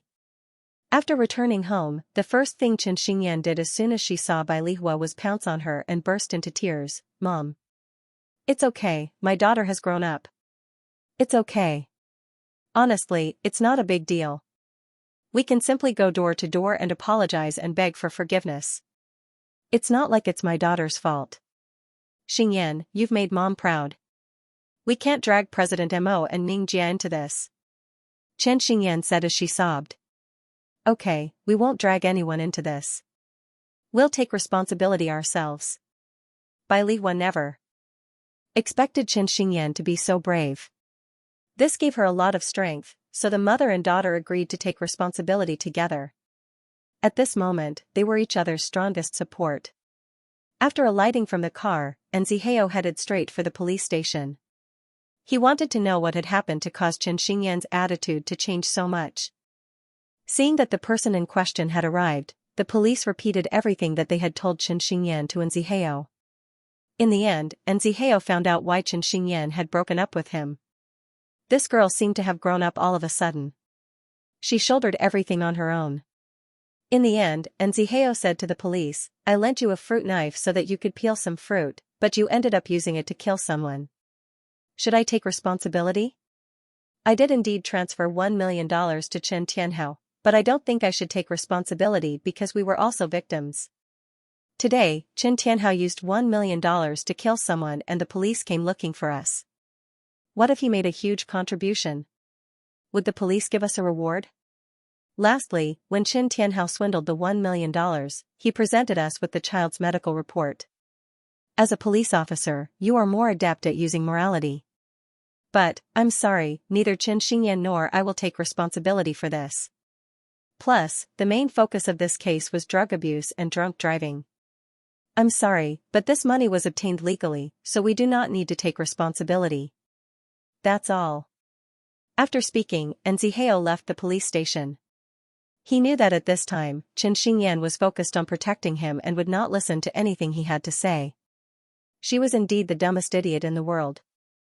Because Chen Xingyan knew that Nziheo was willing to go bankrupt for her and was willing to do even more for her, so Nziheo did not rush to contact Chen Xingyan. Instead, he went to look for information on the victim. To prevent the mother and daughter from getting hurt, he was going to be very busy from now on. As soon as Tongming and Mo Ting received the news from overseas, they decided not to take a few days off and rushed back to Beijing. After returning to China, Tongming originally wanted to have a chat with Chen Xingyan. But the mother and daughter did not want to cause trouble for Mo Ting and Tongming, so they went into hiding. Why would they hide from something like this? After all, it wasn't their fault. Because of this, Tongming specifically visited Nziheo's apartment. However, as soon as she entered the love nest where the couple had once lived together, she couldn't help but sigh. It doesn't feel good to be abandoned, does it? Aha! Nziheo was sitting on the sofa drinking wine. He was dressed in a set of grey home clothes and looked relaxed. But, I understand her. Honestly, she doesn't want to drag me down. But, the truth is, I didn't handle this matter well. In that case, what do you plan to do? Tongming asked as she sat opposite Nziheo. I can't let her lose her career as an actress. Even if she wants to quit, she needs to do it on her own accord. I can't let her do it because of pressure from the outside world, Nziheo replied as he sipped on his wine. We have watched Xingyan get to where she is today. You played a huge part in turning her from a naive little girl to the person she is today. Tongming stood up and walked over to Nziheo. She then patted him on the shoulder. I originally thought you would give up. But, seeing you like this, I'm relieved. Tongming, I actually need Mo Ting to show his attitude. He has never publicly acknowledged Xingyan's identity, but if he doesn't want to, I won't force him, Nziheo said. Although Xingyan doesn't need it, she needs power at the moment. Don't worry, I'll make arrangements. After speaking, Tongming left Nziheo's apartment. Sometimes, the world was just so unfair. You were kind and innocent, and you didn't think you had done anything illegal, but because of your family, you had to bear a burden that you couldn't bear. How many people in the world were silently suffering from the pain of their family? Tongming couldn't let Chen Xingyan suffer like this. Even if Chen Xingyan and that man had an irresistible blood relationship. But, what did she do wrong? After returning home, Tongming discussed with Mo Ting, we need to find Xingyan as soon as possible. She shouldn't be the one to lower herself. Most importantly, Mo Ting's mother was also involved. How could he let Bai Lihua bear the consequences of the jerk's actions? So, Mo Ting gave Lu Che a phone call, immediately find out where my mother and Chen Xingyan are. After you find them, bring them back. Chen Tianhao had killed a total of 2 people, a middle-aged man and a young man. As for the other 2 people that were seriously injured, one of them had a special identity. He was the son of a Beijing government official. He had gone out with his friends to play, but no one expected such a tragedy to happen. Chen Tianhao was definitely not going to escape this time. But, Bai Lihua and Chen Xingyan, who had been dragged down by him, had to face reality. Chen Xingyan and Bai Lihua, Chen Xingyan, Li, Xingyan, Xingyan, Xingyan, Xingyan, Yan, Li, Tian, Xingyan and Xingyan, to Xingyan, Xingyan, Chen, to Xingyan, they were to Xingyan, Chen, Li, Chen, A, Yan, they. You, they. Li, you. I. Yang, Xau. Don't let my husband die with grievances. This was the middle-aged man's wife. She was extremely agitated. As soon as she saw Chen Xingyan, she grabbed her by the collar and began to hit her like she did at the police station. But, Chen Xingyan did not retaliate. Madam, if you want to hit someone, hit me. Don't hit my daughter. Stop pretending to be merciful. Why are you putting on an act? Get out of here. Get out. The middle-aged man's wife kicked the 2 out. From the looks of it, it was impossible for them to forgive her. Of course, Chen Xingyan understood how they felt. But, what could she do? If she could bring someone back from the dead, she would be willing to sacrifice her life for it. Afterwards, Chen Xingyan and Bai Lihua went to another home. Of course, they received the same treatment, there was no difference. But, they still insisted on going to the hospital to visit the other 4 seriously injured patients. One of them was the official's son. Did you think that buying a few things and apologizing would make up for the loss of my friend's life? Let me tell you, it's impossible. I want you to carry this guilt for the rest of your lives. We're not going to plead for that person. We simply want to show our sincerity, Bai Lihua said patiently. There's no need. Unless you kneel down, don't expect me to forgive you. The man was sitting in a hospital bed with either bandages or a cast on his body.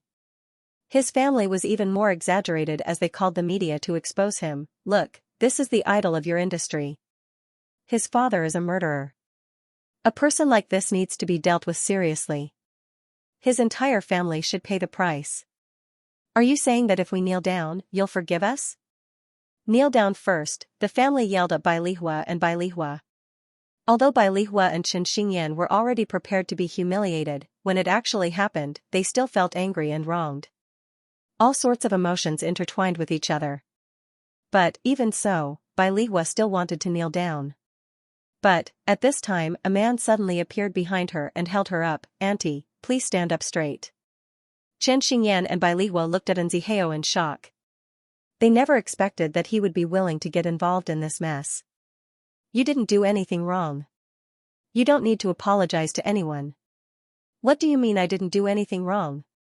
Her father killed someone. The family member's voice was sharp and shrill. But, Xianxia turned around and replied. As you know, her father killed someone. Doesn't she need to pay him back for killing someone? That's right, she doesn't need to pay him back. There's no law in this country that states that the son should pay for the sins of the father. Whoever hit someone will naturally pay the price. She didn't do anything wrong, so I can't allow her to be humiliated and trampled on like this, and Xianxia's voice was powerful. We deeply sympathize with the shock and pain that you've suffered. We will give you our sincerest apologies and compensation, but we will not accept personal attacks and insults. After all, the mother and daughter are also victims. Her father went missing when she was 6 years old. As soon as he returned, he ran into someone. Who can she complain to? The family member glared at Xianxia but did not say another word. At this time, Lu Che followed Mo Ting's instructions and found the mother and daughter to take them back to Hyatt Regency. Who allowed you to suffer on your own?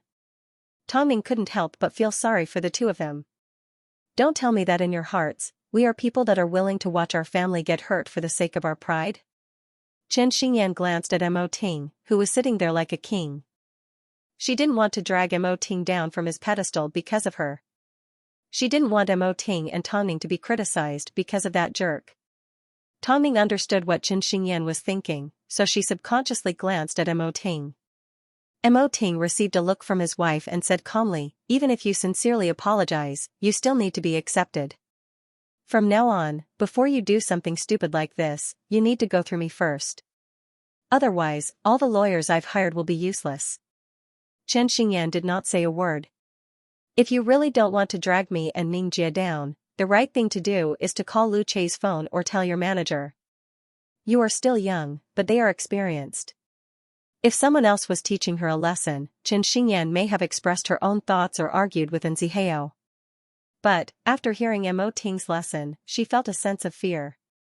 The fear was naturally born from within her. From the very beginning, she had always respected Mo Ting. I understand. Did you really think that we would be dragged into this mess because of some gossip? Don't you think we're too weak to withstand a single blow?" Seeing Mo Ting express his stance, Tongning said to Xianxia in a serious tone, "You sure tortured Zihao. When I went to look for him, he was still drunk at home. From now on, when you do things, be more relaxed.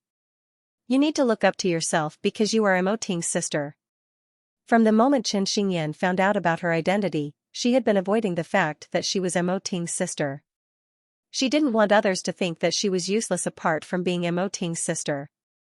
But, hearing Tongning mention that she was Mo Ting's sister, she suddenly felt that perhaps, she had always been too concerned about other people's thoughts and actions. After all, this was an unchangeable fact. Tongning could ignore other people's opinions because she knew it wasn't true. So, why couldn't she do the same when it came to herself?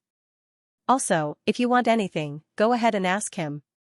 See if he'll give it to you. Xianxia looked at Mo Ting again without saying a word. "Nothing at all. It's because you interrupted my vacation with Ning, which made me very unhappy." For Mo Ting to say this, he obviously saw her as part of his family. So, even though he was blaming her, his words were heartwarming. At this time, the silent Nzihao couldn't help but speak up. "Originally, I planned to let the lawyer handle the matter quietly and try his best to comfort every family member. But, after seeing the way Xingyan and Auntie have been humiliated, I no longer have the intention to do that. Leave everything to Hai Rui. From now on, you just need to take care of her. If something like this happens again, return her to the Mo family and Hai Rui." At this moment, if I were to call Mo Ting the dignified head of the household, no one would object. Of course, if it wasn't for Tongning, he wouldn't have bothered. "Of course," Nzihao said confidently. "The place you're living in is no longer safe. Move somewhere else and leave everything else for Ting to handle." "Xingyan, get back on track and stop overthinking," Tongning instructed. Afterwards, she said to Bai Lihua, "Mom, I still need you to take care of Tang Tang and Gua Gua at the Tang family home." In reality, Tongning wanted Xia Yuling to chat with Bai Lihua because the two of them had something in common. If it was someone else, they would never be able to understand the pain in her heart. "Okay. In that case, Xingyan, don't worry, someone will take care of her." Since Mo Ting had already agreed to handle the matter, there was no need for her to worry anymore. As for Xingyan, after this incident, she believed that her daughter was now capable of thinking independently. So, it was time for her to let her grow on her own. Afterwards, Nzihao dragged Xingyan away. On this cold winter day, the couple did not return to their previous apartment. Instead, they headed straight to the resort where they used to secretly go on dates. As soon as they entered the room, Nzihao grabbed onto Xingyan's wrist and forcefully pressed her against the wall. "Break up? Huh? Can you bear to?" Nzihao glared into Xingyan's eyes. "You've always been the one sticking to me. For my sake, you're even willing to give up your acting career. Can you really bear to?" "I can't. But, you've already done enough for me. I don't want you to feel guilty." After hearing this, Nzihao suddenly laughed. "So, should I laugh at your naivety? Just because you're kind doesn't mean that everyone in the world is as kind as you. Why should I feel guilty? The jerk cheated me out of my money. I have no control over what he does with it. So, why should I feel guilty? You're the only one that's stupid. I won't run away from my responsibilities. But, how could you take responsibility for something like this? But, he's my father, that's not your fault. What era are we in? Do you still believe that a son should repay his father's debts?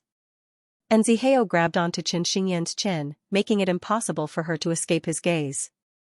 You should be grateful that you have so many people around you that can shelter you from the wind and rain. Since you're blessed with this, you should enjoy it. Now tell me, do you still want to break up? Can I still go back on my word? I can pretend I didn't hear you, and Zihao replied. Xinyan suddenly remembered what Tongning said.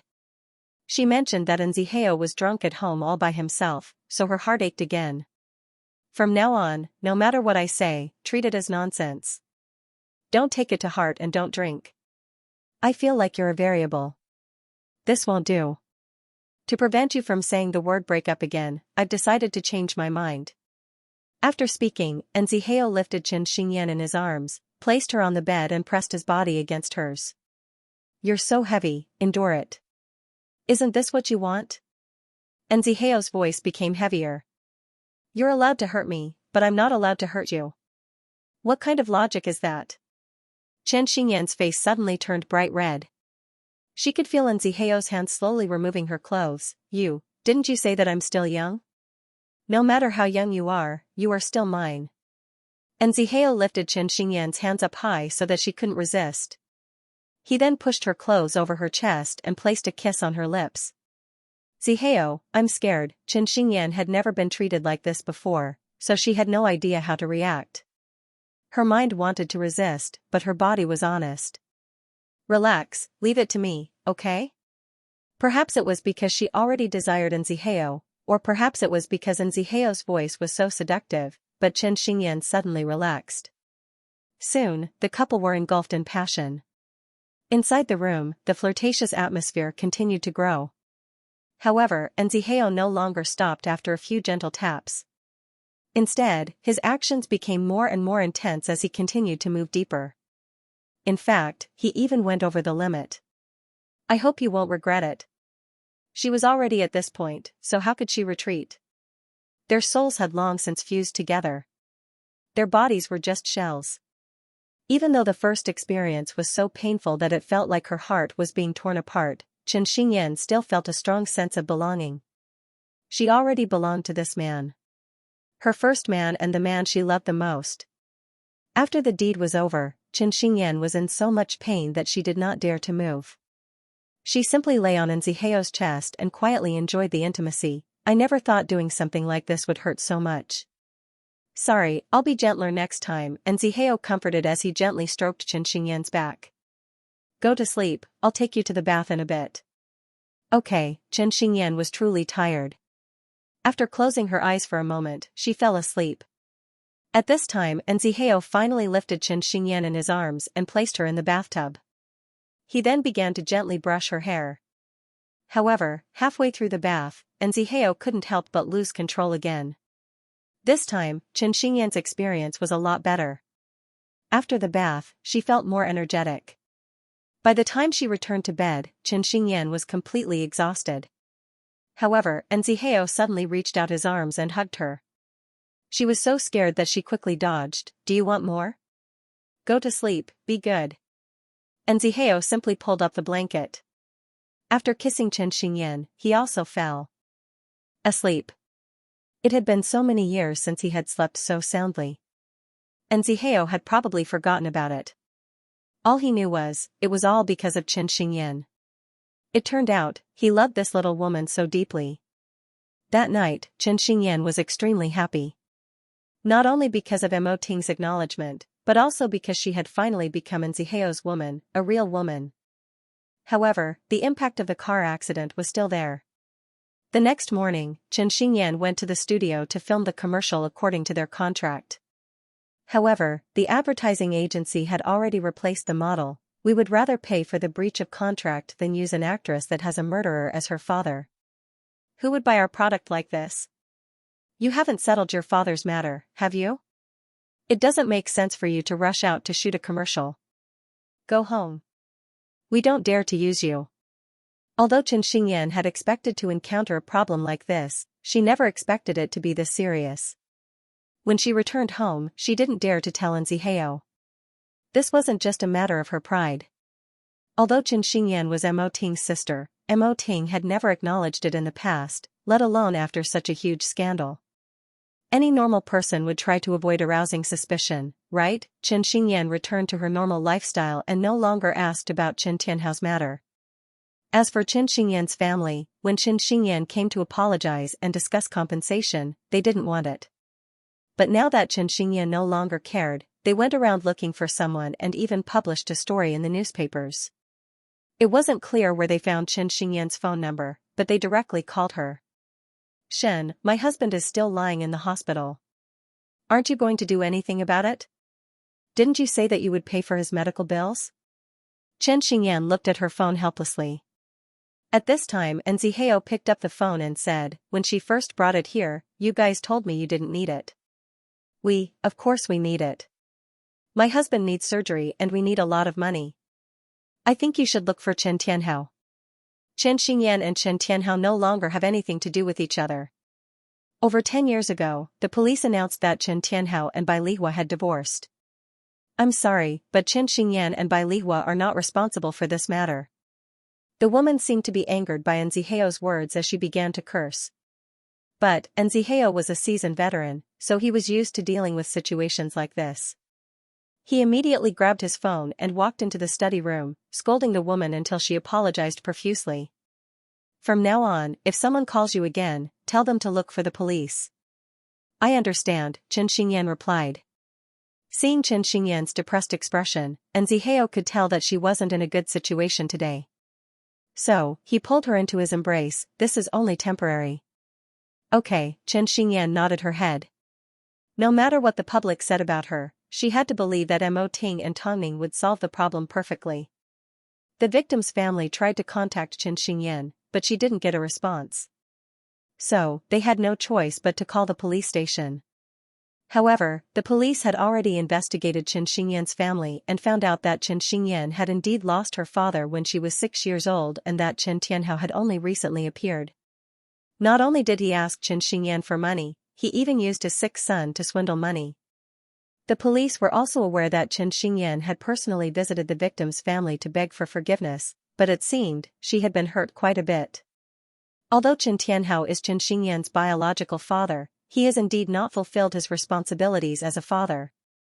So, it's impossible for us to ask Xianxia to pay for what he did. Especially since he even visited us to apologize. "What about my husband's medical fees?" "You can find a lawyer and ask Chen Tianhao to pay for what he did. When Xianxia visited, you refused and even hit him. Although I understand how you feel, Xianxia is also innocent."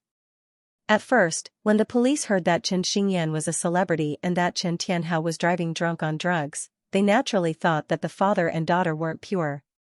But, after the truth was revealed, Xianxia didn't do anything wrong. So, why should she take responsibility for her father's mistakes? The victim's family was helpless. Begging the police was useless. They assumed that the police had been bribed by Xianxia and Chen Tianhao. So, they contacted the media and tried to use public opinion to ask for money. Xianxia's previous visits were all an act. Afterwards, we couldn't get in touch with her. Her father committed such a heinous crime. Did she think that by hiding, she would be fine? Xianxia needs to come out and explain herself. If Xianxia doesn't come out and explain herself and show everyone her attitude, we will make sure she doesn't even have a moment of peace. But, over the past few days, Xianxia has returned to work. According to my friend, she was preparing to film a commercial, but she was replaced. Now that the matter has gotten so big, Xianxia sure has a big heart. If something like this happened to me, I would definitely not show my face in public. How scary would that be? I don't think this matter will be resolved easily. Let's just wait and see. When Xianxia can no longer handle the pressure, she will definitely step out and apologize. This was a conversation that Xianxia overheard in the bathroom of the audition venue. It was a discussion between people in the industry. At the time, Xianxia was sitting in a cubicle, but she did not retreat.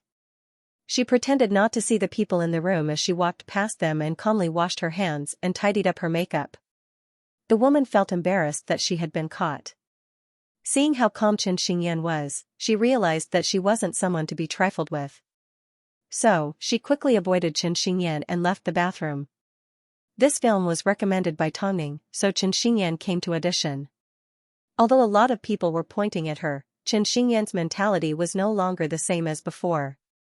If they wanted to talk, then talk. It wasn't a big deal. After all, she wasn't going to lose a single piece of flesh. Look, it's Xianxia. How dare she come to audition? One of you, hurry up and give the victim's family a phone call.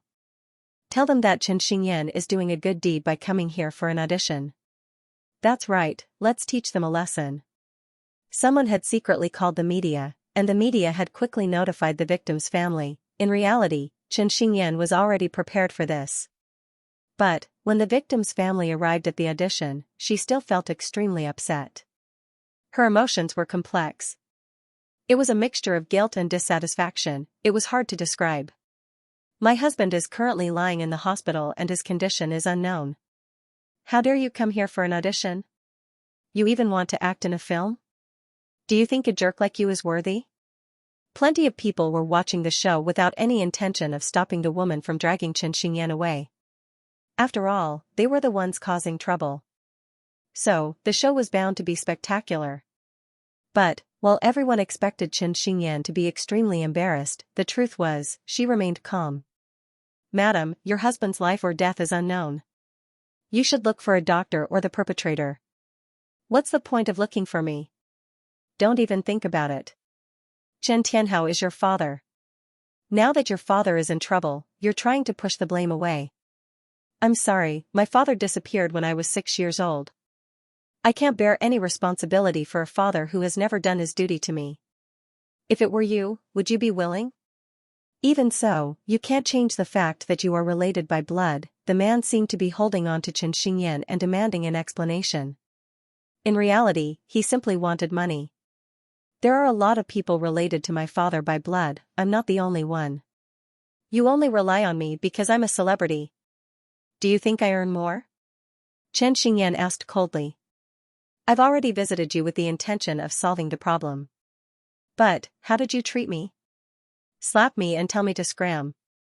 I'm sorry, I have something to attend to. If there's nothing else, I'll be leaving first. After speaking, Xianxia turned to leave, but the man held her back. Don't even think about leaving. You need to explain everything to me today. Should Xianxia take responsibility? This was probably the biggest topic of discussion. How many people were waiting to see Xianxia make a fool of herself, including the vampire-like reporters? Chen Xingyan was completely surrounded. Even though Little Seven tried his best, he couldn't pull Xingyan out of the crowd. However, at this time Zihao and Lu Che arrived at the audition with a bodyguard and a lawyer. The first thing they did was complain about the building's security. What a bunch of trash. They want Hai Rui's help to fix things up, yet they let just anyone in. Everyone looked at Lu Che and Zihao, including the reporters. They quickly moved aside to allow Zihao to smoothly walk over to Xingyan. However, Lu Che and Zihao were not in a rush to get even with someone. Instead, they brought the lawyer over to the victim's family and said, from now on, if there's anything related to Xingyan, I suggest you look for a professional lawyer. Originally, Hai Rui was going to give you a humanitarian compensation out of sympathy. But, since you've been causing a scene like this, I'm sorry, but Hai Rui will have to withdraw this plan. So, what awaits you is bad news. You won't get a single cent. Hai Rui's here. Oh God, Hai Rui's people are here. We can't hide anymore.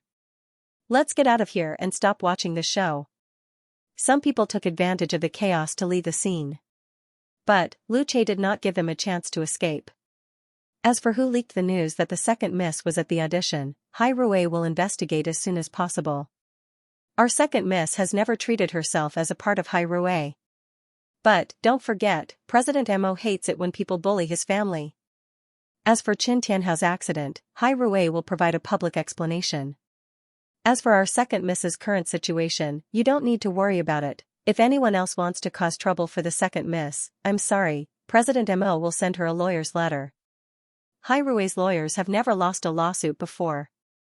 We welcome anyone to break our record. After speaking, Lu Che and Xianxia prepared to escort Xianxia away. But, the victim's family member questioned Lu Che, "You're protecting a criminal.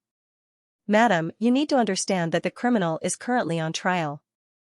For the sake of fairness, Hairue has warned our lawyers not to defend someone like Chen Tianhao because we also believe that he deserves to die. Madam, don't you think that's enough? Let me put it this way. Our second miss has never had a father since she was young. I hope everyone can ask yourselves this: if you were in her shoes and were in the same situation, would you take responsibility for a father like her? If you can't do it, then don't use another set of standards to judge others. That will make you look like a hypocrite. So, madam, how do you think we are protecting a criminal?" The victim had nothing to say, but she couldn't accept it. He could only stare at them as they left, but there was nothing he could do. As for Qin Xingyan, this was the first time that she had been publicly acknowledged as the second miss of the Mo family and Mo Ting's sister. Mo Ting's way of doing things had always been strong and ruthless. So, Qin Xingyan felt that there was a reason why so many people respected Mo Ting. "Second miss, from now on, this is how we will address you. As for you, you should stop belittling yourself. If you come across someone like that, you should fight back. If she can stand by her side until the end, then I'll admit defeat. Because, there's no logic to it." With Hairue's strong protection, Qin Xingyan slowly became more confident.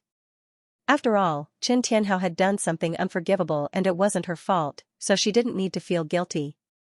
After Hairue stepped out to protect Qin Xingyan, the gossip within the industry decreased by a lot. Even if someone wanted to gossip, they no longer dared to do so in front of the person in question.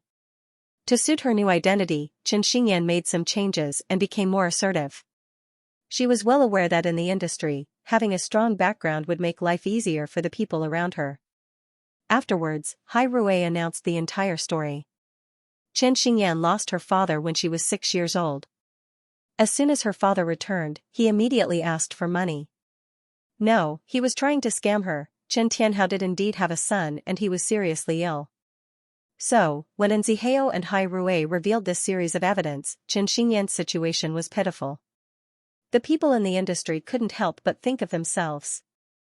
If Hairue hadn't protected Qin Xingyan, she would have been screwed over by Qin Tianhao's scumbag father. Being an artist wasn't as glamorous as the public thought. There were many times when an artist's family became their biggest enemy. So, someone in the industry couldn't help but step out and say something. Actually, no matter how you look at it, you can't blame Qin Xingyan. Having a murderer for a father isn't glamorous. But, having a big brother like Qin Xingyan's life has been enriched. With Hairue's protection, Qin Xingyan will naturally be able to escape unscathed. "Everyone, you can leave now." In reality, Hairue had indeed compensated the victim's family. But, it didn't include the family that made Qin Xingyan kneel and demanded money from them. Hairue wanted the public to know that they shouldn't play any tricks in front of the emperor of the entertainment industry. Mo Ting's lawyer wasn't hired for nothing. Most importantly, Mo Ting's attitude was clear. A reporter stopped him and asked for his opinion on the matter. He simply replied, "I think my opinion is already reflected in Hairue's actions. Although Qin Xingyan's surname is Chen, she is still a Mo family member. I hope you all remember this and never forget it." Mo Ting's words spoke louder than 1,000 words. Even if there were people that weren't happy, they had to endure it. With a brother like this, Qin Xingyan's path would be a lot smoother from now on. There are a lot of award ceremonies this year, and many organizers have sent invitations. Are there any that you would like to attend? Not long after, the couple moved to a new home and moved into a villa near Hyatt Regency. Although it wasn't as luxurious as the place that symbolized the rich and powerful, the environment was protected by Hyatt, so it was much safer and more secluded than most villas. "I want to see Qin Tianhao," Qin Xingyan suddenly said to Nzihao. There was a hint of pleading in her voice. Nzihao knew that Qin Xingyan still had a knot in her heart. Qin Tianhao had been gone for so many years. Where did he go?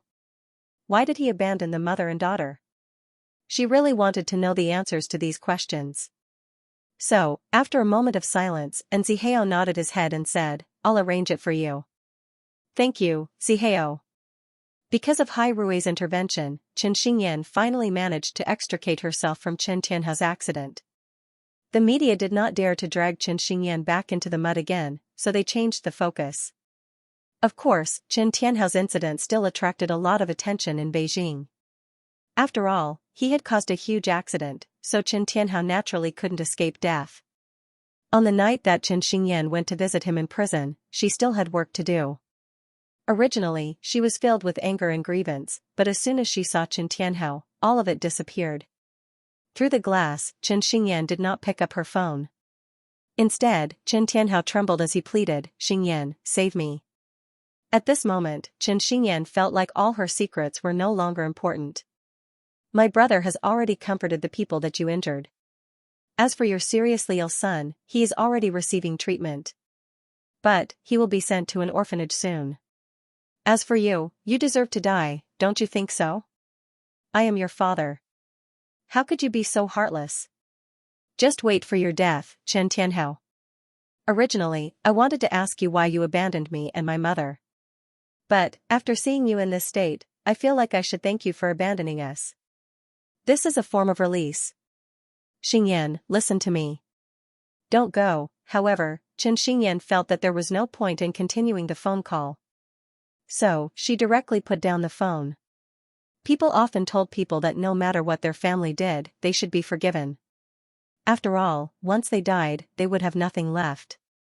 But, she still chose not to forgive. Chen Tianhao looked at Chen Xingyan in despair. She was his only hope. He thought that Chen Xingyan wouldn't watch as he was executed. But Chen Xingyan actually stood up and left. Daughter.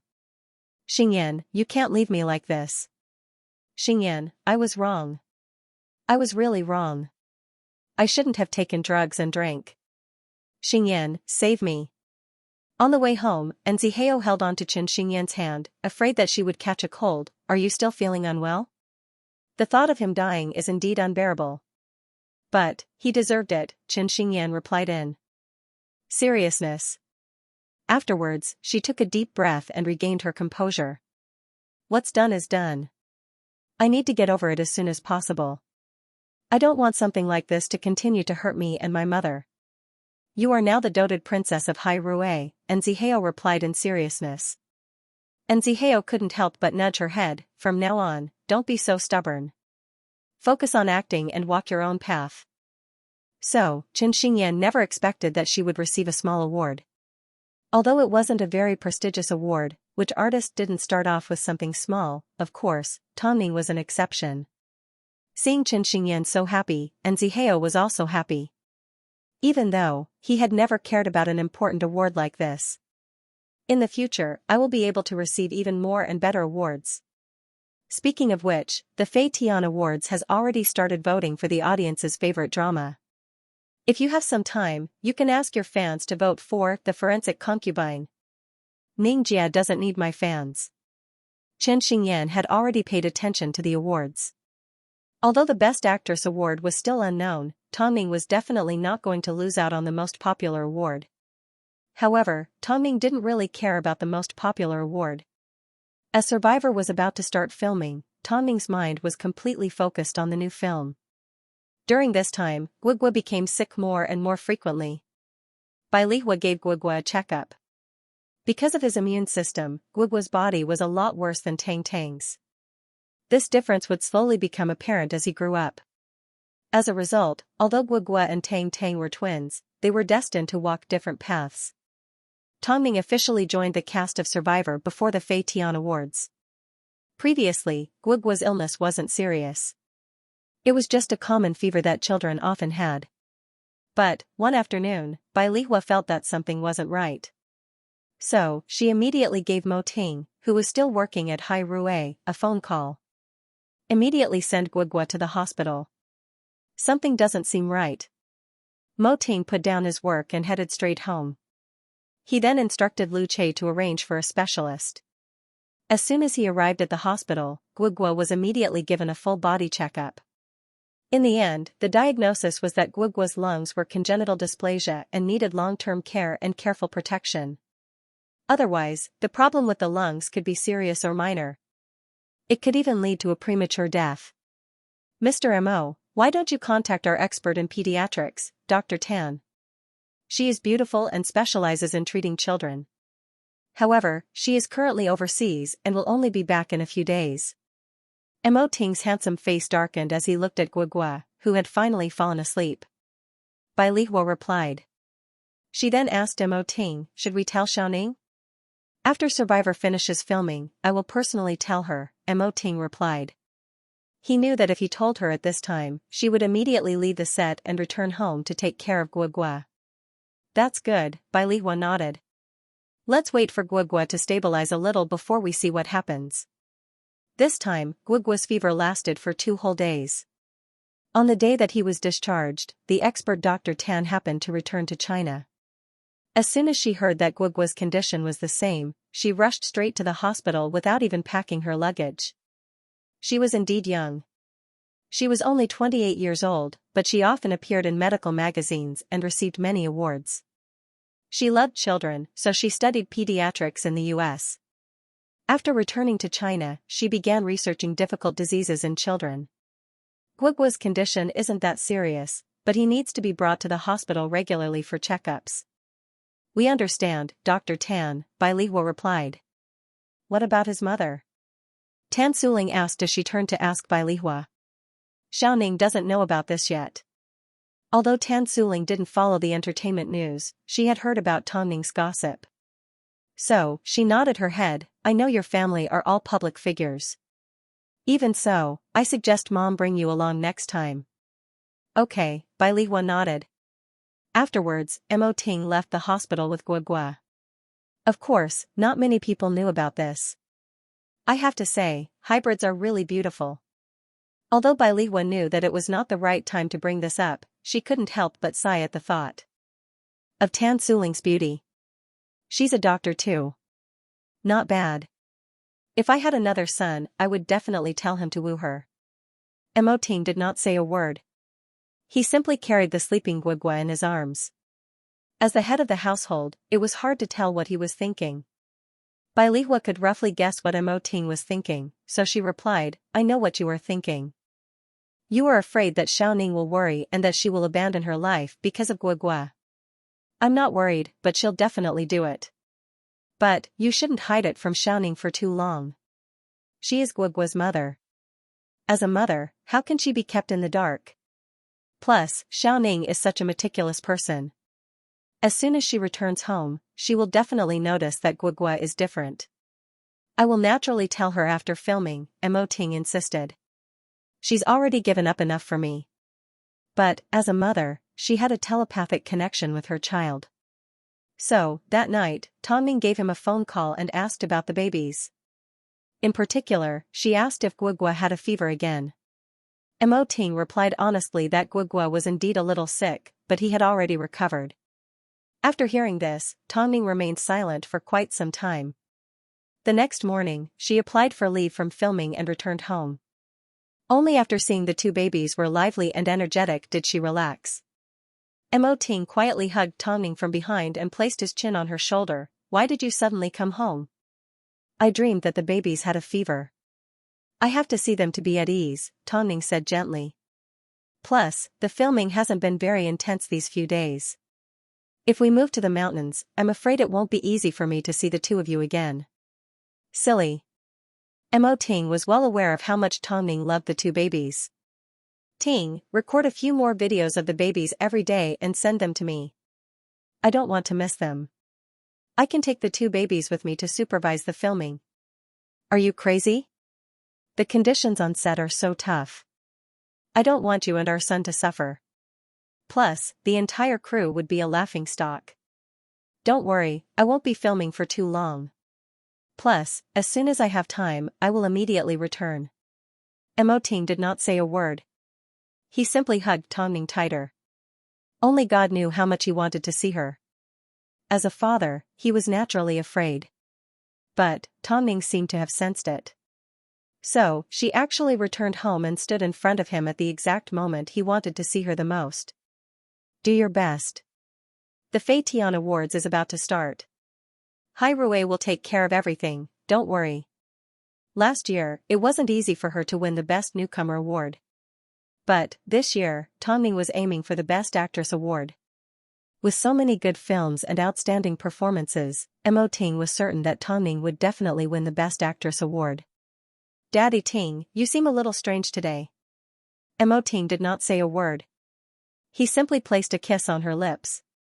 Although Tongming appeared to believe Mo Ting's words, she still approached Lu Che after returning to the set. Of course, Mo Ting hid the truth well. Even Lu Che had no idea about Guogua's condition. Soon, Tongming moved to the mountains. At this time, the Fei Tian Awards released the nominees for their awards. Naturally, Tongming was nominated for the Best Actress award. But, at this time, Guogua suddenly fell sick again. Did Tongming not come again? Tan Suling noticed that Mo Ting was the one taking the babies to the hospital again, so she subconsciously developed a prejudice against Tongming. No matter how important your acting is, it can't be more important than your child. After hearing this, Mo Ting furrowed his brows. This time, he simply treated it as the doctor's concern for Guogua. But, if she continued to say anything bad about Tongming, he was not going to remain silent anymore. His fever is worse than before and his immune system is weakening. From now on, don't bring him out. Also, remember not to let him get exposed to the wind. Tan Suling noticed Mo Ting's displeasure, so she did not say another word. After Mo Ting left, she turned to her assistant and said, "It's rare to see a man in the entertainment industry that cares so much about his family and child. Unfortunately, Tongming isn't a good mother. She spends all her time trying to please the audience, yet she doesn't put any effort into her own child." I know, right? Her own child is sick, yet she's filming outside. Wouldn't her child hate her in the future? As doctors, apart from their lives, nothing else mattered. Because, whether you were the world's president or a beggar, you couldn't escape death. You needed medicine, injections, and hospitalization. So, even if Tongming had a good reason, they still felt that it was disrespectful for a mother to not be by her side when her child was seriously ill. Tan Suling did not say a word. She simply pulled out her phone and searched for Tongming's name. News of Tongming winning the Fei Tian Best Actress award was all over the internet. Let's see, she's about to win another award. After seeing the news, Tan Suling put away her phone with a gentle smile and focused on her next patient. She had already heard about the relationship between Mo Ting and Tongming. The couple seemed to have a good relationship. But, why was the father the only one that appeared when their child was sick? Plus, Mo Ting did not mention a single word about Tongming while the child was seriously ill. Could it be that they were putting on an act in front of the public? Tan Suling thought about it for a moment. She had seen too many families like this. Everyone was simply taking what they needed, so there was nothing to be surprised about. She simply felt bad for the child. However, a man like Mo Ting probably wanted to find a perfect woman to give birth to his child. He had no shortage of women.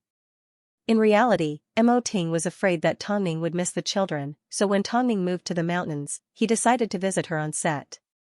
That day, Tongming had just finished filming and there wasn't a single spot on her body that was clean. As she watched from afar, Mo Ting carried the children and smiled at the father and son. As soon as the crew saw this, they immediately said, "Tongming, I've never seen you smile like this since you first joined. Only President Mo gets this kind of treatment." "Ningjia, President Mo is carrying your children. Who else is there? Why are there two?" "Oh, they're probably both mine. Because I gave birth to twins," Tongming replied with a smile. A few of the small-time actors covered their mouths in curiosity before they raised their thumbs at her. "You're amazing. You've never announced this to the public. Help me keep this a secret." After speaking, Tongming didn't even have time to change her clothes as she walked towards the father and son. Meanwhile, the other members of the production crew had never seen the iron-blooded Mo Ting appear on set with a child in his arms. A scene like this was hard to imagine. It was clearly such a strange thing, but after seeing it with his own eyes, he felt that it was so harmonious and natural, making him feel unusually warm. Why did he suddenly come? "Go wash up and get changed. We'll wait for you in the room," Mo Ting said. "All right." Tongming nodded her head. The couple quickly disappeared from sight with the babies. But, this scene made everyone on set extremely envious. One look and you can tell that President Mo and Xianxia are in love. Didn't you see the way President Mo looks at Xianxia? His gaze is gentle and doting, it's simply too gentle. Who didn't see it? I'm so envious of Xianxia. Plus, she has 2 adorable babies. She's definitely a winner in life. As Tongming had slowly solidified her position in the industry, after joining the cast of Survivor, she received a lot of care. Everyone subconsciously treated her with respect like a big sister. Of course, this was also because Tongming was someone that deserved to be loved and respected. After entering the room, Tongming quickly washed herself up. Without even bothering to cover up the cuts on her body, she directly approached Mo Ting and the babies. Mo Ting had already noticed the blood on her waist. Seeing that she didn't take it seriously, he put down the babies and pulled her into his embrace. Are you hurt? This film is quite dangerous, Tongming replied honestly. I already tried my best to protect myself. What happened today was just an accident. Mo Ting did not say a word. He simply gestured for her to take out the first aid kit and helped her disinfect it. No matter how small the wound is, you still need to treat it properly. Otherwise, it will leave a scar. Tongming looked at the 2 rascals crawling around on the bed and couldn't help but hug them in her arms. As for her wound, she left it for Mo Ting to treat. We will be moving into the dangerous jungle tomorrow. I may not be able to return home for 2 months. I've already applied for leave from the Fei Tian Awards for you. Mo Ting helped her treat her wound and put down her clothes. You don't need to worry about the babies. Okay, Tongming nodded, but her gaze did not leave the babies for even a second. I'll come pick you up on the day that you finish filming. I also have something to tell you. Mo Ting had no intention of hiding this from Tongming for too long. Okay. Tongming nodded her head. Don't worry, I will take good care of myself. After the couple's brief reunion, Mo Ting returned to Beijing with the babies. Lu Che waited in the car. Otherwise, Mo Ting wouldn't have been able to take the babies so far on his own. That night, Tongming followed the crew to their new location. But, along the way, her mind and heart were filled with images of the father and son trio. She couldn't even focus on the script. Xianxia, you're actually amazing. It's not easy for an actress to reach this level. Trust me, Survivor will definitely help you win the title of Best Actress, one of the actors on set comforted after seeing her silence. Noticing her silence, the other actors on the set tried to comfort her. Actors may enjoy the best resources, but they also have to sacrifice a lot. For example, privacy and time spent with family. Endure it for a bit. 2 months will be over very quickly. While Tongming was moving to another location, Xianxia arrived with some good news. She had given birth to a baby girl in the hospital. As soon as the baby was born, it looked like it was going to be her mother. She was round and cute. Tongming was happy for Xianxia. After all, she had always wanted a baby. Now that her wish had finally come true, she was definitely overjoyed. However, Lu Che's parents simply flew over to see the mother and daughter before leaving in a hurry. That night, Xianxia noticed that Lu Che's eyes were red. Lu Che did not say a word, but Xianxia felt something wasn't right. After all, she understood Lu Che. Do mom and dad not like their daughter? Xianxia subconsciously thought of this possibility, so she asked cautiously. Don't overthink it. I'll be happy no matter what you give birth to, Lu Che replied as he held the Lu family's little heiress in his arms. Did I guess right? Xianxia never expected. Although her mother-in-law had never pressured her in this area, her disgust was so obvious. You're being stubborn again.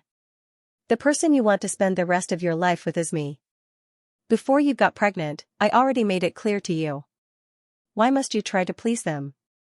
In reality, Xianxia didn't know why either.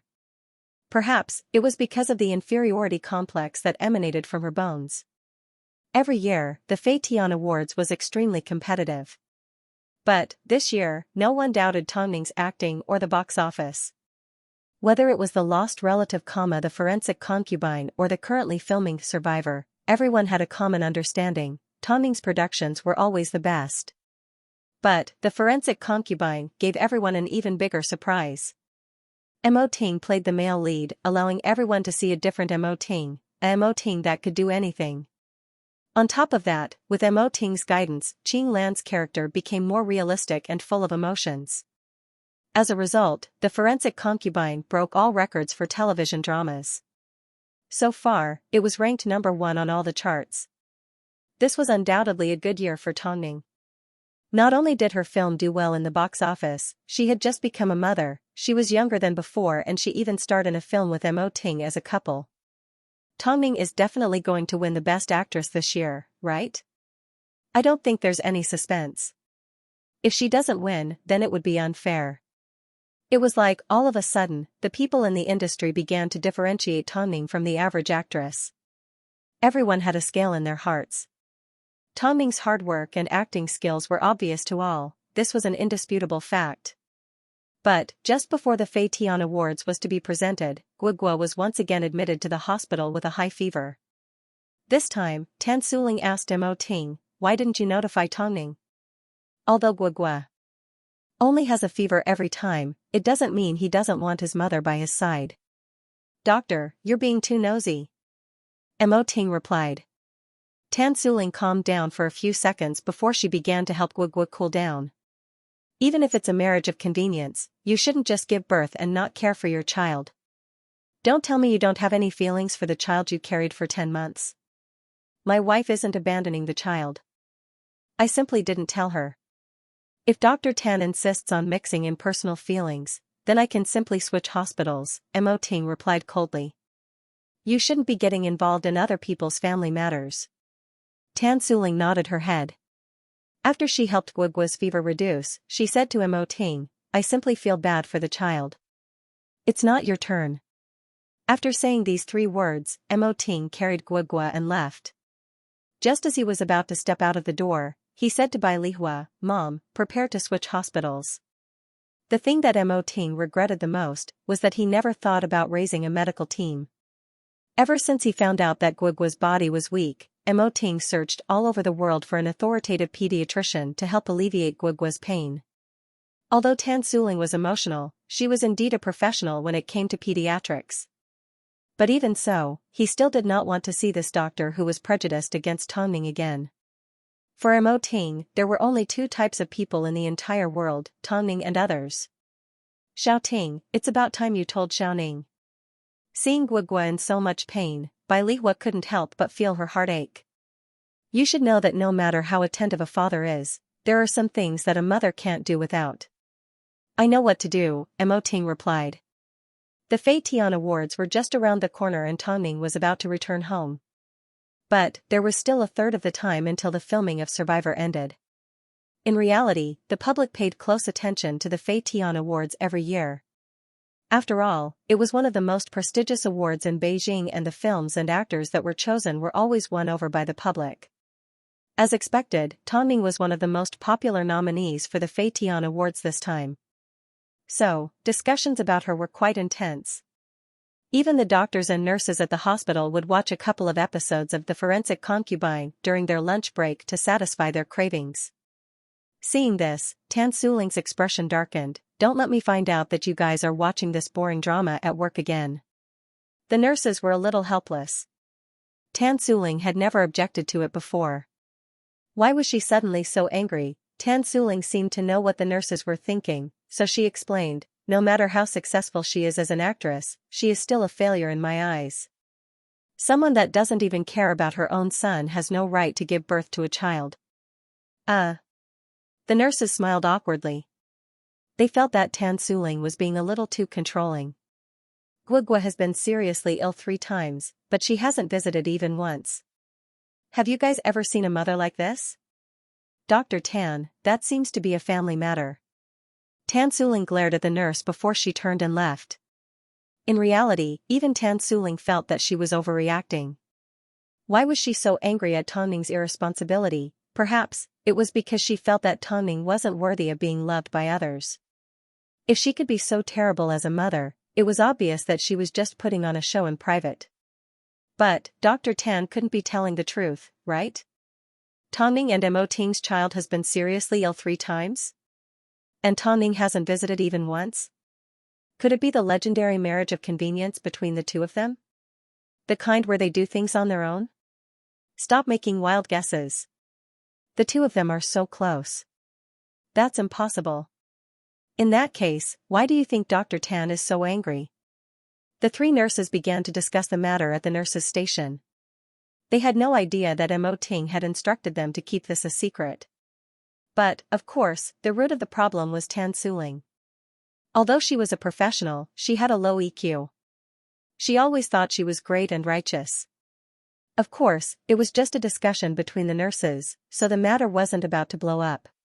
But, just because it didn't happen today, it didn't mean it wouldn't happen tomorrow. It was already late at night. Mo Ting sat in the study room thinking for a long time. In the end, he picked up his phone and dialed a familiar number. Ning. At this time, Tongming was in the middle of filming a night scene. Even so, she did not miss Mo Ting's call. What happened? Why aren't you asleep yet? Guogua is not well, Mo Ting replied straightforwardly. Recently, he's been having a high fever and his immune system has been declining. After hearing this, Tongming felt her mind go blank. Is it serious? Is he still having a fever? He's been sick a few times, but his condition is stable now. Don't worry, Mo Ting understood that Tongming was planning to return home immediately. Mo Ting could tell that Tongming was planning to go home immediately, so he quickly comforted her. I played with Tang Tang for a while, she has already gone to bed. Don't rush home. Stick to the original plan and you will be home the day after tomorrow. Tongming couldn't wait 2 days, so she directly asked for a day off.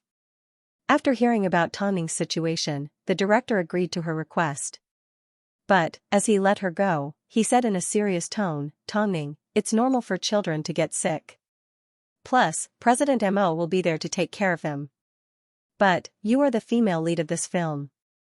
Every day you miss is going to cost you a lot of money. So, I can agree to your request. But, there will be no next time.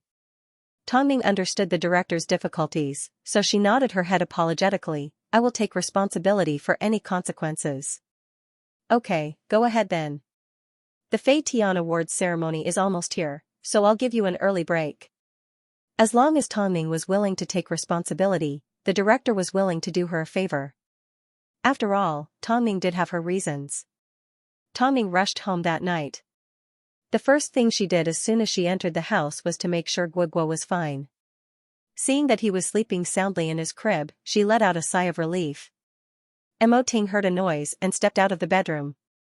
Seeing Tongming standing in front of the crib with a cold aura, he quickly grabbed a clean towel and wrapped her up. I told you not to worry. What if you catch a cold after coming home like this? I told you not to worry. How could it be so easy? Tongming said as she held onto her cheeks. Only then did she feel her hands turn cold. Go take a hot shower. Mo Ting carried her into the bathroom and filled the tub with warm water. After watching her get into bed, he gave the director of Survivor a phone call. President Mo Tongming already told me before she left. It's fine. After the Fei Tian Awards ceremony, she will return on time. As for any losses caused by her absence, I will take responsibility, Mo Ting said responsibly. As long as Hai Rui shows their sincerity, it won't be a problem for Tongming to leave for 2 days. Don't worry. The director knew how to weigh the pros and cons. After all, if Tongming wasn't around for 2 days, she might not even finish filming her supporting roles. Even so, he still had to act like he was in a difficult position. Otherwise, Tongming would assume that the crew had no rules. Not long after, Tongming stepped out of the bathroom. Seeing that Mo Ting wasn't in the bedroom, she assumed he was still in the study room. Tongming remained silent for a moment. She knew she couldn't add to Mo Ting's burden right now, so she lay down on the bed and tried to relax. It didn't take long before Mo Ting returned to the bedroom. Knowing that Tongming wasn't asleep, he immediately hugged her from behind and whispered, I've already arranged for Guogua to do a more thorough examination tomorrow. Don't worry, okay? The newly formed medical team is also on the plane. They will arrive in Beijing soon. How weak is Guogua's resistance?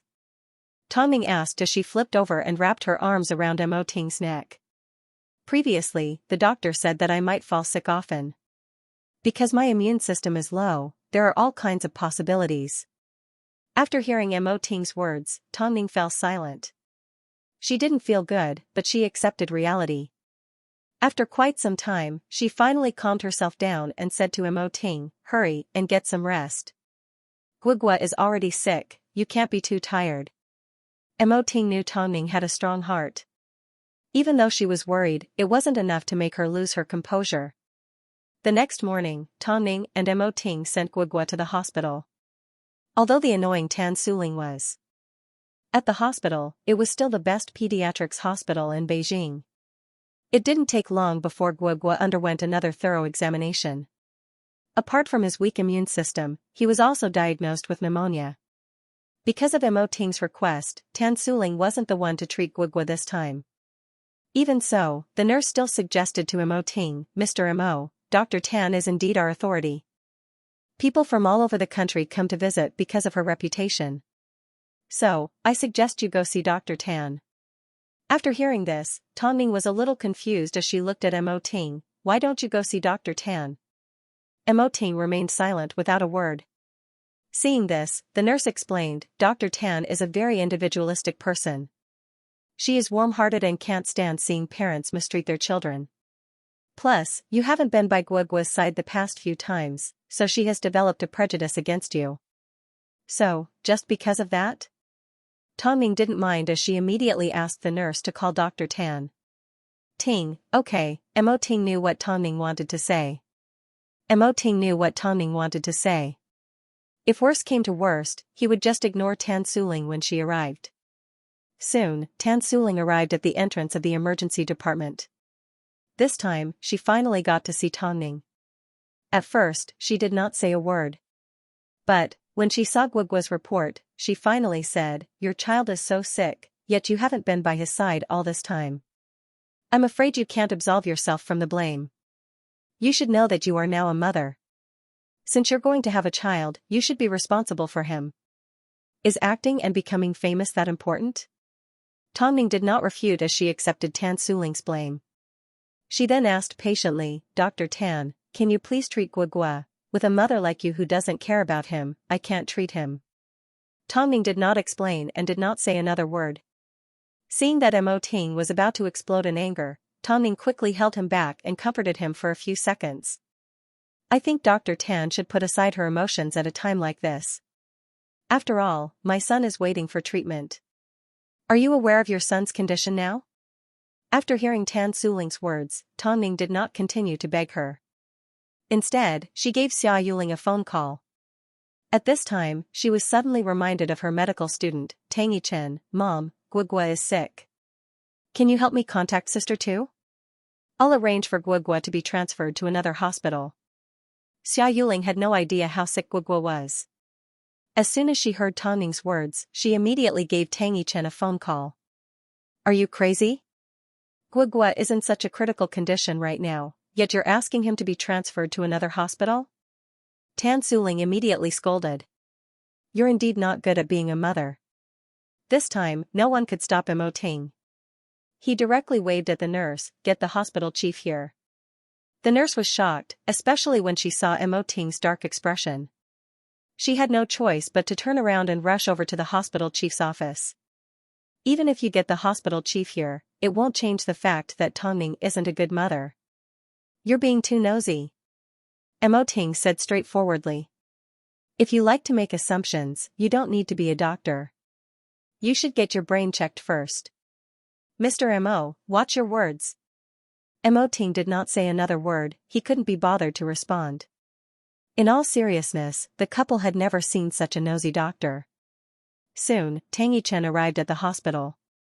Although Tongning rarely interacted with her, they were still sisters. So, Tang Yichen directly grabbed Guogua's report from Tan Suling's hands and looked at it. She then said calmly, "You can transfer Guogua to another hospital. Brother-in-law, it's your turn to make the arrangements." After hearing this, Mo Ting immediately turned and left. At this time, Tan Suling asked, "Who do you think you are? I've long heard of Dr. Tan's reputation. Now that I've seen you in person, you truly live up to your reputation." "What an idiot." Tang Yichen said as she squinted her eyes at Tan Suling. You may be professional, but your EQ is 0. Before you treat your child, I suggest you go home and find out how to improve your EQ. Tang Yichen had already seen Tan Suling's medical research and knew that she was a perfectionist. However, she was too idealistic and didn't understand the difficulties of others. Her mind was filled with assumptions. She felt that children were the most important and that parents needed to be by their side to take care of them. In addition, she often felt that children were the most precious thing in the world and that adults should unconditionally give way to hopeful children. What right do you have to lecture me? Tan Suling asked as she scanned Tang Yichen up and down. Because I'm currently an associate professor in pediatrics and you're merely a specialist, Tang Yichen said as she pulled out her credentials. In reality, Tan Suling was indeed strong in her professional field. This was something that Tang Yichen had to admit. But, Tan Suling's personality was a little off. As a result, even though she was famous, her status and abilities were lacking. As soon as Tan Suling saw her credentials, she reluctantly kept her mouth shut. Afterwards, the group left the hospital. Halfway through their journey, Tang Yichen said to Mo Ting and Mo Xian, "You guys don't pay much attention to the medical field. That's why you were so flustered when Guogua was sick. Why didn't you give me a call as soon as possible?" Although Tan Suling's hospital is indeed the best pediatrics hospital in Beijing, even if the child recovers after she sees him, the parents will definitely fall sick from anger. I've already assembled the best medical team, Guogua doesn't need it for now. Let's send him to the military hospital first. My teacher can definitely treat him.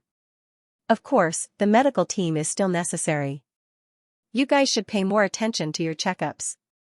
Tang Yichen's occupational disease was acting up. Even though the person in front of her was Mo Ting, she couldn't help but say a few words.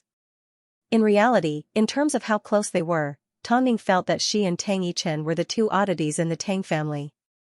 In the past, when Tang Xian was still around, they didn't have a good relationship. They were considered neutral. Plus, the Tang family had too many secrets, so Tang Yichen spent most of her time in medical school. Up until now, Tang Ning had no idea that she had already achieved such an impressive feat in her own field. Are you surprised? Tang Yichen asked as she looked at Tang Ning's blank expression. Yes. I just watched the TV series you starred in, The Forensic Concubine. Tang Yichen expressed her concern for Tang Ning. Of course, it's when I'm bored. You never came to me when you were sick in the past. Let's keep in touch in the future. I don't know. Tang Ning replied helplessly. Soon, the group arrived at the military hospital. Tang Yichen was currently the hospital's military doctor, so she directly led Guogua into the surgery room. At this time, a man's voice could be heard. Do you need me for a child's illness like this? Tang Yichen, did I teach you for nothing? So what if he's your nephew? Do as you see fit.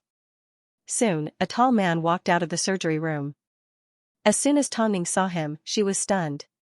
It seemed, it was rare to see such a handsome man in the hospital.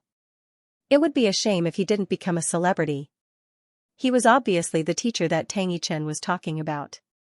Originally, Tang Ning thought that he would be middle-aged, but he was only in his early 30s. He was dressed in a white coat and exuded a strong aura. Coupled with his cool expression and disdainful gaze, Tang Ning couldn't help but laugh. Compared to Bai Chendong, this man was more like a brother to Mo Ting. What are you laughing at? Mo Ting asked as he furrowed his brows. Nothing. I just suddenly understood why Tang Yichen doesn't want to go home. With such a handsome teacher, if I was in her position, I wouldn't want to go home either, Tang Ning replied. Is he your type? I was just saying, Mr. Mo, Tang Ning quickly comforted the jealous man. Plus, based on her woman's intuition, she could tell from the conversation between Tang Yichen and the man that their relationship was very close. Even if they were just teacher and student, there must be a deep relationship between them. Therefore, she was not at all worried that the man would really ignore Guogua as he had said.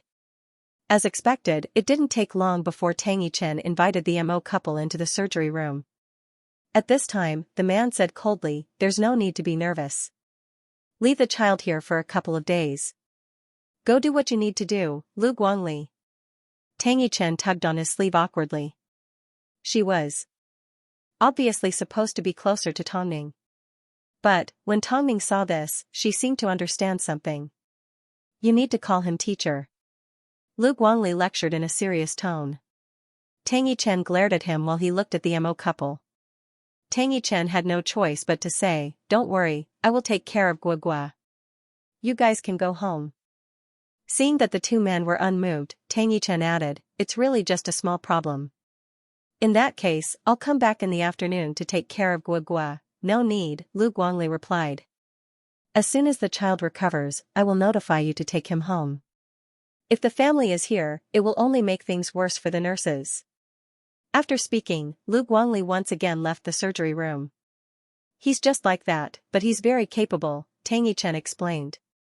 Tang Yichen explained on behalf of Lu Guangli, although she has a sharp tongue, her medical skills are better than President Mo's entire medical team. "When was he your teacher?" Tongning couldn't help but be curious. University. You started university at 19. That means you've known each other for 8 to 9 years, right? Tang Yichen did not respond, but Tongning knew what she was thinking, so she did not ask further. How could we not worry about leaving Guogua here on his own? But, since Dr. Lu insists, we will go home and wait for news. If anything happens, let me know as soon as possible. Don't worry, this is President Mo's first time as a father, so he definitely doesn't have much experience. Children aren't easy to take care of, even if you've been very responsible. So, you don't need to worry about it." Tongning nodded her head and returned home with Mo Ting. However, as soon as they left the hospital, Mo Ting asked Lu Che to investigate Lu Guangli's background. After Lu Che did a background check, his eyes grew wide in shock. After all, it was quite surprising for someone to have accomplished so many great feats in the medical field at such a young age. However, no one expected that Tongning's argument with Tan Suling at the hospital would become a huge entertainment news story. Shocking. Her son was hospitalized 3 times, yet Tongning did not appear at the hospital even once. Rumor has it that Tongning doesn't have any feelings for her son. Her marriage with Mo Ting was simply a mutual benefit. The best acting for a marriage of convenience. Tongning has put all her skills into deceiving. According to the latest news from Entertainment Weekly, actress Tongning has been revealed to have no feelings for her son. While she was filming, her son was hospitalized 3 times, but she was never seen at the hospital. It seems she doesn't care about her son's health and is rumored to have a marriage of convenience with Mo Ting. After finding out about the situation, our reporters immediately headed over to the hospital where Tongning's son was previously treated. In the end, they found out from the hospital that their son had indeed been seriously ill multiple times and had only seen Mo Ting, not Tongning. It seems, the rumors of a marriage of convenience aren't baseless. Not only that, we also interviewed the doctor that previously treated Tongning's son. As for the truth, please take a look at the video. The hospital has a duty to keep the patient's information confidential. So, I don't have the right to say too much about my son's illness. But, during the few times my son was hospitalized, I did not see his mother. I only saw his father, Tan Suling said calmly in the video. As for whether Tongning loves her son or not, I'm afraid only she knows. If Tan Suling's first sentence didn't have much meaning, then the second half of Tan Suling's sentence had a deeper meaning. It was obvious, there was a hidden meaning behind her words. Tan Suling's words also had the intention of deliberately causing misunderstandings. I'm not in a position to comment on anything else. Thank you. As soon as the video was released, everyone felt that Tongning couldn't possibly have done something like this. After all, it didn't fit her image. But the doctor at the hospital had personally confirmed that while her son was sick, not only did Tongning not take care of him, she did not even appear at the hospital. Could it be that the image that she had created in the past was all fake? This inevitably caused the mother fans to feel annoyed. In their hearts, Tongning was already a mother. Even if she didn't take care of her son, she should at least visit him when he was sick, right? But she didn't. She deserves it. Her son was so sick at that time, yet she still forcibly transferred her son to another hospital. Just because Dr. Tan from our pediatrics department had a problem with her, she completely disregarded her son's health and transferred him away. Although our Dr. Tan's words are a little harsh, she is definitely thinking about the child. She just can't stand irresponsible mothers. If they don't take care of the child, why did they give birth to the child? Public artists these days are getting worse and worse. For the sake of benefits, they can sacrifice anything. All in all, the outside world was filled with vicious words towards Tongning. Seeing this, Mo Ting flew into a rage for the first time in his office. In the past, he had never paid attention to the medical industry. Who would have thought the industry was just as messy, twisting right and wrong? Seeing that Mo Ting did not say a word, Tongning could tell he was definitely furious. So, she gently held on to his hand, trying to calm him down. I didn't do a good job in public relations and didn't protect your reputation. I should have told you earlier. I've weathered so many storms. Why would I be afraid of this? Tongning shook her head with a smile. Mo Ting wrapped his arm around Tongning's head and pressed her onto his shoulder. Don't worry, I'll get justice for you. This PR wasn't easy to do. After all, doctors were a special group of people. The words that came out of their mouths were always authoritative. After all, a doctor's responsibility was to save lives. If there was a problem, they could say it as it was and it didn't involve stealing resources. So, there was no need to deliberately slander Tongning.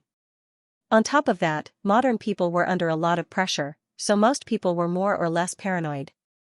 So, it was understandable that they would naturally think the worst of others. Afterwards, the director of Survivor gave Mo Ting a phone call. President Mo, Tongning's incident has blown up a lot. You need to quickly deal with it before it affects the entire crew's reputation and progress.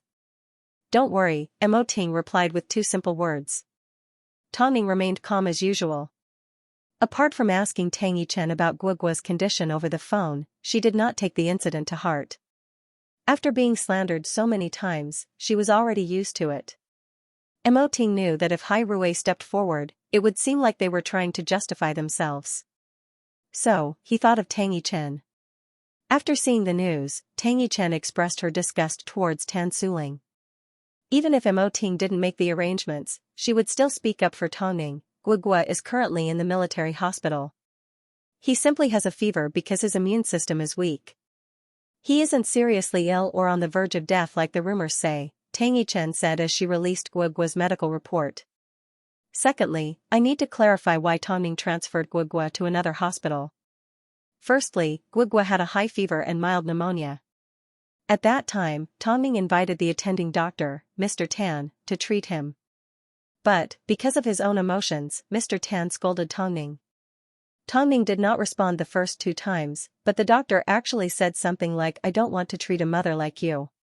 Since she didn't want to treat him, as the mother, Tongning naturally wanted to find a better doctor. So, she contacted me. Is that wrong? Secondly, regarding the fact that Tongning didn't show her face multiple times, apart from the fact that she didn't treat the child well, could there be another reason?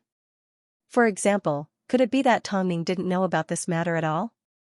My brother-in-law is famous for doting on his wife.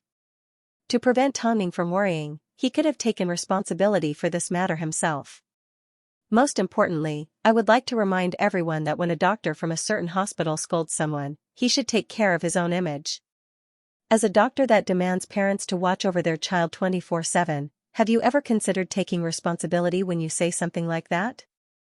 As a parent, which of you can put your child first at all times and not feel tired 24/7?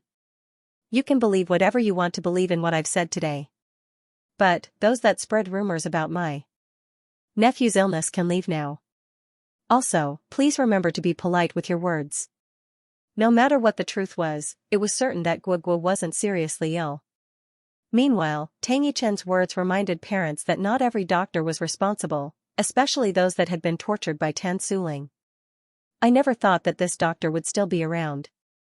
Although she's good at medicine, she has a lot of problems as a person. Previously, when my mother took my son to the hospital, she insisted that my mother stay by my son's side through the night. She said that she couldn't let her son feel like no one cares about him. Can I say that she's sick? This doctor is really harsh. Tongning must have been wronged. The Fei Tian Award ceremony is about to begin. I feel like someone is deliberately slandering Tongning. No matter what, they've gone too far this time. Besides, this is a family matter. It's fine if the couple is anxious when their child is sick, but they'd even been stabbed in the back by the doctor. It's really unfair. I think I'll wait and see. What if there's a comeback? Nowadays, whenever news broke in the industry, it took a few days to find out the truth. So, it was hard to tell who was right and who was wrong. But, Tang Yichen's words indeed angered Tan Suling. It was natural for a mother to take care of her child. So what if the doctor said a few words to a mother? Was her heart made of glass? Couldn't she accept it? A child's weak immune system can be mild or severe. In severe cases, it can even lead to premature death. How is that not considered a serious illness? Plus, he's been sick a few times. I'm asking parents to take care of their children, but I'm not asking you to protect them all the time. Since he's been admitted to the hospital, he must have been sick. If I can't show him some love at a time like this, when will I ever be able to? Plus, it's the truth that Tongning has never cared about her son. I'm not lying. So, why is it that I'm the one that needs to take care of my own image? I've always behaved properly. As Tongning's sister, it's natural for her to speak up for her family. Is he King crazy? Even Long Jia, who was in her confinement period, couldn't help but curse after seeing Tan Suling's interview. Is this doctor's brain made of tofu? Who knows? All in all, this battle has already spread from the entertainment industry to the medical industry, Lu Che replied as he sat beside Long Jia and peeled a piece of fruit. Will this affect Tongning's Fei Tian Awards? How will it affect it? Seeing this, Long Jia nodded her head in relief, as long as it doesn't. But, since things had gotten to this point, if Mo Ting didn't teach her a lesson, she wouldn't realize who she had offended.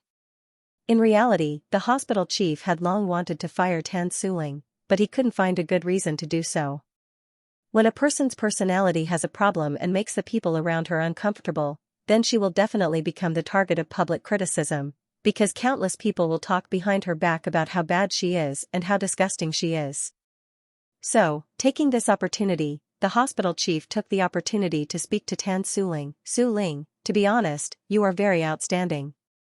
After serving at our hospital for so long, your professionalism is undeniable and you are one of the best doctors in the country. But you have offended Hai Rui this time. Our hospital cannot withstand such a huge storm. So, we would like to ask you to find another job.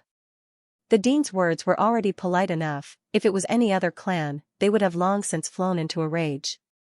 Tan Suling felt that her pride had suffered a blow and that Hai Rui had done something to make things difficult for her.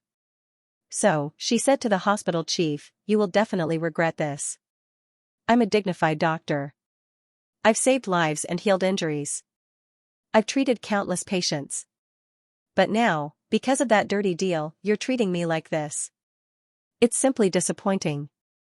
Tan Suling didn't only say this to the hospital chief, she also said it to the media. Everything happened too suddenly. I was fired by the hospital because I offended Hai Rui and the hospital didn't want any trouble.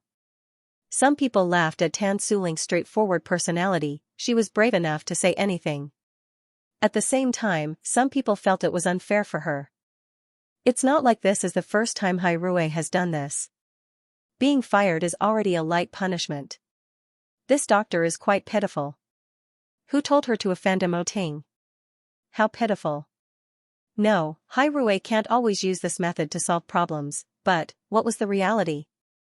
Hai Rui was dumbfounded. From the looks of it, Tan Suling is so unpopular that even the hospital chief can't stand it anymore. As soon as the news broke out, he immediately fired Tan Suling and tried to make Hai Rui take the blame.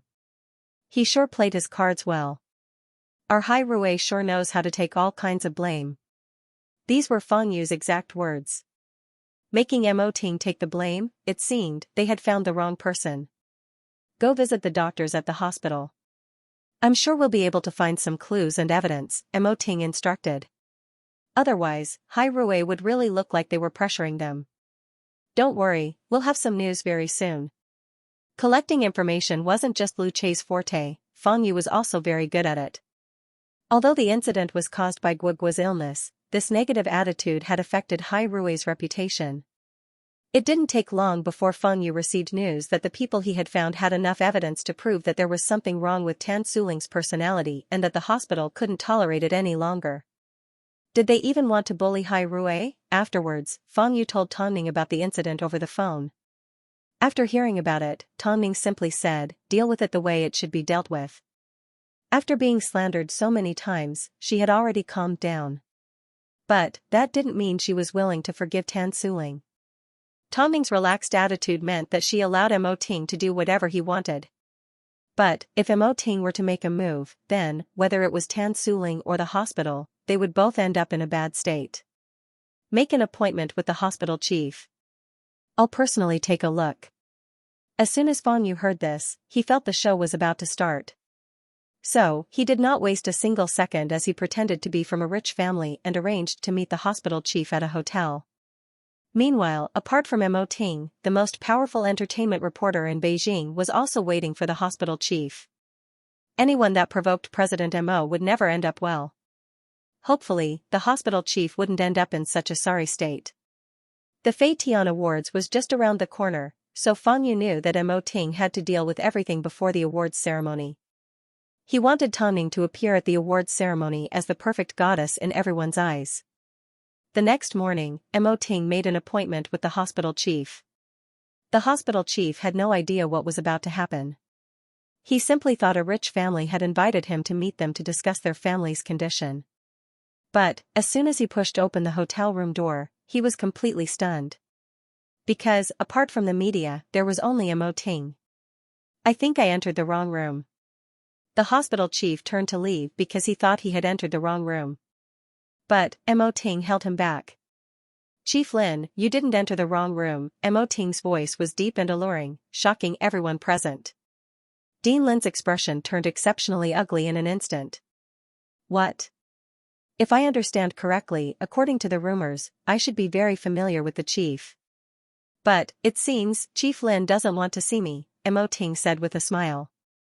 Chief Lin hesitated for a long time, but in the end, he had no choice but to enter the room and sit down opposite Mo Ting. But, as soon as he sat down, he felt uncomfortable all over.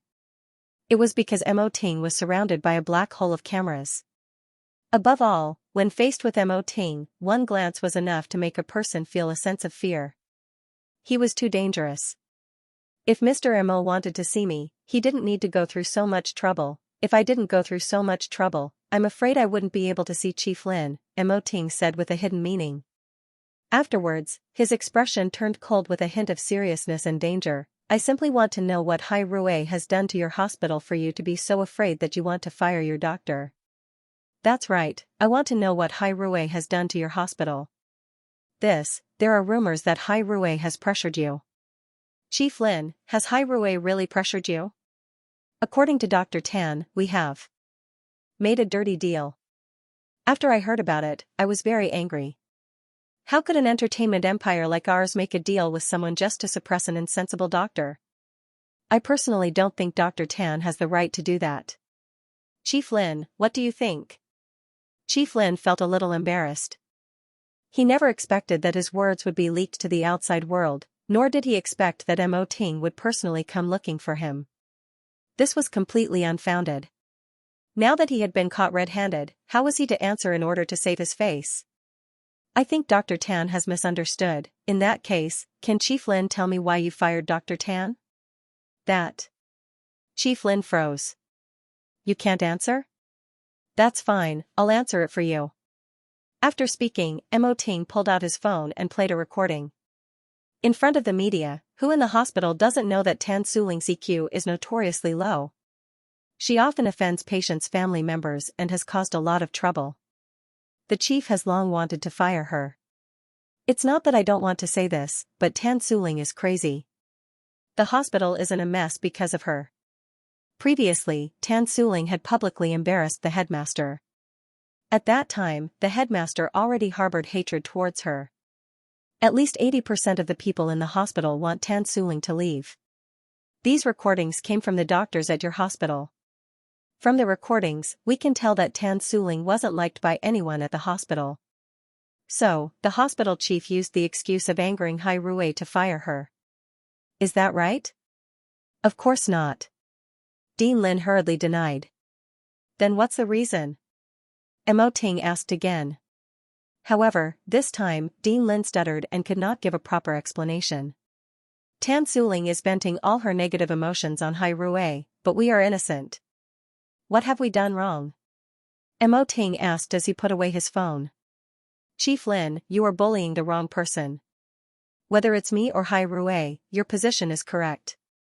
You can't afford to offend either of them. Since you can't afford to offend them, you shouldn't have tried to frame them. We won't take the blame for firing Tan Suling. Chief Lin's face immediately turned red and white. If it didn't involve my wife, I wouldn't even want to see a tiny hospital chief like you. If you don't want to clarify the matter, then don't blame me for being heartless. This is what I call a threat. Facing the cameras, Mo Ting was truly angered. Because every word he spoke was filled with danger. As soon as one heard it, they couldn't help but break out in a cold sweat. I have no interest in your personal grudges. But, I can't allow it to involve Hai Rui and my wife. This last no sounded like an order from the devil. After hearing this, Chief Lin felt he needed to clarify the matter as soon as possible. He didn't want to anger Mo Ting. Mr. Mo, I'm sorry. We were afraid of the rumors that were spreading around and caused a negative impact on Hai Rui. I'm truly sorry, Chief Lin explained sincerely. This matter is a personal grudge between us and Tan Suling. It has nothing to do with Hai Rui. I hope everyone doesn't misunderstand. Since it's a misunderstanding, let's clarify the real reason why we fired Tan Suling. Since this is an internal problem, can you let us handle it on our own? Chief Lin tried to negotiate with Mo Ting. When the public criticized Hai Rui, no one discussed it with us, Mo Ting replied in a deep voice. When the public bullied my wife because of Tan Suling, they didn't discuss it with me either. So, I also wanted to discuss it with someone. Chief Lin had no choice but to let out a long sigh. He then unwillingly explained to the media, our hospital must admit that Tan Suling is indeed a talent, but, Tan Suling is also the doctor that our hospital has received the most complaints about. It's not because she treats her patients inappropriately, but because she's never polite to her patients' family members. At the same time, she is also the doctor that receives the most complaints. Because of her personal emotions, she often makes the working environment of her colleagues difficult. That's why the hospital made this decision. For causing the public to misunderstand Hai Rui, I would like to apologize to President Mo on behalf of the hospital. I hope President Mo won't take it to heart. We indeed didn't handle the matter properly and have let down everyone's trust. It's Tan Suling's problem, Mo Ting emphasized. He then continued, at the time, Guiguo was sick and I sent him to the hospital. Dr. Tan didn't get to see Tongning, so she hoped to see her son's mother next time. As it wasn't the first time Guiguo had a fever and his immune system was weak, I didn't tell Tongning about it. I knew that as soon as she heard that her son was sick, she would immediately rush home. She is the female lead and the core of the entire production. She couldn't just leave the staff to one side. So, I hid it from her. But, Dr. Tan became biased against my wife because she didn't see her. The final time, Guiguo had a fever, Tongning took time off from the set and rushed home late at night. The next day, she sent Guiguo to the hospital and was immediately scolded by Dr. Tan. That's the entire story. Tongning and I weren't married for show. I love my wife more than anyone else. We were indeed taking what we needed, but what we needed was each other's love. Hearing this, the reporters couldn't help but ask, but, if Tongning really fulfilled her responsibility as a mother, why did her son have a weak immune system? Didn't Tongning already have a problem when she was pregnant? Hearing this question, Mo Ting suddenly let out a gentle laugh. Guiguo's development was indeed delayed in his mother's womb. That's why he often got sick, Mo Ting replied honestly. The reporters did not expect Mo Ting to respond in this way, so their eyes grew wide. Could it be that Tongning had never cared about her children's health from the moment she got pregnant? That's because, my wife gave birth to twins. All of a sudden, the reporters froze. They felt like they were hallucinating. What did Mo Ting just say? Tongning gave birth to twins? Guiguo was discovered a little late and his development was delayed. Unlike his older brother, he didn't absorb enough nutrients, so his immune system was weak. With this explanation, everyone understood. Many people that had given birth to twins knew that sometimes, twins would develop differently in their mother's womb. So, it was normal for the younger brother to be weaker than the older brother. So that's how it is, Tongning actually gave birth to twins and the public never knew about it. Taking care of 2 children must be tough. No wonder President Mo's heart ached for Tongning and didn't want her to know that her children were sick. The reporters couldn't help but discuss amongst themselves. Does anyone still have any questions? The situation was already clear. Although Tan Suling's medical skills were excellent, she was indeed biased. This was the main reason why she was fired by the hospital. It wasn't like the rumors were saying that the hospital fired her because of pressure from Hai Rui. With so many people complaining about Tan Suling, it seemed she wasn't very likable. So, to prevent Tan Suling from causing trouble, the hospital threw the blame onto Hai Rui, making everyone believe that Hai Rui had done something to harm their pure angel in white. Unfortunately, Mo Ting wasn't an ordinary person and he wasn't someone that would easily take the blame. Who was Mo Ting? And who was Tongning? The two of them never took the initiative to pick a fight. However, even if they were provoked, they would never be afraid. They would definitely get to the bottom of the matter and seek justice for themselves. President Mo, will you release photos of the twins to the public? President Mo, will the twins enter the entertainment industry? Seeing that the questions had nothing to do with the scandal, Mo Ting straightened his suit jacket and stood up from the sofa. The matter was cleared up, but the punishment was not enough. Of course, Chief Lin was already prepared for the hospital to be criticized. But, because Tan Suling's morals were indeed damaged, the hospital did not have to bear much responsibility. On the other hand, Tan Suling was in for a hard time. However, something that Dean Lin did not expect was yet to come. Mo Ting personally stepped out to clarify all of Tongning's scandals. He also stated that they were a normal married couple and that they had a pair of twin sons. After this, the truth of the incident was finally revealed. But, the public's attention was now on Tan Suling. Because they were very curious about what a doctor had to do to be hated by so many people and to be disliked by so many people. Therefore, many people started to look into Tan Suling and found that she really had what the patient's family members had said, that she was a little crazy. A doctor might do his best for his patients, but he also needs to comfort the patient's family members. Don't you think it's strange for a doctor to blame the patient's family members indiscriminately? Such a beautiful girl. What a pity. I always feel that she suffers from severe paranoia. I study psychology. Let me give Dr. Tan my contact details. You really do suffer from a mental illness.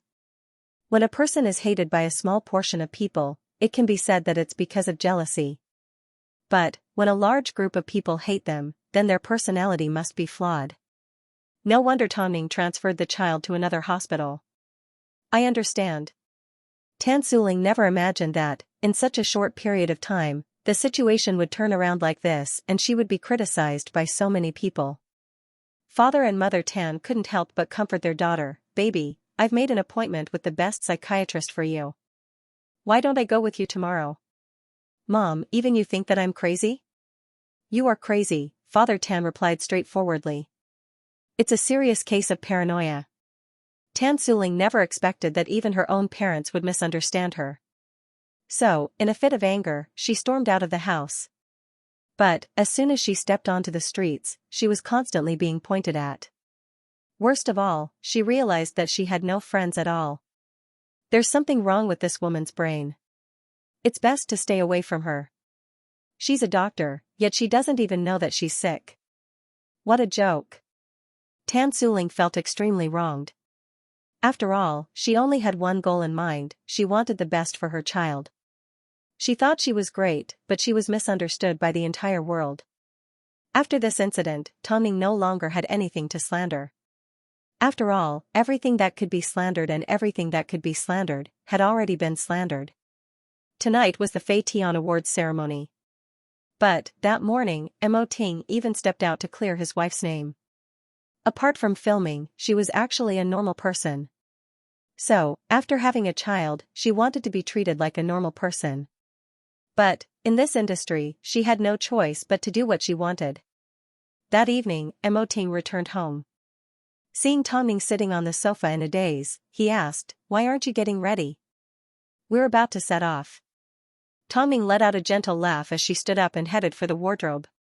But, halfway there, she suddenly turned around and said to Emoting, "I'm thinking, from now on, I should be more open to everyone. For example, when I see the paparazzi, I should greet them naturally." Emoting immediately understood what Tongning meant. She should just follow her heart. In order to accompany his wife to the awards ceremony, Emoting naturally dressed up for the occasion. He was dressed in a dark blue retro double-breasted suit and his hair was neatly combed. His entire body exuded the aura of an aristocrat. No matter how old he was, Emoting was still Emoting. There was no trace of age on his face. Soon, Tongning also finished dressing up. She was dressed in an aqua blue dress with stars on it. She looked ethereal and refined. Coupled with the fact that her accessories were all stars, the Tongning at this moment was like the most beautiful scenery in the world to Emoting.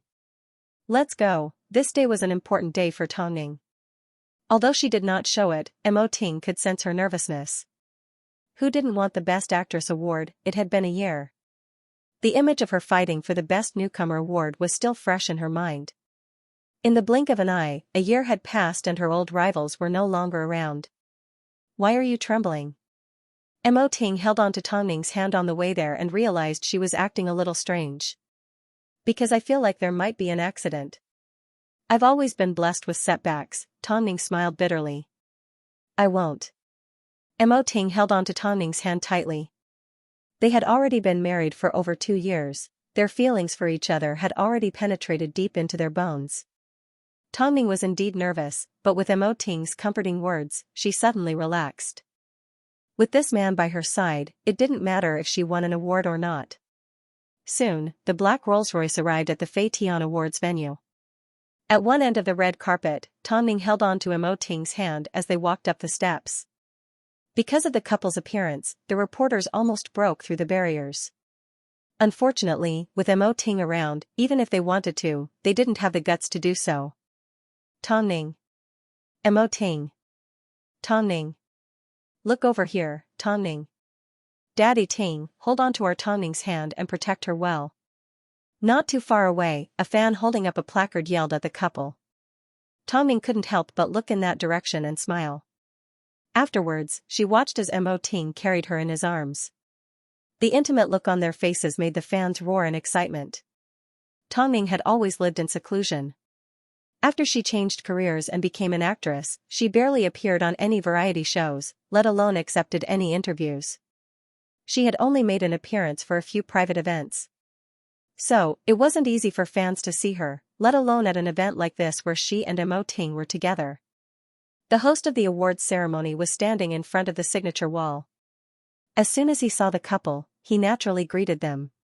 However, because of Emoting's presence, the host did not dare to joke around with Tongning. Because it made them feel like Tongning wasn't here to receive an award, but was instead here to inspect the venue with the higher-ups. "Our president Emo sure is considerate towards his wife. He's always by her side to protect her. But, as the host of the show, I would like to ask you a question. Can you tell us how your baby is doing?" "He's doing well. Thank you for your concern," Tongning replied in seriousness. "I know that my child's illness has caused a huge commotion and caused a lot of trouble. I'm truly sorry." Tongning's words were filled with remorse. In fact, she spoke with sincerity and even a tinge of grievance. This made the host's heart lift. "I believe that as a mother, you've already done your best. No matter who you become, you will always do your best. So, being a mother is no different. We believe in you too." The fans behind her screamed and cheered for her. "You are the undisputed queen of the night." In reality, apart from the Tongning couple, there was also a heavenly king who had just returned from overseas and was once popular. It didn't take long before the 1-hour red carpet event ended. At this time, Tongning and Emoting had already taken their seats according to the instructions given by the organizers. There were indeed a lot of familiar faces present, including Lin Xing and a few other actors that they had worked with before. Bai Chendong was also on the list. However, he was a very stubborn person, so he never came to events like this. The leading figures in the hosting world spoke wittily on the stage. The opening song and dance performance also invited the most popular music group. Tongming overheard the people around her gossiping about the returning superstar. She then shook the back of Mo Ting's hand. It seems there are still things in this industry that I don't know about. Are you referring to the person that is returning to China today? Mo Ting asked. Yes. I'll tell you about it when we get home, Mo Ting whispered gently beside Tongming's ear. Let's watch the awards ceremony first. This year's awards ceremony was quite exciting. Over the past year, there had been a lot of good works and many of them were people that Tongming was familiar with. Even Xianxia received the Most Promising Newcomer award. At this time, Tongming finally noticed that Zihao and Xianxia were sitting 2 rows behind her. Xianxia held on to his trophy and waved it towards Tongming. Next up, we will be presenting the most important award of the Fei Tian Awards. It's time for the Best Actor Awards. In order to choose the Best Actor, our judges almost fight backstage every year. Next, let's welcome our guest presenter. The guest presenter was an experienced scriptwriter who had won many international awards. His partner was a professional film critic who was also internationally famous. An old man and a young man, one fat and one skinny, supported each other as they walked onto the stage. Afterwards, the old scriptwriter began to speak. When the organizing committee first invited me to present this award, I was quite surprised. As everyone knows, I am a very serious person. If the person that receives the award doesn't meet my requirements, I would have a problem with it and might even reject it. So, I went ahead and looked through the works of all the nominees. I am a very picky person when it comes to stories. As a result, I have high expectations for my actors. If I'm a person that has written for a lifetime, who would be willing to let their painstaking efforts go to waste on an actor? Luckily, the Fei Tian Awards has maintained its fairness. The nominees are indeed impeccable. In this way, I also understand why the judges of the organizing committee were fighting backstage. On the other side, the film critic also began to speak. The old man is right. A good film is the result of the industry's development. Only a good actor can bring out the best in a good script. As for a film that I agree with, it should be loved by the entire world. It represents the most honest values and contains the most sincere emotions that can resonate with the entire world. A film like this is impeccable, and I happen to know of a film that has a good reputation around the world. In that case, hurry up and tell us, what film is it? The film critic looked in the direction of Mo Ting and Tongming before he replied. From what I know, Stupid can't even compare to their own films in Europe and the US. Yet, the latest screenwriting textbooks have already included Stupid as an example. This is the first time this has happened. Speaking of which, I really admire President Mo from Hai Rui. As soon as Mo Ting heard this, he nodded at the film critic. Alright, let's get straight to the point. Let's take a look at the outstanding actors who have won the Best Actor award this time. Please look at the big screen. After the film critic finished speaking, he directed everyone's attention to the big screen behind him. A moment later, a loud voice sounded from the screen. The winner of this year's Best Actress Fei Tian Awards is. At this moment, the spotlight was focused on the nominees and the atmosphere was extremely tense. Tongming from The Lost Relative. In the film, Tongming used her role as a policewoman to portray the helplessness of 2 opposing identities. Congratulations, Tongming, as the 2 presenters on stage congratulated her, the audience erupted in applause and cheers. Tongming was a little surprised to hear her name being mentioned so easily. She felt a little flattered. Why are you still in a daze? Mo Ting reminded her with a smile. It's time to receive your award, my precious. Tongming turned around and hugged Mo Ting. At this moment, she felt like she was the moon surrounded by stars. Afterwards, Tongming stood up and headed towards the stage to receive her award. At this time, the bearded screenwriter continued. In reality, Hai Rui also sent her a few other films, including W.H. and The Forensic Concubine. I can say that Tongming's execution of both films was very good. She is a versatile Best Actress. Currently, she is filming a new film, Survivor. Apparently, it is another excellent film. I hope Tongning can continue to work hard and become an even better actress. I would like to share with everyone Tongning's results so far. The combined box office sales of her 3 films have already exceeded $6 billion. As for the results from overseas, she has already become a box office miracle. As for the drama, The Forensic Concubine, that she starred in, it has already achieved the highest viewership rating in the history of television dramas. As for online views, it has already exceeded $20 billion. And this is just a little over a year after she changed careers. I'm sure a lot of people will never reach her level. But it's undeniable that Tongning works harder than anyone else when she's an actress. At this time, Tongning was already standing on the stage beside the 2 presenters. At this moment, it was like the entire world was cheering for her. As the solemn music started playing and the heavy trophy was placed in Tongning's hands, she suddenly felt her eyes swell up. "Tongning, please give your acceptance speech," the presenter reminded with a smile. Tongning looked at the trophy in her hand and said to everyone in a choked voice, "To be honest, based on my past experience, I wasn't prepared to receive an award. I felt like it was too easy and didn't fit my image. But when I think back to every minute and second of filming, I suddenly feel that I'm very laughable, because I almost forgot about the hardships I had to endure while filming. As everyone knows, I went from being a model to becoming an actress. I'm sure many of you have witnessed the trials and tribulations that I went through. Today, I finally received this heavy trophy. What I want to do the most now is to go home and feed my 2 sons, as well as cook dinner for my husband. I want to share my excitement with the person I love the most. I would like to thank everyone. At the same time, I would also like to thank the Feition Awards crew for giving me this award. This makes me realize that I am valuable to the film and television industry. Finally, I want to say to my husband, you are my king." Mo Ting sat in the dark as he watched Tongning bathed in the bright light. This was the woman he was going to send to the altar, the wife he was going to spend the rest of his life with. As for Tongning's words, it made Mo Ting realize how much Tongning admired him. Afterwards, Tongning stepped off the stage and returned to Mo Ting's side. In front of so many people, the couple couldn't help but kiss. Wow. Oh God, look. It's so sweet, it's so sweet. I also want someone like this to spend the rest of my life with me. Afterwards, the Best Actor award was presented. But, in the eyes of the couple, the award ceremony was already over. However, other surprises soon followed. The Forensic Concubine actually won the Best Screenwriter award and the Most Popular Drama award. Of course, when it came to Mo Ting's friendly performance, everyone was excited to talk about it. Everyone in the industry could tell that Mo Ting hid his abilities well.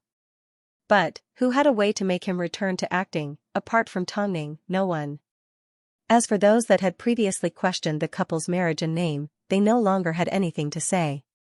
To use a line from a song, it was, "If this isn't love, then what's there to be sad about?" Soon, the award ceremony ended and Tongning and Mo Ting left the venue. But, before they boarded their car, a group of reporters followed behind them. Due to Mo Ting's imposing manner, the reporters did not dare to approach them. They simply followed them from afar. But, one female reporter approached Tongning and said, I have a diet that has been passed down for generations. If you consume it over a long period of time, it can help you improve your immune system." Tongning received the paper from the woman and smiled, "Thank you, I will give it a try and let you know if it works." The woman did not expect Tongning to be so easy to talk to. So, she scratched her head in embarrassment and shook her head, "It's my honor that you're willing to give it a try. We are all the same."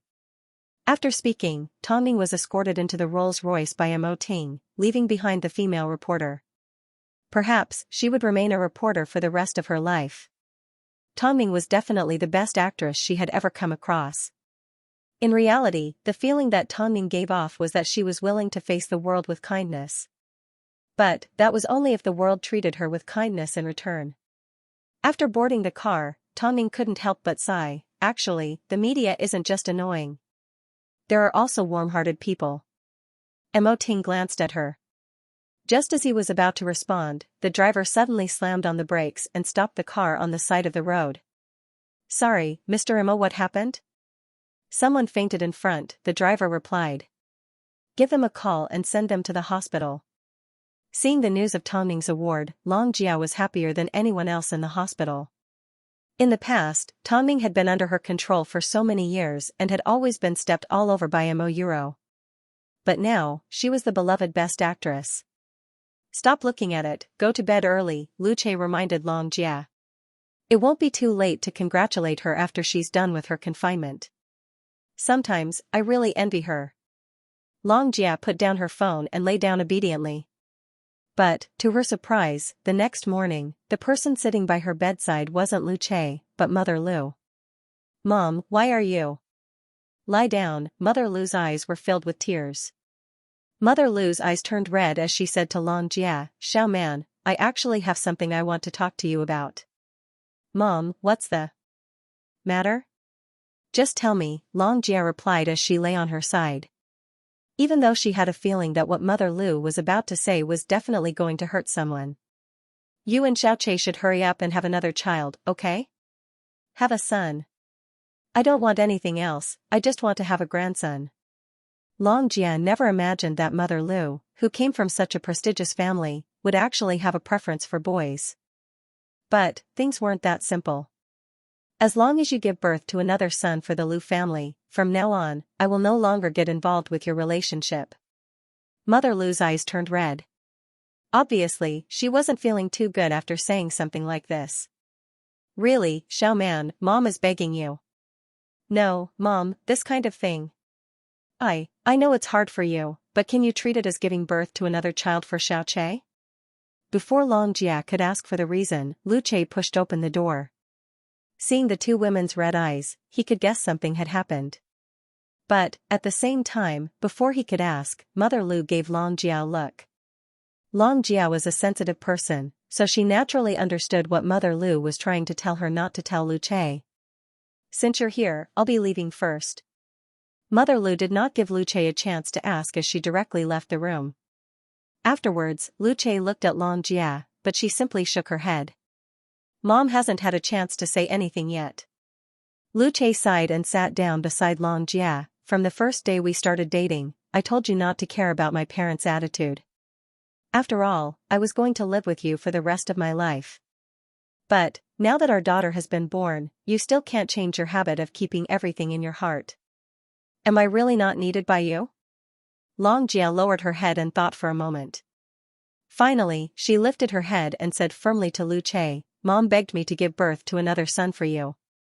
After hearing this, Lu Che didn't know whether to laugh or cry, but, why? Mom has never mentioned it to me before. Before I had a chance to ask, you came in. This time, Long Jia was telling the truth. Although I don't want to hold it against her, the way Mom treats me makes me feel like a tool for giving birth. Plus, what's wrong with having a daughter? You're done with your postpartum confinement. We'll head home in a bit. Lu Che did not try to comfort Long Jia. Instead, he changed the subject. Mom and Dad will be home for lunch this afternoon. Long Jia didn't know what Lu Che wanted to do, so she felt a little worried. What are you planning? Just a family meal together, Lu Che replied casually. After speaking, he handed the phone to Long Jia. Weren't you anxious to congratulate the madam last night? Let's make a phone call and congratulate madam. Long Jia's attention was successfully diverted as she took the phone from Lu Che's hands. I almost forgot about this. Thinking back on the many years they had spent together, Long Jia was genuinely happy for Tongning's achievements. After all, when she was suppressed by Han Yufan, she never imagined Tongning would have this day. Lu Che watched as Long Jia dialed Tongning's number and let out a sigh of relief. Sometimes, as a son and a husband, they were destined to face difficulties when it came to family matters. But, he was already a father. If he didn't step out and make a statement, how would Long Jia and their daughter feel safe? News of Tongning winning the Best Actress award was currently trending online. As for her previous movie, it was rediscovered and returned to the top of all the major video streaming websites.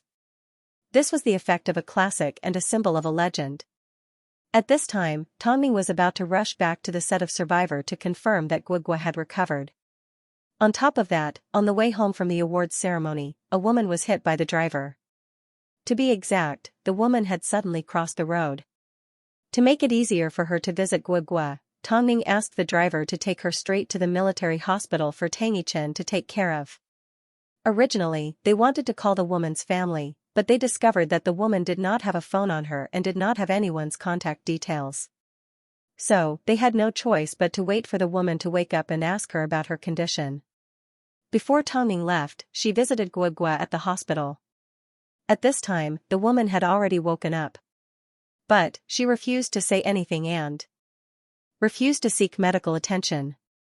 So, as soon as she saw Tongning, she rolled out of bed and hugged onto Tongning's thigh. I know you are the most popular actress in Beijing. Can I beg you, please don't hand me over to them? Don't let the media find out about me. Tongning helped the woman up and over to the bed. You need family to take care of you. I don't need that, the woman immediately shook her head. It wasn't easy for me to escape. Why do you need to use the word escape when talking to family? Hearing Tongning's question, the woman fell silent and hesitated. But, from the look in her eyes, it wasn't hard to tell that she was treating Tongning as her last hope. It's because I have an extremely possessive brother. I don't want to be controlled by him anymore. Tongning, I beg of you, I don't want anyone to find me. As long as you can let me live in peace, I will do anything you want me to do. The reason why I crashed into the car last night was because I escaped from the awards ceremony. Is your brother someone in the industry? Tongning continued to ask. The woman remained silent for a few seconds before she nodded her head. Tongning also thought for a few seconds before she said to the woman, I cherish fate. Since you crashed into our car, I can consider your request. But, I have a bottom line in my heart that I hope you don't cross. Otherwise, I won't go easy on you. I'm about to head to the set and I'm lacking an assistant. If you can do some chores, you can come with me. The woman looked at Tongning in a daze and nodded her head gratefully. Thank you, I can do anything.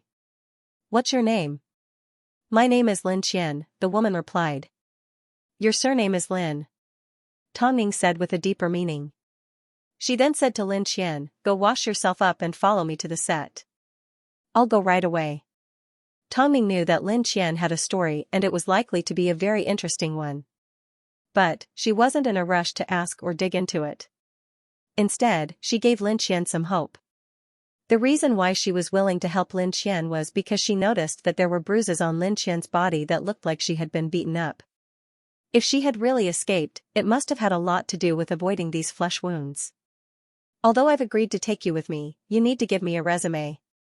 My husband won't allow an unknown person to follow me. Okay, thank you, Ning Jia. Lin Qian was calm as long as Tongning gave her a place to hide. From the look in her eyes, Tongning could tell that Lin Qian wasn't a calculated person. In fact, it was likely that she came from a wealthy background.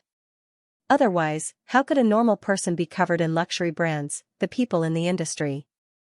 Yes, in this industry, there was no lack of dirty secrets.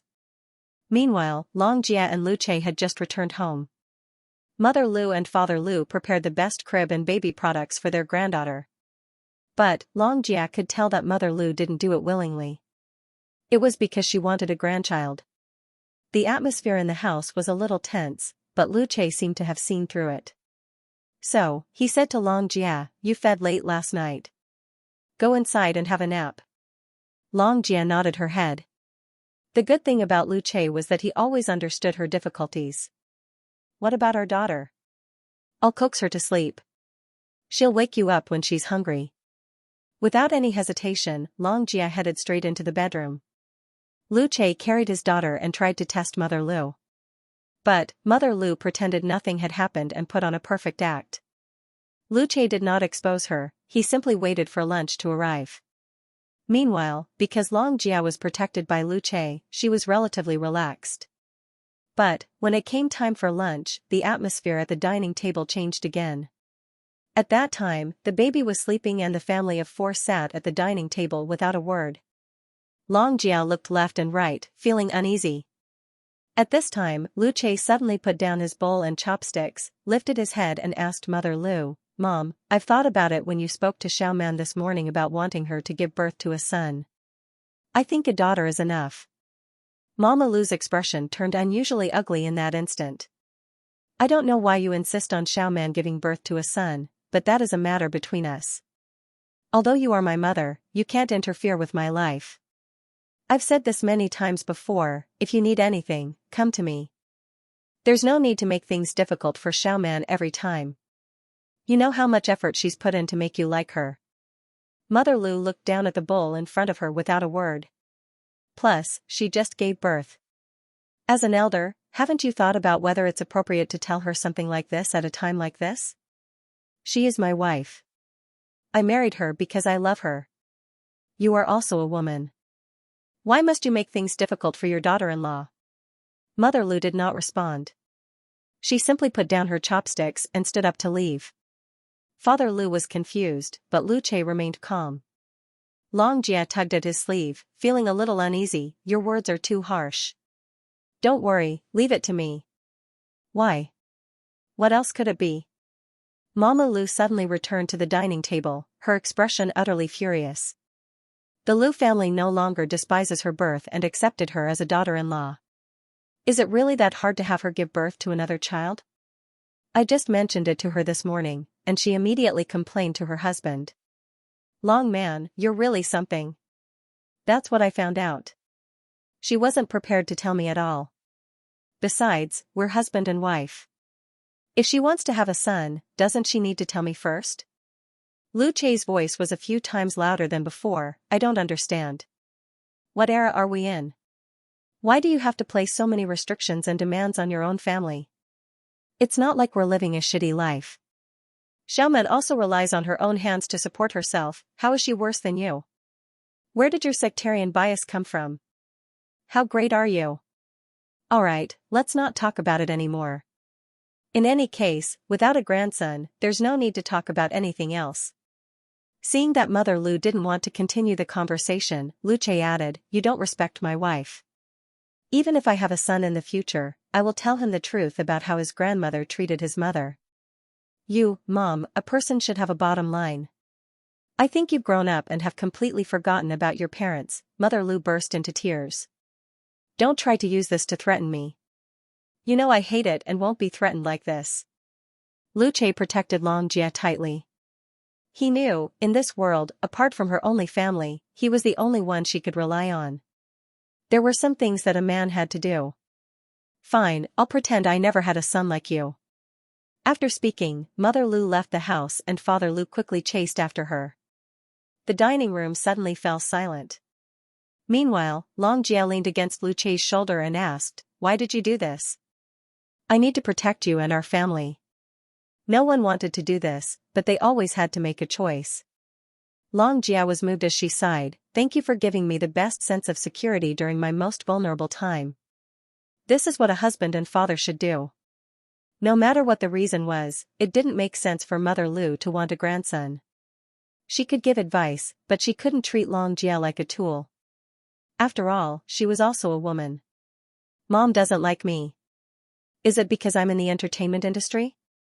Does she think I'm dirty too? No, don't think too much about it, Lu Che replied. Or does she think I'm not capable? I know better than anyone whether you are capable or not. Xiaoman, no matter what you want to do, go ahead and do it. Lu Che couldn't deny that when it came to relationships, Mo Ting had set a good example for him and he had some correct values. After all, he had never felt that women were weaker than men. Tongning was the best example of that. It was at this moment that Long Jia swore to herself that she could no longer rely on Lu Che to give her a sense of security like before. She needed to build her own confidence and give herself a sense of security. As for Mother Lu, she was prepared. As long as Mother Lu was willing, she would continue to be as filial as a daughter. But, if Mother Lu insisted on causing trouble for her, she would no longer avoid it. She couldn't let Lu Che face problems on his own. So, she had a plan in mind. However, this plan would have to wait until her daughter was a little older. After Mo Ting received Lin Qian's resume, he instructed Fang Yu to investigate her background. In the end, he discovered that Lin Qian's background was completely clean. President, Lin Qian graduated from a prestigious overseas school. Being an assistant is a huge injustice for her. Is there anything else you want to say? Mo Ting didn't care which school Lin Qian graduated from. Interestingly, Lin Qian is the younger sister of Quan Zai, the heavenly king who returned to China for the Fei Tian Awards. Of course, she is merely an adopted daughter of the Quan family. But, from the looks of it, the relationship between the two siblings isn't simple. Fang Yu raised an eyebrow at Mo Ting. This is a hot potato. I can't believe Tang Ning accepted it. Quan Zai, so what? Mo Ting asked without lifting his head. The young master of the devilish charm, although I don't know why he left the industry, he is a charming man that can be compared to you. Tang Ning returned to the set of Survivor with Lin Qian. To congratulate her on winning the Fei Tian Best Actress Award, the crew prepared a celebration party and a huge cake for her. This way, Survivor could be promoted from Tang Ning to Best Actress Tang Ning. Tang Ning, you still have a long way to go. Although you've won a Fei Tian Award, if you want to completely conquer the hearts of the people, you still need work and time. This industry is all about fame and fortune. There are too many bad people out there. It's hard to be yourself forever. Tang Ning did not say a word as she continued to eat and drink with the crew. Finally, the director noticed Lin Qian's presence. This child is my new assistant, Tang Ning replied. I hope you can take care of her. You've been missing an assistant for a long time, the director said as he stood up from his seat. With that, the director stood up from his seat. I'm old and can't play anymore. It's better for you young people to play. Oh right, there will be new actors joining the cast tomorrow. The first scene will be your scene together. You remember, right? Tang Ning smiled and nodded her head. Get some rest. Because of her award, Tang Ning's status in the crew slowly rose. Now, everyone on set had to address her respectfully as Ning Jia. Of course, this respect came from the bottom of their hearts. I don't need you to do most of the things, but there are some things that are a bit difficult for me to do myself, Tang Ning said. I understand, Lin Qian nodded. Although Tang Ning didn't like to put on airs, there were a lot of things that required an assistant to handle in advance. That way, she could save a lot of time. I've asked the staff to arrange a room for you. It's right next to mine. I have a scene tomorrow morning at 7 a.m. Remember to wake up. After giving her instructions, Tang Ning turned and opened the door to her room. At this time, a woman suddenly ran through the corridor and almost bumped into Tang Ning. Sorry Ning Jia. I was too excited to see you, so I couldn't control myself and acted on impulse. I hope you don't mind. I am a new actress on set, Xianxia. The woman was relatively skinny and looked like she hadn't had a good meal. But, she had a warm smile and didn't look annoying at first glance. Rest early. Tang Ning shook the woman's hand and returned to her room, followed by Lin Qian. Xianxia stood in front of Tang Ning's room excitedly for quite some time before she reluctantly went to find her own room. The next morning, Tang Ning and Lin Qian were the first to arrive on set. After the makeup was done, Lin Qian almost didn't recognize Tang Ning. After all, Tang Ning had abandoned her glamorous identity from yesterday and turned into the old, ugly, and crazy woman from Survivor. Meanwhile, Xianxia's role was to search for her sister, who had died in a plane crash. Seeing the mess on Tang Ning's body, Xianxia couldn't take it anymore. Before the shoot started, she approached Tang Ning and said, Ning Jia, you've sacrificed a lot. Don't you feel bad seeing your hair sticking to your face? I said Jia said I said. I've always heard that your acting is very good, but I've only seen it in movies. Today, I can finally see your real acting skills. I'm really excited. Tang Ning gestured to Lin Qian, hoping that she would stop bothering her while she was reading her script. However, Lin Qian just kept on talking. It wasn't easy for Tang Ning to finally start filming, but she managed to complete it on the first try. Even when she was up against the much weaker Xianxia, she didn't make any mistakes. Great Tang Ning, keep it up. After the scene was over, Tang Ning wanted to leave, but Xianxia held on to her. Ning Jia, can you teach me how to act? I really want to be like you. Seeing this, Lin Qian immediately approached Xianxia and said, Miss Su, Ning Jia needs to prepare for the next match. In that case, I'll wait until Ning Jia is free. However, one of the staff reminded Xianxia, Ning Jia is so busy, how could she have time to teach you how to act? It's best you don't add to her troubles. To be honest, after filming so many films, Tongming had never seen an actress like Xianxia. He was not jealous of her, nor was he trying to frame her. He was just pestering her to teach her how to act. If Xianxia was trying to scheme against her, Tongming would have been able to deal with her easily. But Xianxia was simply asking for help. This made things difficult. Ningjia, why don't I deal with Xianxia later? Lin Qian suggested. Don't go overboard. Don't hurt her self-esteem, Tongming reminded. Dressed in a long black dress, Lin Qian looked quiet and ladylike. Tongming was right. A person with this kind of taste couldn't have come from a normal family. Don't worry. After speaking, Lin Qian turned around and left. After Tongming returned to her next scene, she approached Xianxia and said, Miss Su, Ningjia may not have much free time over the next 2 days. Not only will she need to go down a well, she will also need to go rock climbing, so she may not have enough rest. So, if it's not too much of a hassle, I hope you can give her some time to rest and not disturb her. Let's have a chat after she finishes filming. Xianxia understood what Lin Qian meant, so she nodded her head, okay. Actually, I'm going to be quite busy over the next 2 days. Then, it's settled. Xianxia appeared to be an easy person to talk to. She was petite and lively. But, after Lin Qian left, Xianxia spat, stop pretending to be a gentleman. If you don't want to teach me, then say it. If you don't want to, then say it. Why beat around the bush? It didn't take long before Lin Qian returned to Tongming's side. At this time, Tongming was touching up her makeup. Is everything settled? Yes, Lin Qian nodded. Don't worry, Ningjia. The next scene was a relatively dangerous scene. Xianxia's character, played by Xianxia, disobeyed her family's advice and boarded a deserted island to search for her sister. But, the people on the island stole her boat and robbed her of everything. In the end, they even tried to humiliate her. But, Tongming appeared and saved the child. Cut. Xianxia, is that fear? You're comparing who has bigger eyes. You should learn from Tongming, the director suddenly yelled. Do it again. Cut. Xianxia, your character's emotions aren't right.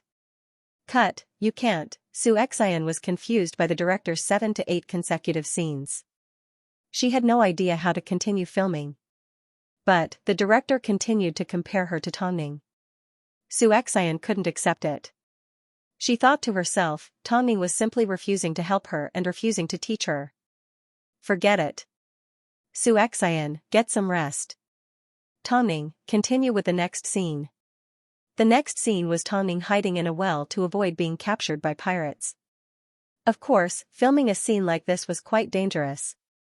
So, the props had to be checked and reinforced in advance. Tongming, get some rest for half an hour.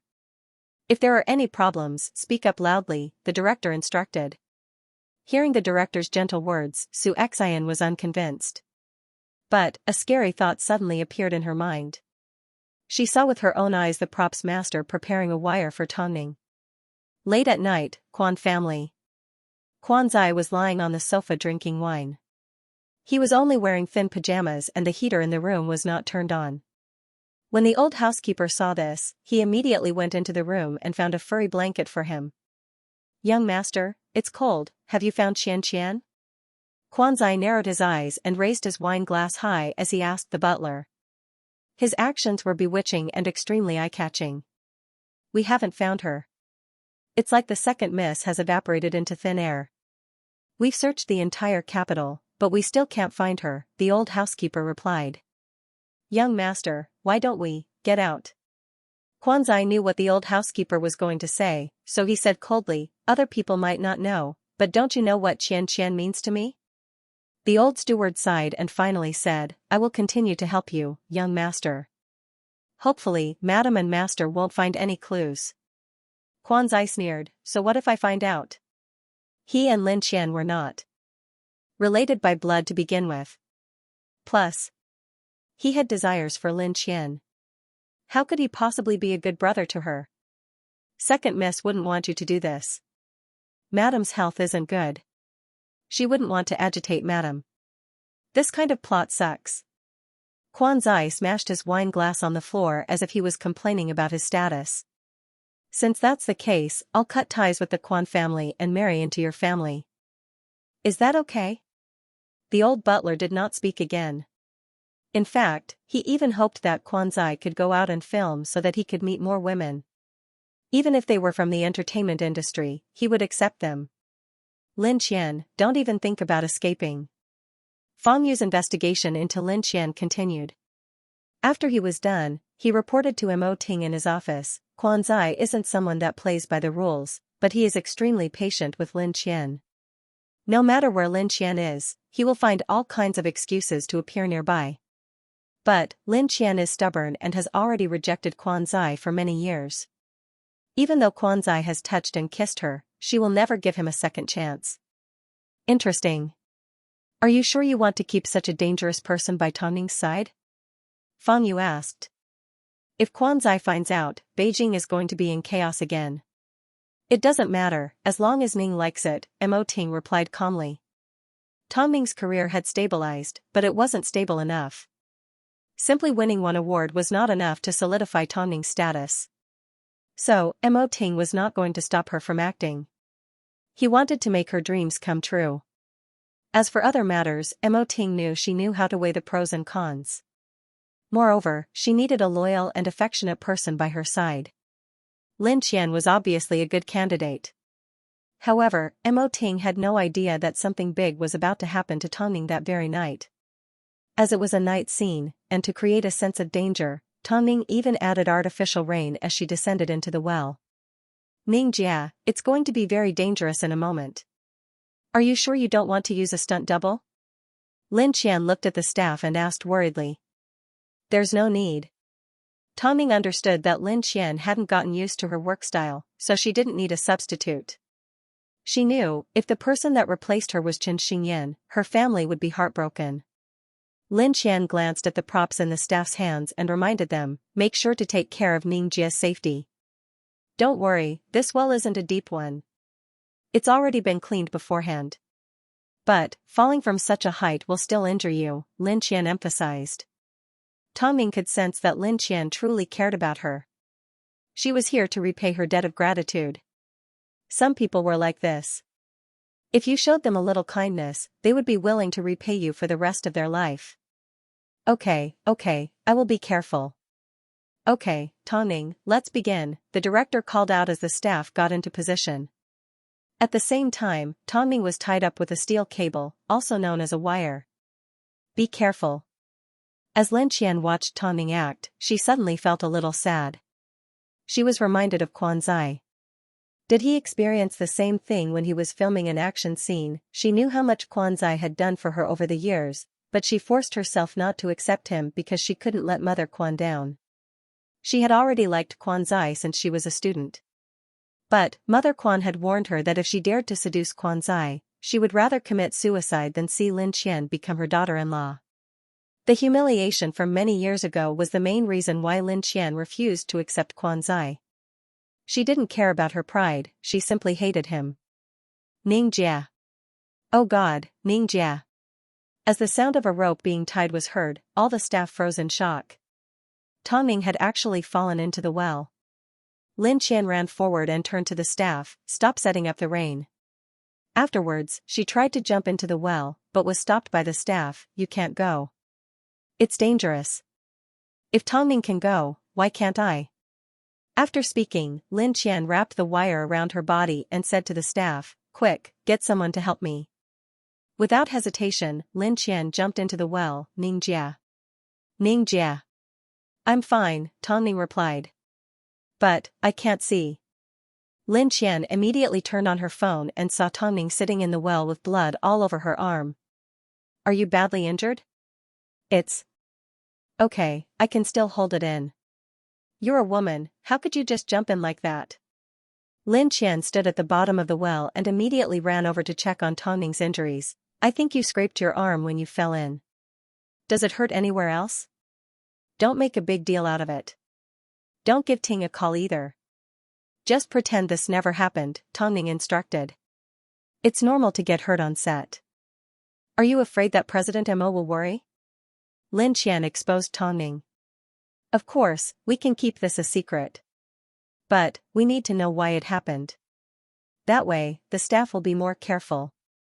Tongning looked at Lin Qian and realized she wasn't as weak as she appeared on the surface. She was actually quite strong. Ming Jia, Assistant Lin, are you okay? We'll pull you up right away, a staff member called out from the well. A moment later, Tongning and Lin Qian were pulled up. At this time, the director was already scolding the staff member.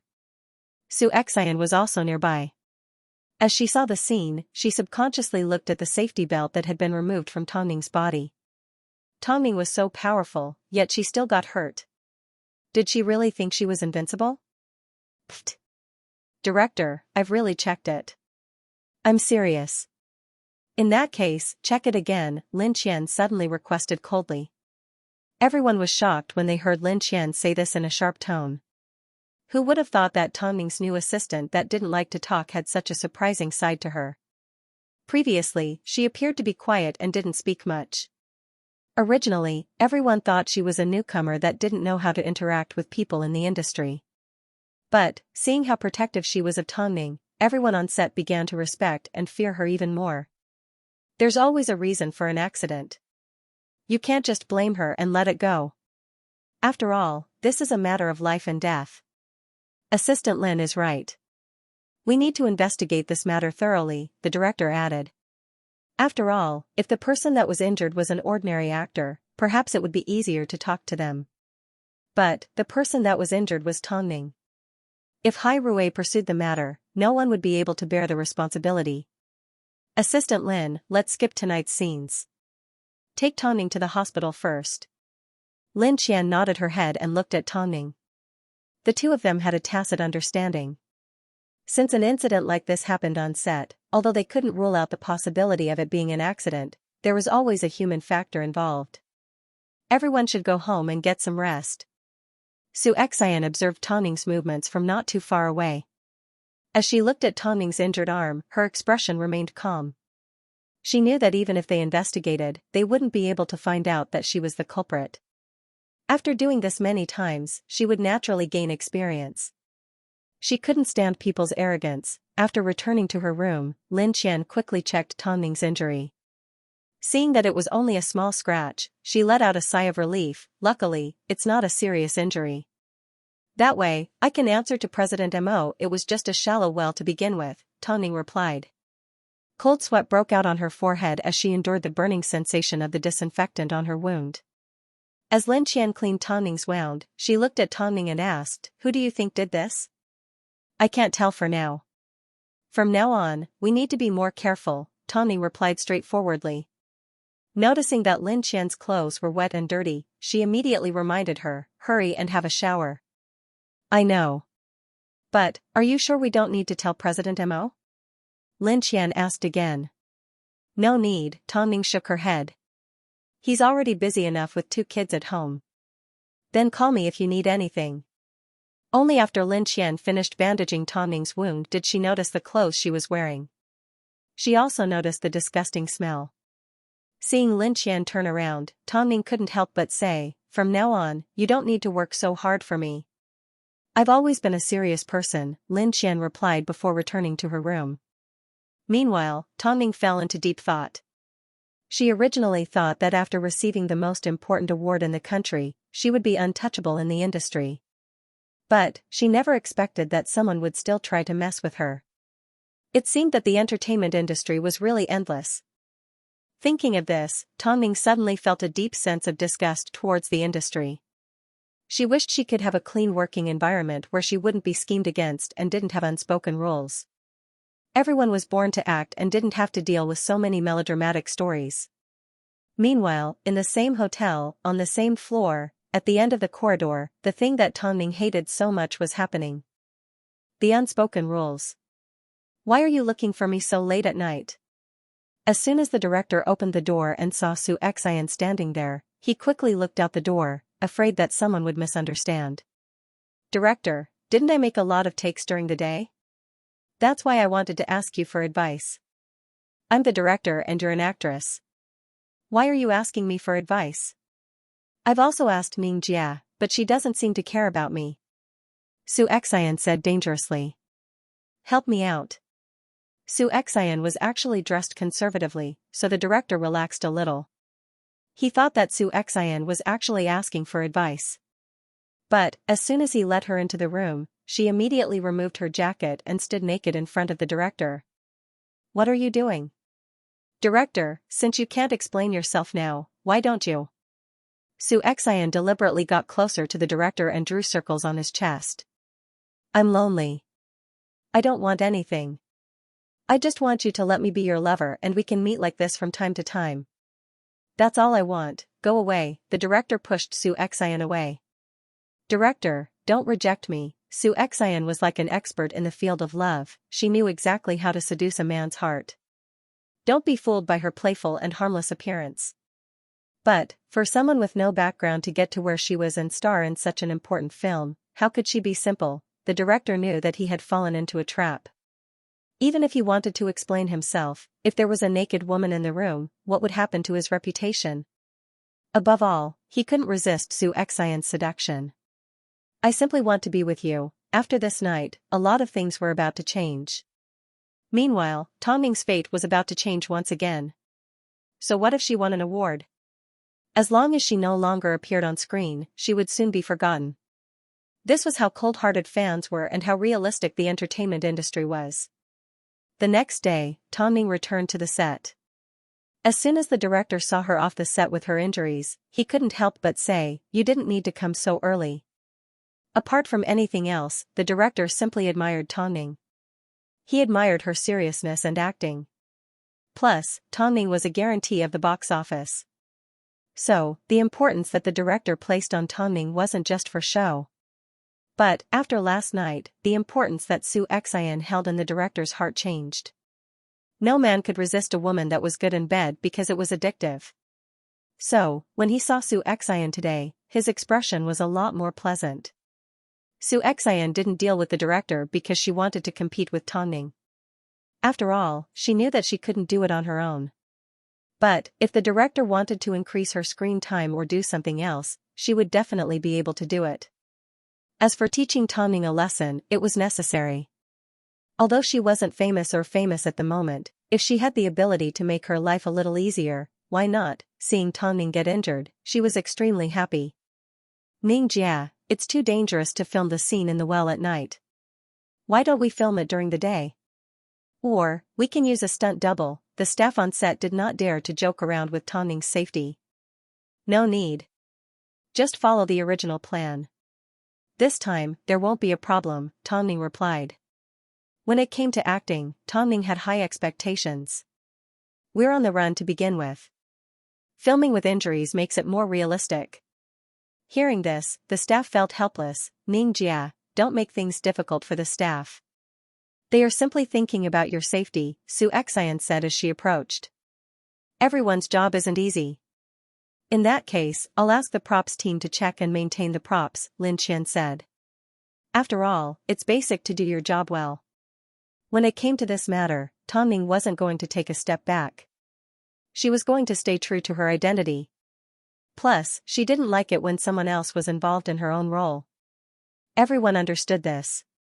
But, the staff still looked upset. She felt like Tongming was making things difficult for her. After all, Tongming insisted on not using a stunt double. Afterwards, Xianxia comforted, Xianxia is doing this for the sake of the film. She is truly professional. Who needs her to be so professional? No one can see behind the scenes and the staff are the ones being tortured. How many actors these days are as serious as she is when it comes to filming? In reality, Xianxia wasn't too far behind the two. Although she couldn't hear their conversation, she could tell that the staff was complaining. Afterwards, Xianxia helped Tongming get some water and returned to her side. Be careful of the staff's revenge. It may not seem obvious, but it's often fatal. Tongming lowered her head and took a sip of the hot water. Her voice was gentle but cold. If she dares to make a move, this time, Tongming filmed with an injury. But, even so, she still passed on her first take. Haha, no wonder she's the flying queen. She's amazing. The director gave Tongming a thumbs up. Of course, because of Tonning's professionalism, the staff no longer had to worry about her and let out a sigh of relief. Not long after, Xianxia's filming went exceptionally smoothly. In fact, she did not ask Tonning to improve her acting skills again. As a result, Xianxia's acting skills continued to improve. The director praised her because of Tonning. But, Tonning simply smiled and did not say a word. Late at night after filming, Xianxia snuck into the director's room again.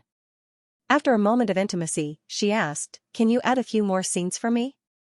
Even if it's just for a few seconds." The director subconsciously furrowed his brows. Just as he was about to reject her, Xianxia used her usual tricks to make it impossible for the man to reject her in bed. In the end, the director gave in. After all, he had had his fair share of women, but none of them could make a man happy like Xianxia. Meanwhile, Tonning was having sex with Mo Ting. The couple had only been apart for a few days, but they had an endless amount of things to talk about. Mo Ting was not a talkative person. But, when it came to spending time with Tonning, especially after not seeing her for a few days, he didn't give her any time to interrupt. "Mr. Mo, I know you miss me, but please take good care of our baby." "But, I want to take care of you more," Mo Ting said seductively. "Did anything happen on set?" "Yes, everything is fine." In order not to let Mo Ting notice the scars on her arms, she deliberately wore a comfortable jacket. "Very soon, I will return home. After that, I will stay with you and the baby forever. Waiting for you to come home." "But Survivor will not be the end of your acting career." Mo Ting understood the hidden meaning in her words. She had deliberately added the word forever. "Does Guigua still have a fever?" Tonning changed the subject. "Yes, but it's very mild." "You should trust Lu Guangli," Mo Ting replied. "Ting. Huh?" Mo Ting's voice was slightly seductive. "I want to hug you." "But, I want you," Mo Ting said as he looked at Tonning passionately. "No, I need to come to the set tomorrow to rest." "Do you have to be like this?" Tonning laughed. "I will be back very soon." This time Mo Ting did not say a word. He simply looked at Tonning for a long time. But, he didn't want to waste any more of her time. He had decided that he had to see Tonning. So, after coaxing the babies to sleep, Mo Ting gave Xia Yuling a phone call and asked the two mothers to come over and take care of the babies. "Where are you going so late at night?" Xia Yuling asked. "Did something happen to Xiaoning?" "She's fine. I just want to see her," Mo Ting said before he left the house. It took at least 5 hours to drive to the set. In other words, by the time Mo Ting arrived, it would already be daybreak. But, as long as it was related to Tonning, Mo Ting didn't mind. Just as Tonning was about to fall asleep, her phone suddenly rang. Tonning looked at the time and realized it was only 4 a.m. Thinking something had happened to the babies, she quickly sat up. But, she heard Mo Ting's deep voice, "Open the door." Tonning was in disbelief, but she still walked over to the door. As soon as she opened the door, she saw a tall man standing there. Before she could react, Mo Ting pushed her into the room and pressed her against the wall. "You're all ready. A father of 2, how can you still be so impulsive?" Tonning sighed. "I only have 3 hours." Mo Ting did not want to waste any more time talking. He simply used the word do. In the past, there were indeed a lot of things that were impossible, but ever since he got together with Tonning, he no longer made careless conclusions. After an intense session, Tonning fell into a deep sleep. Mo Ting originally wanted to leave quietly, but, in his sleep, Tonning held onto his hand. As soon as he moved, Tonning immediately woke up. Of course, no matter how slow he was, he could still notice the injury on Tonning's arm.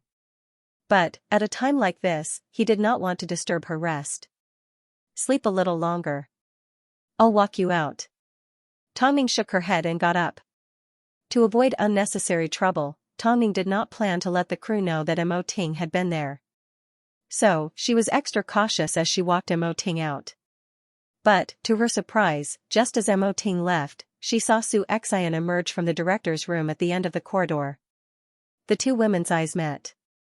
Both had complex expressions on their faces. But neither of them said a word as they returned to their respective rooms. The next day, just before filming began, Xianxia took advantage of Lin Qian's absence to look for Tongning and say, "I never thought Ning Jia would do something behind President Mo's back." "So, you came out of the director's room this morning?" Tongning did not explain as she asked. "I hope Ning Jia can keep this a secret. I simply like the power of the director. Of course, as a condition, I will keep it a secret." Tongning let out a gentle laugh and did not say another word. This Xianxia seemed to think that she had found a group. Xianxia thought Tongning had agreed, so she turned and left. At this time, as Lin Qian watched Xianxia leave, she asked Tongning, "Did she come to you for advice again?" Tongning shook her head as she explained to Lin Qian what she saw that morning. "So, this Xianxia is in an affair with the director and thinks you're cheating?" Lin Qian held her forehead, not knowing whether to laugh or cry. "Uh-huh. If that's the case, things aren't looking too good. You can't underestimate this Xianxia. This means that she may use it to threaten you during filming. In that case, let's wait and see how she plans to threaten me." Tongning lowered her eyes, but it wasn't hard to sense the wisdom hidden within. Tongning obviously didn't like being threatened. But there were always people that wanted to throw their lives away. Did she think that because she had a relationship with the director, she could do whatever she wanted on set? Xianxia probably didn't know how to deal with the unspoken rules. During filming, because Xianxia thought she had something on Tongning, she winked at Tongning purposefully during the scene. She thought Tongning would respond, but Tongning simply glanced at her and remained calm. Xianxia was a little frustrated. She refused to believe that Tongning wouldn't feel guilty. So, she looked at Tongning again and gestured for her to go have a chat. But Tongning still ignored her. Xianxia was so angry that she finally gave up and sat quietly to one side. After Tongning finished filming and sat down to eat, she finally approached Tongning and said, "Ning Jia, I just invited you over. I have something to say to you." "Go ahead." Tongning replied without lifting her head. Xianxia wasn't willing to give up, so she pulled out her phone from her pocket and handed it to Tongning. "This is a photo I took this morning." Tongning lifted her eyes and saw Xianxia had taken a photo of President Mo's handsome back. "I admit that I'm not a good person. But, how much better can you be? If I expose this matter, then your previous image as a good wife and mother will be destroyed." "So?" Tongning couldn't help but ask back. "I'm not asking you to be the female lead. I simply want you to help me. After all, it hasn't been easy for me to get to this point. Isn't this what you should do as a senior? Plus, I have something on you." "Don't forget, you also have an affair with the director," Tongning retorted. "But, you don't have any evidence. Plus, you won't expose it so easily. Otherwise, once the film ends, it will only be detrimental to you," Xianxia said confidently. "Am I right? I never imagined that the arrogant Tongning was just a normal person who lived on a daily basis. How do you want me to help you?" Tongning resisted the urge to laugh as she asked again. "I want you to introduce me to advertisements and give me more exposure so that I have a better chance of becoming famous," Xianxia said without holding back. "Otherwise, everyone will suffer." Xianxia thought, with Tongning's current status, she would definitely care about her reputation. Especially since her husband was Mo Ting. If Tongning really did something reckless, she would be making an enemy out of Hai Rui. So, she felt the evidence in her hands was extremely valuable. But in reality, however, Tongning didn't care. "I hate being threatened and I'm not a well-behaved person. So, if you want to expose me, go ahead. In fact, you can choose any method you want." Xianxia was shocked. "You don't care?" "That's impossible.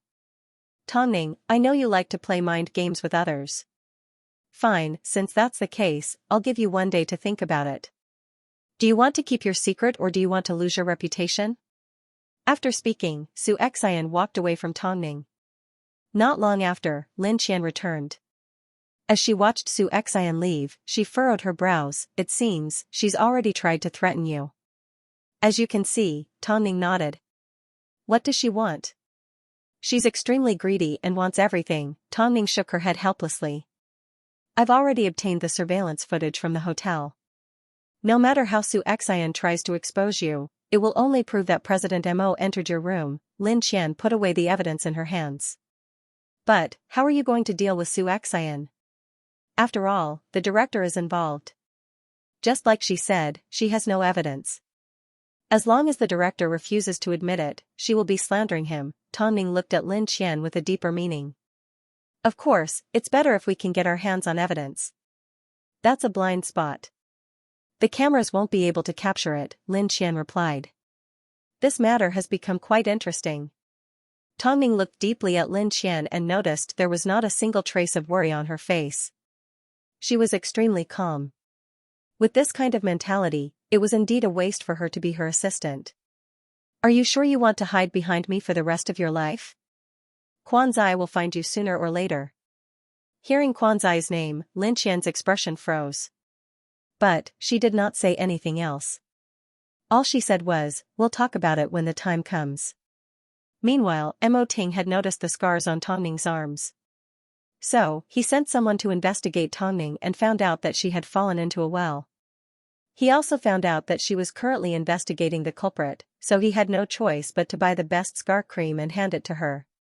Tongning understood that this was Mo Ting's concern and also a warning. He was warning her not to get hurt again. President Mo sure treats you well, Lin Qian couldn't help but sigh. He's great, keep an eye on Xianxia during the afternoon shoot. She must be feeling proud right now. She managed to control the director and threaten me at the same time. Don't worry, I'll keep an eye on that disgusting fly, Lin Qian replied in seriousness. Indeed, Xianxia wasn't satisfied with not being able to threaten Tongning that morning. So, during the afternoon shoot, she deliberately picked on Tongning. The first few times, the director noticed it, but because Xianxia was his mistress, he allowed her to do as she pleased. But, towards the end, even the staff noticed that Xianxia was deliberately stealing Tongning's screen time. In fact, there were a few times where they even made physical contact. Xianxia. What are you doing? The director couldn't help but yell. Xianxia looked at the director and rubbed her eyes. Director, I'm sorry. I'm not feeling well. You can't keep making Tongning repeat herself. Even if you're not tired, she'll still be tired, the director said angrily. One more take. If you don't pass, Xianxia doesn't need to continue filming today.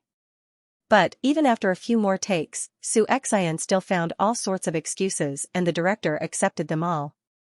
Tongning was a little tired, but Xianxia looked proud. She wanted to tell Tongning that the director only listened to her and was extremely tolerant of her. She even approached Tongning and whispered into her ear, why don't I help you get together with the director? I don't mind having two women serving one man.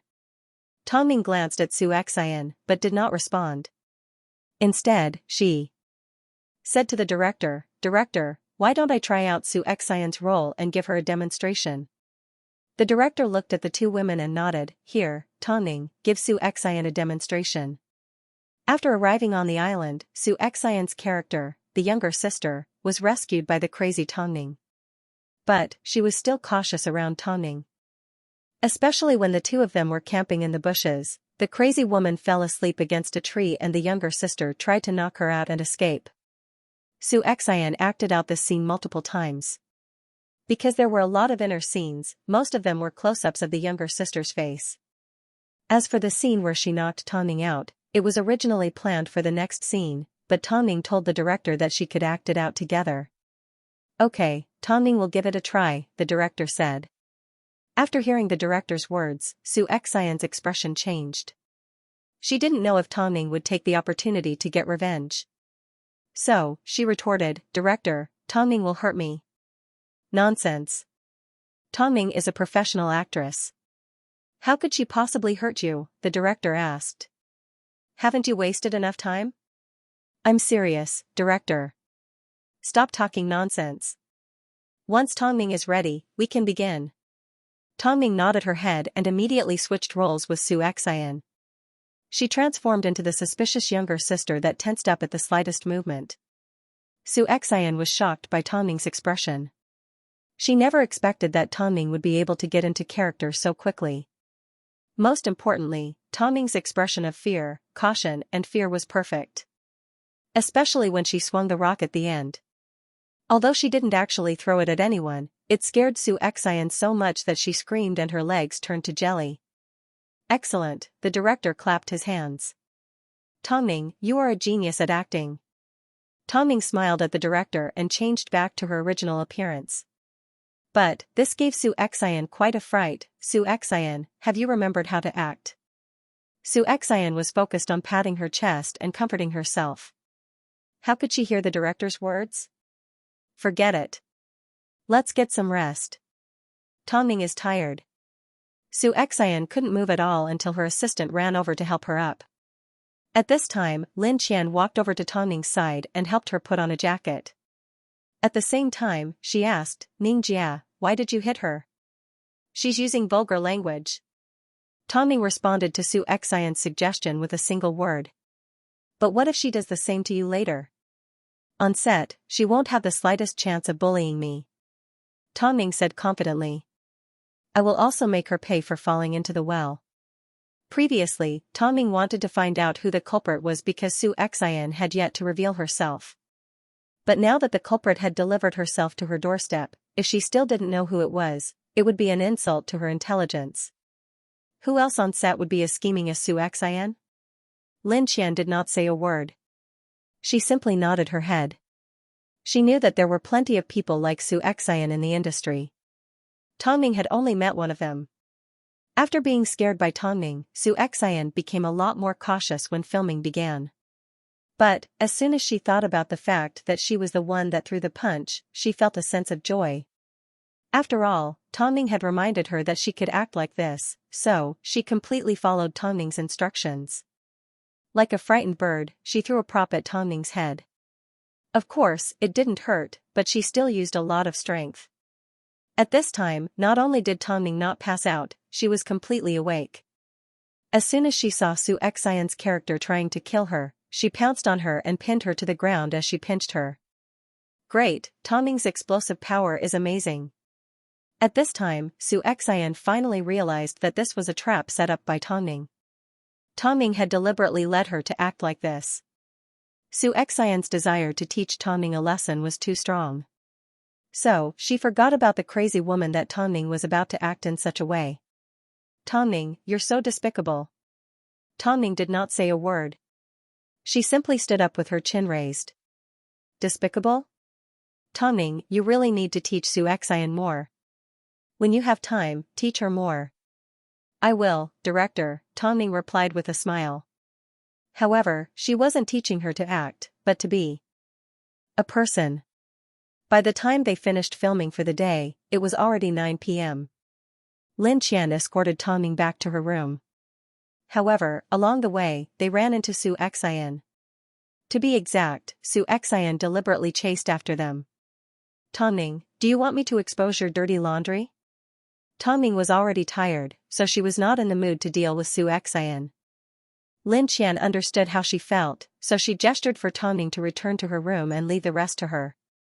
Xianxia originally wanted to chase after Xianxia, but Lin Qian stopped her. What are you trying to do? I've already told Tongning what I want. Tell Tongning to look for me in my room at 11 p.m. tonight.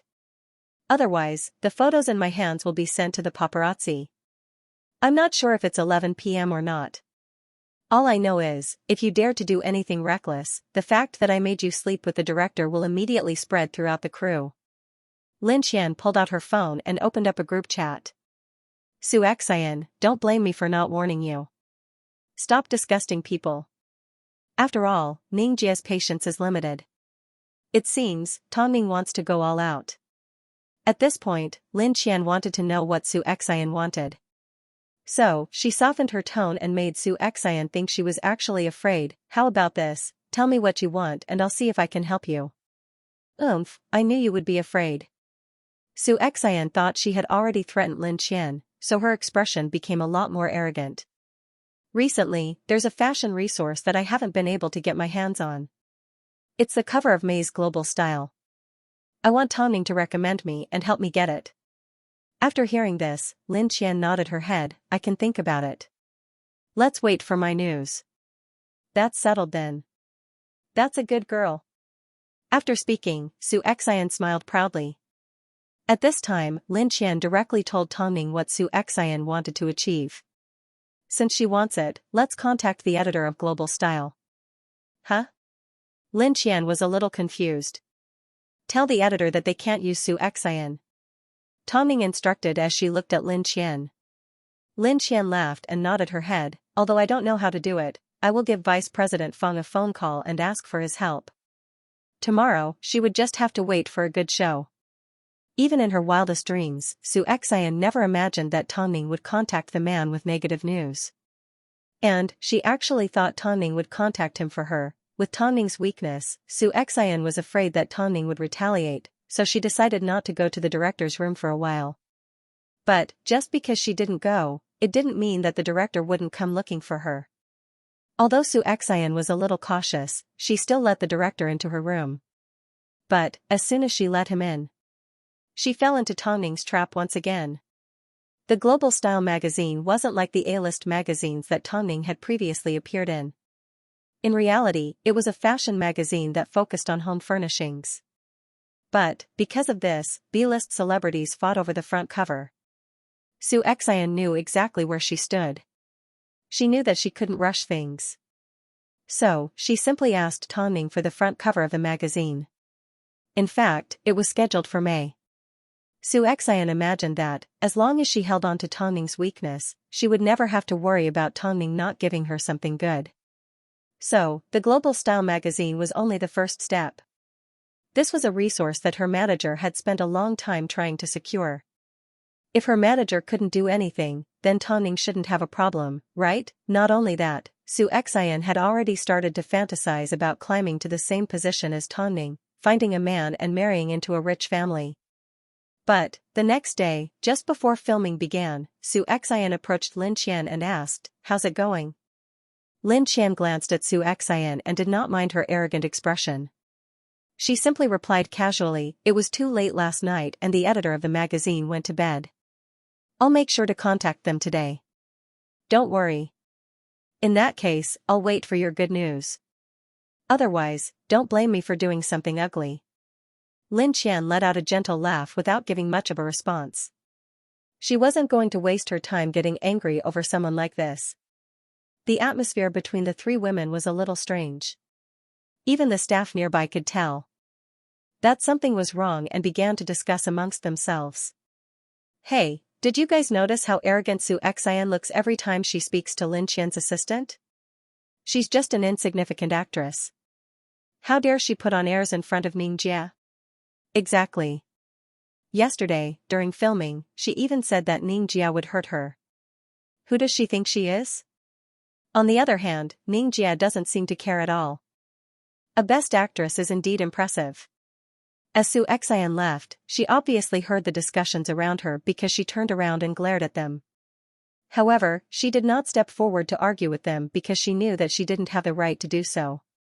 But, at the same time, she also looked down on Tongning. She was obviously a SL*T, yet she was respected by so many people. It was so unfair. "Xianxia, I've already given Vice President Feng a phone call. Vice President Feng said it's a small matter and he will handle it. Not only will he tell the editor of Global Style not to give up on Su Xian, he will also make sure that Su Xian doesn't get any opportunities in the fashion industry, even if she already has a contract in her hands. The shooting is about to start. I'll go get ready first." Tongning nodded her head calmly. She insisted on doing her job to the best of her ability because this was the career that she loved. She didn't want her mood to be affected because of Su Xian. There was no need for that. "Don't worry," Lin Qian smiled at Tongning. Tongning responded with a smile and headed towards the set. The reason why Tongning didn't feel like Su Xian was an eyesore on set was because when she was filming, she was completely focused. No matter who the other person was, in her eyes, there was only her character. But, Su Xian had a lot of tricks up her sleeves. She kept hinting with her eyes that whether she was an award-winning actress or an unknown actress, she was just a woman that liked to have fun. In reality, there was no difference between them. Soon, the morning shoot was over. Lin Qian quickly grabbed a jacket and wrapped it around Tongning before leading her to lunch. But, Su Xian suddenly chased after them. To prevent Su Xian from disturbing Tongning, Lin Qian immediately turned around and said, "Wait for my news." After receiving an answer, Su Xian no longer had any reason to chase after Su Xian. Instead, she was filled with excitement over the fact that she was about to get her hands on a fashion resource. Su Xian's state of mind continued all the way into the afternoon, so it directly affected her filming. Although Su Xian was his lover, the director still scolded her. "Su Xian, what are you daydreaming about? Do you even know how to act?" "Director, I'm tired," Su Xian said coquettishly. "Tongning hasn't even complained." "Why are you complaining?" the director asked. "Based on your current state, the most you will do is bask in Tongning's light. You don't look like an actress at all." Su Xian was very uncomfortable, but she did not refute the director. After all, it was daytime and she couldn't possibly get intimate with the director. So, she simply endured the director's scolding. Soon, she received a phone call from her manager. Su Xian knew that the magazine had received news, so she immediately asked the director for a day off and went to a hidden corner to take the call. "Su Xian, what date will you start filming in May?" Su Xian asked her manager. "What do you mean by that? What are you talking about?" Her manager was confused. "Isn't it just the front cover of Global Style?" Su Xian said confidently. "Yes, the editor of Global Style did indeed call me." "Isn't that good enough?" Su Xian interrupted her manager and let out a proud laugh. "This time, I personally went to ask for a resource. I'm amazing, aren't I?" "No, I was just about to ask you, Su Xian. How did you offend Hai Rui? The editor of Global Style personally called us and told us not to contact the agency anymore. They are certain that they won't be using you as a model and Hai Rui has instructed them to bear the consequences of using you." "What?" Su Xian was shocked. She couldn't believe her manager's words. "Did they make a mistake?" "I didn't make a mistake. The editor of the magazine clearly told me that Tongning had instructed us not to use you." After hearing her manager's words, Su Xian was so angry that her body trembled. Most importantly, not only Global Style, but all the other agencies that have anything to do with Hai Rui have also made it clear that they won't consider you. Even the contract that they previously signed has been cancelled at the last minute. How did you offend Tongning? Su Xian's manager was frantic. It wasn't easy to find an artist that understood the rules of the industry. Yet, she was going to be destroyed just like that? Aren't you guys working together? Su Xian was no longer in the mood to continue her conversation with her manager. She immediately hung up the phone and stormed over to the set. She then approached Tongning and said in a low voice, "You've angered me. I'm going to deal with you later."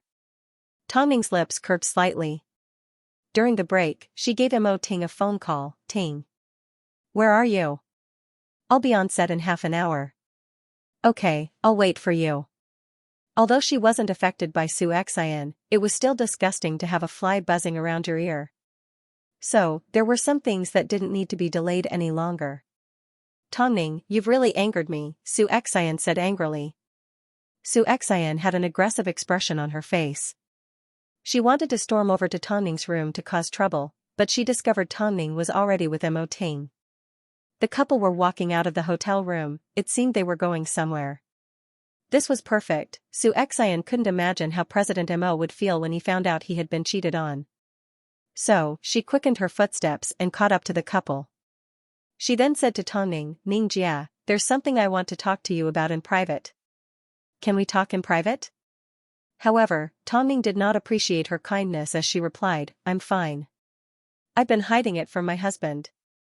You can speak to him directly." "Are you sure?" Su Xian asked dangerously. "Aren't you afraid that I'll tell President Mo about your scandal?" "Go ahead," Tongning replied. Of course, her eyes were also filled with a dangerous glint. Su Xian looked deeply into Tongning's eyes. After realizing she was truly fearless, she pulled out her phone from her pocket, pulled out a photo and showed it to Mo Ting. "President Mo, the woman beside you, the wife that you've always doted on, has been cheating on you." After speaking, Su Xian waited to see Tongning's fate. After all, the man in front of her was Mo Ting. It would be strange if Tong Ning didn't receive a slap in the face. But, Mo Ting looked at Su Xian coldly. He did not say a word as he simply looked at Su Xian. President Mo? Mo Ting received the phone and glanced at the photo. He then handed it back to Su Xian. Next time, don't randomly take photos of my back.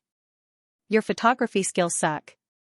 After hearing this, Su Xian looked at Mo Ting in shock. Is this your evidence? Su Xian finally realized what was happening. It turned out, the man that left Tong Ning's room that day was Mo Ting. Not only did she think Tong Ning was cheating, she even took a photo of Mo Ting's back and used it to threaten her. Su Xian suddenly felt extremely embarrassed. I'm sorry. I think I misunderstood. You misunderstood. I didn't. Mo Ting held onto Tong Ning's hand and interlocked his fingers with hers. You've done something my wife hates the most. How do you think I should deal with you? Ningjia, I won't do it again. Please speak to President Mo. I won't do it again, Su Xian immediately begged. However, Tong Ning simply glanced at Su Xian and held on to Mo Ting's hand as they left the hotel. She was going to leave Su Xian hanging and let her know what fear felt like. When Su Xian heard that Tong Ning didn't tell her what to do with her, she was even more frightened than before. After all, rumors had it that Tong Ning didn't show mercy to her enemies. So, who else could she ask for help? After thinking for some time, Su Xian decided to look for Lin Qian. Seeing that Lin Qian was eating, she walked over in tears and sat down beside Lin Qian. Assistant Lin, what happened? Lin Qian asked in a good mood. This morning, you were so proud of yourself when you threatened Ningjia. Why are you crying now? I misunderstood Ningjia. Can you please forgive me? If news of this gets out, it won't be good for the movie, right? Su Xian tried to use the movie to control Dun. Don't worry, Ningjia will look at the bigger picture, Lin Qian replied. Really? You don't need to worry about me, Lin Qian smiled confidently as she looked at Su Xian. With kindness. Su Xian gulped. She knew she had made a big mistake, so she didn't have the courage to stay in front of Lin Qian any longer. So, she directly returned to the hotel.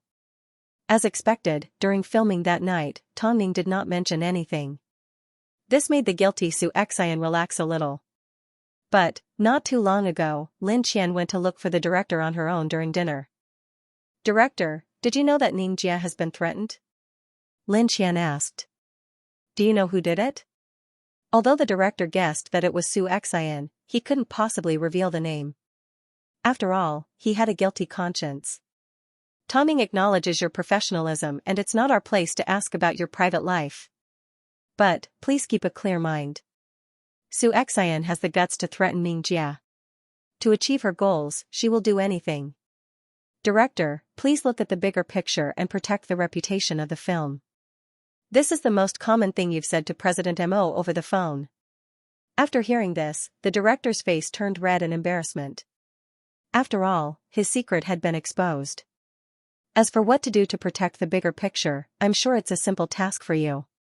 After this, Tong Ning will forget about this matter until the end of filming.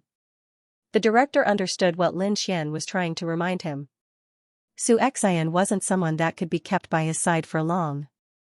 So, Lin Qian's words were like a wake-up call to him. It was time to put an end to things. She even dared to threaten Tong Ning. She was basically making an enemy out of the entire Hai Rui. Su Xian was way too gutsy.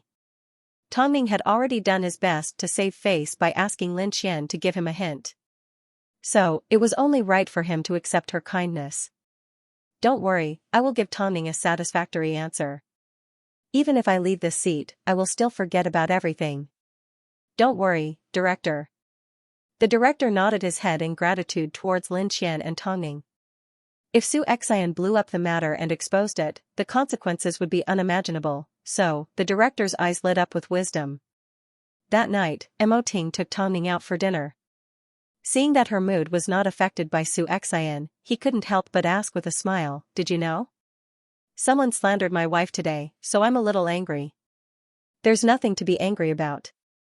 It's not the truth and I didn't make a big deal out of it, Tong Ning replied. There's no need to waste time on unimportant people. I'm angry because she dared to threaten you. Mo Ting placed a slice of steak in front of Tong Ning. How dare she? Tongning lowered her head and thought for a moment. Suddenly, she lifted her head and said, Ting. I have an idea that I've been planning for a long time. But, I'm not sure if you will support me. Mo Ting put down the knife and fork in his hands and used a napkin to wipe the sauce from the corner of Tongning's mouth. He then said dotingly, Tell me. You know, I've never been able to refuse you. However, Tongning shook her head with a determined look. I will tell you after Survivor finishes filming. Alright, I'll be waiting. Mo Ting patted Tongning's long hair. He still treated her like the most dazzling pearl in his palm, even though they already had 2 sons. After careful consideration, the director decided to use a high-pressure method to temporarily suppress Xianxia. So, he gave the scriptwriter a phone call and the 2 of them had a long chat late into the night. In the end, he achieved his goal. But, that night, Xianxia felt that every minute and second she spent on set was unbearable. She actually treated Mo Ting like a wild man. Not only did she think that Tongning was cheating on her, she even used it to threaten her. Just the thought of it made her feel disgusted. She couldn't help but wonder what Tongning was thinking. That night, Mo Ting escorted Tongning back to the hotel and told Lin Qian to take good care of her. After Mo Ting left, Lin Qian said to Tongning, Xianxia is currently beside the hotel's swimming pool. Do you want to go see her? She keeps saying that she's begging for your forgiveness. Did she tell anyone about it? Tongning raised an eyebrow. From the words that came out of her mouth, others would simply assume that Xianxia saw President Mo's back and misunderstood you. There's nothing more to it than that. This is normal. But, with her crying, throwing a tantrum and threatening to hang herself, those that don't know the truth might think that you bullied her and caused her to act like a frightened bird. I'm not going to join in on the commotion. I don't want to waste any more time on her, Tongning replied as she removed her jacket. Let her perform. Lin Qian smiled and nodded her head. In that case, get some rest. I'll head back to my room first. Tongning gestured for her to return to her room. At this time, Lin Qian's phone rang a few times. But, after glancing at the caller, she ignored it. From the looks of it, it was a message from Quan Zai. Since you don't want to talk to someone, why would you keep a method that he can find? This meant that Lin Qian still cared about him and didn't completely disregard him. Ningjia, okay, I'm not going to interfere with your personal matters, Tongning said before she entered the bathroom. After Lin Qian returned to her room, she allowed Xianxia to continue tormenting herself by the poolside. Meanwhile, some onlookers approached to ask what was going on and join in the fun. But, after hearing that Tongning wasn't here, they were certain that this unknown artist was trying to give her more screen time. So, the words that came out of her mouth were meaningless. Xianxia stayed up all night on her own because she wanted to see what the director's attitude towards her was. Obviously, he simply treated her as a prostitute. Xianxia shivered from the cold, but no one paid any attention to her. In the end, she had no choice but to return to her room and stop being a joke. The next day, Xianxia stepped onto the set. As soon as she noticed the staff looking at her strangely, she immediately puffed out her chest. She did nothing wrong, Xianxia. As soon as the director saw Xianxia appear in front of him, he handed her a prepared document. This is the script that the screenwriter sent over this morning. Your scenes have been changed. Have a look. Xianxia received the script and flipped through it casually. But, she discovered that the character that was supposed to survive until the end was now sacrificed for Tongning as soon as she found her sister. As a result, half of her scenes had been cut. Director. Xianxia angrily tried to argue with the director, but the director simply smiled and said, This is the screenwriter's decision. This is the screenwriter's decision. I have no choice. Actually, this is good because I have a familiar crew that is currently preparing for it. I wanted to recommend you, but you didn't have a schedule previously. Now is the perfect time. The director used his usual method to beat around the bush. Not to mention, the production was still in the middle of preparation. Even if they were ready and the director recommended her, the production might not necessarily accept her. Could it be that she didn't know what the director was planning? So, she whispered to the director, Director, I have something to say to you. If you have something to say, then say it here, the director replied. Are you really not afraid that I'll expose our relationship? Haha, Xianxia, you're just taking things too hard. Regardless of how many people believe you, even if some people believe you, who will have the most influence? I can move behind the scenes as long as I don't appear in front of the public. But, what about you? If your relationship is exposed, do you think you'll survive in the entertainment industry? Xianxia never expected that the director was even more shameless than she was. What did you say when you seduced me? You said that you didn't want anything and that you were simply lonely. Did I say that? Xianxia's expression didn't look good. She looked disgusted, like she had swallowed a fly. But, she was the one who asked for it. She had provoked someone she shouldn't have. After enduring for a long time, Xianxia finally accepted the script. I hope the director can keep his promise and recommend me to another production. Of course, the director replied casually. Xianxia was extremely disgusted with herself. Ever since she debuted, although she hadn't made it big, no one had been able to escape her clutches. Yet, this time, not only did she not manage to gain any benefits, she even ended up spending a few nights with the director for nothing. And, all of this was caused by Tongning. Seeing that Tongning was still respected on set, Xianxia felt like she was possessed. It didn't matter. Even if her scenes were cut, she still had a chance to get revenge. Since Tongning had made her suffer, she wasn't going to let her have it easy. Just wait and see. Xianxia noticed Xianxia's expression from afar and knew that the director had made a move. So, she approached Tongning and reminded, this woman may hold a grudge against you. We need to be more careful from now on. Did you think that if you let her have it easy, she would be grateful to you? Tongning laughed as she shook her head. If she really got her way, it would be too unfair for others. Even though the industry has always been competitive. I understand. I will keep an eye on her from now on. Xianxia acted like nothing had happened. But, she wasn't going to let the entire crew of Survivor off easy. After this incident, Xianxia calmed down a lot. But, this did not lower Xianxia's guard against her. Because, Xianxia had a feeling that this was the calm before the storm. Xianxia's scenes are about to finish. If she's smart, she will agree to the director's suggestion and go to another production. Do you think that Xianxia's brain has gone haywire? Xian asked. What do you think? Tongning's eyes were filled with wisdom.